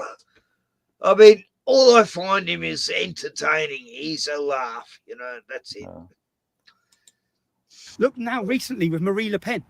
They've stopped her standing. Look at Katie Hopkins in our country. They took her home. Yeah. They took her. Hang on, he's talking about Katie. I like Katie, actually, but, if he's mentioned her, then she's in with him. And anyway. Family home. Lawfare has been waged against anyone who has challenged the globalist narratives, challenged open border, challenged mass immigration, even challenged any of it. They come at you from every angle. That's what I've experienced. But fortunately, if Elon Musk did not purchase it, because I don't think that people understand the importance of it. If he didn't, you'd have been lied to about this entire case. If you go on my Wikipedia page and read all my previous convictions, this would have been another one where they'd have told you I lied. What did you see? If you're one of the people that watched that film, you might not have believed me before. You may have hated me based on a narrative spoon-fed to you. Remember Tommy Robinson 10 years ago? He was like this. The body is totally different than his body. He was a big, sort of bulky guy, like a bit fat, but not fat, but now it's like he's a muscle builder wrestler. It's like, what the fuck's that? It's not the same guy I remember. But I don't know. I don't know. By media who want to tell you who we are. They want to tell you how to think. I've got to show you videos in that documentary years ago. That painted a far bigger story than me. That was a story of any whistleblower. Anyone. You've seen in my film how they silence people. NDAs, bullying, intimidation, scare tactics, and even attempts at prison. But one positive, even General Flynn, look what they've done to General Flynn in the United States. Everyone has faced it, but I'd like to take a positive rather than continue negatives. What is the positive? Did their gag and order work? Did it work? 167 million people saw that film. Do you know the moment I had in the first week of January? Because this could have gone the other way. That I could have released that film. They could have managed to censor it, which they did off all other platforms. There's only X and Rumble. They're the only ones that they're not able to control. If Elon hadn't have bought it, no one would have seen that film. Thank God for Elon. He saved the world. Everyone had been lied to. But instead, 167 million people saw the truth. You saw how they weaponized the judiciary. You saw the corruption, the blatant evidence of the corruption that no media and no journalists have spoke about. And then the Attorney General made it clear I was going to face continued prosecutions. I would have had indefinite prison sentences for a film as a journalist. But the best moment for me when I was in there was when I heard that Elon Musk had shared the Britain documentary. The Britain documentary series is the most important work I've done. They have attempted, before my activism in 2009, they'd successfully, for decades, covered it up. Who had covered it up? Politicians, police forces. In every constituency where those gangs had raped, they'd successfully managed to cover up. No, yes, now that on YouTube. the truth is out there. There is no. How come he can get away with saying the grape word? Amount of lawfare that can keep it hidden. Everyone knows what's happened. If you remember, Tommy, the last time I saw you was on the 6th of January when I visited this prison, and on that day I was with someone else. I was with. And if you remember, Elon Musk had chucked Nigel Farage under the bus, and you were so elated and you were happy, and at that time you was in segregation. Since then, people have moved into the same unit you were in. How has that affected you? So I haven't seen anyone who's moved into that unit. So when I come into this prison, there was they gave me 40 cells. So we keep hearing about prisons being full. When I landed, I had 16 cells, and then I was taken to. I don't know. I've always thought him to be a bit sus. Yeah. I did have hope when he was first getting around, and I don't know, in the end, you don't believe any of them, and none of them are spokesman's. How long did he actually spend in jail? And like, I think it was 3 months. It's all been different times. Like 3 months one time, and 6 months another time, and I didn't even know he's in jail until he got released recently. Like that was news to me because I hadn't heard from him for ages, and suddenly I find out he's out of jail, and I go, "Oh, was he in jail again?" What? So that confused me a bit because I didn't know he was back in jail. well, the first time he got out of jail, he was sporting like a jacket with an Israeli flag on it, and it's always this like contest of who loves Israel and Jews more than the other. And even Alex Jones, he was critical of Israel for a while, and then Stratfor, a CIA operation, kind of like USAID. It's a CIA front operation. Stratfor. He has two of these people working in InfoWars offices, right? Mm-hmm. So yeah, and then he completely flipped. He's like, all you people blaming Israel for everything, and it's like, oh God, And, look, I've got like 4 Israeli flags in the front of my yard, posted up on the fence. Well, I did have, but these crows keep attacking these flags and tearing them to shreds and going, leave it alone. This is a Jewish flag. And they just, I did have 4 Israeli flags outside, but the crows and the cockatoos, all the birds just tore the flags to pieces. Well, if I had my own house, right? If I owned my own house, I would have an Israeli flag with a circle and a swastika in it, right? And well, I did have that too, yeah. And I would refuse to remove it. Look, I had the Ukraine flag out the front, the Pride flag, the Palestinian flag, and the Israeli flag, and the Mabu Aboriginal flag, and the Native American flag. I tried to be so inclusive. And, right. Then they come and burnt it all down, the townspeople. They go, we don't stand for wokies in this town, cunt. And I go, sorry, I was joking, and they burnt it all. And the skinheads were angry. And I go, okay, sorry, it was a joke about how ridiculous this fucking world is. And then I put up the Australia flag, and they come in shaking my hand, going, good on you. And anyway, that's when I first come to the town. I realised it can't be a wokie here. I mean, just everybody who is in the spotlight, whether it's Candace Owens or all these other people. It's like she's beautiful. Yeah, I mean, on behalf of all Americans, she does. All these people, they used to be liberals, right? They used to be Democrats, and then all of a sudden they're beloved Republicans, who love Israel, just love Israel. I mean, my God. Oh, but Candace doesn't. She doesn't like them. Oh, yeah. Is she the one that criticizes them now? But yeah, I don't. Yeah.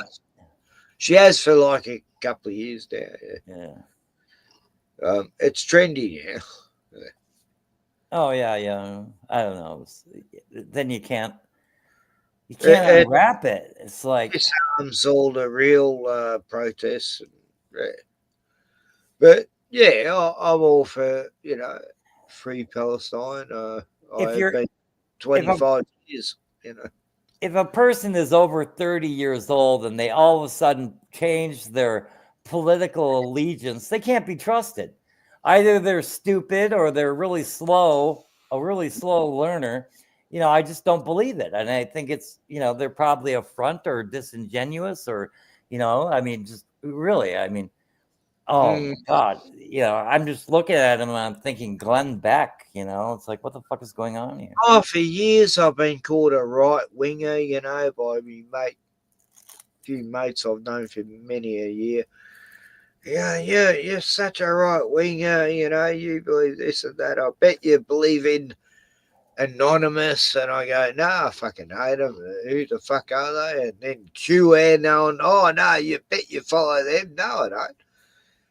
And then when I look back, I was actually a real lefty back in my 20s and even the 30s. I was so lefty when I think about what I actually believed that, It's embarrassing, and me mates who would call me right winger were saying how lefty I was back in them days, and they were right, wow. There's a lot of left-wing policies I can get behind, Yeah, I still, and if I told them all to an average person at once, they'd think that I'm like, this complete lefty commie or something, and it's just obviously not the case. But but there are a lot of left-wing, like you got to reel in these fucking corporations. You hit multinational, you got to take them down. I mean, there's such a thing as being too large, Like, I never thought I'd actually agree with Greta Thunberg, and she's all for saving the Palestinians now, and she's actually getting totally attacked by it. And all these people she impressed with the climate change, they're all turned on her, and it's like, wow, this is a weird change, Right. Yeah, the lefties, they used to be against all these vaccines. Now they're for them. The lefties used to be against all this war, and now they really kind of love it. And the lefties used to be against all kinds of things that they're for, or they were for things, but now they're against them. And it's like everything is, they flip the fucking script. And it's all just like in Australia, Labor Party used to be all for the workers, the blue collar workers, the factory guys, the miners, the carpenters, the tradies, and now it's all for the wokies, the office workers, the yuppies, whatever they call them now, but it's flip-flop, totally opposite to what it used to stand for. And I remember my grandfather, he was a fanatic on the Labor Party. He hated the Liberals because they were the ones for all the white-collar workers, and Labor was for the blue-collar workers, and then it all just changed. And now Liberal here is more for the blue-collar workers. It's like totally flip-flopped. It's like my grandfather's rolling in his grave right now because of how it's all changed. The most wokest fucking political party you could ever fucking imagine now, But you look at, like left and right in the U.S., they're all against organized labor, collective bargaining. They're all against it. No matter what rhetoric they might be spewing at the time, they're all against it. I mean, as Rockefeller once said, Nelson Rockefeller, he said, competition is a sin, and he's trying to get rid of all competition. And whether by any means possible, like anybody who's competing with, Standard Oil, he wanted them gone. So that he made backroom deals with all the railroads to where he could deliver the cheapest oil no matter what. And then he went around buying up more and more, oil wells all over the country, but especially on the East Coast when they're starting out. But whether it's fucking the country as he goes along, cutting gouges into mountains, and evil people, these politicians. But yeah, the age of the robber barons, it's still going on. It's like, Roosevelt said he was going to be the trust buster. He's going to break up all these huge moneyed trusts, but he didn't. He merely gave people a Ponzi scheme known as, Social Security, and I don't know what did he do? The Tennessee Valley Association, and created a lot of government workers. You know, it's like, you know, it was socialist what he was doing, bordering on certain levels of communism. But yeah, print money, give people busy work building infrastructure, and then tell them to kick rocks when you're done with the projects, you know. Nah, it's, you know, the whole world lies in the power of the wicked one, it says in the Bible. And yeah, who did Jesus say you are from your father, the devil? Anyway. Yeah, who was that? Who was he talking about? Fuck. Synagogue of Satan, he called it. Anyway, here's a trailer for a new movie coming out. Okay. Looks good. Yeah. Fucking shit. This nigga just counted radioactive shekels. This nigga just transformed into Super Jew. This fucking shit. This nigga just counted radioactive shekels. This nigga just transformed into Super Jew. This boy doesn't save people. He saves money. Powered by top Mossad scientists at Tunnel Tech, this nigga can fly faster than a Mossad missile hitting a school in Gaza. Don't even think about being late on your rent, or Super Jew will be there faster than a penny can drop. The Anal Defecation League just called a meeting with Super Jew, the Council of Cohen, Levi, Goldberg, Goldman, Kaplan, Berg, Stein, Witz, Baum, and Thal are going to be launching an attack on Kanye West. This boy flew up into the sky and over to Calabasas to deal with Kanye West. This nigga was hiding, but Super Jew used his super smell to find him, trapped him in the corner of his mansion, and told him he's been too anti-Semitic. Super Jew stared him down and used his missile eyes to launch 2 100% kosher Mossad rockets at Kanye and sent him to the Shadow Realm. This is before Kanye brought out the song Hail Hitler, nigga. You can't waste any time. A single mother of 4 is late on her rent, and Super Jew needs to teach her a lesson. How dare you be late on the rent? Single mother of 4. Oh, it's just classic. It's funny how you can actually watch that on YouTube.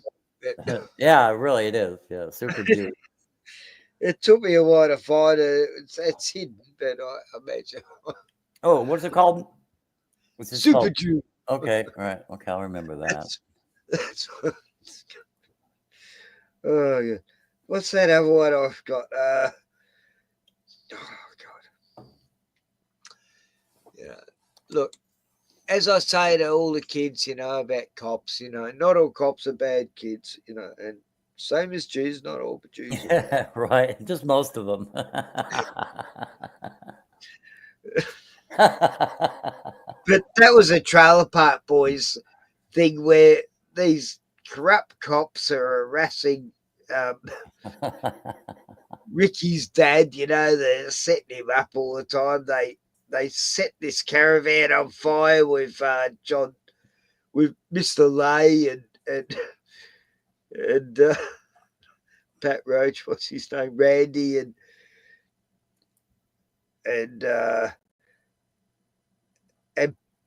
Ricky's dad. Yeah, they set the caravan on fire, trying to kill him. Actually, in the show, and then you know the boys come in and save him, you know, drag him out. What's going on? A greasy barbecue going on inside a trailer, you know. Anyway, they set the cops up, you know. They put a camera out. They get Ray goes, look, guys, can you help me? My back's really sore. Here's a baseball bat. I need you to beat my back, so it puts it into place. And the cops are beating his back, and they got on film like they're beating him up. Anyway, Phil Collins, you know, says to his son Jacob, look, son, don't get it wrong. Not all cops are bad, son. You know, it's just a classic line. These are bad cops, but not all cops are bad. That Trailer Park episode was just had me in hysterics. I should watch some of it. Oh, the cops in it. They're all out to be gay as well. You know, every cop in the show's gay. You know? I've only seen like 2 episodes, so I don't know. Look, Mr. Lay's always doing favors for it. They're all sleazy, taking bribes, and oh god, it's like, and the guy who created the show, his wife was a cop, and so he got lots of info about cop life, you know. So he loved putting shit on him, you know. God. It is. It's one of the best comedies ever. Because it was done so naturally. It wasn't like trying to be, you know. What'd you think of Reno 911, or what is it, Reno? Oh, I didn't mind some of it. Some of it was a little bit, you know, too American, but I did like Cole Dunnigan in it. He was hilarious. And the fat black chick cop, you know, she was good. What do you think of the My Name is Earl? Oh, it was like I think they were influenced by Trailer Park Boys, with me. Is that right? Did you like it? I didn't like the chick in it. You know, she was just too silly. You know, She's supposed to be like, I don't know. Her character is like on meth, and yeah, she's like Trailer Park trash. You know, that Kentucky type accent. Yeah, and the poor black dude, you know, the shit he has to go through with her. Yeah, I'd have to watch it again without thinking, because when I watched it, I was thinking, nah, they're just trying to copy Trailer Park Boys. So I sort of lost interest. And they did the same in Australia with a show called Houseos. They were trying to copy Trailer Park Boys. I never would have saw it, but I was doing like 90 days in jail, and it was all right. I watched it. Yeah, if I was in jail, I'd get right into it, you know. Oh, fuck, this is paradise, you know. Yeah, I love it here. I love it here. I'm not looking sideways in case someone's going to shift me or... Oh, look, I found some amazing paranormal. I don't know what I'm watching here, but this looks incredible. Oh, did I ask you about it's a spin-off of hold on.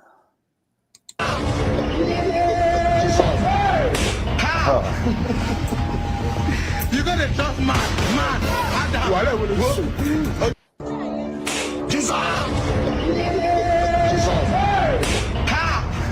Wow, look at that, God. It's incredible what they're finding now. Can I help you? Yes, I'd like a ham and cheese omelet and order lamb fries. I'm sorry. We stopped serving breakfast, but we are on the lunch menu now. I want breakfast. Well, you can't have it. We're not serving it. Is that the manager? Yes, sir. I don't want to be your buddy, Rick. I just want a little breakfast. We stopped serving breakfast at 11:30. Have you ever heard the expression, the customer is always right? Yeah. Here I am, the customer. That's not our policy. You have to order something from the lunch menu. I don't want lunch. I want breakfast. Yeah, well, hey, I'm really sorry. Yeah. Well, hey, I'm really sorry, too. Get a gun! Let's get organized. Just calm down, everybody. Just sit down. That's it. The trigger, it's sensitive. It's okay. Rick, could I have my breakfast? Yes, sir. Sheila, get his order. Rick, could you get it for me, please? I feel more comfortable now calling you Rick after all we've been through together. Can I help you? Yes, I'd like a ham and cheese omelet. Yeah, so that was from Falling Down. So, yeah, have you seen Young Sheldon? Oh, yeah, I've seen, I watched a few episodes. And what's that a spin-off of? I forget. Third Rock. No, The Big Bang Theory. Big Bang Theory, yeah. I was tempted to say Third Rock, but I knew it was wrong. I actually liked it, kind of, you know, but anyway. Yeah, I watched TV here for a couple of weeks off and on. I didn't mind it. You know, what I saw was like, yeah, this is okay, I guess. That was the only thing that was kind of okay, you know. So, and what was that other show I watched? Young Sheldon and the autistic doctor. What's it called? The Good Doctor, or it's a series about an autistic guy who becomes a doctor, and he normally plays a serial killer in films, but he looks like young Sheldon. I don't even know. Yeah, it's a funny show. And he's always saving the day with his autism because he can concentrate on intricate things. And what was that, Dr. House? I kind of like that guy. Oh, House, yeah. I never actually watched it, but everyone loved it at the time. It's just the only problem is that there's like so many goddamn commercials. If you watch TV, you're going to get like 8 minutes of commercials and 22 minutes of the actual show, to where you're like, more like 20 minutes of commercials. Yeah. I mean, it's like, kill me, man. You know, fucking hell. Yeah. It's like, I haven't got an ad blocker on my YouTube, and the ads just, oh, fuck, they hurt your brain. They're yelling at you, and stop screaming at me, you fucker. Why is he twice as loud as the videos? You know? These people, they get TiVo and they let the show be over and it records it without commercials. And I don't even know what the fuck TiVo is, really. I've heard of it, and I heard that's what it does, but anyway. Yeah. Labour building stone houses. Wow. What? Yeah, you said I talk more than Pyman. I find that hard to believe. How does he know Pyman? I don't know. I said I do not talk more than Pyman, and I very seldom interrupt. On the other hand, you merely make snide comments and never come on Ken's show. So I'm so mean, I'm telling you. Fair enough. Labour for building stone houses. He must know my last name, Stonehouse. Yeah. I don't know who that's great of it. We were talking about Labour Party, and my real name's Stonehouse. So how do you know that? Anyway. I don't know. He had put up, but he erased it. Now he deleted it, but he had your social security number up there too. So anyway. Yeah. Anyway, Sandy joined in the chat. I hadn't seen her in there before. Sandy? Diva. Diva. Yeah. Mandela girl. Yeah. Mandela effects. Yeah, I swore that I put my large spoon, my serving spoon, in the drawer, in the left drawer, but I found it in the right drawer. And I'm telling you, this is fucking Mandela effect. Yep. Yeah. No, that happens to me. Like, I know I put my beer there, and it ended up there, and I know I lit a candle 2 minutes ago, and it's out. You know, I don't know how that happened, but no, it might have been a while back. But look, you can get too worried about Mandela effect. I do admit that, but I've never let it. I've always found it entertaining. I go, wow, that's changed. So I don't know. I find it fun. Are we living in a simulation? Do you give real credence to that idea, or never? Nah. Okay. No, I think it's a spiritual thing, and yeah, I think things are changing sometimes, but not enough to make you worry, you know. And then I know I already brought this up to you, but like 9/11, you told me what you think, but what is the most plausible in your opinion? Was it a mini nuke? Was it, did planes actually hit the building? Were they holograms?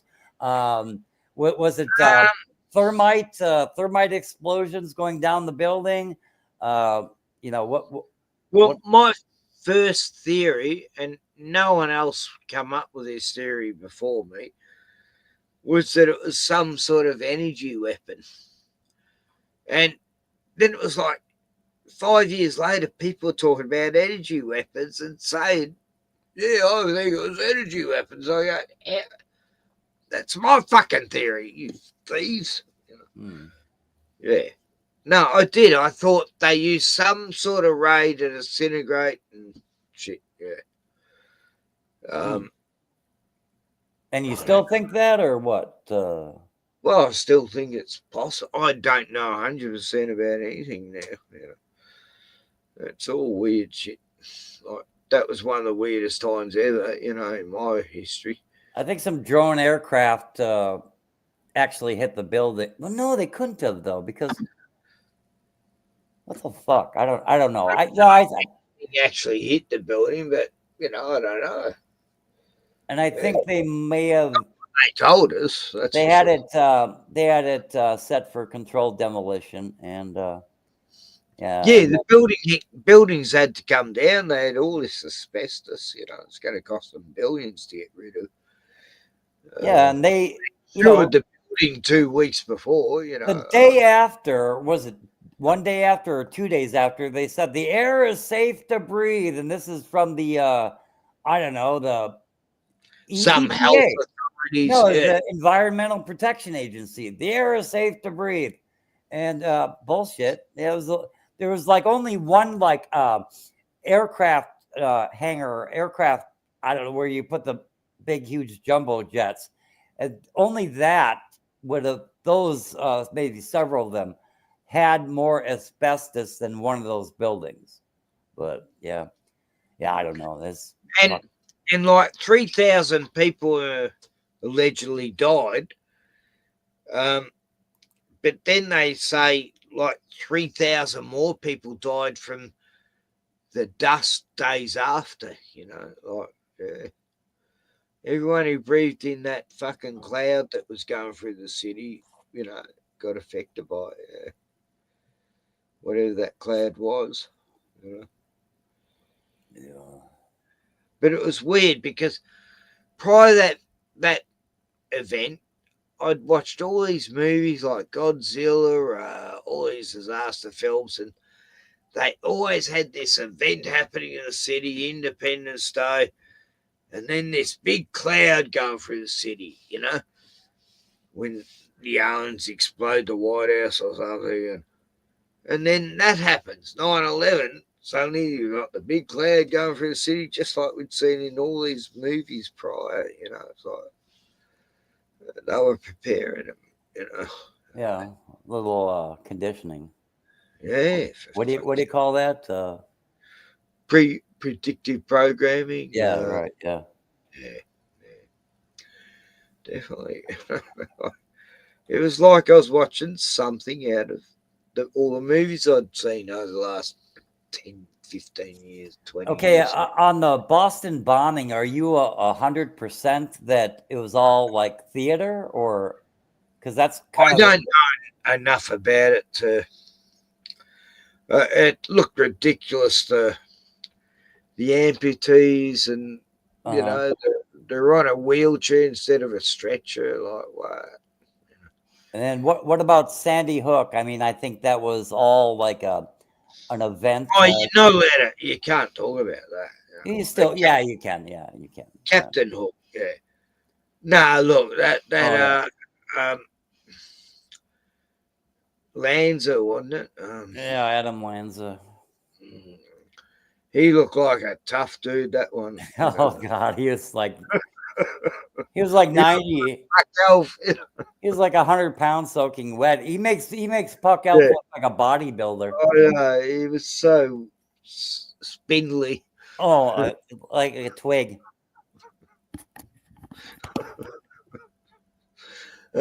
Anyway, I can't imagine how he could. He was the main person, but anyway, what do I know?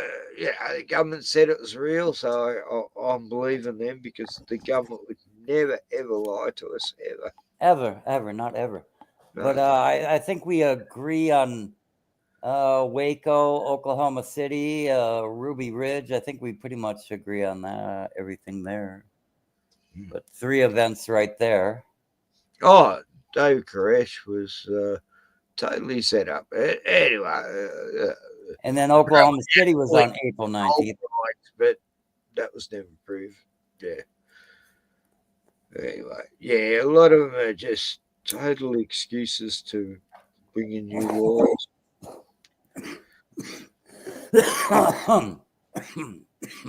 Like the Port Arthur thing, that was, we got our guns taken away.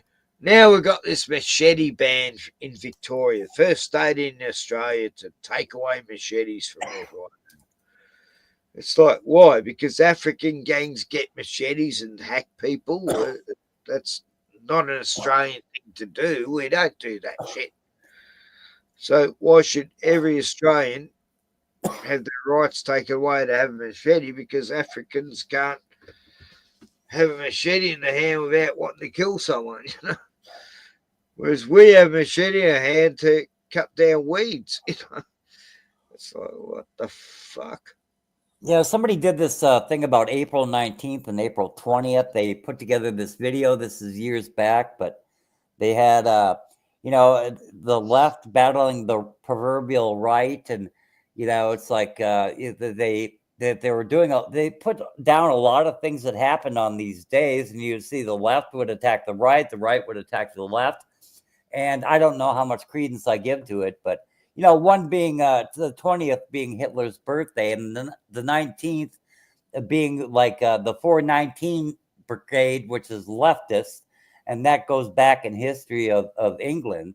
So I don't know. That was a pretty compelling documentary, but I haven't. It's not on YouTube anymore. But anyway. Oh, there's a lot in numeretics and numerology, and numbers. There's patterns everywhere. It does my head in sometimes. I used to follow that stuff years back, and it was sending me mental because I kept seeing all the patterns everywhere and the logos. But when people say 420, are they? That's also Hitler's birthday, and so I don't understand how they. 420. I don't get it. How did 420 start representing like marijuana? Because it was the 4th of the 20th in Canada when it was made legal. In when was it? 2018 or 17, something like that. Yeah. Oh yeah, and so was Chauvin was convicted on.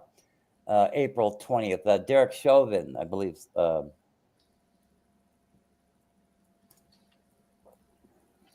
it's funny. I used to follow all these YouTubers who grew marijuana in Canada, and they had to keep it. They never reveal where they were. And then suddenly it was made legal. They were able to come out and show it more and be proud of it more. They didn't have to hide anymore. It was so funny. Wait a minute. No, that's wrong. What the heck happened something happened with Derek Chauvin on April 20th. I forget what it was. Anyway, when was, I don't know, Derek Chauvin.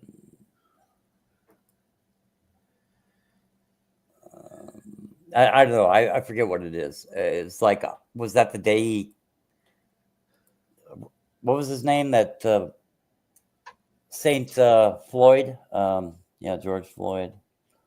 I forget what it was now.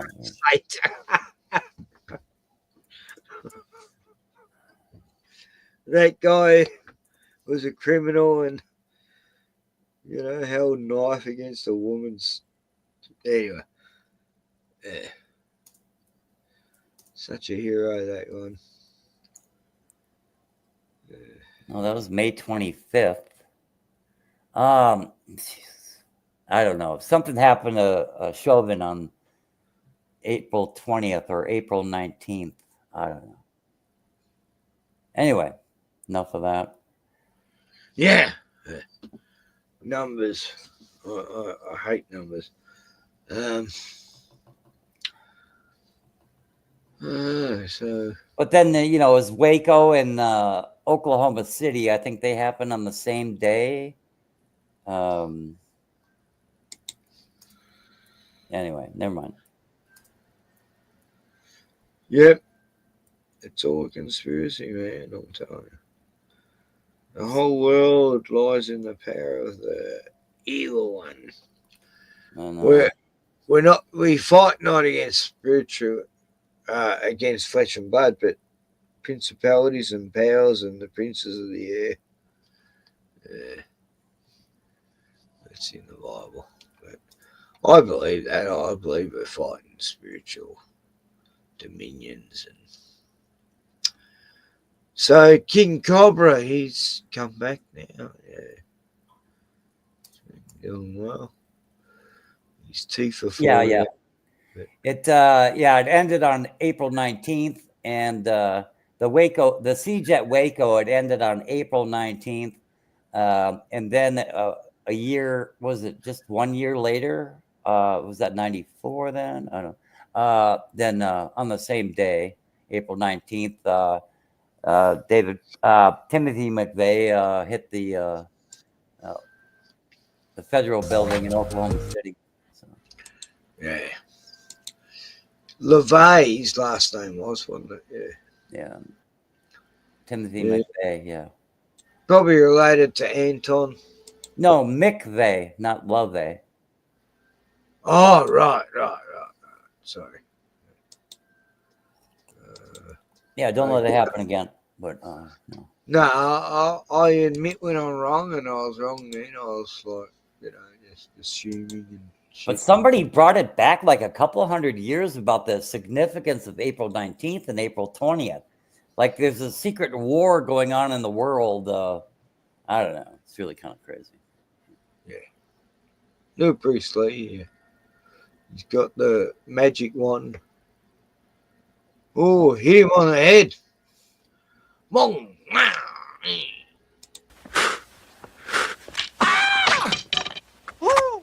Ooh. I love the cat sounds. Meow. Meow. Meow.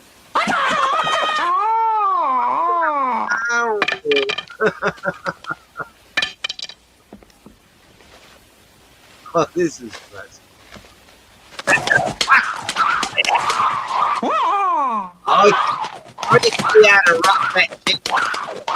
No kidding, in the 70s, me and me mates, we put a martial arts film and we practiced this shit for hours until we got it right. We rehearsed it before we filmed it.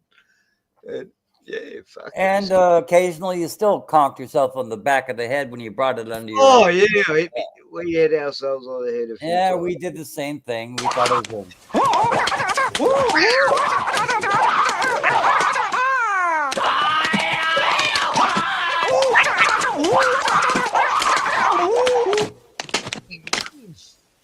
I guarantee they sped it up for that. I had sped it up.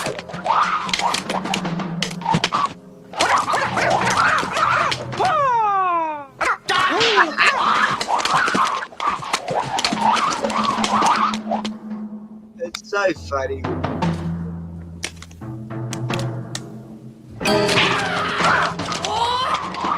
It's like you hit my back.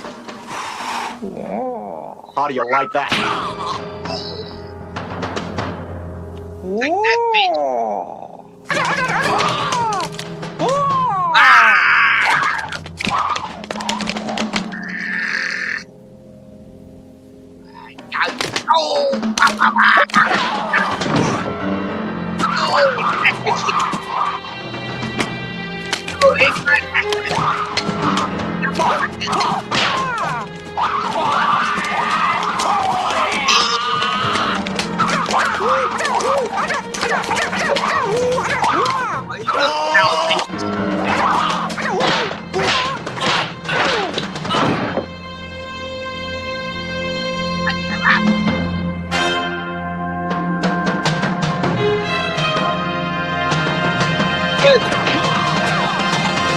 Don't kill him. He was giving up. Oh, you real bastard.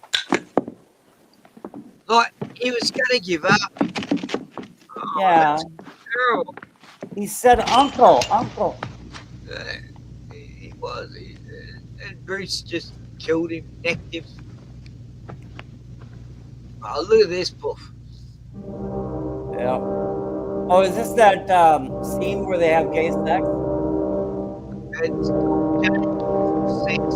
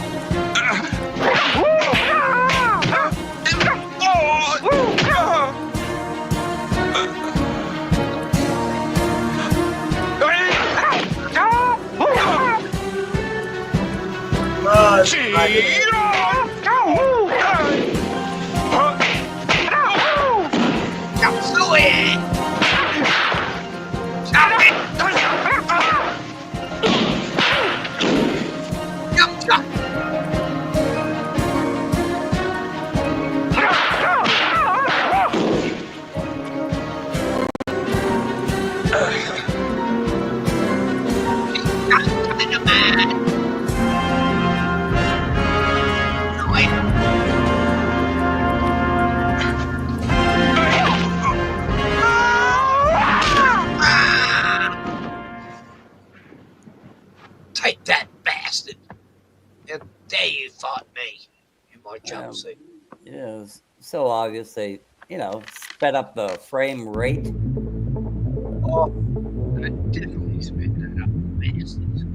Makes them look really fast when they speed up the frame rate. To slow the camera down to capture his speed. I think it was the opposite way around. Oh, yeah. I mean, they couldn't even catch it on high-speed cameras. He was so fast. Yeah. That's what they said. Yeah. That's what they all say about him, Couldn't even. He was so slow fast. the camera down. 2 branches, 1 tree. Life knocks you down once, have to let it burn. If it knocks you down hard, that's a lesson learned. What happened to 2 branches, 1 tree? 1 branch stronger than the other. Oh, can't wait to see this. This will be fantastic. Whenever you're ready, I'll take on any Japanese here. Oh, yeah? So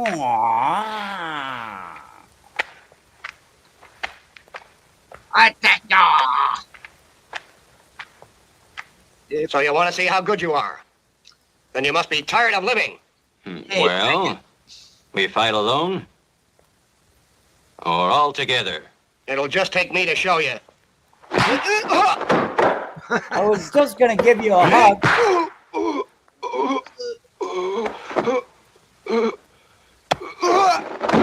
Bruce.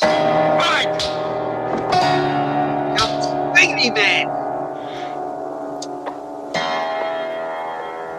It's called a hairdo.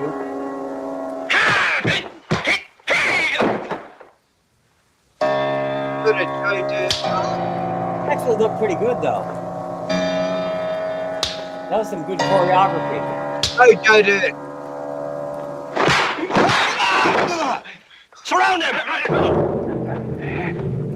Go, Bruce.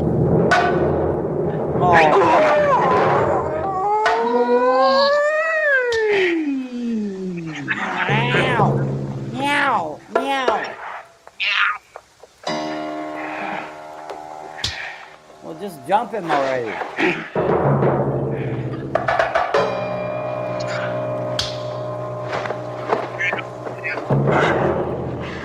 John, make him one.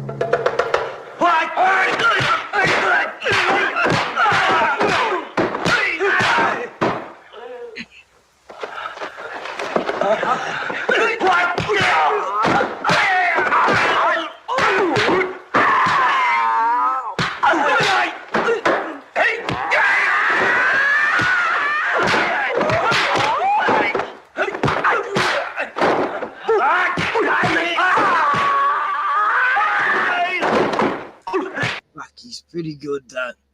You got to admit. Got to admit what? This is a choreography. This is a dance segment set to the theme of karate. It's well choreographed.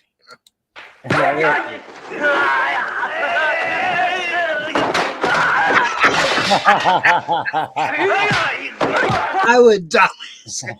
I would die. Oh God, that was funny. I got a shot. Yeah, spinning around with one. Uh-oh.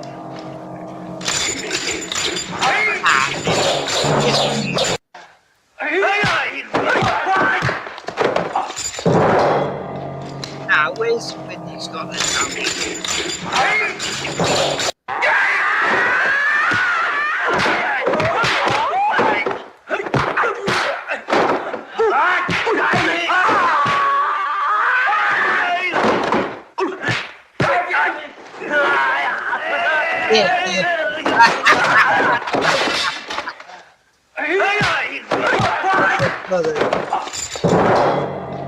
Oh.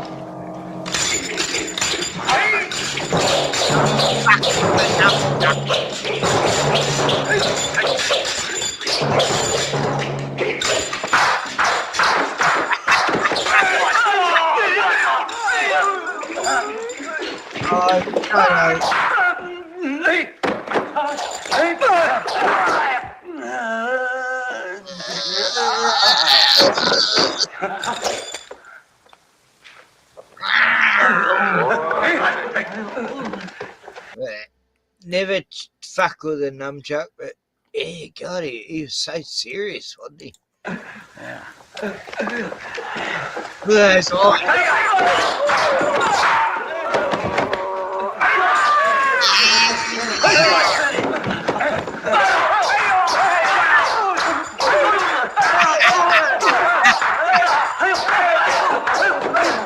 Oh, those nunchucks.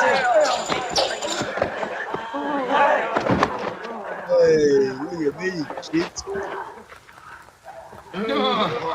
Hold it.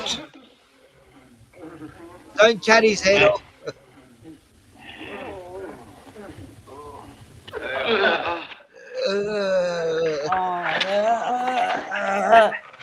Look, what? After all that whacking and bashing, they're all still sitting there totally well again. Yeah, they're all conscious, you know. They're not one knocked out. What the fuck? That. What was he hitting them with? Rubber? Yeah, why didn't they rush him?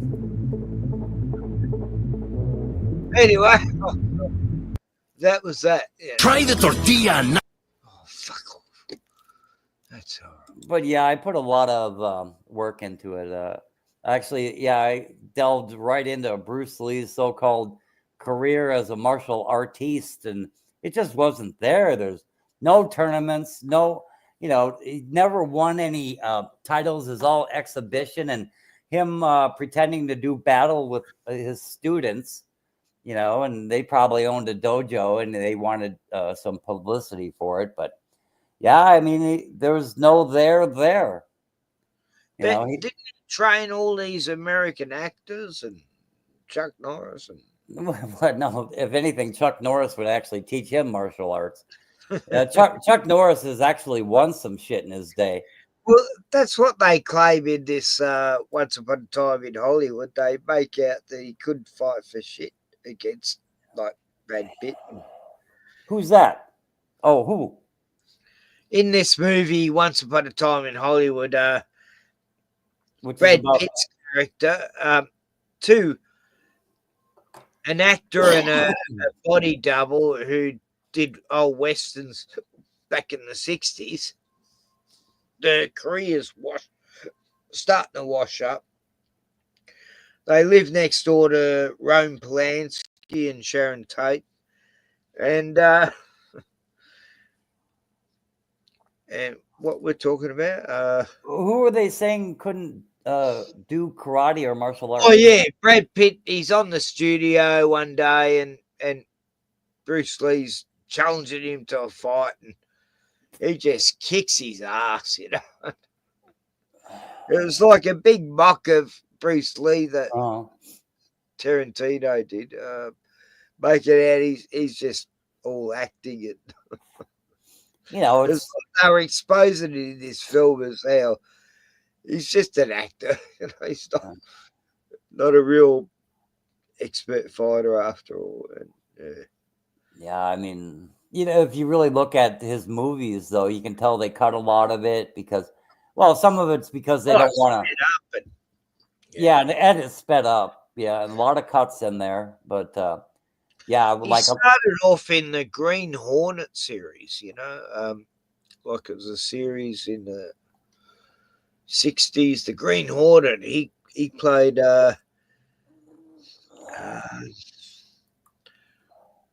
Toto. No.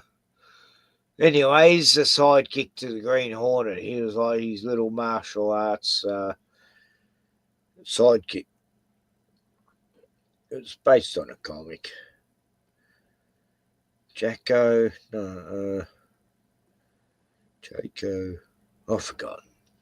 But yeah, that was his first movie roles in Hollywood, as the Green Hornet series.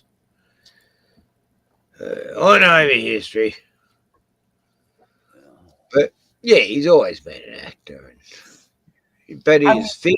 I mean, look at the guy's body. I mean, God, that's keeping fit. You know? I just want to know, like, what was the level of his expertise, because he had some. I just don't know how much. And from watching all the available film, I have no idea. I have no idea. You know, everything was an exhibition, and he handled everything well. And even those exhibitions, it certainly seems like it was sped up just for effect. And they're all wearing padding, and you know, it was like certainly nothing. But look at Arnold Schwarzenegger. You know, like he was this bodybuilder. He became an actor, and yeah, it's like, but he wasn't really that strong. You know, he had muscles, but they're all bloody hormone therapy. And it's what is it? I forget what you call it, but yeah, it was Hollywood muscle. You know, he wasn't that strong.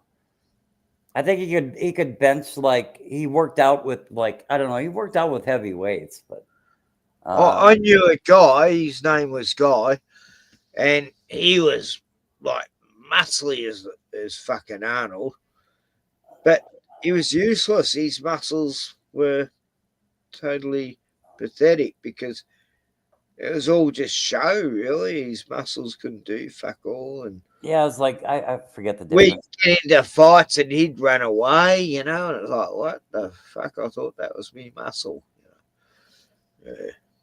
You know, these people in strongman competitions, a lot of them, they don't appear, they look fat more than anything, and they're not well defined by any means, no definition in their muscles. And they don't even appear that big, but they could outlift Arnold Schwarzenegger any day, you know. Oh, that fucking cuck. Yeah. Fuck your freedom. You know? Yeah, fuck your freedom, cunt. Tell us to fuck our freedom. What the fuck? And that Jesse Ventura, Jesse the Body Ventura. It's like, oh God, another actor. But at least Sylvester Stallone didn't sell out. He didn't have the Jabberwocky. And he hates the woke culture, you know. Good on him. Yeah. He's going, hey, we got these things called gloves, you know, but in the old days we didn't wear these, you know. And now we're in such a woke culture. Anyway, I like Sylvester Stallone. I've been watching Tulsa King. It's a good series. Yeah, I enjoyed watching Bruce Lee there, but you know, I just I don't know if I got taken down or not. I'll just check. Just make sure I'm still up there in the YouTube universe live. Yeah, it says I'm still live streaming. Okay. Right, so I didn't get taken down for showing Bruce Lee. Yeah, but I did learn a lot watching him, and I did win a lot of fights because I watched the first 5 movies, and not one kid at school, they're all hick kids, I was going to this country fucking hick school. Like some kids would take them 2 hours to get to school. It was that far away up in the mountains, and they didn't have eyebrows, and they'd tell kids to get over a log. And anyway, they were fucking hillbillies, and they go, "Oh, Carter, you've been to Melbourne, have you? You've seen movies and stuff." And yeah, I watched these Bruce Lee films, and they didn't know who I was talking about. Anyway, when I got into fights, I learned to kick them in the fucking, take their feet out from under them and kick them in the head. I totally learned off it.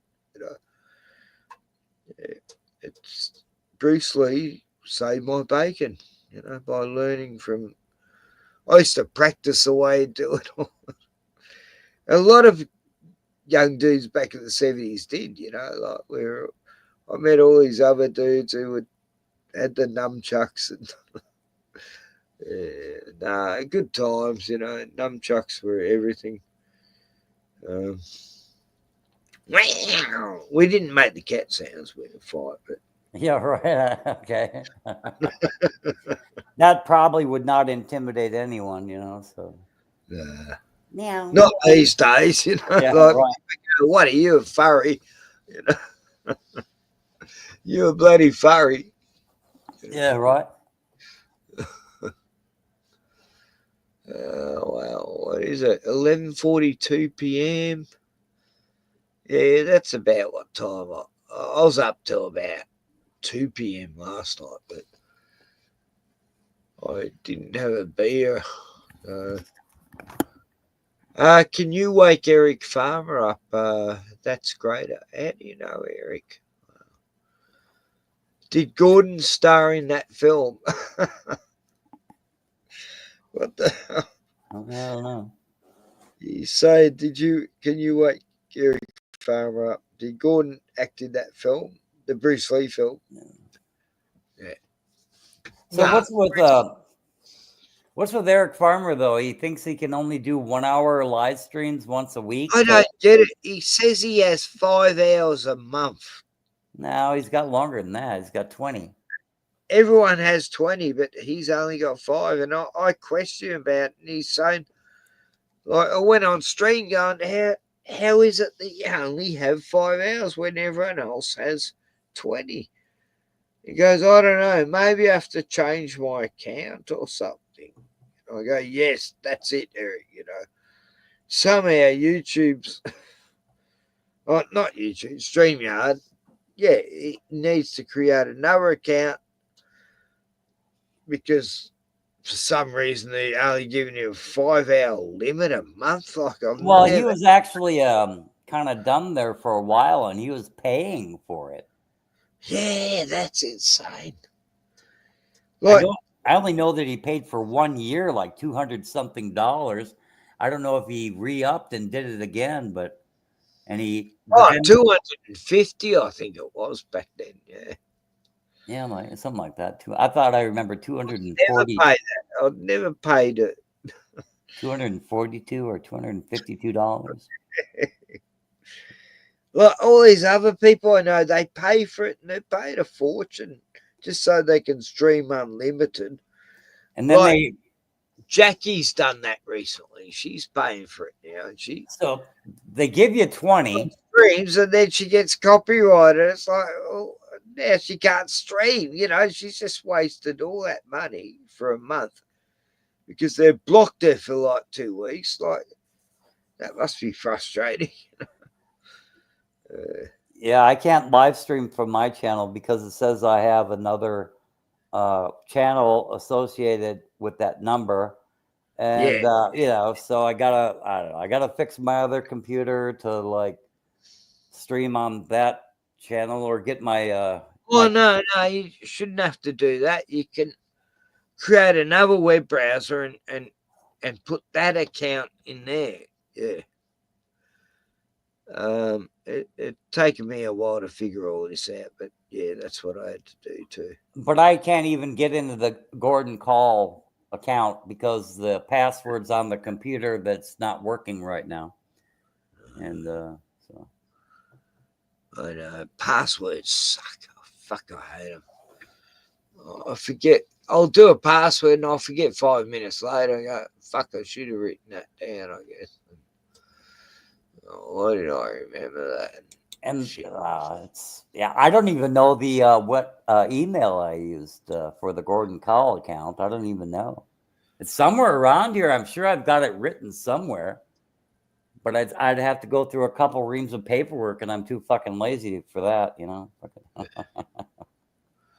I put a video up of this emu I met the other week. Not one fucking view. Like, what? What? I thought people liked emus in America, but no. I'm sure I watched it, didn't I? It says no views. Anyway, I'll watch it so I get one view. G'day, buddy. I got some food for you. Yeah, mate. Haven't seen you for ages. Hey. I'm sure I watched it. You're not the same one. I watched this. You bit me. Hello, mate. Look at you. You're so beautiful. Where's your other mate? Hey, look at that beautiful hairstyle you got. Oh, get up. Sorry, mate. That was it. Come here. Come on, buddy. I love your beak. Yeah, my other one. He's smaller than the one I normally know. Right. Piper was talking fast motion, but listen to Piper. He doesn't say. I've never known anyone who talks of it. Anyway. Yeah, I watched this. Yet it says no views. Yeah, mate. Haven't seen you for ages. Hey. Oh, you're not the same one. See, this is a different emu than the one I know, and yet it was friendly. You know, how amazing is that? Like, I've known this other emu for a few years, and suddenly this other one's waiting at the fence for me. So, what are you feeding them there? Human flesh or what? It was actually, what was it? It was human flesh. I think it was a hamburger. Haven't seen you for ages. Hey. Oh, you're not the same one. Look. Oh, you bit me. Hello, mate. Look at you. You're so beautiful. It's like you dropped my Where's food. your other mate? Hey. Look at that beautiful hairstyle you got.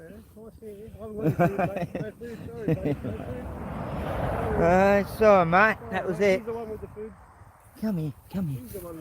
Come on, buddy. I love your beak. Yeah, my other one. He's smaller than the one I normally know. But he's could be a she. Yes, definitely. Hey, mate, I love your afro. You're beautiful. Good boy. Hey, mate. Yeah. I haven't met this one before. That's amazing. You put a saddle on. He must be right over there. Yeah, right. Yeah, mate. Hey. You're another pet one, eh? Yes. You feel so coarse. Look at you. Hey. Been in the rain a bit, hasn't it? He could take a running jump and hop over that fence. You're beautiful.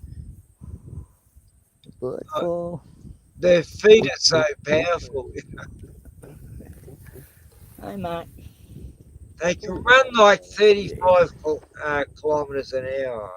Big bird. You're a big bird. Big chicken. You're the big bird, yeah. Where's the food? Oh, no, he's got no food. Yeah, I let it play through on someone threw a Macca's thing. on another screen, and it still says 0 views. Yeah, man. These big feet. YouTube's lying. Hers. I don't know.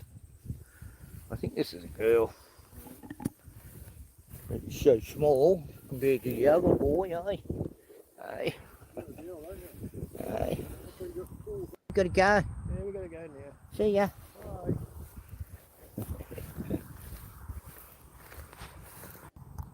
See you, buddy.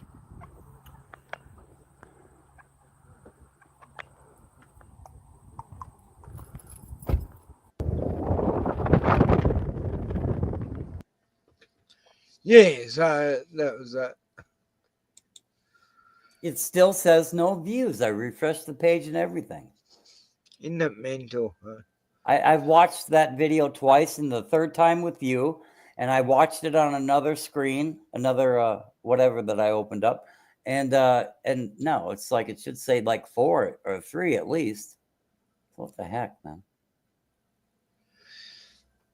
That's greater. Jackie would do better live streaming naked. What? Oh, come on. That's terrible.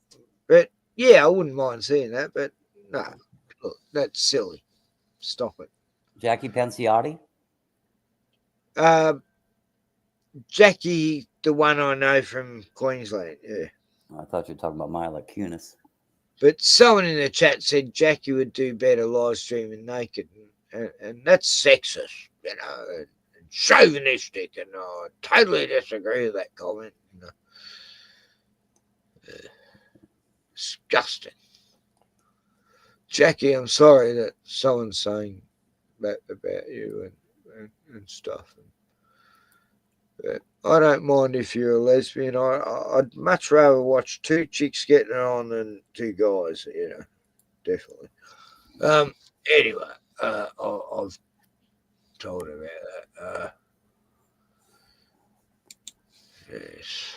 Yeah, if you genetically alter an emu, you own them. So maybe there's a copyright issue here. Maybe that's a genetically modified emu. Oh, I don't know what's going on, but most people can't get near an emu, but I do. That's the second emu I've befriended in the last few years. Hey, you just knocked that food right out of your hand. He totally, like, he ate me whole hand while he's doing it. It didn't hurt. It's just funny. They peck you and stuff sometimes, but it doesn't hurt. You know, it's like just a big chook, just a big hen. Yeah, no, I love them. They're just, you know, we got some funny animals here that are just a laugh. I think when God was creating animals, he got to Australia and goes, right, I'm going to make some crazy ones here. Yeah.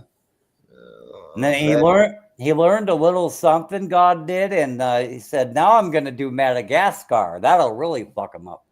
But, yeah. I'm going to create a platypus. That'll confuse him. Yeah, that'll fuck them all up, yeah. You know, a beaver, otter, duck, web feet, you know, yeah, egg-laying, poisonous spike critter. Yeah, I've got to try and do this video very quickly. It's just about 5 minutes past 6 in the evening now. Right, we've got to see what David says. He's just waking up. David's my source of information in the UK as far as chemtrails. See the road dry there. Yeah. And then where it darkens here, it's raining. You can see the puddles. Yeah. Yeah, we get that. We move to behind me here, folks. Beyond the tree line for a quarter of a mile where we've just walked. Yeah. No rain whatsoever, but I'll walk you up to these puddles now. Okay. And it seems to just be this one area here of Ford and Mid Wales where it's raining, and you can see here. Show you in the wet puddles here. Let's look at these. The water's coming down. What these fuckers are doing. See, it's splashing in the puddle. It comes down. See, in the road like is quite clearly wet.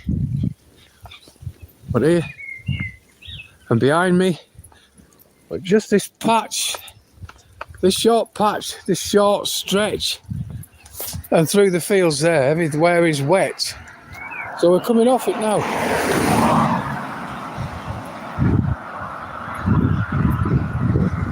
We'll see we get beyond. The world is dry, folks. I find that odd. I can explain it away. We can explain it through what they call the geoengineering program. Lad, get in front of me, you're going to trip me up. I cannot be tripped up at 62-year-old, folks.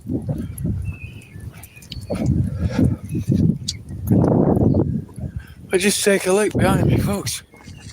Road's dry here. It's raining there. And if you look at my clothing, you'll see I'm getting piss wet through. And with that shot, come on in here, lad. Car coming. With that shot, I kid you not. But you've seen that before, Ken. Yep. To where it rains in one little spot. Oh, yeah. Yeah, that's not unusual. It doesn't happen every day, but it's not that unusual. Like 10 years, I was driving back home to when I used to live off the grid. And I'm driving along. It was a perfectly normal sort of day, you know, sunny. And suddenly there was this, ahead of me, there was all these cars and everything. I was going, what's going on here? And there's this big hailstorm. And I've pulled on the brakes and I've slid right off the road. Ended up right behind this other car, just missing it by a foot. And all these cars had slid off the road because of this hailstorm. And then I've got out the car and looked, and all these cops were there and everything. And I go, what the hell's going on? This is like in a warm day, you know. It wasn't like any sign of something like that. Right.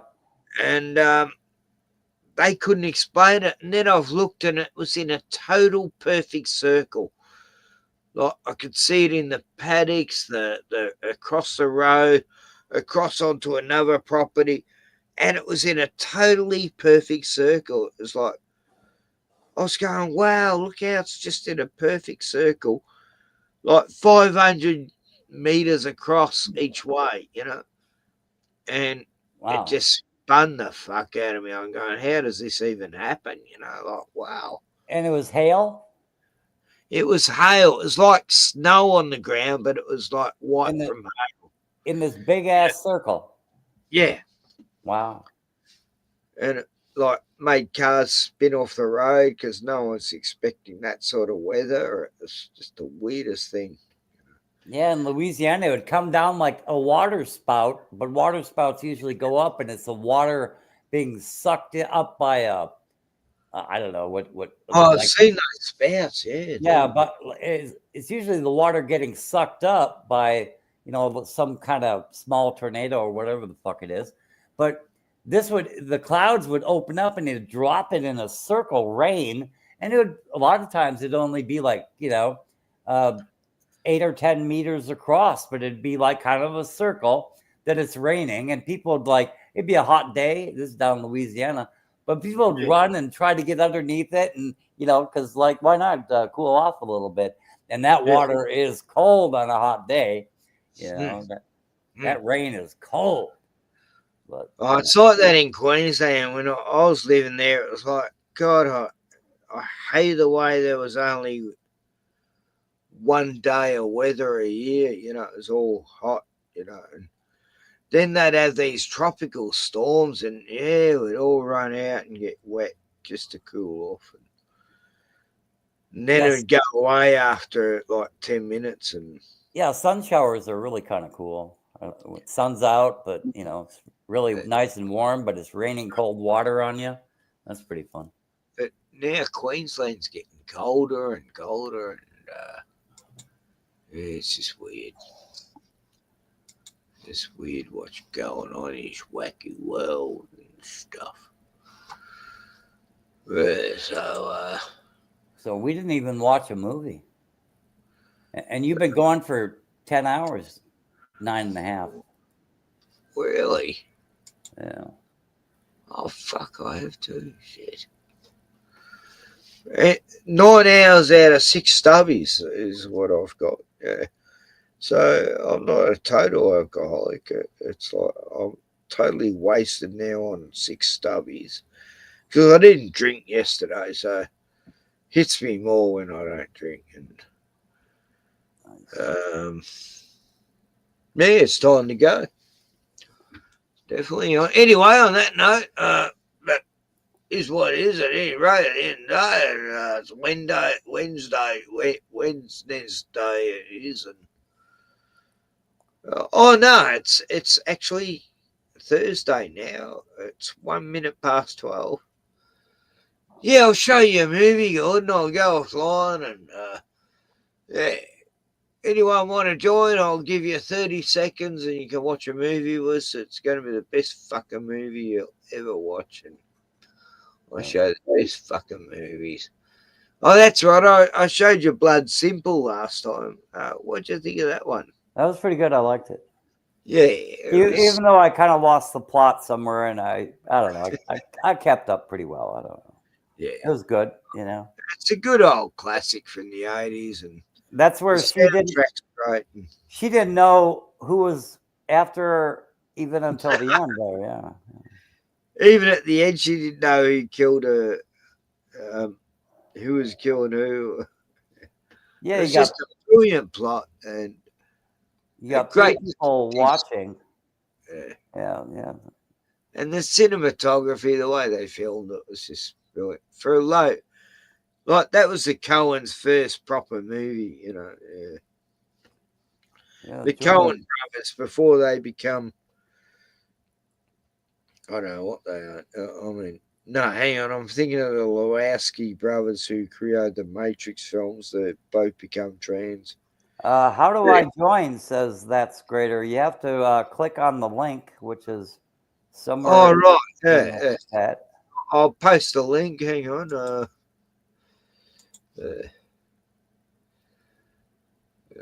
There's a link, mate.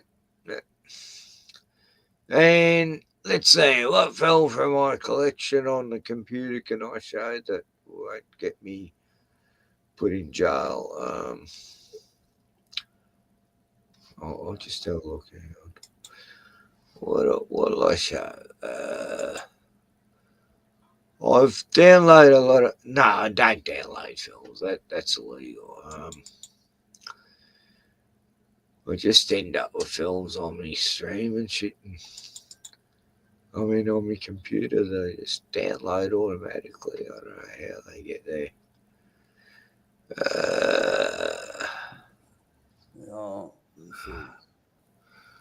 Let's see. I've got an Aussie section. Where is it? Aussie movies. Look, what have I got there? Show whatever. I'm gonna have to make a plate of food. I'll be back momentarily. I don't care what you show. Anyway. Okay. The Society Murders. That was like Aussie film exposing the club sanction of politics. The Emu Wars, Tribe, 1999, Weekend of Shadows, The Outlaw, Michael Howe, Summerfield, Squeezy Tyler, Rippy, the Bush Kangaroo. It's about a killer kangaroo in play. Daddy's Little Girl, great film about revenge, and it's best film I've seen about torture because it's justified. The Loved Ones. Oh, that's a classic film. I do love that film. Yeah, maybe show that one.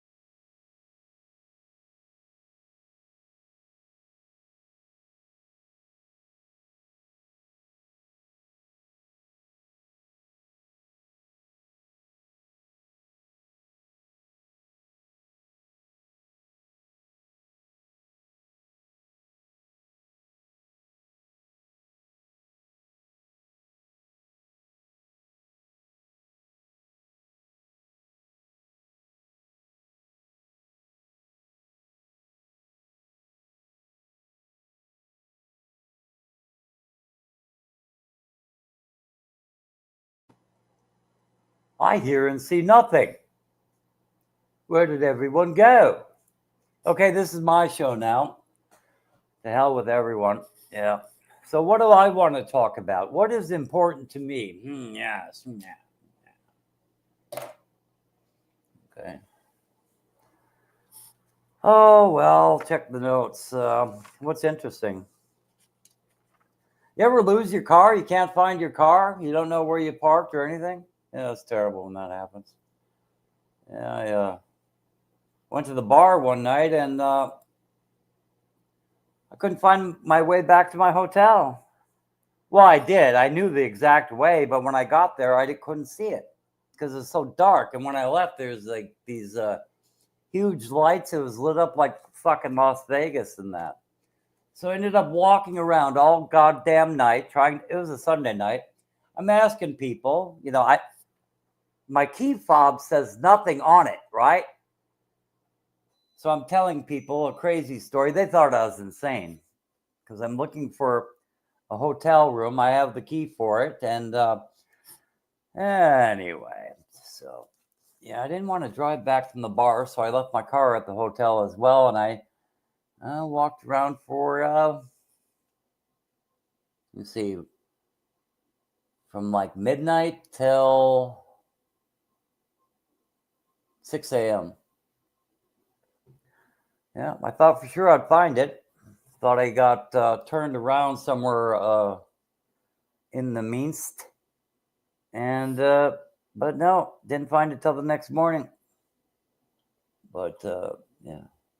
Or have you ever reported your car stolen, but you forgot where you parked? Come on, I can't be the only one, right? So you always, every time you go to one door at this, little shopping mall, you go to one door only. And then about the time you use another door, you completely forgot. You assumed you go past the cash registers to get to your car. But no, you parked somewhere else. And you're like, my car is gone. Obviously, it was stolen. And so you call the police and oh, come on now. Anyway. Yeah, I lost my car another time as well. Another time I walked around for a couple hours looking for my car, and it was cold and raining, and I was a bit intoxicated, so I, didn't want anybody to really help me find my car. But yeah, I couldn't find my car. It was cold, raining. I was drunk and couldn't find my car for a couple hours. Walked right up on it a few times, but that car was green because the light was kind of a bluish. The street light was kind of bluish, made my car look green. But anyway, yeah. I hear and see nothing. You're still live. How many people are watching this circus? Well, it says 1. So that must be me. And pretty soon it'll say 0. That's my theory.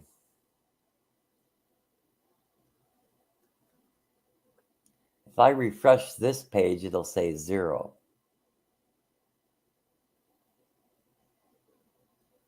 No, it still says 1.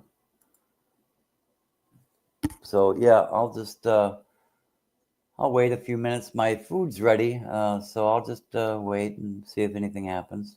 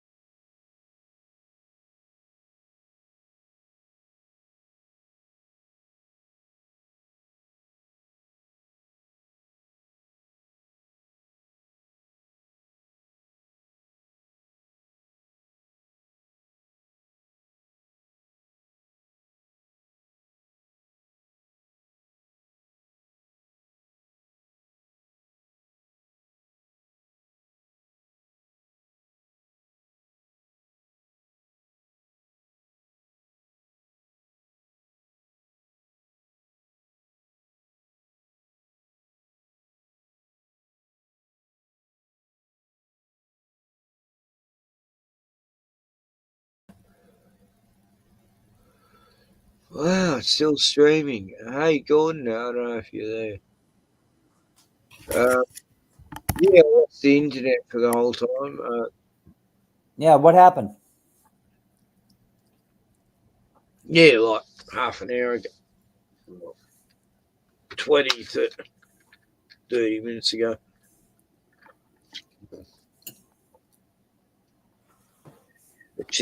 Just come back on the internet. Don't know why I'm on Ethernet. Landline, it shouldn't have gone out, but it did for like 20 minutes. No internet. Anyway, I couldn't even stop the stream because I couldn't get back on the internet. Yeah, I told the short story about 3 occasions of losing my car. Coconut water. And I was going to show him it. I was just about to go offline to show a movie, and then the internet cut out. So that sort of fucked up the whole offline movie thing. And that's great. I was going to join, and as he went to join, I'd say it just fucked up. Anyway, a fly just got in. I just got rid of one fly, and now no one coming because I've got the fucking door open. I hate flies. Damn it.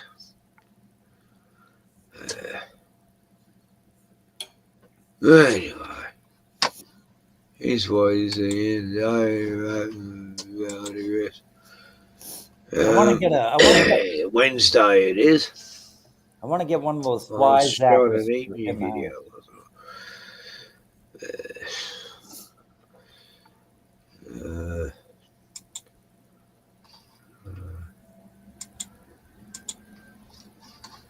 He said he's joining and to send the link again. Till someone turns up.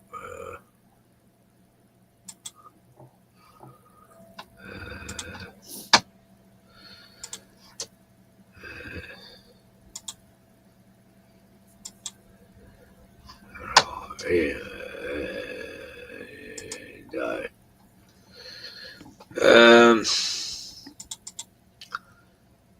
So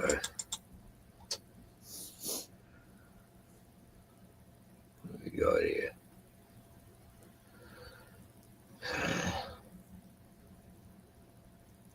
Teacup Kimcho. Oh yeah, I got banned for Charlotte. Fucking hell.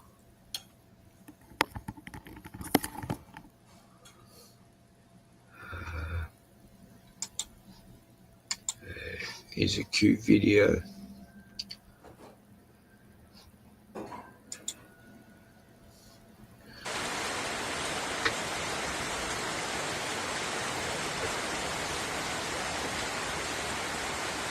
There's a buggy. Look up here.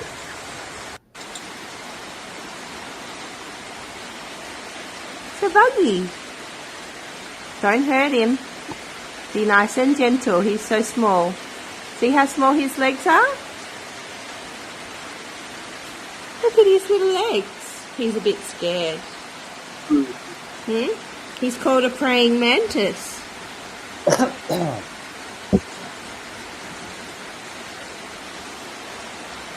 Who's that? That's little Kiva. Oh, Growing every day. you're getting a lot bigger. So cute.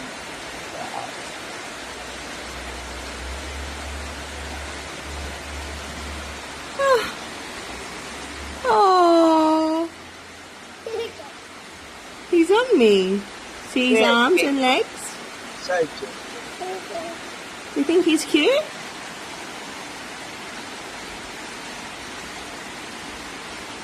Do they bite? Only average. Careful, careful, gentle. You don't want to hurt him.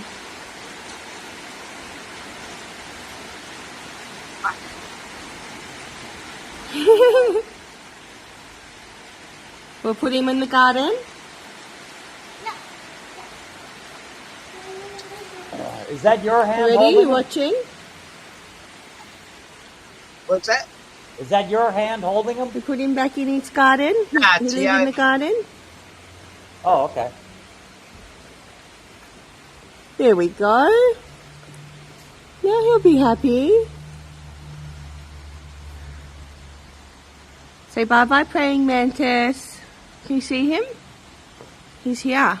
Look. See? Doesn't sound like me. I thought maybe she was standing next to you or something. I don't know. Oh, right. Yeah. Nah, it's so cute. I hadn't seen her for like 4 months. Kiva. Well, Kiva's a lot bigger now, and that's like a whole head of hair right there. So. Oh yeah, she's gorgeous. I've got other videos of her with Zeke Boy and the pit bull. Like Tiani's a bit worried about having a baby around a big pit bull, but no, Zeke's good. He's a good boy. I looked after him many a time. So he said, Kenny, I'm joining. Send the link again. Send it. I'm new to this. And then he sent the link again. Yeah. Okay. Click the link, follow the vague instructions, and I was going to go soon, but watch a movie. Yeah, let's watch a movie if you come on.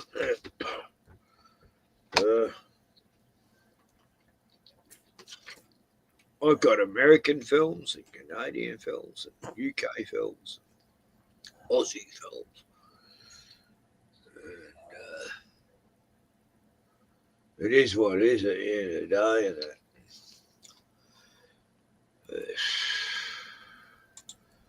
And here we are. I'm dehydrated. I didn't eat much today. I had a little tiny quiche thing, like, you know what a quiche is? Yeah. Egg and bacon and quiche Lorraine. And that's all I've had. Quiche is awesome if you make it right. Yeah. I just didn't feel hungry today. I put off eating. Eating was like, I just don't like anything anymore. Food's boring. I don't even get into sweets or lollies or chocolate. It's weird, you know, like soft drinks are horrible. I don't know what's wrong with me. Even beer tastes weird. I wouldn't mind having some quiche, but I don't know what a dozen eggs, the price of that anymore. I don't know. Yo. Hello. Hello. Tim Smith, g'day. Hey, Kenny and Gordon. G'day, boys. There you go. Hey, where are you from, Tim? I'm from Sydney, like southern Sydney. Like I'm right up against the national park, as far away from the population as I can get, actually. Oh yeah, you're like me. I don't like the suburbs. Suburbs. Yeah. Oh, it's good. It's actually good to hear from you guys, man. Because I've been watching from afar. You know what I mean? It's pretty cool to actually talk to you. Yeah. Have you ever joined a live stream or what? This is my first one, Gordon. Oh wow! Gordon. Wow. And then my name on YouTube is, I think it's That Scrader. Yeah. Yeah. So I was probably talking some shit. Like I've had a few beers and that. Anyway, I apologize for that fucking yeah, you know what I mean. Anyway, so Yeah, it's all good. Yeah. Oh, Jackie would do better last week. Nah, that was funny. Yeah, well, mate, I'd like to see Jackie naked, but I don't even know what, I don't even know what he's talking about. I'm just talking shit, like, you know what I mean? I don't even know what he's talking about. This talk. Yeah. So where are you from, Kenny? You're down at, that 90 Mile Beach down in Melbourne down there. The second longest beach on Earth, yeah. Yeah, I've been down there one time and I caught I was camping down there, man. Oh, the fishing there is excellent. Like people flathead and all sorts of fish here.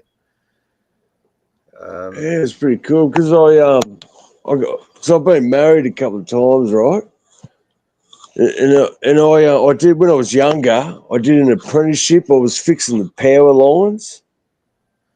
So I got divorced, right? So then I got a job down in Melbourne. And it was like a fly in, fly out type of thing. And so how's this, right? I lost my job in New South Wales. I got a job in Melbourne. And then I flew into New South Wales to fix the power lines. Oh, well, they were getting people from our state. Yeah, and there was no one from Victoria. It was all like Kiwis, Malaysians, and New South Welshmen, and South Africans actually. Oh God! Anyway, so what's going on with the truckies? Like the truckies, they do all these hundreds of hours to pull different loads, on trailers, and you have to do like 4 years before you can pull 2 trailer loads on the Nullarbor. And now the government's hiring Indian drivers and African drivers who've never driven a truck before. They get a license within a week, and they're causing all these truck accidents on the highways. It's just like fucking Mad Max on the Nullarbor. It's insane because they don't know how to drive. They're jackknifing, crashing, and ramming into other trucks.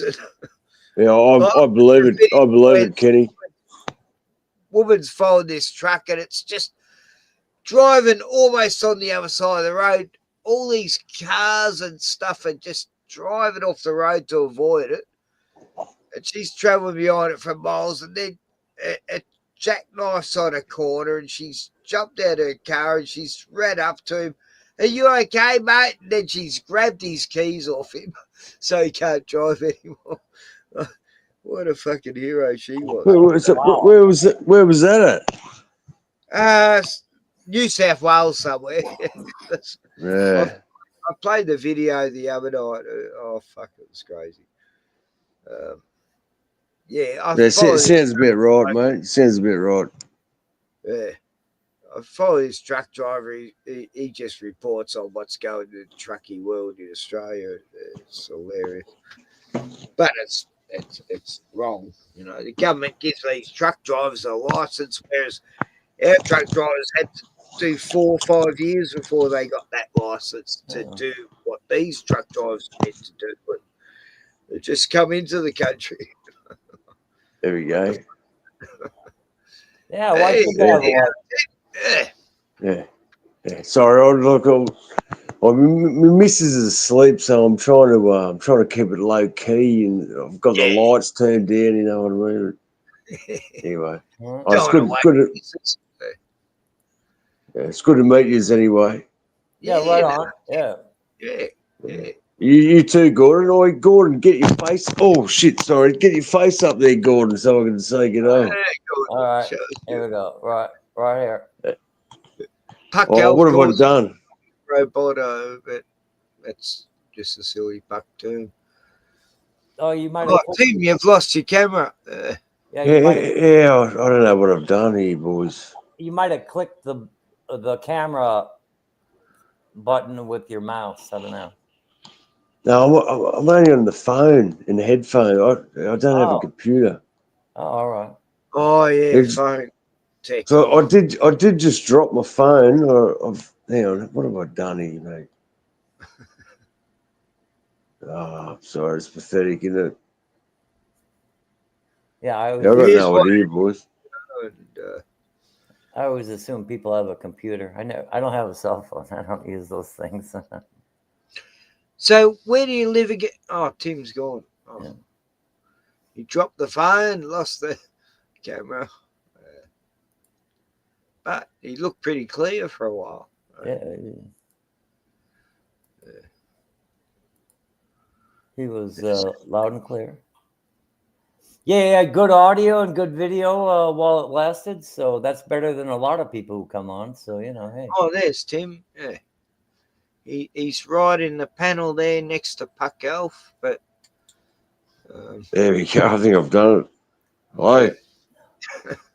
So, Tim, you know Puck Elf, do you?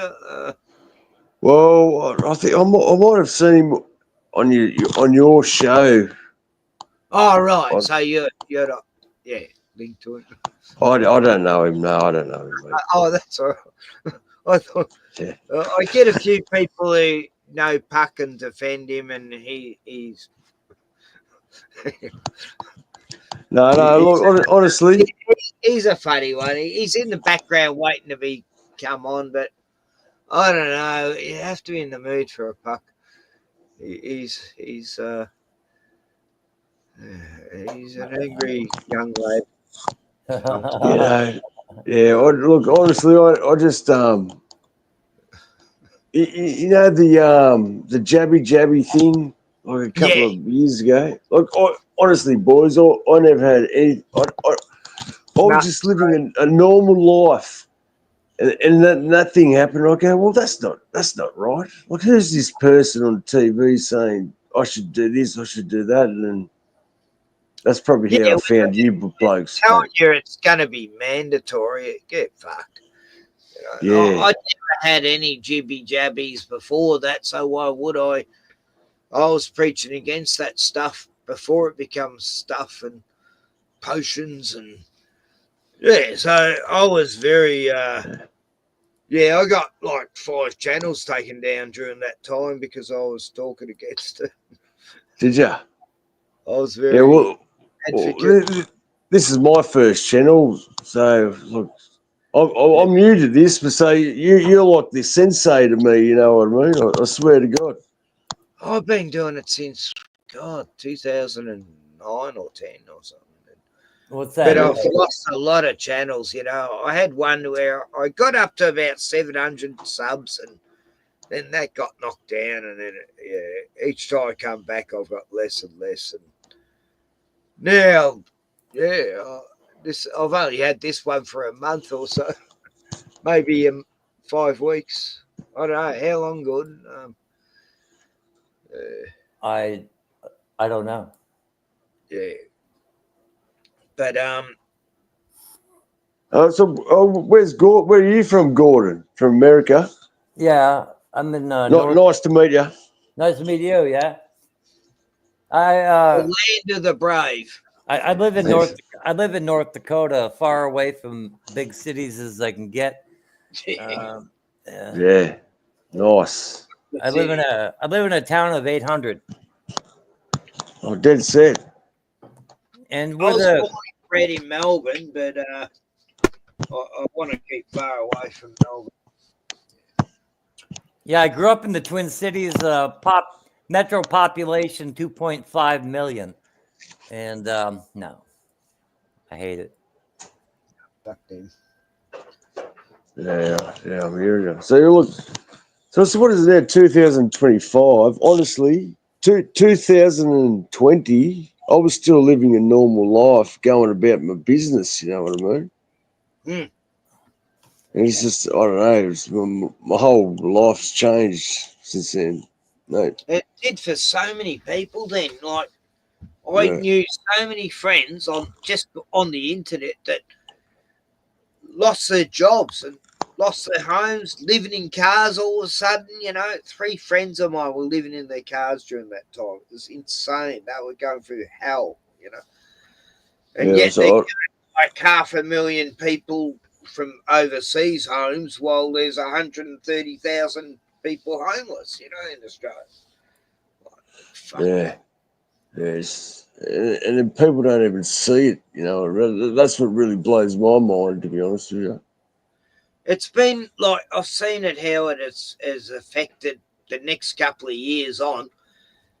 People still can't get their jobs back or business because they just lost everything. And these are people who had a perfect life before all that, you know.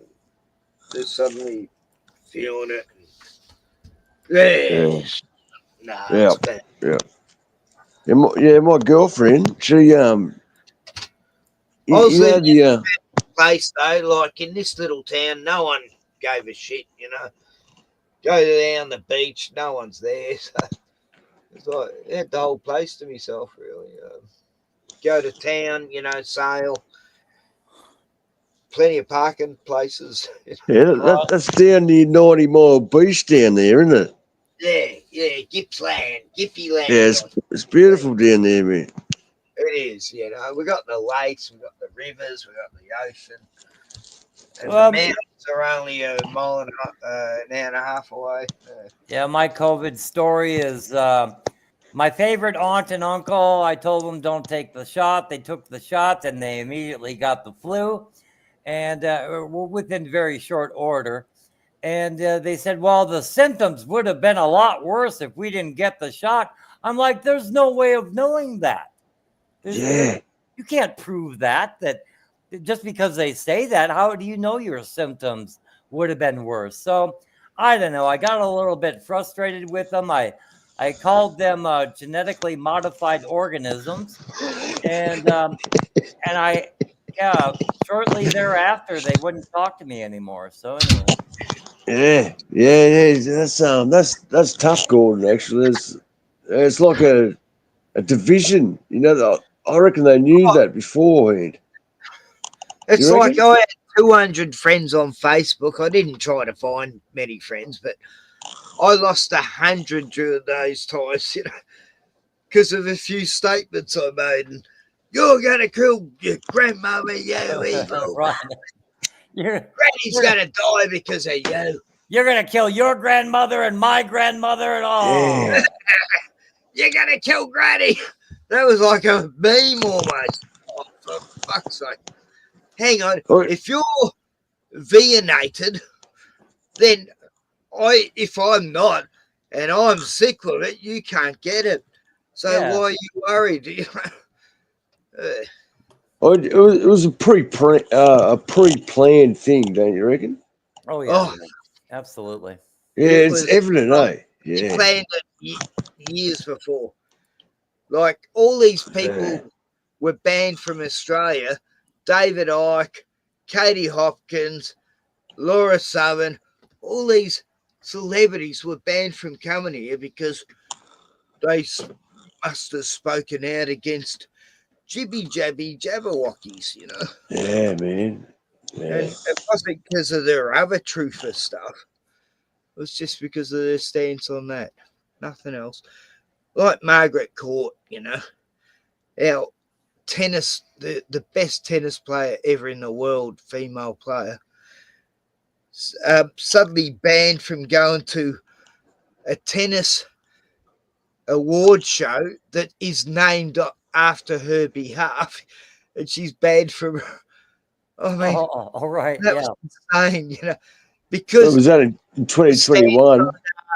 she said, men shouldn't be in women's sports. That's what it was all about. And she's a Christian who does charity. She's not out after clout ever. And they just suddenly had all this news media hating on this woman. She was getting death threats because of the media saying, how dare she say men shouldn't be in women's sports? Oh, what an evil bitch, you know. Oh, God. Oh, God. And she was our greatest sports hero for many a year. And suddenly she's the most hated woman in Australia because she said men pretend to be women shouldn't be in women's sport. Anyway. Oh, God. Say schools. Fucking hell. Yeah, that's a tough pill to swallow, I reckon. It was for me. Somewhere in Really tough. America here, they have a man wrestling in women's wrestling, And yeah, he's going to win the women's championship, state championship. What a brave, proud person. I just cannot believe this shit goes on. Yeah, that's not right, is it? So brave, though, you know. The pride. You know. Hang on, pride. Hang on, let's all be prideful, but doesn't it say in the Bible pride's a sin? Like pride becomes before a fall. I don't know. Yeah, or isn't that the 7 deadly sins? I don't know too much about it, but yeah, it is. The 7 deadly sins is one of those ones. Yeah. I mean, it's just getting silly now. You can't even take it serious. They're losing it. Yeah, they're. Sorry. Go, Gordon. No, go ahead. Go ahead, please. I was going to ask, what was it like in America? Like all this, like since 2020, you know what I mean? It was crazy in Australia. It was ridiculous. 4 years of madness. Yeah, I live in a conservative state, and it was kind of like nobody really said or did anything. They'd put up a sign saying you're required to wear a face mask, but nobody did. Very few people did. The old people did, and they didn't say anything. Oh, the old people, the worst. Oh, God. But they actually have comorbidities to where regular flu could kill them. So I can see that, you know, it's like, I didn't, you know, but if you're young and healthy, you don't need to wear a mask. You don't need a vaccine. I mean, my God, it was. I'm sitting in a doctor's waiting room, right, with all these other people. Every single one of them had a muzzle on, except me. And there's this little baby. She's about 3, and she's looking around all confused at everyone. Then she looks at me and smiles and waves at me, and I smile back, and it's like, my God, this baby, I'm the only face she can see right now. You know, this is just fucking wrong. You know, oh, God, it angered me. You know? Yeah, man, it's pretty weird, isn't it? The whole thing's weird, so weird, boys. Like in town during, magpie season when they get all, defensive, the magpies when they're having babies, and these magpies in the town, 45 minutes from me, Sale. No kidding, they attacked. There was 4 people put in hospital by magpies. They all were wearing masks.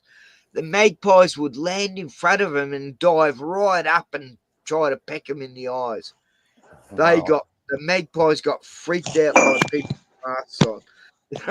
And one guy lost an eye. You know, this magpie took his eye. Oh my God, you can't make this shit up. But, they're gonna do it again. I just don't know when and over what. I'm glad magpies love me. I've always got on well with every fucking magpie I've ever had. Yeah, Gordon. Yeah. They talk about that Agenda 2030. Yeah. So is that what they're working to? I swear I'm new to all this stuff, Kenny. You know what I mean? So it's a stepping stone or something. You know what I mean? I don't know how these wankers work. Yeah, the whole thing was originally called Agenda 21, but then it was called Agenda 2150. It was Agenda 19, wasn't it? Oh, wasn't it 21? Yeah, Agenda 21st century. Oh, yeah, Agenda 21. Yeah, you're right. And then they called it 2150 because they thought it'd take 50 years or whatever it was at that time. Somewhere around 2015, they changed it to 2030 because they think they're going to accomplish everything a lot faster. Yeah. Yeah, I don't know. I think they've woken up a few people. I don't know what's going to happen. It's not looking good at the moment. But I'm judged by my parents. They're going to try and push the. There's a new virus thing, but I think they've realised people aren't going to buy it again, so they've got to pull out another trick, that's going to make people in fear and stay in their houses. Oh, God, look at the sky. It's all going crazy up there. And I don't know what. card they're going to pull, but you know. I don't know what it's going to be next. It'll be like. I wasn't surprised when the Crovens times happened. I always saw that coming, you know. But yeah, I don't know what they're going to do next. You know, it's all going weird at the moment. Mate, I was living a normal life until that you know, the last thing. I didn't have a clue, mate. I swear, I was working hard. You know what I mean? And that woke so many people up. You know. Hit me like a ton of bricks, to be honest with you. And anyway, well, yeah, that's what I mean. What do you do? That's pretty weird. It's a weird thing to have like some agenda, don't you reckon? That's pretty fucked up. Like, here it is. My younger brother's dying of cancer, and I wasn't allowed to see him because I didn't have the Jabberwocky. And my family that did go see him, who had, like most of my family, they had to look at him through a Perspex window. They weren't allowed to hold him. I mean, that is such humiliation. I mean, it's like the bubble boy from Seinfeld. Yeah, John Travolta, the bubble boy, you know. Oh, my God. Oh, yeah, in Seinfeld they had one, didn't they? Yeah, that was a good episode. That was a good episode, that one. Yeah. That's what happened, you know. People were wearing bubble costumes. You know? Yeah. 6 by 6 by 6 apart, you know what? 6. Yeah, Kenny. Because then I had no idea, right? So then I started searching out on YouTube, trying to get some information. That's how I come across you boys. You know what I mean? Wow. And, you can't get much information. I'm telling you. Oh no, they always refer to WikiLeaks. I mean, Wikipedia. Yeah. Wikipedia says experts say, no, fuck the experts. Billy Gates, yeah, he's personified evil. And it all goes back to Baal worship, actually. The ones who started Baal worship, well, they become the Chosens, but then they killed their Messiah. And now they're evil. Anyway. I mean, are they going to go with this bird flu or that flesh-eating bacteria? I don't know. Oh, no, eggs are back on the market, Gordon, didn't you hear? The bird flu's over. Eggs are back on the shelf in America. Well, I don't know. They're going to do something. They're going to reinstitute the fear. But, no, you can't go past free-range eggs. I mean, I grew up with them for 15 years. I had hens and had way too many eggs. I used to give them away, dozens every week. But, I just added Tim, but he's gone again. Yeah, he fell off as soon as you brought him back on. It's internet. I lost internet for like 20 minutes before. I don't know why. It's weird.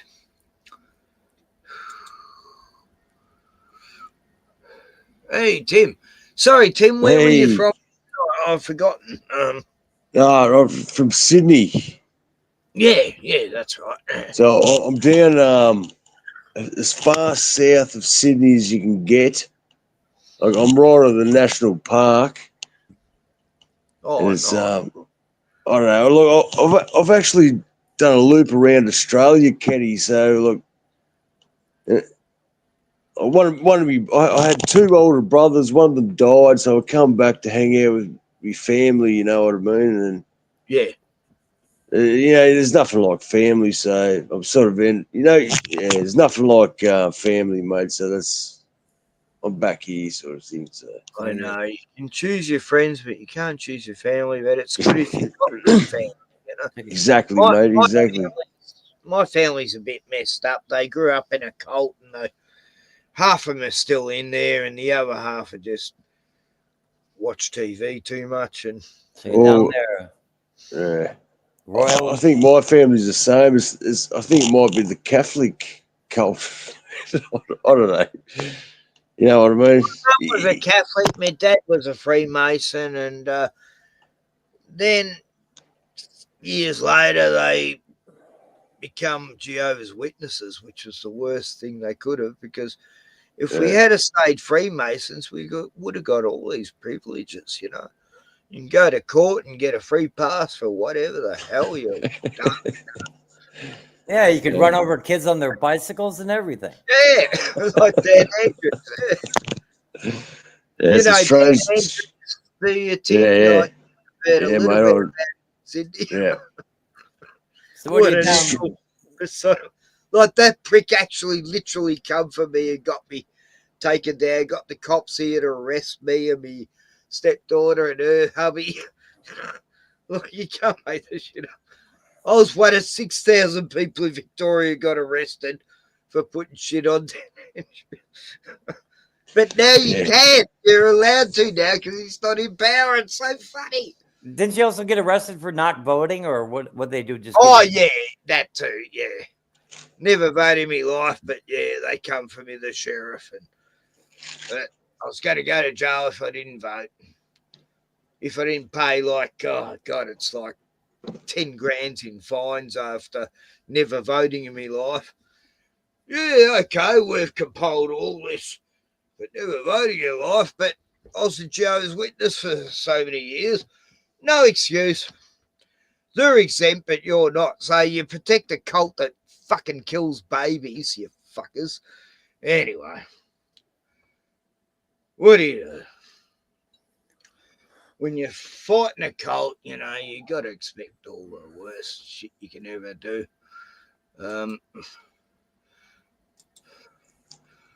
Yeah, sorry, boys. My connection probably ain't the best, to be honest. So what are you down there by Royal National Park or what? Yeah, that's the one, Gordon. Yeah, right down there, as far away as from society as I fucking can possibly get. Are you near Byron Bay? Oh no, that's probably 1,000 kilometres north from where I am. So I'm literally Sydney, Kenny. So it's you know, the Cronulla Sharks, the football team. Yeah, it's near there, but further south, like right on the Royal National Park, as Gordon said. That's where I am. I lived in Parramatta, but I lived Hurstville. I was actually born at Hurstville. I used to go to Punch Bowl RSL all the time. I loved it there. I got to know all these musos when I was living there, and yeah, it was great times. I went and seen all the best bands back in the early 90s, and yeah, I've got very fond memories of living in Sydney for a couple of years. Port Hacking must be nice. I don't know. I was 15 minutes from King's Cross at one place, and I got to know all these heavies and got on well with everyone. Prostitutes and yeah, that Port Hacking, it looks like the perfect place for plenty of ships to go and dock and Yeah, that my connection's shit, man. yeah, it's Wi-Fi, is it? Yeah, it's just a mobile thing. Yeah. Have you got storms there right now, Tim? Like, you've had some bad. Oh yeah, it's been pretty bad the last week, but last night the stars were glorious, Kenny. They were beautiful. It was first clear night. Yeah, 100%. Yeah, last night was just clear as.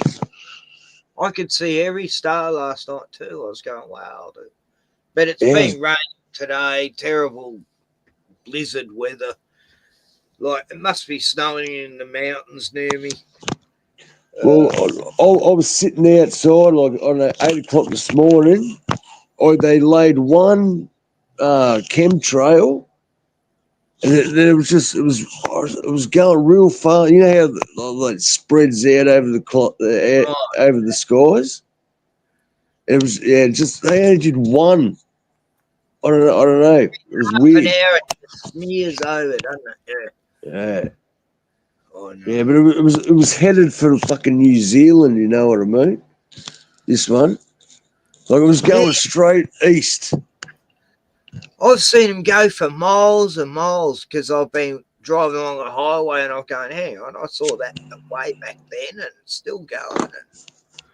And, for an hour I'm seeing this one chemtrail, it's like, fuck. Yep. How long did they go for? Oh, and they just spread over like a quarter of the sky, one chemtrail. I mean, it just gets huge. I mean, you got a beautiful blue, bright, sunny day and suddenly it's just hazy and shit and the sun looks all white and glaring. And then a lot of them will go over and they really won't leave much of a chemtrail, right? But then after a while, it'll start to appear and just get terrible looking. Just, oh man. I know. I've been watching it for like 17 years. I've been doing vids about it. I mean, you used to get banned for doing videos about chemtrails, but now they don't care. They don't care what you know anymore. They put it in their face. Yeah, they used to say you're crazy, you're off your meds, and now they're like, of course they're doing it to stop global warming. Dim the world, Operation Sunshield, we've got to cool the planet down. It's global warming. It's getting so fucking hot. Yeah, UK people will differ, They got the Operation Sunshield happening there, and they're going, fuck, it's fucking freezing, what the hell? As if it hasn't been cold enough all their life. Now they're blocking the sun during summer. That's the last thing we need, boys. You know what I mean? That's the last thing we need, man. Oh, we need the sun. The sun's our friend, Yeah, fucking oath. Fucking, how good sitting in like the sun? You know what I mean? On these freezing cold mornings when the sun comes up, it's yes, the most thing, thank God you're up. Fucking oath, Kenny. You know it, Kenny. You bloody know it, mate. Yeah. I've lived in the bush for like 15 years before I come here to the coast, it's only half an hour where I used to live, but I just always stuck to this area since I was a kid, I just love the mountains and the rivers and the lakes and the ocean. I've got to be near them all. And 100%. During the COVIDs, it was the best place. It didn't affect me at all, me or my dogs. Yeah. I raised dogs all my life, and I'm down to one dog now, one Mastiff. I had one dog when I was a kid. It was actually my brother's dog, so I had two older brothers. It was a cattle dog, a blue cattle dog. It was my best friend. Must have been 12, 13. And then we had to put it down, and I was devastated, mate. I was absolutely devastated. It was like I lost my best friend. I have been every dog I've had. I've had, 12 dogs or so, and 6 cats, and a horse, a sheep, an elephant, a cow, hens, I've had pet hens, that were like, I used to bring them in the caravan with me dogs, the pet ones, and I'd snuggle up with the dogs and keep warm at night. And, you can't ever forget that stuff, because the pet crocodile. It's a crocodile. I had a pet koala too that would visit and stay in my hen house on cold nights with the hens. Yeah, for 10 years I had this koala visit me. I stopped him one day. It was a real hot day, and I stopped him fighting, beating this other koala up. And I pulled them apart. They didn't care. And I pulled the koala. Koalas? Yeah. They were punching on, were they?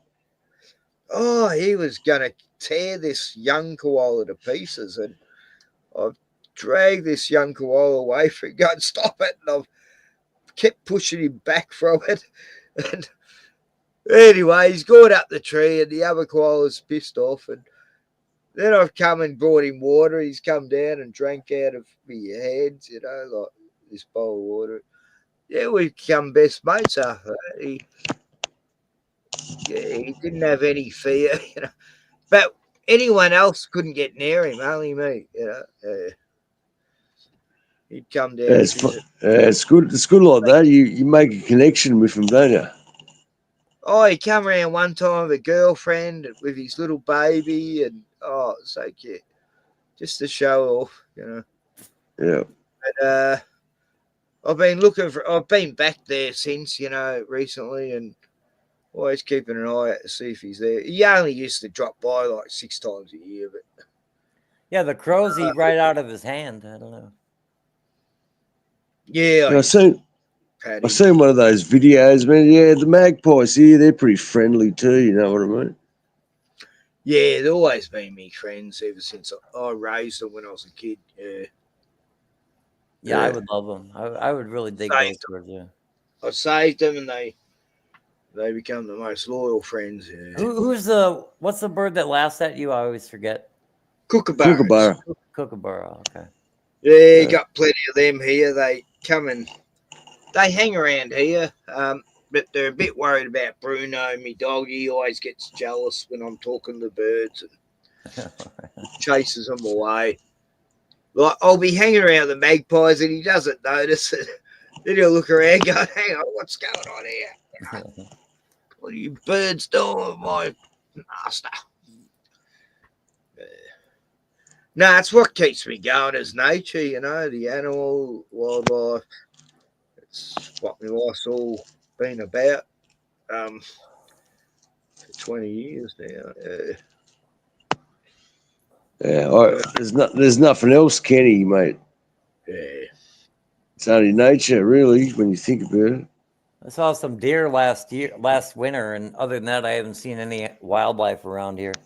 I hear the coyotes going crazy, but there's really not much for wildlife here. Well, what about like cats, Gordon? Do you get many of them big cats around there? What, like a mountain lion and that sort of thing? Yeah, stuff like that. That shit's scary, man. They're around, but I think they're pretty close to here. Like, you could probably find them. Cougars, some female cougars. You know? Yeah, I think that'd be more the genus than the mountain lion. But around here, it would be the cougar. But there's I don't know. They stay so well hidden, you just never see them. Yeah, so that's the scary thing about it. You don't even see them. Oh, you meet cougars here in pubs and that, you know. Yeah. There was one attack in western North Dakota like 8 years ago, but other than that, I haven't heard of anything. Nobody's really coming into contact with them. Where there's plenty of game, they don't bother anybody, you know. We had a kangaroo attack. When was it? About 4 months ago. Start of the year. Was it a big red? No, we don't get red kangaroos here.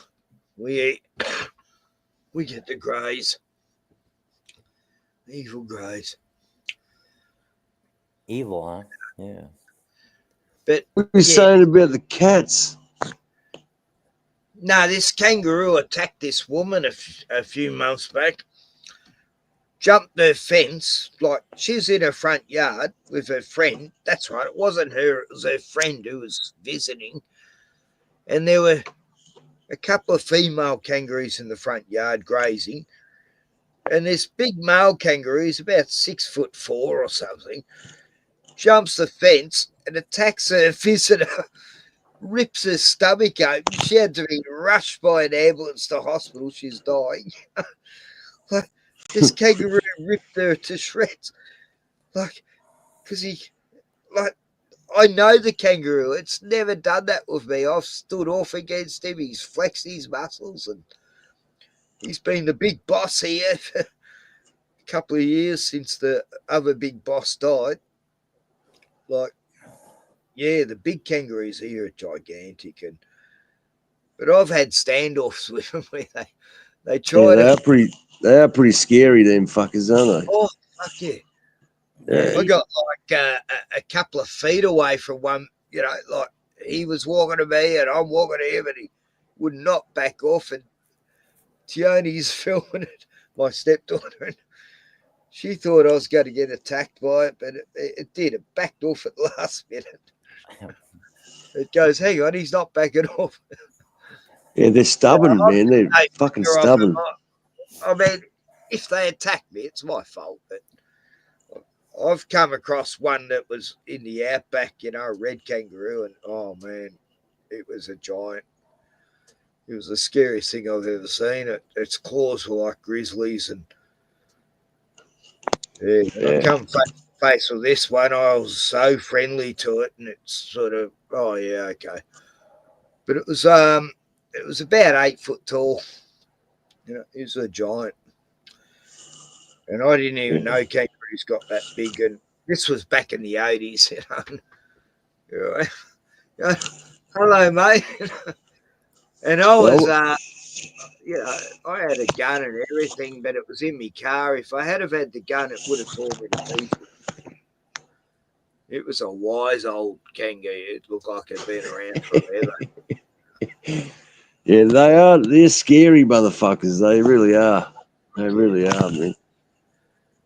I've seen a video on TikTok of this American going, yeah, I'd fight a kangaroo, no worries. I reckon I can take him on. And then he's watched a few videos of it. He's going, oh, yeah, I didn't realise they were like that. And, oh, yeah, I don't think I could, actually. Yeah, they're fucking scary, Kenny. They're scary. Crushing big cans. Yeah. I went to, Exmouth over in WA. I went there one time for a fishing holiday. There were so many kangaroos there, I couldn't believe it, mate. There was dingoes, there was wedge-tailed eagles. That is wild. I saw like 5 eagles on the way to town yesterday. Down in down 90 Mile Beachway. I used to know every eagle in the area. Now they're actually, all these other eagles they must be mating and had babies. And I mean, one couple I knew, they're always in couples, it got hit by a car and I've had to stop and take the bird off the road because its mate was nearly getting hit by cars because it was so worried about its dead mate, and it was so sad, Anyway, I must have found another mate because there's like 5, 6 eagles on the way to town. And, I was saying to this lady who drives me to town, oh, look, there's like the 5th eagle I've seen today on the way. Oh, yeah, whatever. Who gives a fuck about eagles? It's like, yeah, it's great being around someone who doesn't give a fuck about nature and shit. But anyway, I'm on this pension where I get all these perks. And I get driven to town to go shopping once a week. And half your luck, mate. Half your luck. I've got my license. I just got that back after they took it off me for no reason whatsoever. They made out I was high on drugs or something, and I'd only been smoking weed. So. Are they Freemasons, Kenny? The coppers? Oh, fuck yeah! Most they are, aren't they? The ones who aren't, they wouldn't be. Yeah, God help them. They're target. Is it the same in America, Gordon? Are they Freemasons, the coppers over there? They started taking the signs down, but as you would go into like any city in the country, they're trying to hide it now. But as you would drive in, there'd be like an M, a blue M with a white circle a white background circle, and to let you know that it was a Freemason. There's a Freemason lodge. Oh, look, every single small town in Gippsland, Australia, well, Victoria, I reckon, there's always a Masonic temple, whether it's still operating or not. It's always there. Like, you go to all these towns that have hardly any population, they've got a Mason temple in it. And also, there's a Catholic church there as well, don't you reckon? Always a Catholic church, normally, yeah. Probably. Except this town, we've got a Lutheran church. I think it's Anglican. Are they all? Is it all the same type of stuff? You know what I mean? You reckon it's like hand in hand sort of shit? There's offsprings like Anglican and Church of England. But then you got the Baptists, which is sort of the Protestants. You know, you got the Catholics, Protestant sides. And the Protestants, they had all these offsprings of Pentecostal lunatics, fuckwits. The born-again thing with people like Kenneth Copeland running the whole world church and Benny Hinn and those evil aeroplane preachers, I call them. What do you call them? Aeroplane preachers. They all own aeroplanes. They all fire around. They just fly all over the place, mate. They're all possessed by demons, you can tell. So Gordon, it's the same in America, is it? Oh yeah, they used to have them like everywhere. Now they're kind of slowly getting rid of them, but the lodges are still there. But every city you'd come up on used to have like a Mason sign on the highway as you come into town. Fuck, man. So it's the same shit. That's unbelievable, man. The police wear a pentagram. All cops wear a pentagram, right? Yeah. And it's a star upside down. It's more or less the Jewish pentagram, which is satanic, So Kenny, so is Freemasonry, is it Jewish? It more or less. They go along the lines of the Temple of Solomon, which was a temple created by demon technology and architecture, right? Solomon contacted demons and people beyond the dead. He even contacted his dead father, and he got the temple done by architecture of demons, the Jews are such holy people. What the fuck? They're contacting demons to create a temple? It's bizarre, right? It's fucking bizarre, man. The Masons have structured the whole religion from that point onwards. The architect of the universe, everything to do with that is about Solomon's temple. But look, when I grew up, Kenny, we'd call them the Blue Bloods. Is that the same type of shit, you reckon? Yeah, it is, eh? Same shit, eh? Yeah, my family was a long line of Masons, so I know a lot about it because they used to be constantly asking me to come back to them, and I don't know, I probably should have, just to get off all my fines I've had. Yeah. I used to go in a court and they're all wearing Freemason rings, the Masonic ring. I'm going, so if I had one of them, I wouldn't even be here today, would I? They'd laugh, It's just so I got a question for both of you. What's the next move then? What are they going to do next? Well, it's all about depopulation and New World Order. That's been an ongoing thing for many a year. It doesn't like the Masonic pledges. It doesn't matter how long it takes. We just get it done. So the plan's been for like 300 years, and they don't care how long it takes. These blue bloods live forever. Kenny, the other day I seen they literally demolished a brand new house. And they're building like a double duplex on it, man. It was a brand new house, and I don't know, it's fucking weird. I'm going, why would you do that for? I don't know, it blew my mind actually. Yeah. They just, it's all this land grab. That's what it's all about. Like in the town I live in, they've suddenly made all our area, where all along the lake line on this side of the town, a flood zone all of a sudden, and it hasn't flooded here since 1968. Like that was the last bad flood. Yeah. And now they made a flood zone where none of this property's worth anything anymore. And it's so we all just sell out for nothing, and the government will buy it up, and all these celebrities will own it. Yeah. That's a big plan. Tell everyone the sea levels are rising, sell up your coastal properties, and us government will buy it up and make it national park, and then we'll sell it to Tom Hanks and fucking Katy Perry.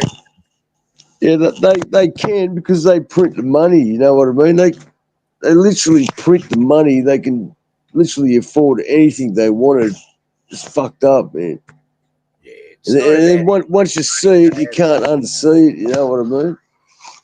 Like people go, "Oh, Elon Musk is worth this," and it's like, no, he's not. Like they get to this certain status, and money has nothing to do with anything anymore because they've unlimited money. Exactly. They have unlimited money. Can imagine as wealth or put a figure on, and they have their own little cities underground and shit. That you never see a celebrity stuck in traffic, No, they have their underground tunnels they travel along, so they don't get or they got a fucking helicopter or some shit. You know what I mean? Yeah. Maybe they teleport now. I don't know. Who knows what they got now with technology and science. But do you know what I reckon is the strangest? Look, no one can see what's going on, but look, I don't know. It's fucking so strange, man. People watch TV and they think it's just all normal, and That's Shakespeare bizarre. said the whole world's a stage, and and it is. They're putting on a show for us all the time. Trump's better than that guy, and Biden's like the creepiest fucker you could ever. It's fucking so bizarre, boys, man. I'm telling you. It's like in Australia, like we had Dutton, Albanese. Like what the fuck? Both were hated by everyone. And we got two hated people to vote for. Yeah, there's no way these elections we are have. real. Yeah, no way, Gordon. There's no way. What about Penny Wong? Oh, there's something wrong with that woman. Man, dude, man, she's a fucking. Oh, God. Well, it's been known for many a year that she's a lesbo, and I mean, not that Yeah, look. anything. I didn't know about Julia Gillard. She was a lesbo. I didn't know that. Yeah, that's a good one. That's. But no one would believe you, even if you told them anyway. But people were talking about it back, like, when was it she was in? 12 years ago. But, it got swept under the carpet. They were picking on Pauline Hanson more, She was the scapegoat at the time, and now she's almost susceptible, but she still loves Israel. Anyway. I love Israel too. Yeah, right.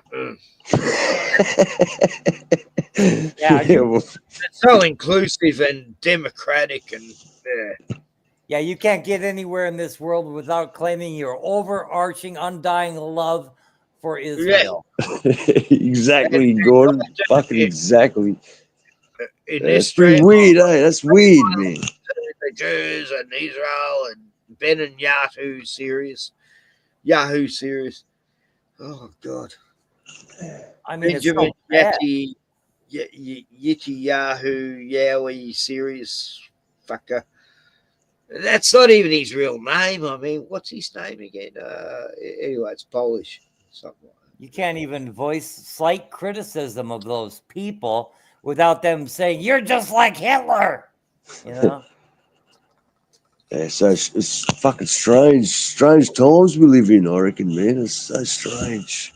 Yeah, the word Nazi has become popular again. What the fuck? And you know, like, you think you'd learn from history, but if someone's lying about it, it sort of makes sense that we're going to repeat it if someone's fucking lying about it all the time. I don't know. It says in the Fucking weird. Bible, a generation forgets, you know, like 70 years they forget their history. And it's about right. 70 years people forget the history.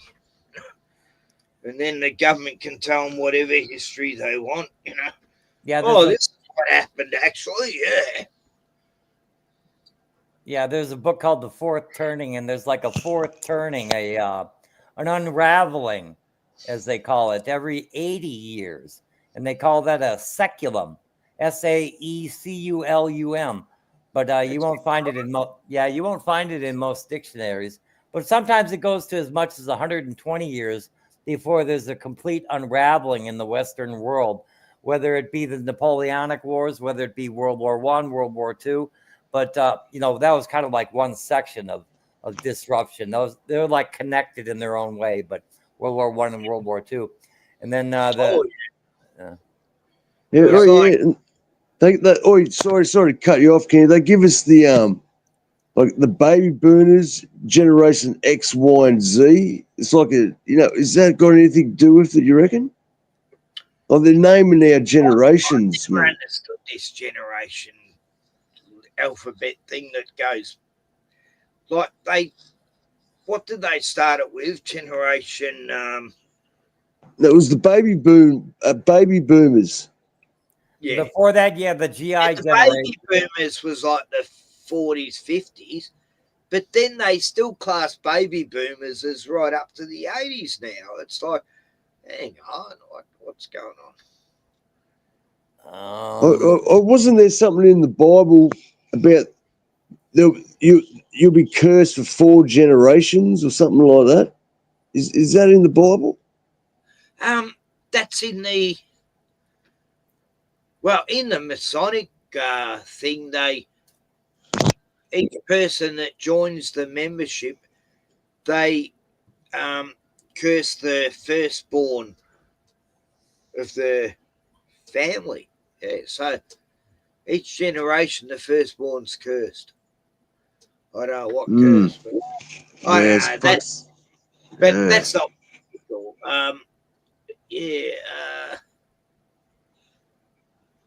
I'm not sure about the 4th generations. Yeah, I swear, look, because I went to Catholic school as well, you know what I mean? And they drum that shit into you, you know what I mean? Yeah. It's literally brainwashing, man.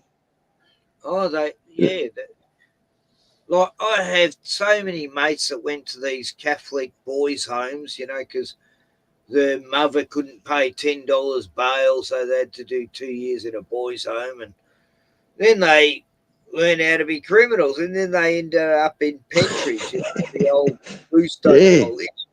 That's bullshit, eh? They all ended up criminals, petty criminals. Yeah, man. Yeah, I know exactly what you mean, mate. It's not good. It's not good for anyone, mate. You know what I mean? No, Generation X lasts to 80, but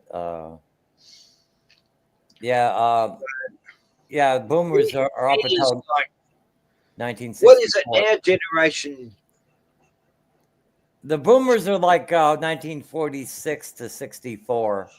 And then 65 is Generation X, lasting till 1980. People born between those years. Then there's X, Y, Z.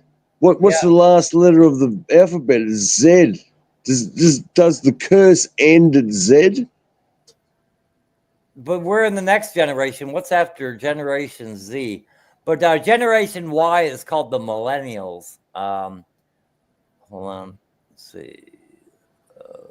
What do they call the X, Y's? Yeah, what is maybe the curse has ended. For Yeah, these new, maybe. it's like a doomsday clock. I never got that. I go, what the fuck? I heard about it since the 60s, this doomsday clock. It's like, what? Because the clock is on a certain number, it means when we're going to end, get fucked. It's just a clock. Yeah. 2012, they said, oh, the Inca calendar says it's all going to end in 2012. It didn't happen. Yeah, I remember that. It was the GFC, the global financial crisis. Well, we're already past after Gen Z Yeah. was Generation Alpha. Now they're calling this next generation Beta. So Alpha, and Beta, and they might. That's it. So no more alpha males. Keep going, Gordon. What were you saying? Sorry. Okay, Gen Z ended those born between 97 and 2012. So Gen Z ended in 2012. 2011 to 2024 is called Generation Alpha. And Wow. Yeah. So that's over as well. That was over last year. Now they're starting Generation Beta. So I didn't even know this until I looked it up. Yeah. But these are subject to change. It depends on whether they take on a more distinctive characteristic, So they've ran out of letters, they're going, oh, shit, we started the generations too late, now we've got to Z. The generation I'm from never made a name for themselves, and they're still called Gen X. I mean, we've never held the presidency. We've never held high office, and not in the West, really. I mean, it's just a slide. I don't know. Gen X has never held power in America. Nobody born between 65 and 1980 held power in America. I mean, who has the corporations have the power? Australia's it's just ran by corporations, really. And America run Australia. We can't even get Australian fish in the supermarkets. It's all from Asia. And all our wood and wool and steel go to Asia, and we get shipped back. Yeah, we get ripped off, Kenny, don't we? Absolutely ripped off. Yeah, the building trade, the buildings, they can't build buildings at the moment because they're waiting on proper timber. They have to get it from America.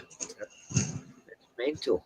All these. Yeah, it's crazy, man. It's fucking crazy. I got a theory. It's that it's the East Empire Company, man. It's like it's never ended. It's the same thing. You know what I mean? Like, it's hard to explain, but like the Western countries, I think we are the East Empire Company's slaves, basically. I don't know. It's hard to explain, man. No, we were ruled by Britannia, and then now it's the royal family doesn't seem to have much sway now, but it's corporations that rule them, and America, and all the corporations are owned by this Jewish corporations that own like four major companies that actually own everything on earth. The nation state in its traditional form has long since ceased to exist. Corporations have taken over. It just goes without saying. That's why kings used to grant a charter and they would pull it at any time. This was actually a good thing, pulling charters once they became too powerful. But I'm telling you, these corporations have taken over the globe. We're run by a global corporate technocratic dictatorship. I mean, it's really, United Corporations of America. Do you reckon it was always like that? No, I mean that's why Albert Pike, he predicted. I don't know. He was on the inside. He was a Freemason, very high-ranking Freemason. But he knew that they were going to take down most of the kings of Europe during World War I. I mean, he wrote it in his book. He was like Nostradamus, but he was actually correct. But Albert Pike, he knew what was going to happen. He knew what was coming down. Look what happened to the Tsar family, they took down that royal family. Yeah. And was that the Russians? Yeah. Yeah. And then the Austro-Hungarian Empire, the German, it just snowballed, yeah, the German Friedrich Wilhelm. All these great empires were suddenly just taken down. How many kings went down after just World War I don't know. Heaps. And then there's some Ottoman kings left. Did they take down the Ottomans as well? I don't know. I forget my Balkan history. They have so many. I think they took down a Serbian king, but anyway. It's crazy, It's crazy, man. They annihilated the Tars, the last of Tartaria, and so.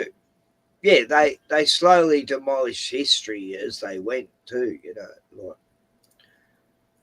Because they definitely did it in Australia. You know what I mean?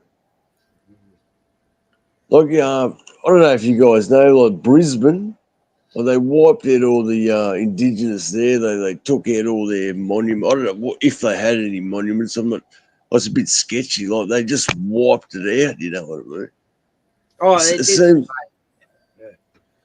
They did, Kenny? It's crazy, man. Douglas McMillan, he went throughout Gippsland, wiping out all these 200 tribes. Maffra just, half an hour from me. It's crazy, bro. You know what I mean?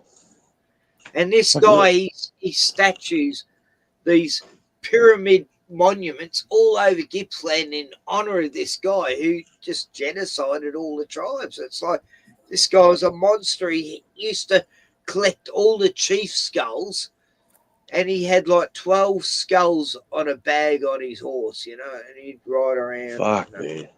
Yeah. Sadistic prick, and there's monuments everywhere. I even told me Indigenous mates about him, going, see that statue there? That's a prick that genocided you guys.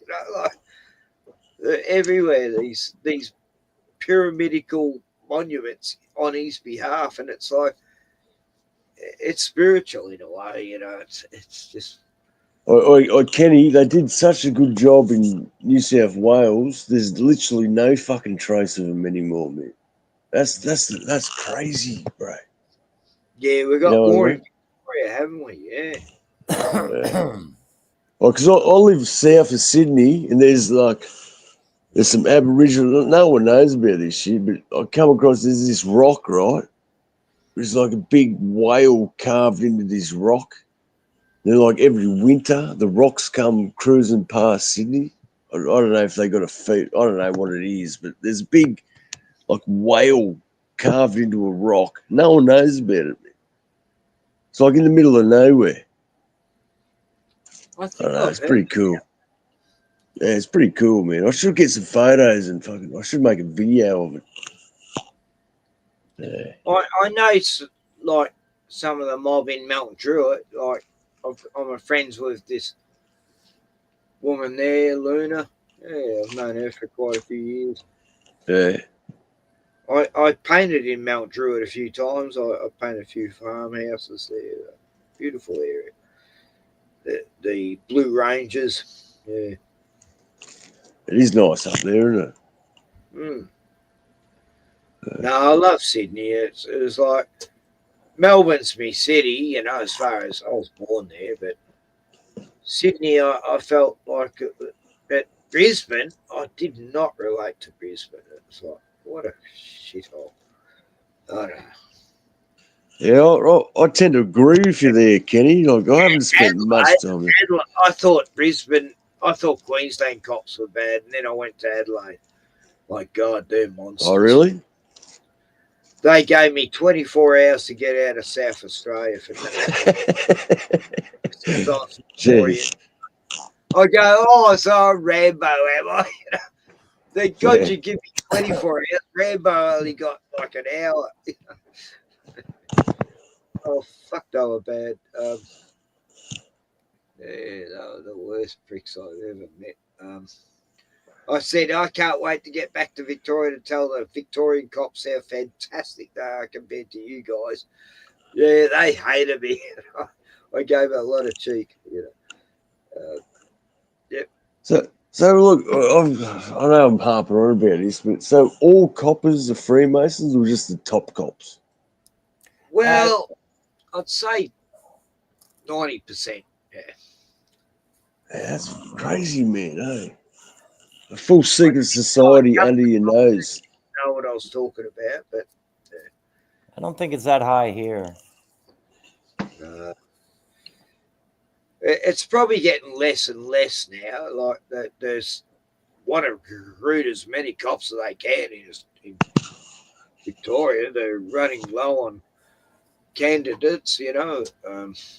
In most Freemasons over here, they don't know anything about anything. They're like such low rank, and they just view it as like a social club or something.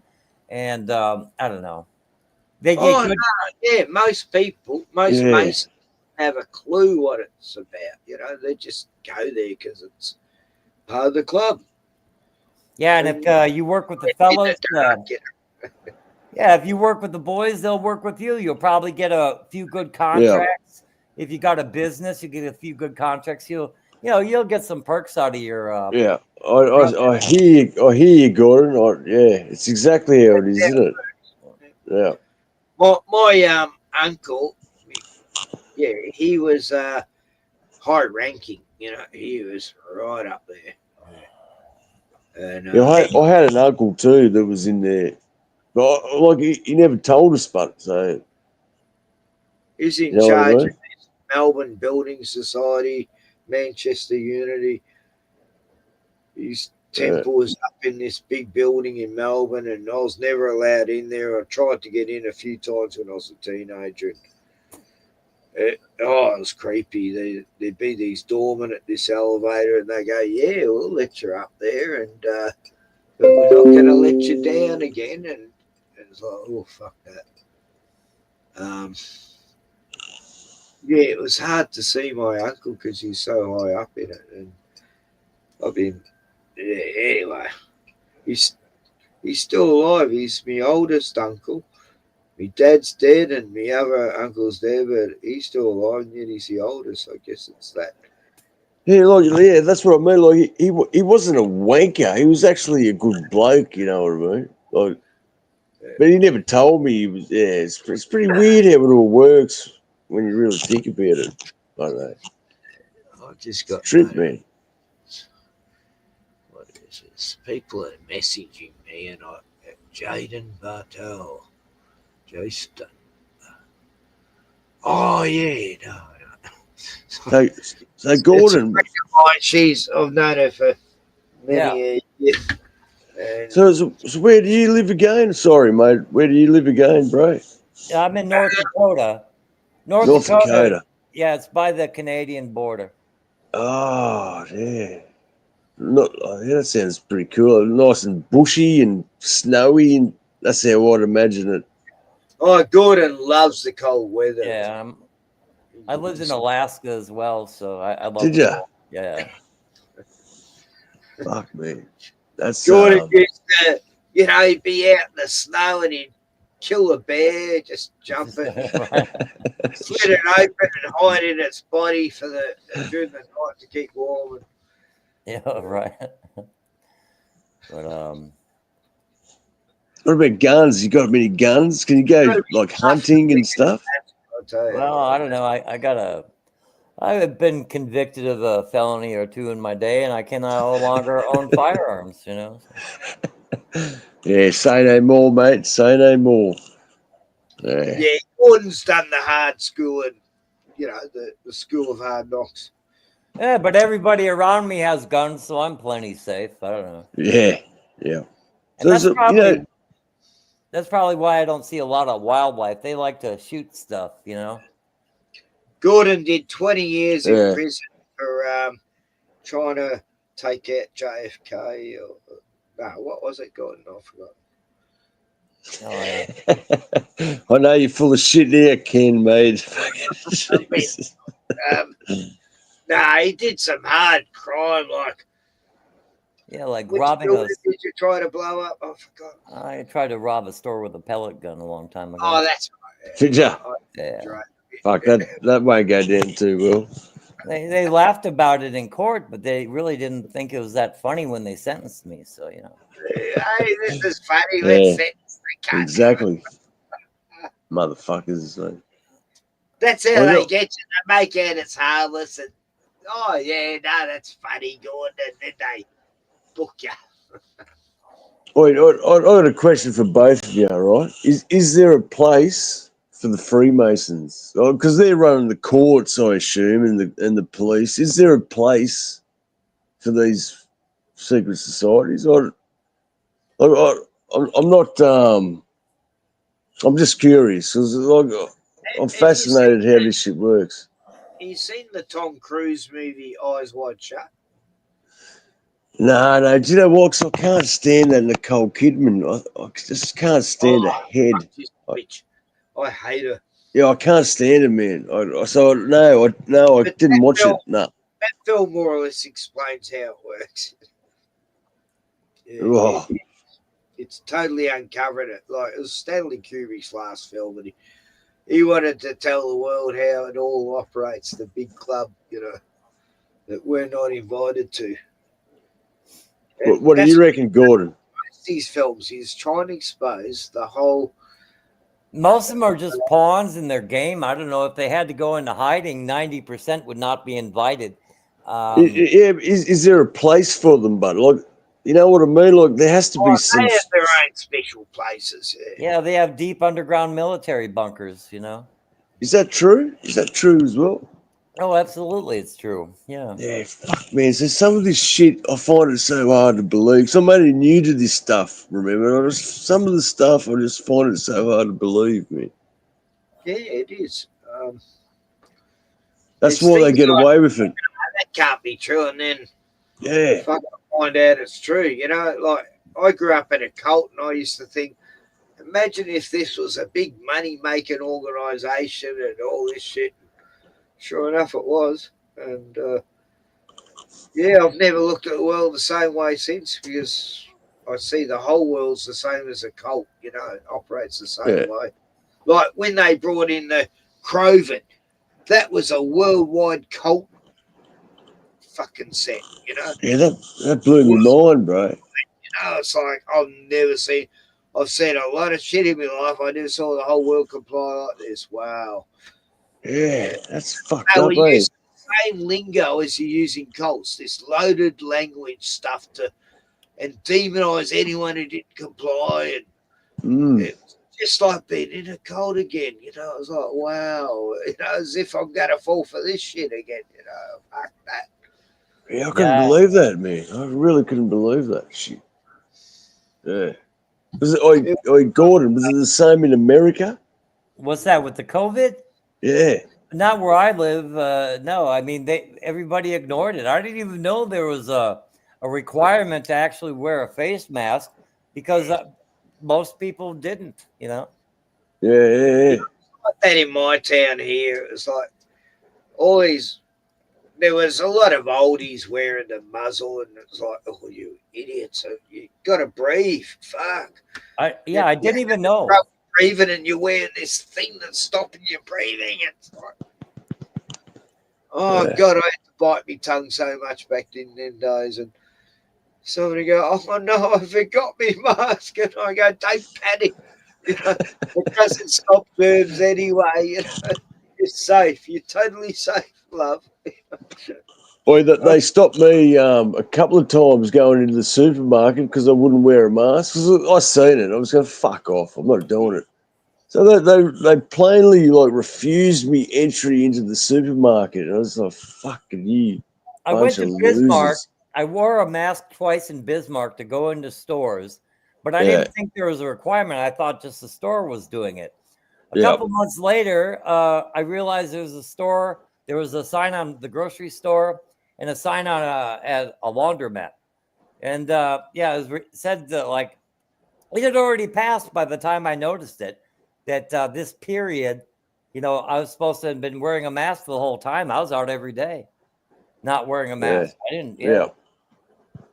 And I was so skeptical about it. I was ahead of the curve. Ken was, Eric Farmer, a bunch of us were ahead of the curve on it. And I was telling people, it's like, you're going to be the death of all of us. You keep wearing that mask. Yeah, boys, I'm so glad to hear that. I'm so glad to hear that. Face shield, right? I didn't mind the face shield. It didn't fog up. I could still breathe. And then I said, when they ban the face shield and they say you have to wear a muzzle, that's when I know it. You know, yeah, get fucked. And My boys, I was flying solo here, man. comes on saying you all have to wear this fucking mask from China, and we've got these. And I said, right now they're gonna, you know how it was the material masks were fine, you know, these scarf things, and I said, right, Dan Andrews is gonna make it trendy. He's gonna hire all these Chinese people to make these material masks with all different colors. Right. And Yeah. sure enough, that happened, you know. And as soon as they said face shields are no longer applicable, I went and got my doctor's exemption to say I didn't have to wear a mask. And I'd go into shops and everyone would be looking at me frowning with their masks on, and I'd go, no, I'm very special, you know. I have an exemption, and I'd be showing in the paper, you know. It seems to have worked. I had so much fun during that times, just mocking them all, and I did videos of it, and I'd get banned, and my video get taken down, like my channel get taken down a few times. They're going to do it again, though. I just have to think they're going to do it again. Something similar. They can't Yeah. use a virus again. No one's going to buy it, but they're going to do something that will have It the was, it same. was so easy for them last time, you know what I mean? So easy. Well, that was a test. It was a test to see how much people would comply. Yeah, it was, Kenny. It was like we failed. Or I didn't. You boys didn't, but everyone else failed miserably. Well, they passed the test, but we failed the test because we didn't buy it, you know. Yeah. Yeah, exactly. I know what you Yeah. mean. But, I got, you know how they say the bird flew? Yeah. I seen a bird like fly past me neck. It's a hoax, man. Like the bird flew. Of course, a bird fucking flew because they fly. You know what I mean? It's just a hoax. And no one can see it. It's pathetic. it's a way to stop people having eggs for a while, Yeah. Yeah. ramp up the egg market, say, oh, no, Well, now we've got our disease, you know. They were going to kill like 400 ostriches in Canada, right? Because the big ostrich farm, because of the bird flu. Only a couple birds died, and but they finally got an exemption. They were going to cull this flock, and then they backed off, and so they're not going to kill them anymore. So I don't know. That's a pretty big win. It's pretty ominous, but isn't it? Just like the nerve of these motherfuckers, man. I don't know. Well, It's they had weird. the bird flu, but eagles and all these other birds don't get it. Only poultry and, you know. Yeah, exactly, man. It's not the other birds. It's not the swamp birds, or the ibises, or the eagles, or the hawks. It's Just the chickens. Like what we like to eat. You know what I mean? Motherfuckers. Man. It's just their main diet, birds. Yeah. Yeah. It's such a scam. All these fear-mongering bullshit. People like Bill Gates and Fauci and those beagle killers, you know, done all these experiments on beagles. For like 10,000 beagles were killed during Biden's time, you know. in experiments. Yeah, just grisly, absolutely terrible. Fucking cunts. I love beagles, you know. I can't even imagine the horrors they went through. Well, I know. I did a video about it the other week, but I didn't show animal cruelty. I never would. But, you know, this story of England still allowing this to happen. Trump stopped it in America, allegedly. But in England, yeah, they're still carting all these puppies to this laboratory to be experimented on. And all these people are outside protesting the last 3 fucking years, you know. And they get attacked by the people in the science lab, you know. They come out and chuck shit on them. And, oh, it's just terrible. Yeah, they get attacked by the people that went and got that COVID shot. You know that, like, that I'll send them a monkey or send them a flying monkey. Have you heard that saying? It's like you send them the crazy people. I think that's what it means. That's my interpretation of it. Okay. It's a Wizard of Oz thing, flying monkeys, yeah. Yeah, there's a movie. It was a Brad Pitt movie, like the 101 Monkeys or some shit like that. Is that what that's about?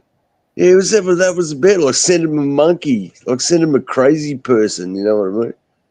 Send him a brainwashed person. Monkeys is about when a monkey learns off another monkey, and then they all start learning, and then they become. Yes, exactly, Kenny. That type of thing is pretty fucked up, isn't it? It's crazy, man. Yeah. No, the world's going mad. Like when a person can't say what a woman is anymore. Oh God, please kill them. You know? Yeah, that New Zealand Prime Minister. You know the new New Zealand Prime Minister. Oh, that Jacinda was bad enough, but the new one's worse, man. He's more of a he's worse. Anyway, let's not. I've seen videos of the last one, Jacinda just snorking a line of coke, and then she gets up there and she's rubbing her nose, and oh God, it's so obvious. Is that true? Yeah, I've seen that. She was like having a glass pipe of ice or something. Do you reckon that's AI or is that true, that one? Oh no, this was like years back. Yeah. Yeah, I seen it. Fuck, 5 years ago. Fucked, eh? Dan Andrews, they got a film of him doing it, and then Zelensky, and they got plenty of films of him, you know, just sniffing something, and then he's rubbing his nose, and now they got one of Macron, you know, trying to hide these baggies when the reporters come in, and now he's been smacked around by his missus on a plane, and they got footage of that. It's like this. Wait, isn't his missus like 70 years old? Oh no, I think she's like 200 years old. She looks like that. Holy shit, man! Oh God, she's ugly. She's scary. Wow. Yeah, she's a witch or something, man. That one. Yeah, no, there's plenty of witches, the Kardashians. And...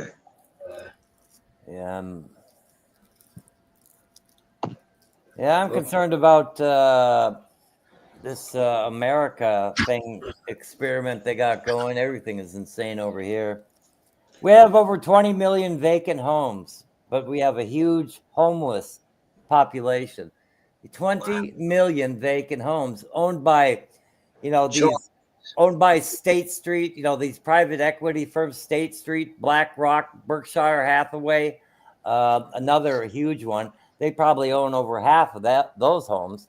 And, and they're renting, you go to rent from what you think is one person or whatever. You go to rent an apartment, let's say. Then you find out they're actually a representative for 5,000 units just in that city. It's like, what the hell is going on here? But they would just as soon they don't care. You have to be perfect. You have to be crazy. You have to be so perfect. It's not even funny. Perfect credit, rental history, employment history. I mean, they just want to love you, right? And Chinese system, that's how the Chinese work.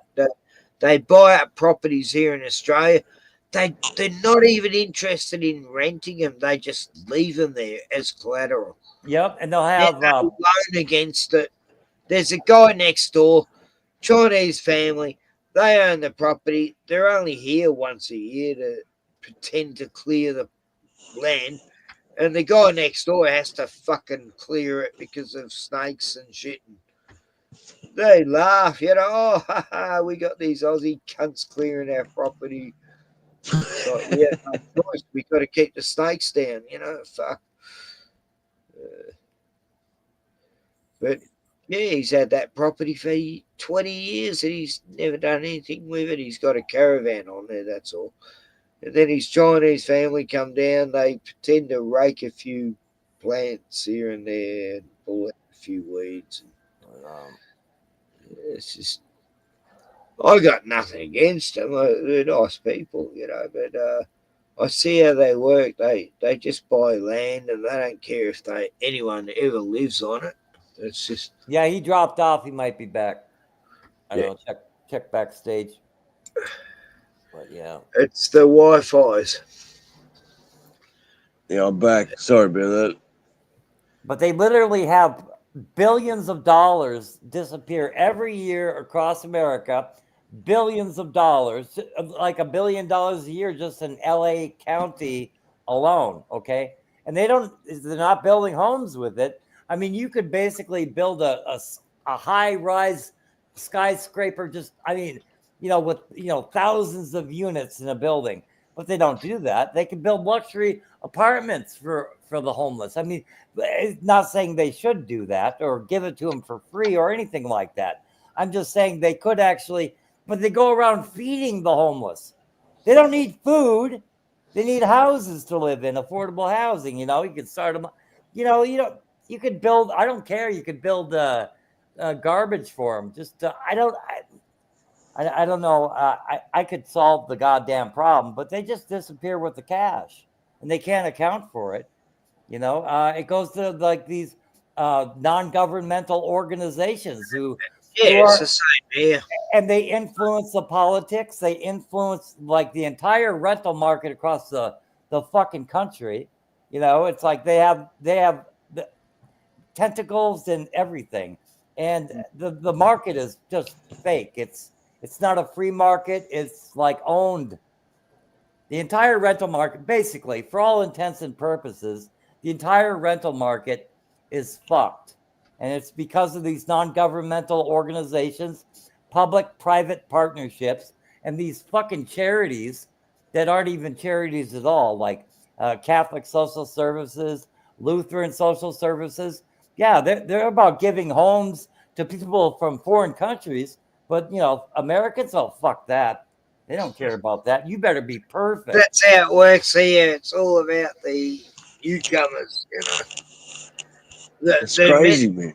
We call them refugees. Now they can't call them that. They're immigrants, I mean, you go to rent a place and they want $100 from you to do a background check.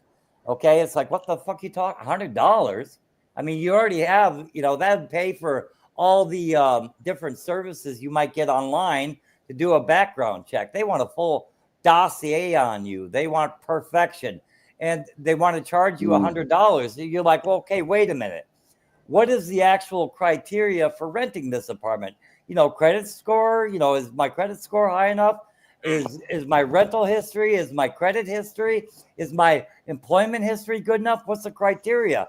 Oh, well, it's kind of like this, kind of like that. They won't tell you what the exact criteria is to rent from them. They want the $100 and to never call you again. That's what they want. Yep, just $100 checkup and see if you're okay. And I've been in line. I've been in line. That goes out the door of the small office. There's not many people there. There's like 20 people in line ready to get an application, fill it out, and give them $50, right? And somebody walks by and they said they don't have any apartments. It says they have dozens, many to rent.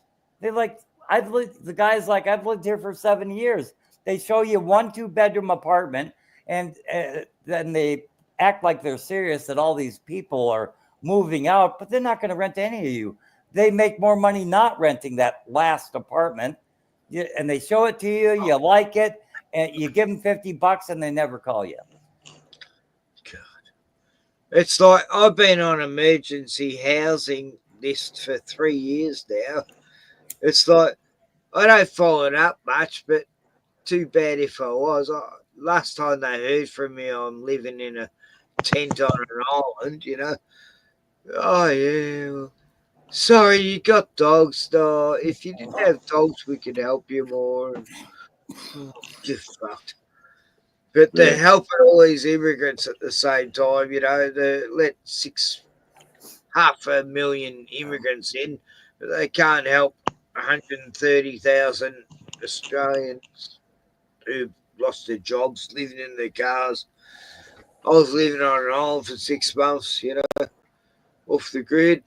Yeah, back in the 90s, Minneapolis had generator and gas, but Minneapolis had less than 1% vacancy rate. So everybody's making buku cash, collecting all these rental application fees. You know, they're raking in thousands of dollars a month for just to show you an apartment. You know, why would they ever want to rent it if they can make thousands of dollars a month just collecting background fees? You know. Yeah, exactly.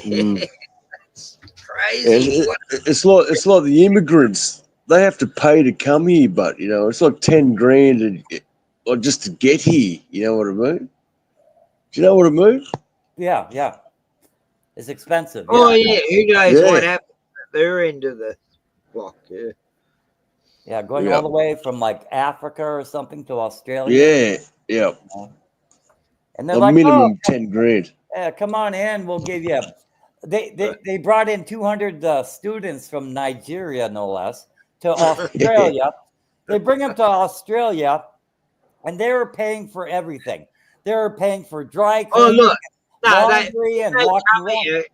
When they come here, Gordon, they sit down all the young African kids, and they go, right, kids, this is a law in Australia.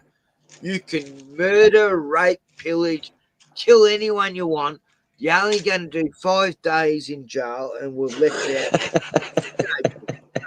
They go, oh, cool, we can do that, bro. Yeah, go ahead, do it. That's how it seems anyway. I don't know. It's like they get a free pass on everything, you know. They can do the most horrendous fucking crimes you can ever imagine. Go around stabbing their grandmothers in front of their grandchildren and home invasions, and they're let out 2 days later, you know, like, oh, well. So I'm sure the government actually sits them down, because no one would come to a new country going, hang on, we can do all this, unless someone's telling them they can, you know. Who's telling them they can do all that crime, you know? It's the government. The government's saying, yeah, go out, cause chaos, cunts. Go viral, bitches. Yeah, I don't know. And everything, you know. Oh, you fucking government cunts. But they gave him fully paid. I speak on behalf of all Australians when I say we stand for you. It's Anthony Albanese, mate. What a cunt. He's a cunt, that bloke. I speak on behalf of all Australians when I say I'm fucking. Kenny, I reckon he might be the dumbest of the lot of us, but don't you reckon? He doesn't even know what's going on. Weakest Prime Minister we've he don't know what's going on. He's a puppet. Literally, he's a puppet, that bloke. Who's that? Who are you talking about now? The leader of our country. Yeah. Who is it? What's his name? Albanese? Yeah, Albanese. Anthony Albanese. Anthony Albanese. I think he might have connections to Italy too. So, you know what I mean? I think his dad was born in Italy. So, I don't know. There's some dodgy shit going on there, Gordon. Wow, yeah. But when I heard all the things that these Nigerians were getting, they were given scholarships, fully paid, to attend university in Australia, and they were given everything: money for tutors, money for just day-to-day going to parties or whatever, money for everything. You name it, there was money for it. Doing laundry, tutors, catered meals, you know, because they can't be away from their studies too long. They paid for everything. Exactly the same. Yeah. Well, do you know, Victoria, that their biggest export to the world is education? That they make like $40 billion, like teaching all these Chinese students coming to university. That's their biggest export, education. Like during it's Corona, ridiculous. During Corona, Tim, they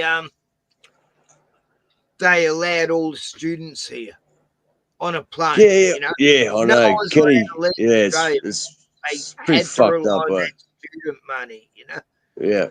Right, Oh, these that's their biggest export, Kenny. That was they're yeah. immune apparently. They haven't got Yeah. you know, apparently the virus come from China, but we're allowing 5,000 Chinese people here because they get big bucks from these rich kids. Yeah, they do. That's their big. Yeah, they really do. Yeah. They call them little emperors, you know, especially the males, you know. Like they got this whole thing in China called little emperor syndrome, where they have these little brat boys and they'll go in a restaurant and they'll spit on a girl, a little girl the same age, and chuck food at them, and the parent won't say anything. You know, I've seen videos of it. It's just horrendous. The parent of who? The child doing the spitting or the one getting spit on? I don't know who won't do anything. Or that little prince emperor, there's all these male kids that think they're like princes, and in society they act like they can get away with anything. And I seen a video of one of them spitting on this girl, and the parents wouldn't do anything. And this guy who lives there, he's English. He gets up and totally tells this kid off and tells the parents off. It's just a beautiful video. Like, and it's like no one else dares to do it, but it took a Westerner to tell these people. yeah, we had an illegal immigrant from I forget where he's from, somewhere in North Africa. I don't remember if it was east or west. I think it was west. Anyway, he was in Dallas, Texas, and they know he killed 20 white women. Okay, they know he killed that. He probably killed more, but they had him for certain on 20, right? I never heard a word about it. I mean, it went all through the arrest and through the entire court case until I finally heard one little thing about it. And where was he from? He was from somewhere in North Africa, just an illegal immigrant. But he was working as a handyman at this this retirement complex, and he'd go around killing white women in his spare time, you know. And that's pretty nasty. Yeah, and then his first trial was a hung jury because the only black woman on the jury said, "Well, I can't send a black man to prison. Doesn't matter what he did." Holy shit, man! It didn't matter what he did. It's called the Bronx. I got it. Yeah, it's going the same way down here too. I'm telling you, that's crazy. It's like man. Last year, or was it year before? But this gang of youths from Africa, this young dude, he'd just been done for home invasion, kidnapping, all these horrible charges he'd done. He's out a week later. First thing he does, within like 2 hours of being out, him and his mates go to this shopping centre. This woman's about to get in her car with her little granddaughter. She's about 80 years old. And then these youths say, "Give us your keys, bitch, you know, you white trash." And she gives them the keys, and then they stab her in the chest like 5 times. Oh, God. In front of the baby, who's only 4 or 5 years old. Jesus. And they jump in the car and take off with the other car they're stolen. Then they catch the dudes, and they're probably let out a week later. This is the shit that's happening, I get into like grandmothers are being murdered, Yeah, what's his name? Tim fell out again. I don't know. You might want to. yeah. He might be backstage or something. I don't know. Not yet. But yeah, I go into like system overload to where it's like I mean, I heard a story the other day. I don't even know where it was from. I had to shut it off, and woman is talking about, yeah, I guess I never got over being gang raped in front of my 3 children. And, it's like, it's hard to get over that. And you already know the complexion of the perpetrators, you already know, because white people, they really don't do this bullshit. For the most part, they don't do all these machete attacks. They never say what race they. Like, over and over again for the last 2 years, machete attack. This never say what race they are. Yep. It's mental, and you know what race they are. Yeah, it doesn't fit the narrative.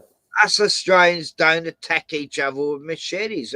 Like a machete is a tool, and now all us Australians have to give up our machetes because of African gangs. It's well, they told this story about. Oh my God! It happened in St. Paul, Minnesota, just a few, like 8 months ago. But they told this story. Oh, it's just terrible. 3 children were shot. And it's like, I did really dig into it. I'm like, wait a minute, something's not right about that.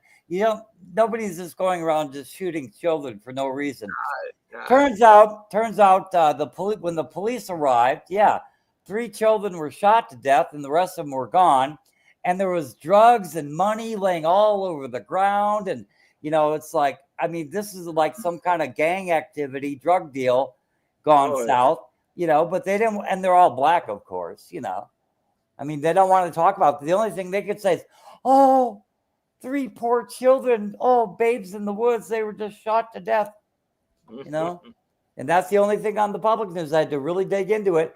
And it's in the comments section that someone finally made known what happened. There was drugs, there was drugs and guns and cash laying all over the place.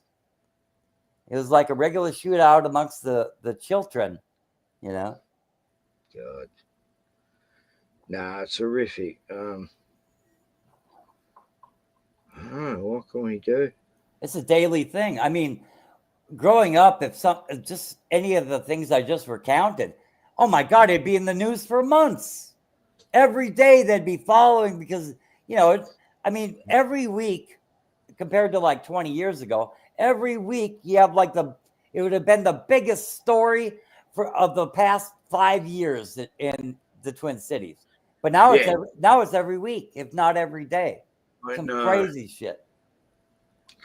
I remember it's like the shit that's happening now. It used to be a one-off thing, and not now.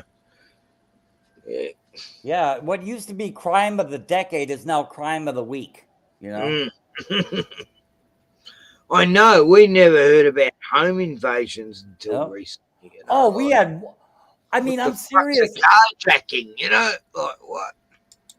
In the 1980s, we remember a home invasion, but that's just because they were running from the cops, right? And the only thing they did is be really nice to the people inside. Please, just stay sitting. It's like the only time you heard about home invasions was in horror movies like Halloween, or they were just running from the cops. They didn't really plan on running into somebody's house to rob them, and they're just telling them, just stay calm. We'll leave as soon as the cops are gone, and they did. They didn't hurt them at all. But home invasion, oh my God, now they'll rape the woman and steal everything and slash you to death with a machete. They'll rape the woman and force the husband to watch, and that sort of thing. They, as humiliating and devastating as possible, they love it. I'm telling you, American blacks just love that shit. They do, don't they, cats? in Africa, you know, South Africa, I've heard the worst stories what's going on over there the last 10 years.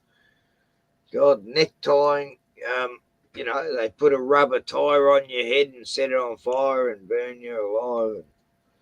Just horrible shit.